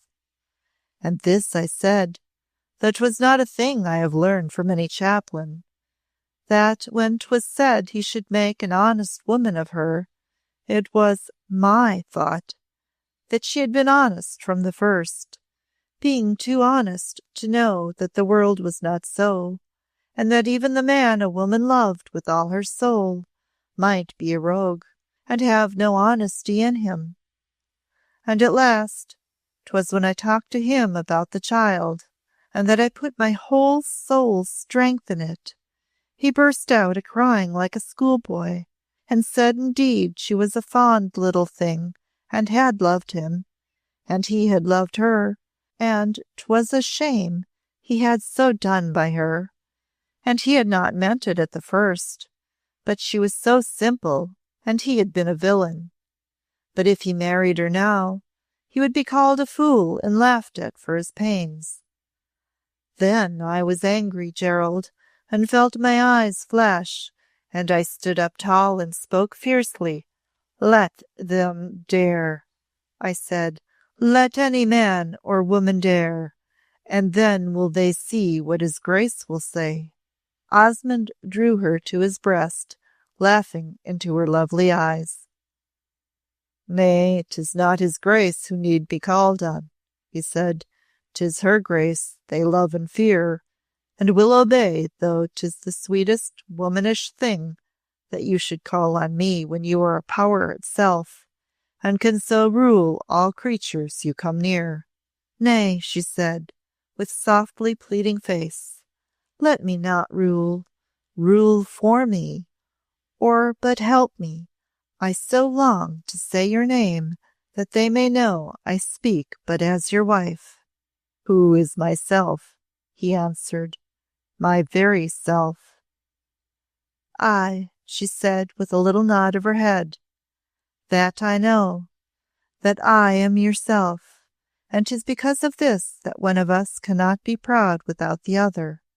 For there is no other, there is only one. And I am wrong to say, let me not rule, for 'tis as if I said, you must not rule. I meant surely, God give me strength to be as noble in ruling as our love should make me. But just as one tree is a beech, and one an oak, just as the grass stirs when the summer wind blows over it, so a woman is a woman, and 'tis her nature to find her joy in saying such words to the man who loves her, when she loves as I do. Her heart is so full that she must joy to say her husband's name as that of one she cannot think without, who is her life, as is her blood and her pulses beating. 'Tis a joy to say your name, Gerald, as it will be a joy. And she looked far out across the sun-golden valley and plains with a strange, heavenly sweet smile, as it will be a joy to say our child's, and put his little mouth to my full breast. Sweet love, he cried, drawing her by the hand that he might meet the radiance of her look. Heart's dearest. She did not withhold her lovely eyes from him, but withdrew them from the sunset's mist of gold, and the clouds piled, as it were, at the gates of heaven, and they seemed to bring back some of the far-off glory with them. Indeed, neither her smile nor she seemed at that moment to be things of earth. She held out her fair, noble arms, and he sprang to her, and so they stood, side beating against side. Yes, love, she said. Yes, love, and I have prayed, my Gerald, that I may give you sons who shall be men like you. But when I give you women children, I pray with all my soul for them, that they may be just and strong and noble, and life begin for them as it began not for me. In the morning of a spring day, when the cuckoos cried in the woods, and May blossomed thick, white and pink, in all the hedges, the bells in the grey church steeple at Camelot rang out a joyous, jangling peal, telling all the village that the heir had been born at the tower. Children stopped in their play to listen. Men at work in field and barn, good gossips ran out of their cottage door, wiping their arms dry from their tubs and scrubbing buckets, their honest red faces broadening into maternal grins. Aye, 'tis well over, that means surely, one said to the other, and a happy day has begun for the poor lady, though God knows she bore herself queenly to the very last, as if she could have carried her burden for another year, and blenched not a bit as other women do. Bless mother and child, say I. And 'tis an heir, said another. She promised us so we should know almost as quick as she did, and commanded old Roe to ring a peal, and then strike one bell loud between, if 'twere boy, and two if 'twere a girl child.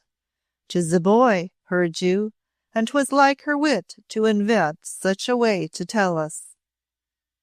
In 4 other villages the chimes rang just as loud and merrily, and the women talked, and blessed her grace and her young child, and casks of ale were broached, and oxen roasted, and work stopped, and dancers footed it upon the green. Surely the newborn thing comes here to happiness, 'twas said everywhere, for never yet was a woman loved as is his mother. In her stately bed her Grace the Duchess lay, with the face of the Mother Mary, and her man-child drinking from her breast. The Duke walked softly up and down, so full of joy that he could not sit still. When he had entered first, it was his wife's self, who had sat upright in her bed, and herself laid his son within his arms. "None other shall lay him there," she said. "I have given him to you. He is a great child, but he has not taken from me my strength. He was indeed a great child, even at his first hour, of limbs and countenance so noble that nurses and physicians regarded him amazed. He was the offspring of a great love, of noble bodies and great souls. Did such powers alone create human beings, the earth would be peopled with a race of giants." Amid the veiled spring sunshine and the flower-scented silence, broken only by the twittering of birds nesting in the ivy, her Grace lay soft asleep, her son resting on her arm, when Anne stole to look at her and her child. Through the night she had knelt praying in her chamber, and now she knelt again. She kissed the newborn thing's curled rose-leaf hand, and the lace frill of his mother's night-rail. She dared not further disturb them. "Sure God forgives," she breathed, "for Christ's sake. He would not give this little tender thing a punishment to bear." Chapter 22. Mother Anne. There was no punishment. The tender little creature grew as a blossom grows from bud to fairest bloom. His mother flowered as he, and spent her days in noble cherishing of him and tender care. Such motherhood and wifehood as were hers were as fair statues raised to nature's self. "Once I thought that I was under ban," she said to her lord in one of their sweetest hours. "But I have been given love and a life, and so I know it cannot be. Do I fill all your being, Gerald?" All," he cried, "my sweet, sweet woman. Leave I no longing unfulfilled, no duty undone, to you, dear love, to the world, to human suffering I might aid? I pray Christ with all passionate humbleness that I may not." "He grants your prayer," he answered, his eyes moist with worshipping tenderness. "And this white soul, given to me from the outer bounds we know not, it has no stain, and the little human body it wakened to life in, think you that Christ will help me to fold them in love high and pure enough, and teach the human body to do honor to its soul? 'Tis not monkish scorn of itself that I would teach the body. It is so beautiful and noble a thing, and so full of the power of joy.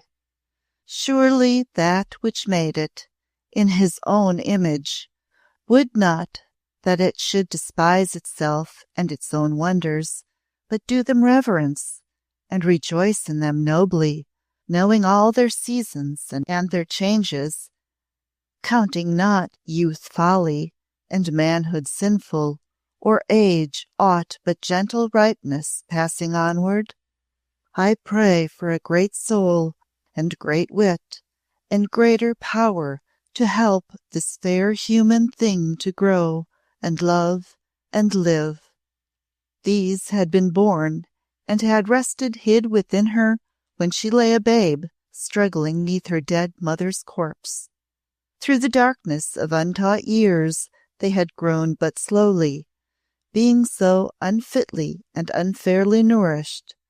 But life's sun but falling on her, they seemed to strive to fair fruition with her days. 'Twas not mere love she gave her offspring, for she bore others as years passed, until she was the mother of 4 sons and 2 girls, children of strength and beauty as noted as her own.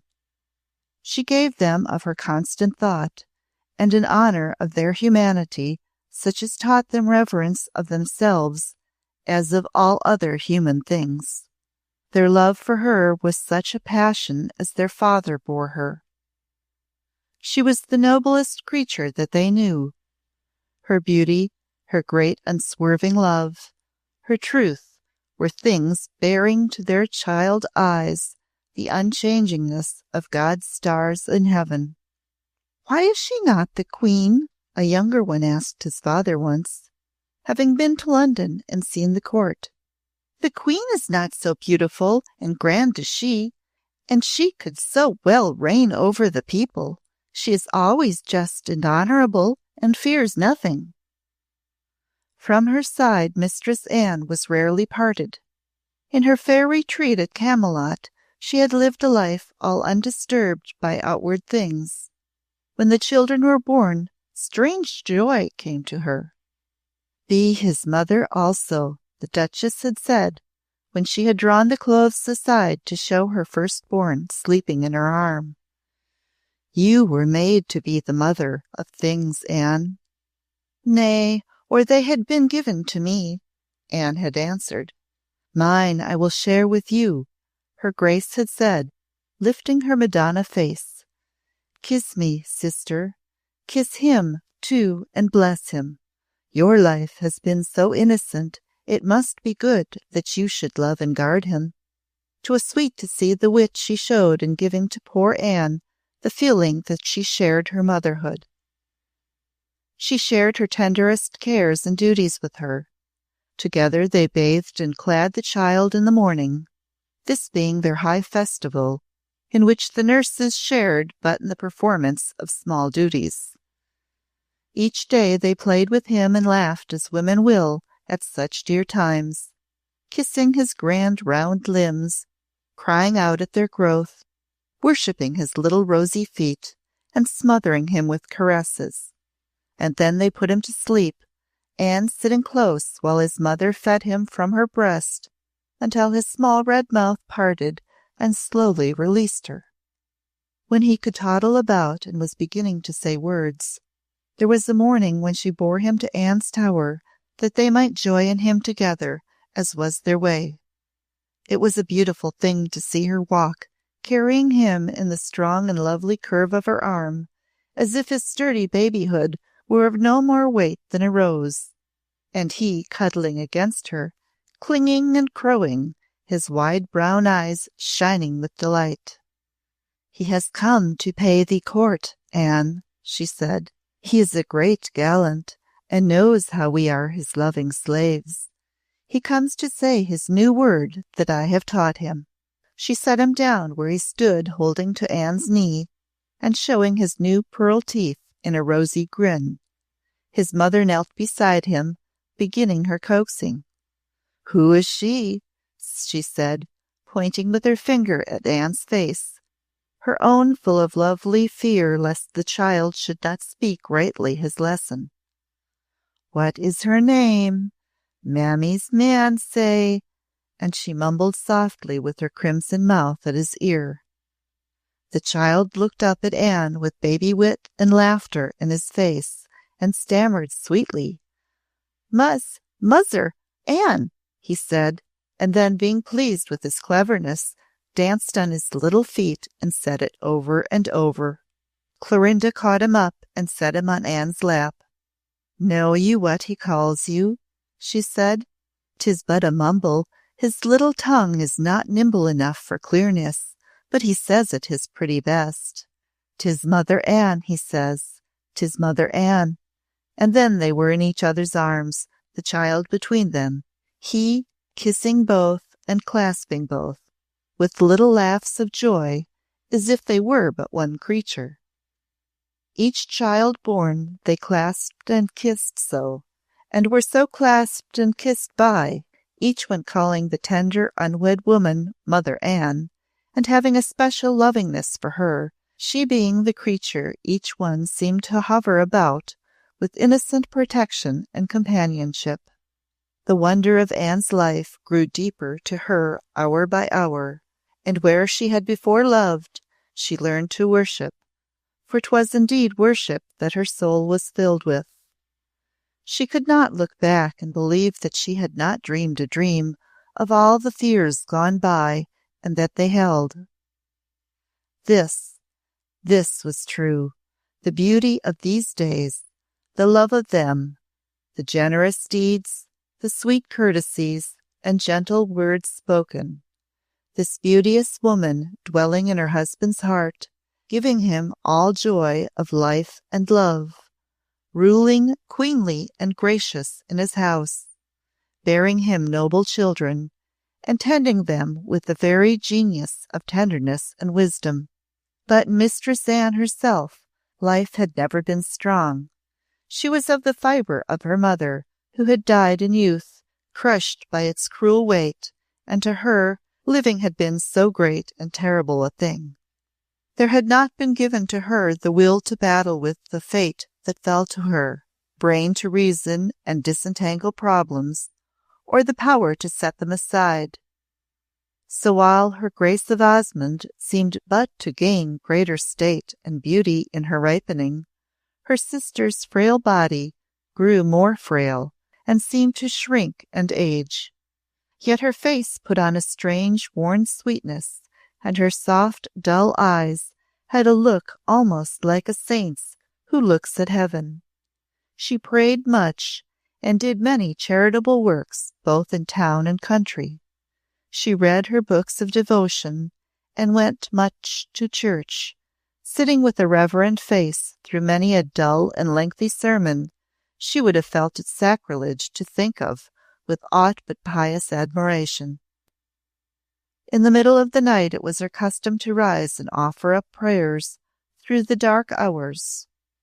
She was an humble soul, who greatly feared and trembled before her God. "I waken in the night sometimes," the fair, tall child Daphne had said once to her mother. "And Mother Anne is there. She kneels and prays beside my bed. She kneels and prays so by each one of us many a night."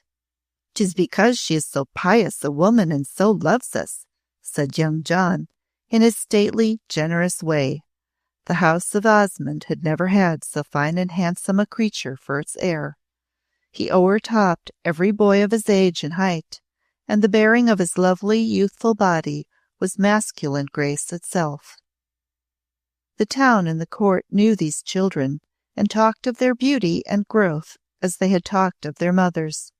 To be the mate of such a woman, the father of such heirs, is a fate a man might pray God for, 'twas said. Love has not grown stale with them. Their children are the very blossoms of it. Her eyes are deeper pools of love each year. Chapter 23. In one who will do justice, and demands that it shall be done to each thing he has made, by each who bears his image.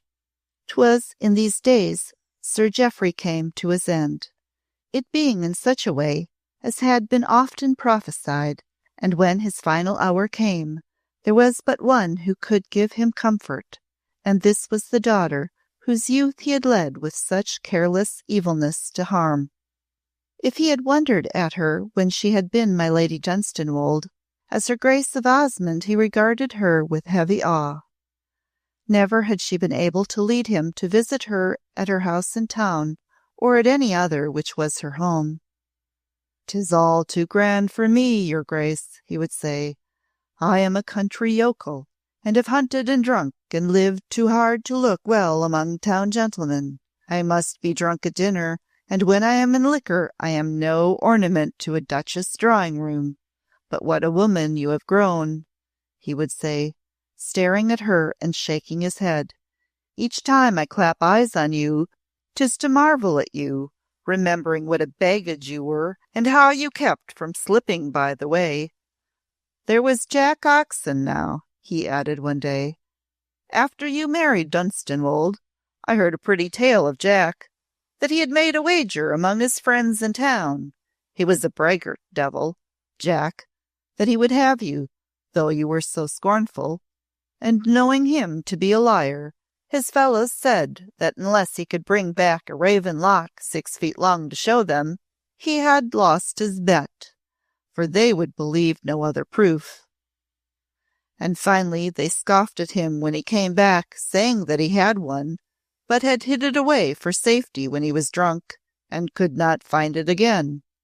They so flouted and jeered at him that swords were drawn and blood as well. But though he was a beauty and a crafty rake-hell fellow, you were too sharp for him.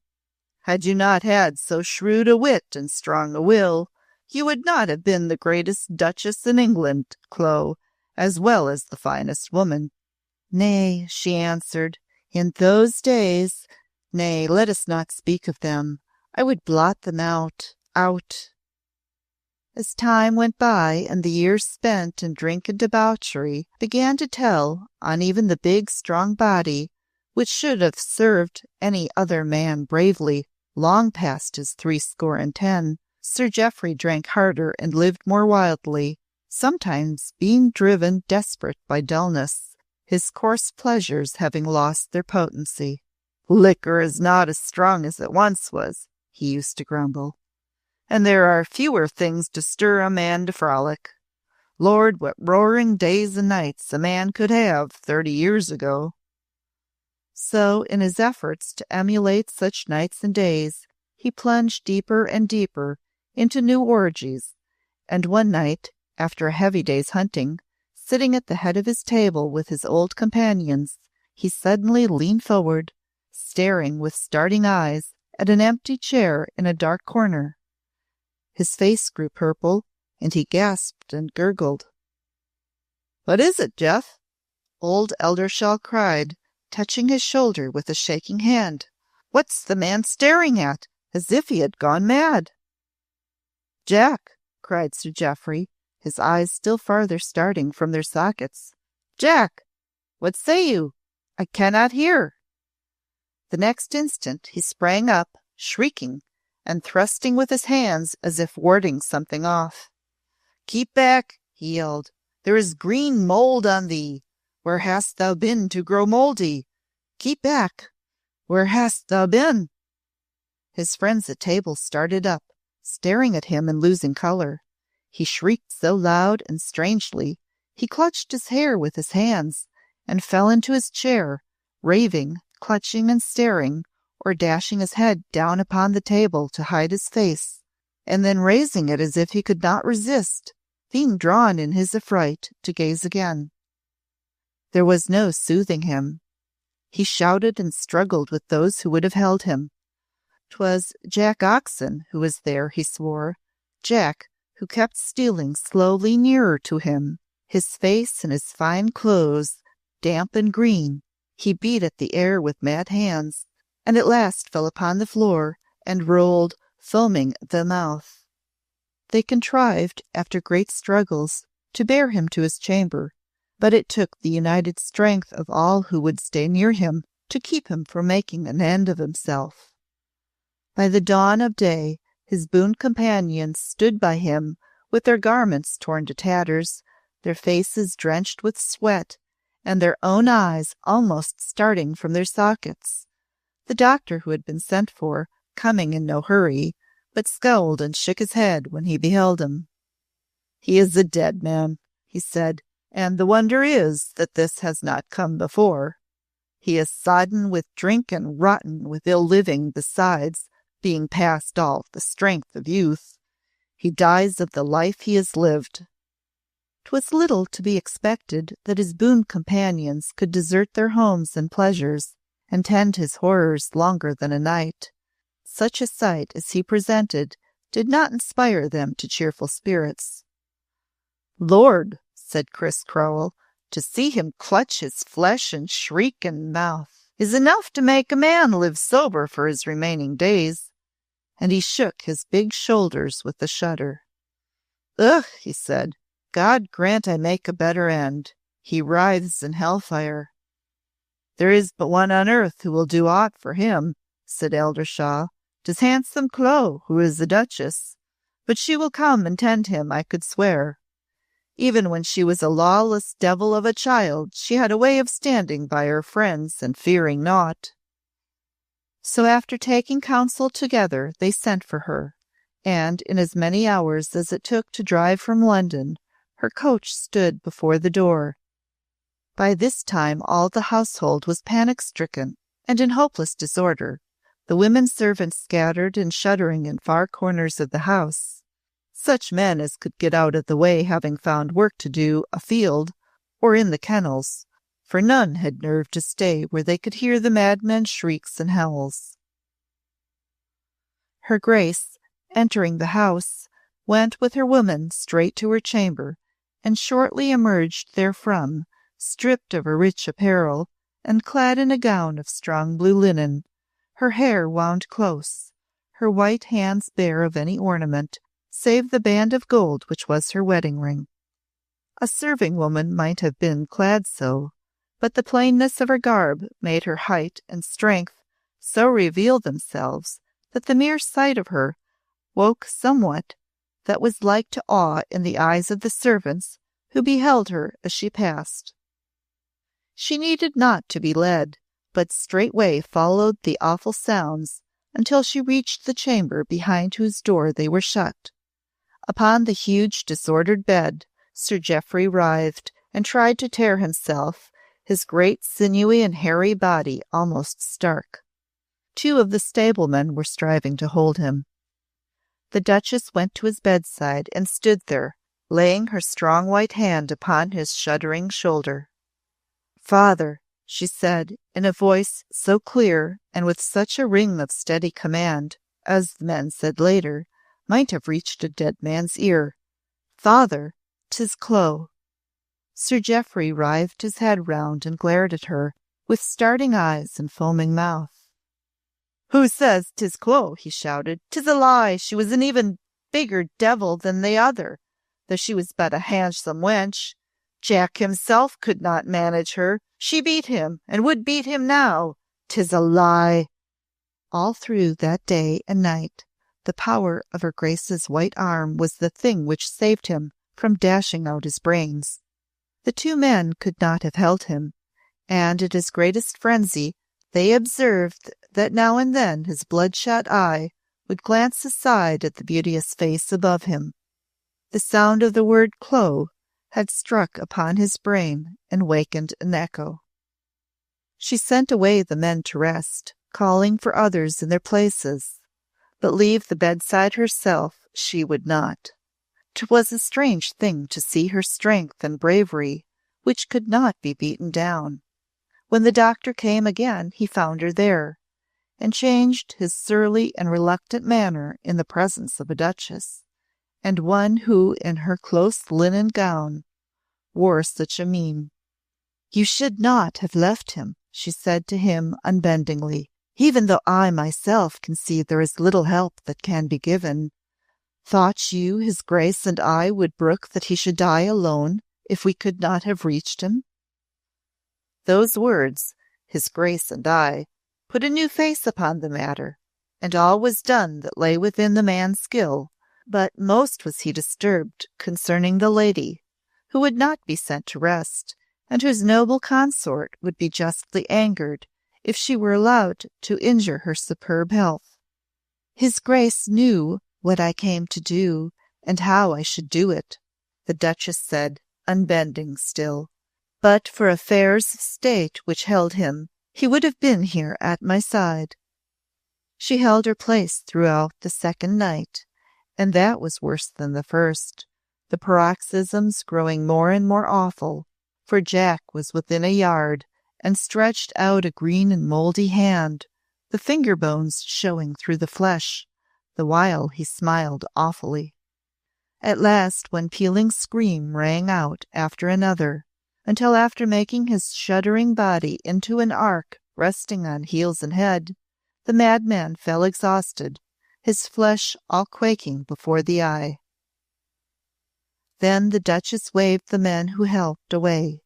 She sat upon the bed's edge close to her father's body, putting her two firm hands on either of his shoulders, holding him so, and bent down, looking into his wild face, as if she fixed upon his very soul all the power of her wondrous will.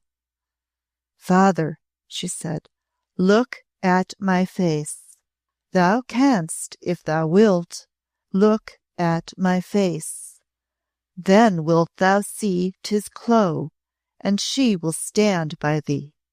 She kept her gaze upon his very pupils, and though 'twas at first as if his eyes strove to break away from her look, their effort was controlled by her steadfastness, and they wandered back at last, and her great orbs held them.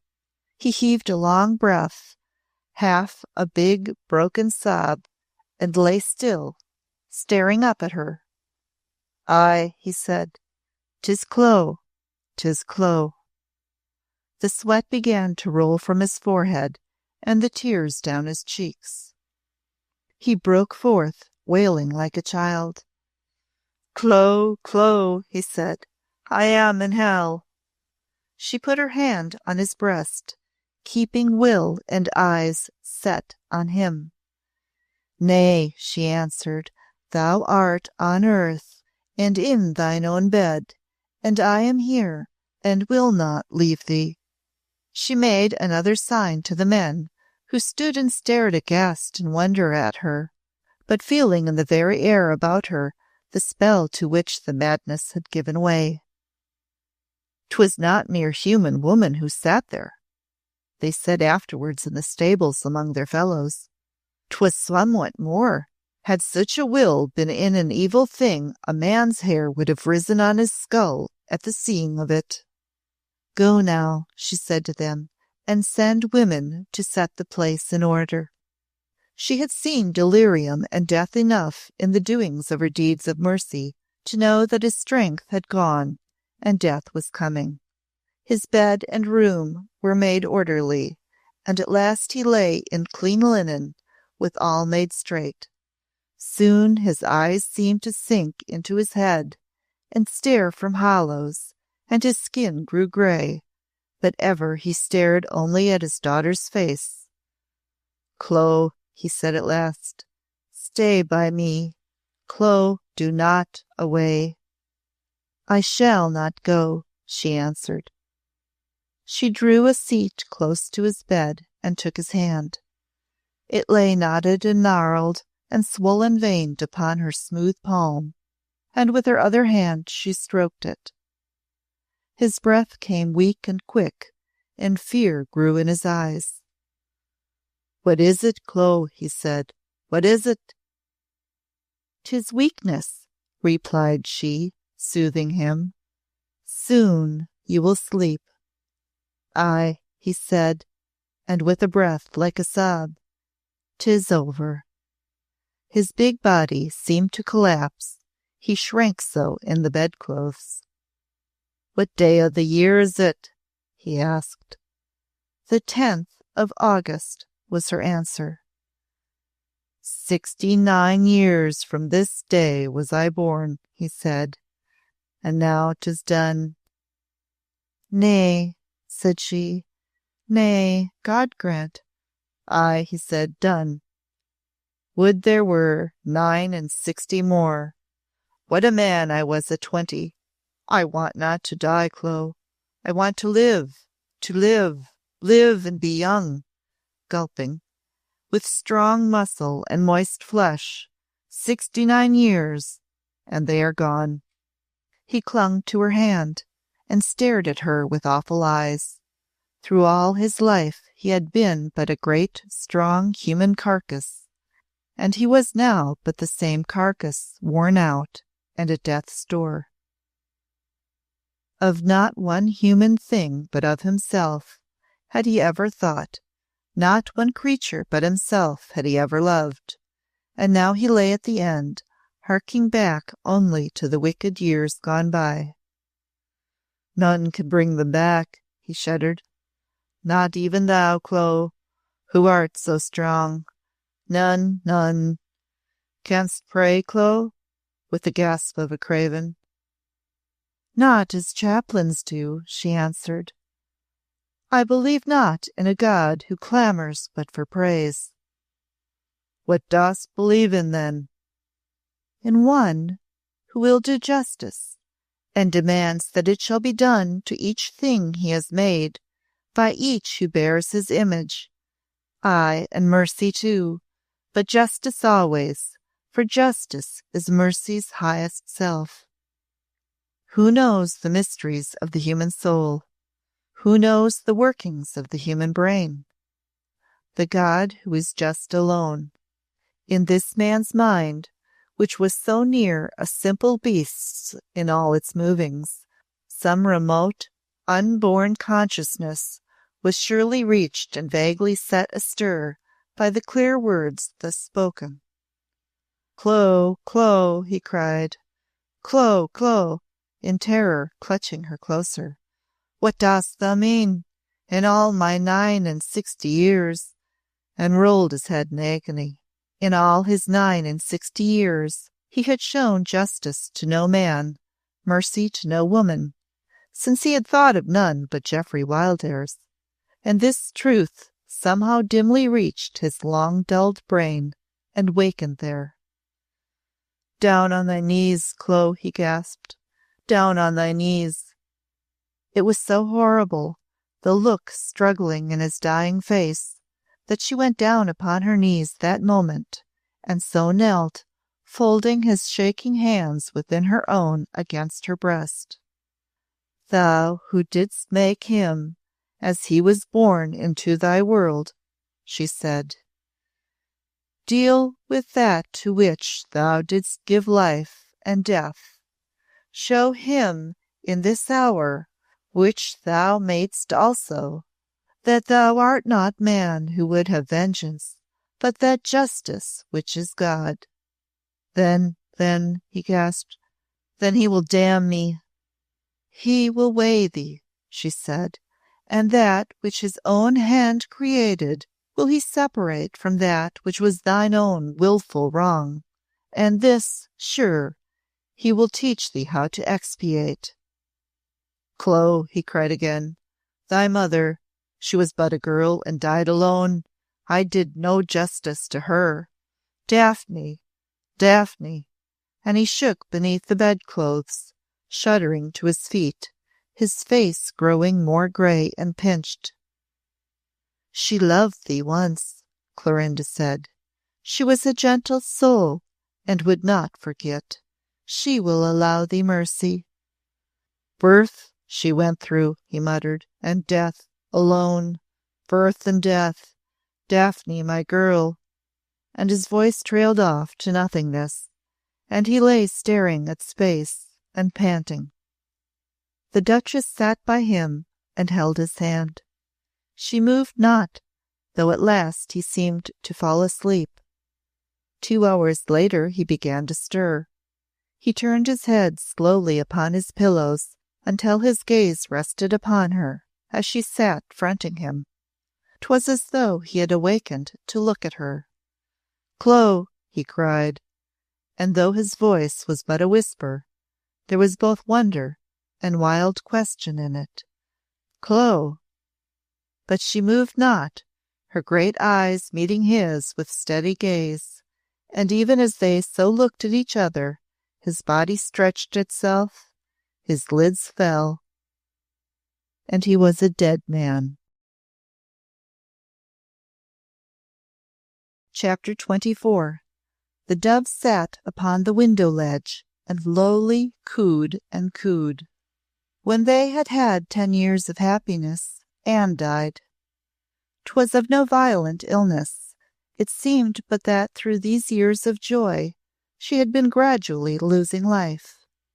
She had grown thinner and whiter, and her soft eyes bigger and more prayerful. 'Twas in the summer, and they were at Camelot, when one sweet day she came from the flower garden with her hands full of roses, and sitting down by her sister in the morning room, swooned away, scattering her blossoms on her lap and at her feet. When she came back to consciousness, she looked up at the Duchess with a strange, far look, as if her soul had wandered back from some great distance. "Let me be borne to bed, sister," she said. "I would lie still. I shall not get up again." The look in her face was so unearthly, and a thing so full of mystery, that her Grace's heart stood still, for in some strange way she knew the end had come. They bore her to her tower, and laid her in her bed, when she looked once round the room, and then at her sister. "'Tis a fair, peaceful room," she said, "and the prayers I have prayed in it have been answered. To-day I saw my mother, and she told me so." "Anne, Anne!" cried her Grace, leaning over her and gazing fearfully into her face, for though her words sounded like delirium, her look had no wildness in it, and yet, "Anne, Anne, you wander, love," the Duchess cried. Anne smiled a strange, sweet smile. "Perchance I do," she said. "I know not, truly, but I am very happy." She said that all was over, and that I had not done wrong. She had a fair young face, with eyes that seemed to have looked always at the stars of heaven. She said I had done no wrong. The Duchess' face laid itself down upon the pillow, a river of clear tears running down her cheeks. "Wrong," she said. "You, dear one, woman of Christ's heart, if ever lived one. You were so weak and I so strong, and yet as I look back it seems that all of the good that made me worthy to be wife and mother I learned from your simplicity." Through the tower window, the ivy closing round it, the blueness of the summer sky was heavenly fair. Soft and light white clouds floated across the clearness of its sapphire. On this Anne's eyes were fixed with an uplifted tenderness until she broke her silence. "Soon I shall be away," she said. "Soon all will be left behind, and I would tell you that my prayers were answered, and so, sure, yours will be." No man could tell what made the Duchess then fall on her knees, but she knew herself. 'Twas that she saw in the exalted dying face that turned to hers, concealing nothing more. "Anne, Anne," she cried, "Sister Anne, Mother Anne of my children, you have known all the years and kept it hid." She dropped her queenly head and shielded the whiteness of her face in the coverlid's folds. "Ay, sister," Anne said, coming a little back to earth. "And from the first. I found a letter near the sundial. I guessed. I loved you, and could do naught else but guard you. Many a day have I watched within the rose garden, many a day and night, God pardon me, and night. When I knew a letter was hid, 'twas my wont to linger near, knowing that my presence would keep others away. And when you approached, or he, I slipped aside and waited beyond the rose hedge, that if I heard a step, I might make some sound of warning. Sister, I was your sentinel, and being so, knelt while on my guard and prayed." "My sentinel!" Clorinda cried. "And knowing all, you so guarded me night and day, and prayed God's pity on my poor madness and girl's frenzy." And she gazed at her in amaze, and with humblest burning tears. "For my own poor self, as well as for you, sister," did I pray God's pity as I knelt," said Anne. "For long I knew it not, being so ignorant. But alas, I loved him too. I loved him too. I have loved no man other all my days. He was unworthy any woman's love, and I was too lowly for him to cast a glance on. But I was a woman, and God made us so." Clorinda clutched her pallid hand. "Dear God," she cried, "you loved him." Anne moved upon her pillow, drawing weakly, slowly, near until her white lips were close upon her sister's ear. "The night," she panted, "the night you bore him in your arms." Then did the other woman give a shuddering start and lift her head, staring with a frozen face. "What? What?" she cried. "Down this dark stairway," the panting voice went on, "to the far cellar. I kept watch again." "You kept watch? You?" the Duchess gasped. "Upon the stair which led to the servants' place, that I might stop them if aught disturbed them, and they opened their doors, that I might send them back, telling them it was I." Then stooped the Duchess nearer to her, her hands clutching the coverlid, her eyes widening. "Anne, Anne," she cried, "you knew the awful thing that I would hide. That too? You knew that he was there?" Anne lay upon her pillow, her own eyes gazing out through the ivy-hung window of her tower at the blue sky and the fair, fleecy clouds. A flock of snow-white doves were flying back and forth across it, and one sat upon the window's deep ledge and cooed. All was warm and perfumed with summer sweetness. There seemed naught between her and the uplifting blueness, and naught of the earth was near but the dove's deep-throated cooing and the laughter of her Grace's children floating upward from the garden of flowers below. "I lie upon the brink," she said, "upon the brink, sister, and methinks my soul is too near to God's pure justice to fear as human things fear, and judge as earth does. She said I did no wrong. Yes, I knew." "And knowing," her sister cried, "you came to me that afternoon to stand by that which lay hidden, that I might keep the rest away, being a poor creature and timorous and weak." "Weak, weak!" the Duchess cried, amid a greater flood of streaming tears. I have dared to call you so, who have the heart of a great lioness. Oh, sweet Anne, weak!" "'Twas love," Anne whispered. "Your love was strong, and so was mine. That other love was not for me. I knew that my long woman's life would pass without it. For woman's life is long, alas, if love comes not. But you were love's self, and I worshipped you and it, and to myself I said, praying forgiveness on my knees, that one woman should know love if I did not. And being so poor and imperfect a thing, what mattered if I gave my soul for you? And love, which is so great and rules the world. Look at the doves, sister. Look at them, flying past the heavenly blueness. And she said I did no wrong."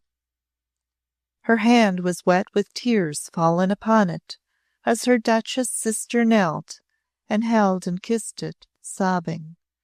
"You knew, poor love, you knew," she cried.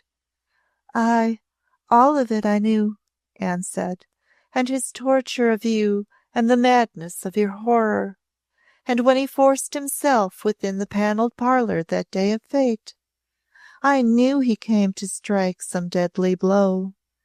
and in such anguish I waited in my chamber for the end, that when it came not, I crept down, praying that somehow I might come between, and I went in the room. And there, what saw you? Quoth the Duchess, shuddering.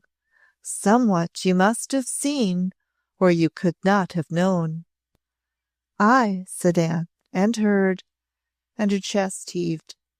Heard, cried Clorinda. Great God of mercy! The room was empty, and I stood alone.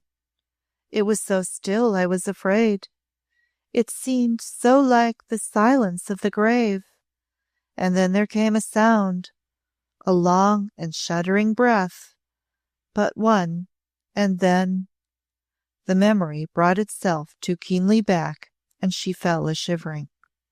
I heard a slipping sound, and a dead hand fell on the floor, lying outstretched, its palm turned upwards, showing beneath the valance of the couch.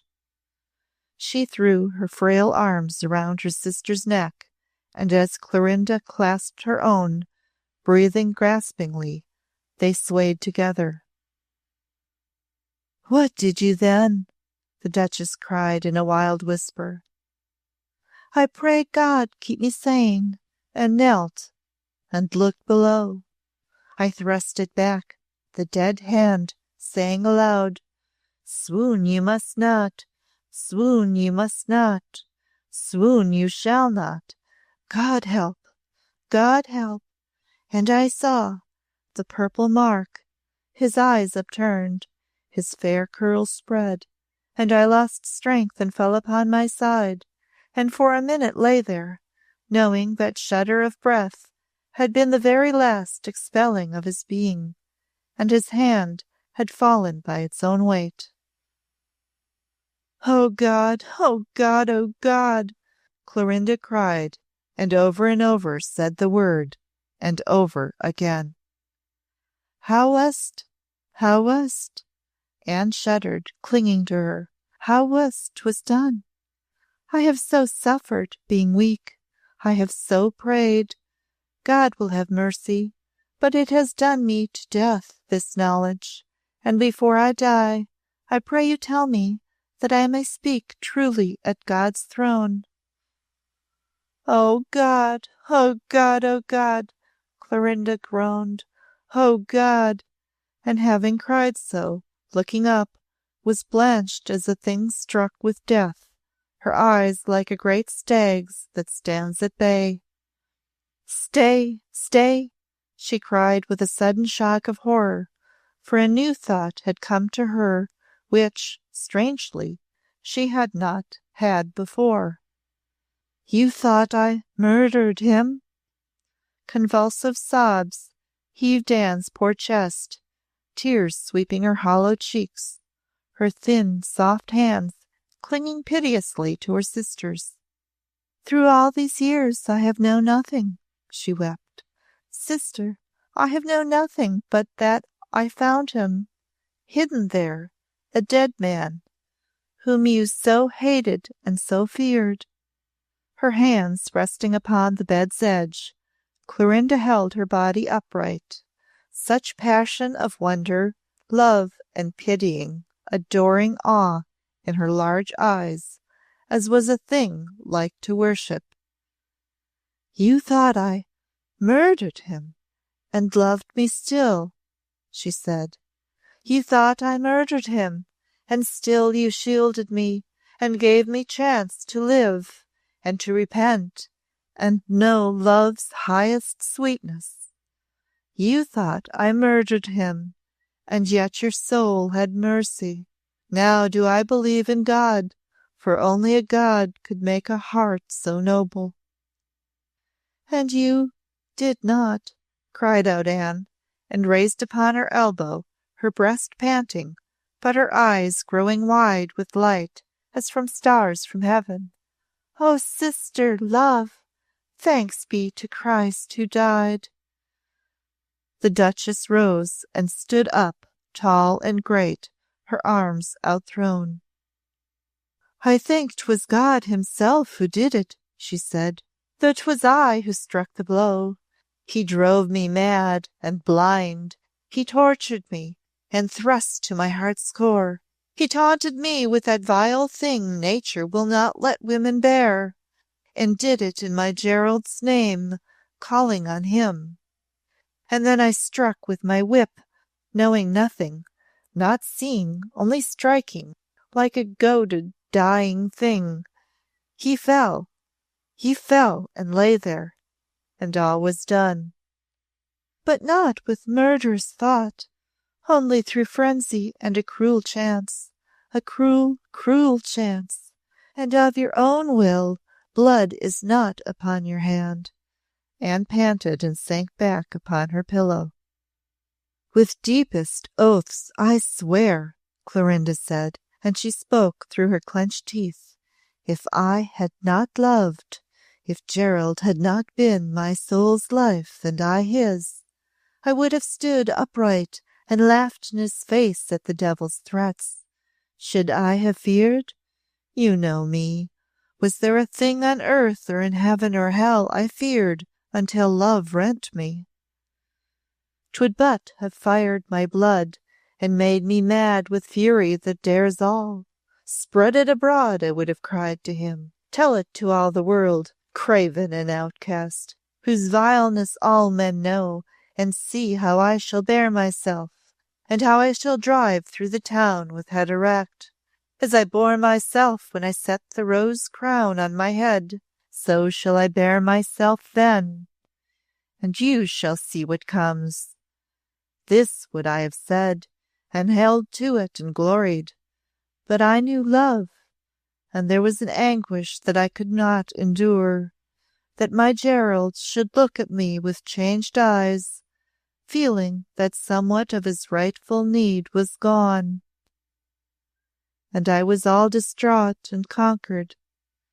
Of ending his base life I never thought, never at my wildest, though I had thought to end my own. But when fate struck the blow for me, then I swore that carrion should not taint my whole life through. It should not, for 'twas fate's self had doomed me to my ruin. And there it lay until the night. For this I planned, that being of such great strength for a woman, I could bear his body in my arms to the farthest of that labyrinth of cellars I had commanded to be cut off from the rest and closed. And so I did, when all were sleeping. But you, poor Anne, but you.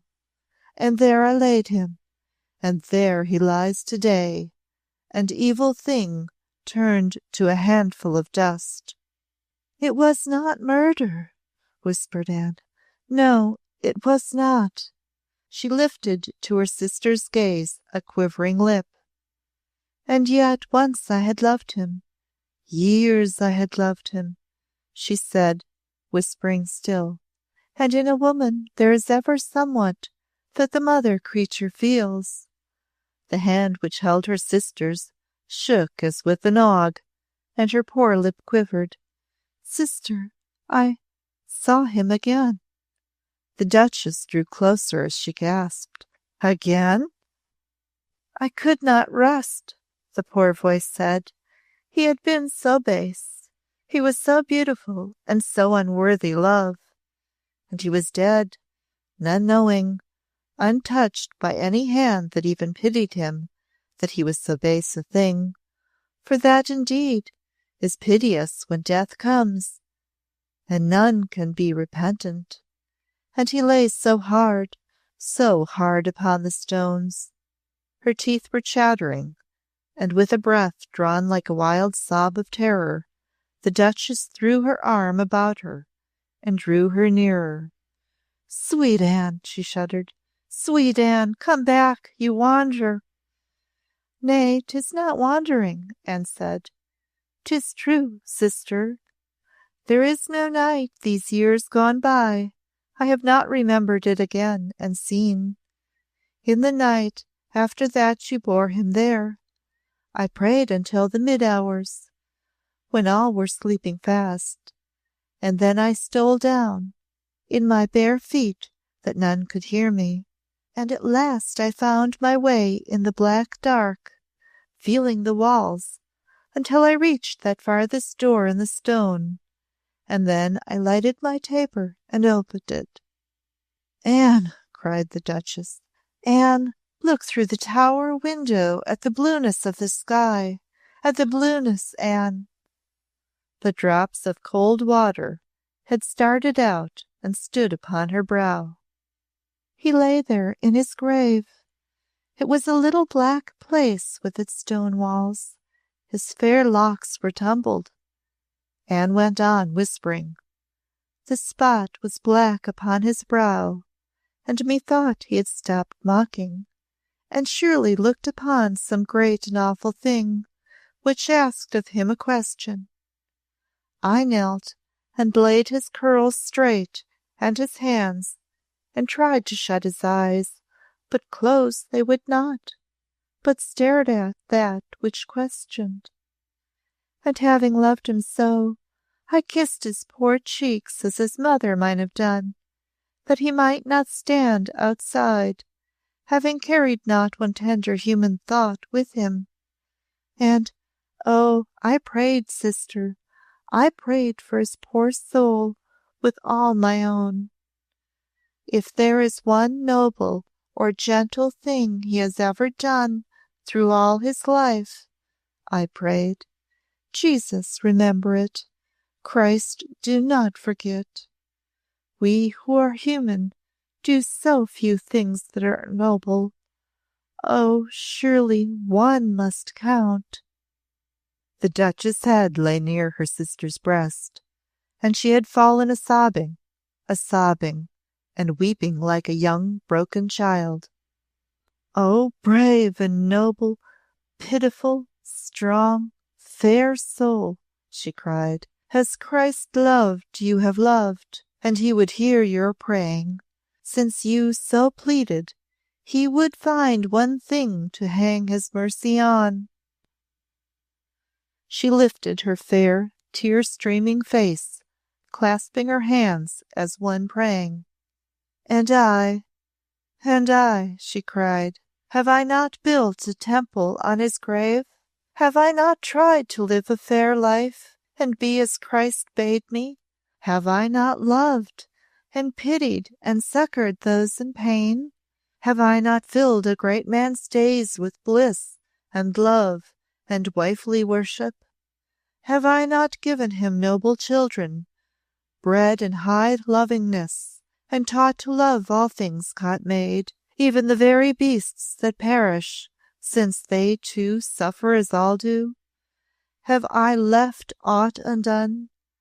O sister, I have so prayed that I have left naught, even though I could not believe that there was one who, ruling all, could yet be pitiless, as he is to some. I have prayed that, which sure it seems must be, though we comprehend it not, to teach me faith in something greater than my poor self, and not of earth. Say this to Christ's self, when you are face to face. Say this to him, I pray you. Anne, look not so strangely through the window at the blueness of the sky, sweet soul, but look at me. For Anne lay upon her pillow, so smiling that 'twas a strange thing to behold. It seemed as she were smiling at the whiteness of the doves against the blue. A moment her sister stood up, watching her, and then stirred, meaning to go to call one of the servants waiting outside. But though she moved not her gaze from the tower window, Mistress Anne faintly spoke. "Nay, stay," she breathed. "I go. Softly. Stay."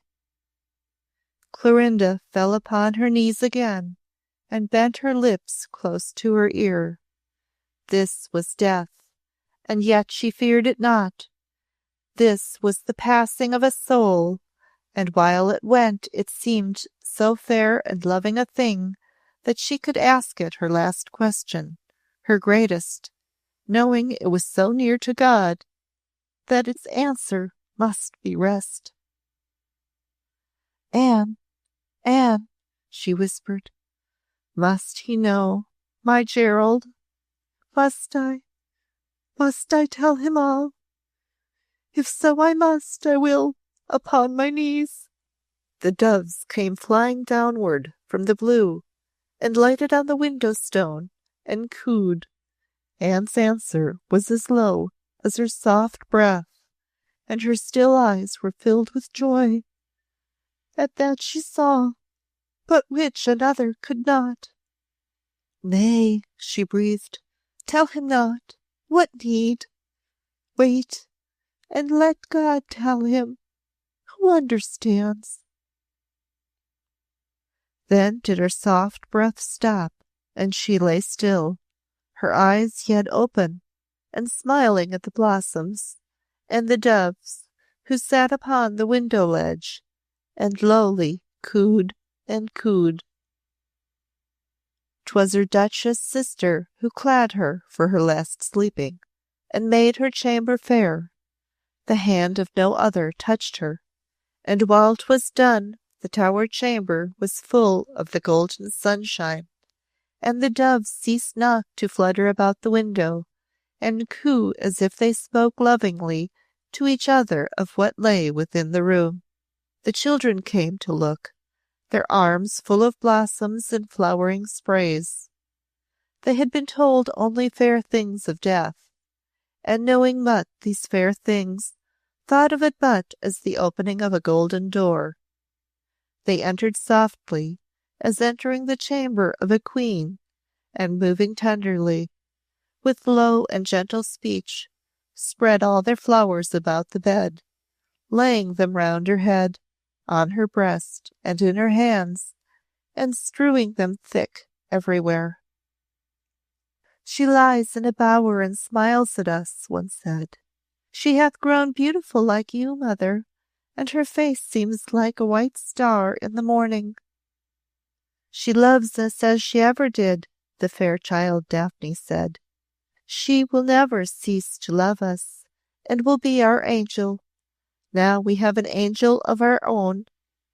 When the Duke returned, who had been absent since the day before, the Duchess led him to the tower chamber, and they stood together hand in hand, and gazed at her piece. Gerald, the Duchess said in her tender voice, she smiles, does not she? Yes, was Osmond's answer. Yes, love, as if at God, who has smiled at herself. Faithful, tender woman heart. The hand which he held in his clasp clung closer. The other crept to his shoulder and lay there trembling. How faithful and how tender, my Gerald, Clorinda said. I only know. She is my saint, sweet Anne, whom I dared to treat so lightly in my poor wayward days. Gerald, she knows all my sins, and today she has carried them in her pure hands to God, and asked his mercy on them. She had none of her own, and so having done, dear heart, she lies amid her flowers and smiles, he said, and he drew her white hand to press it against his breast. While her body slept beneath soft turf and flowers, and that which was herself was given in God's heaven, all joys for which her earthly being had yearned, even when unknowing how to name its longing. Each year that passed made more complete and splendid the lives of those she had so loved. Never, 'twas said, had woman done such deeds of gentleness and shown so sweet and generous a wisdom as the great Duchess. None who were weak were in danger if she used her strength to aid them. No man or woman was a lost thing whom she tried to save. Such tasks she set herself as no lady had ever given herself before, but 'twas not her way to fail, her will being so powerful, her brain so clear, her heart so purely noble.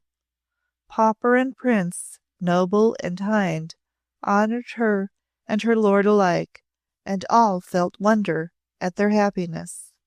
It seemed that they had learned life's meaning and the honoring of love, and this they taught to their children, to the enriching of a long and noble line.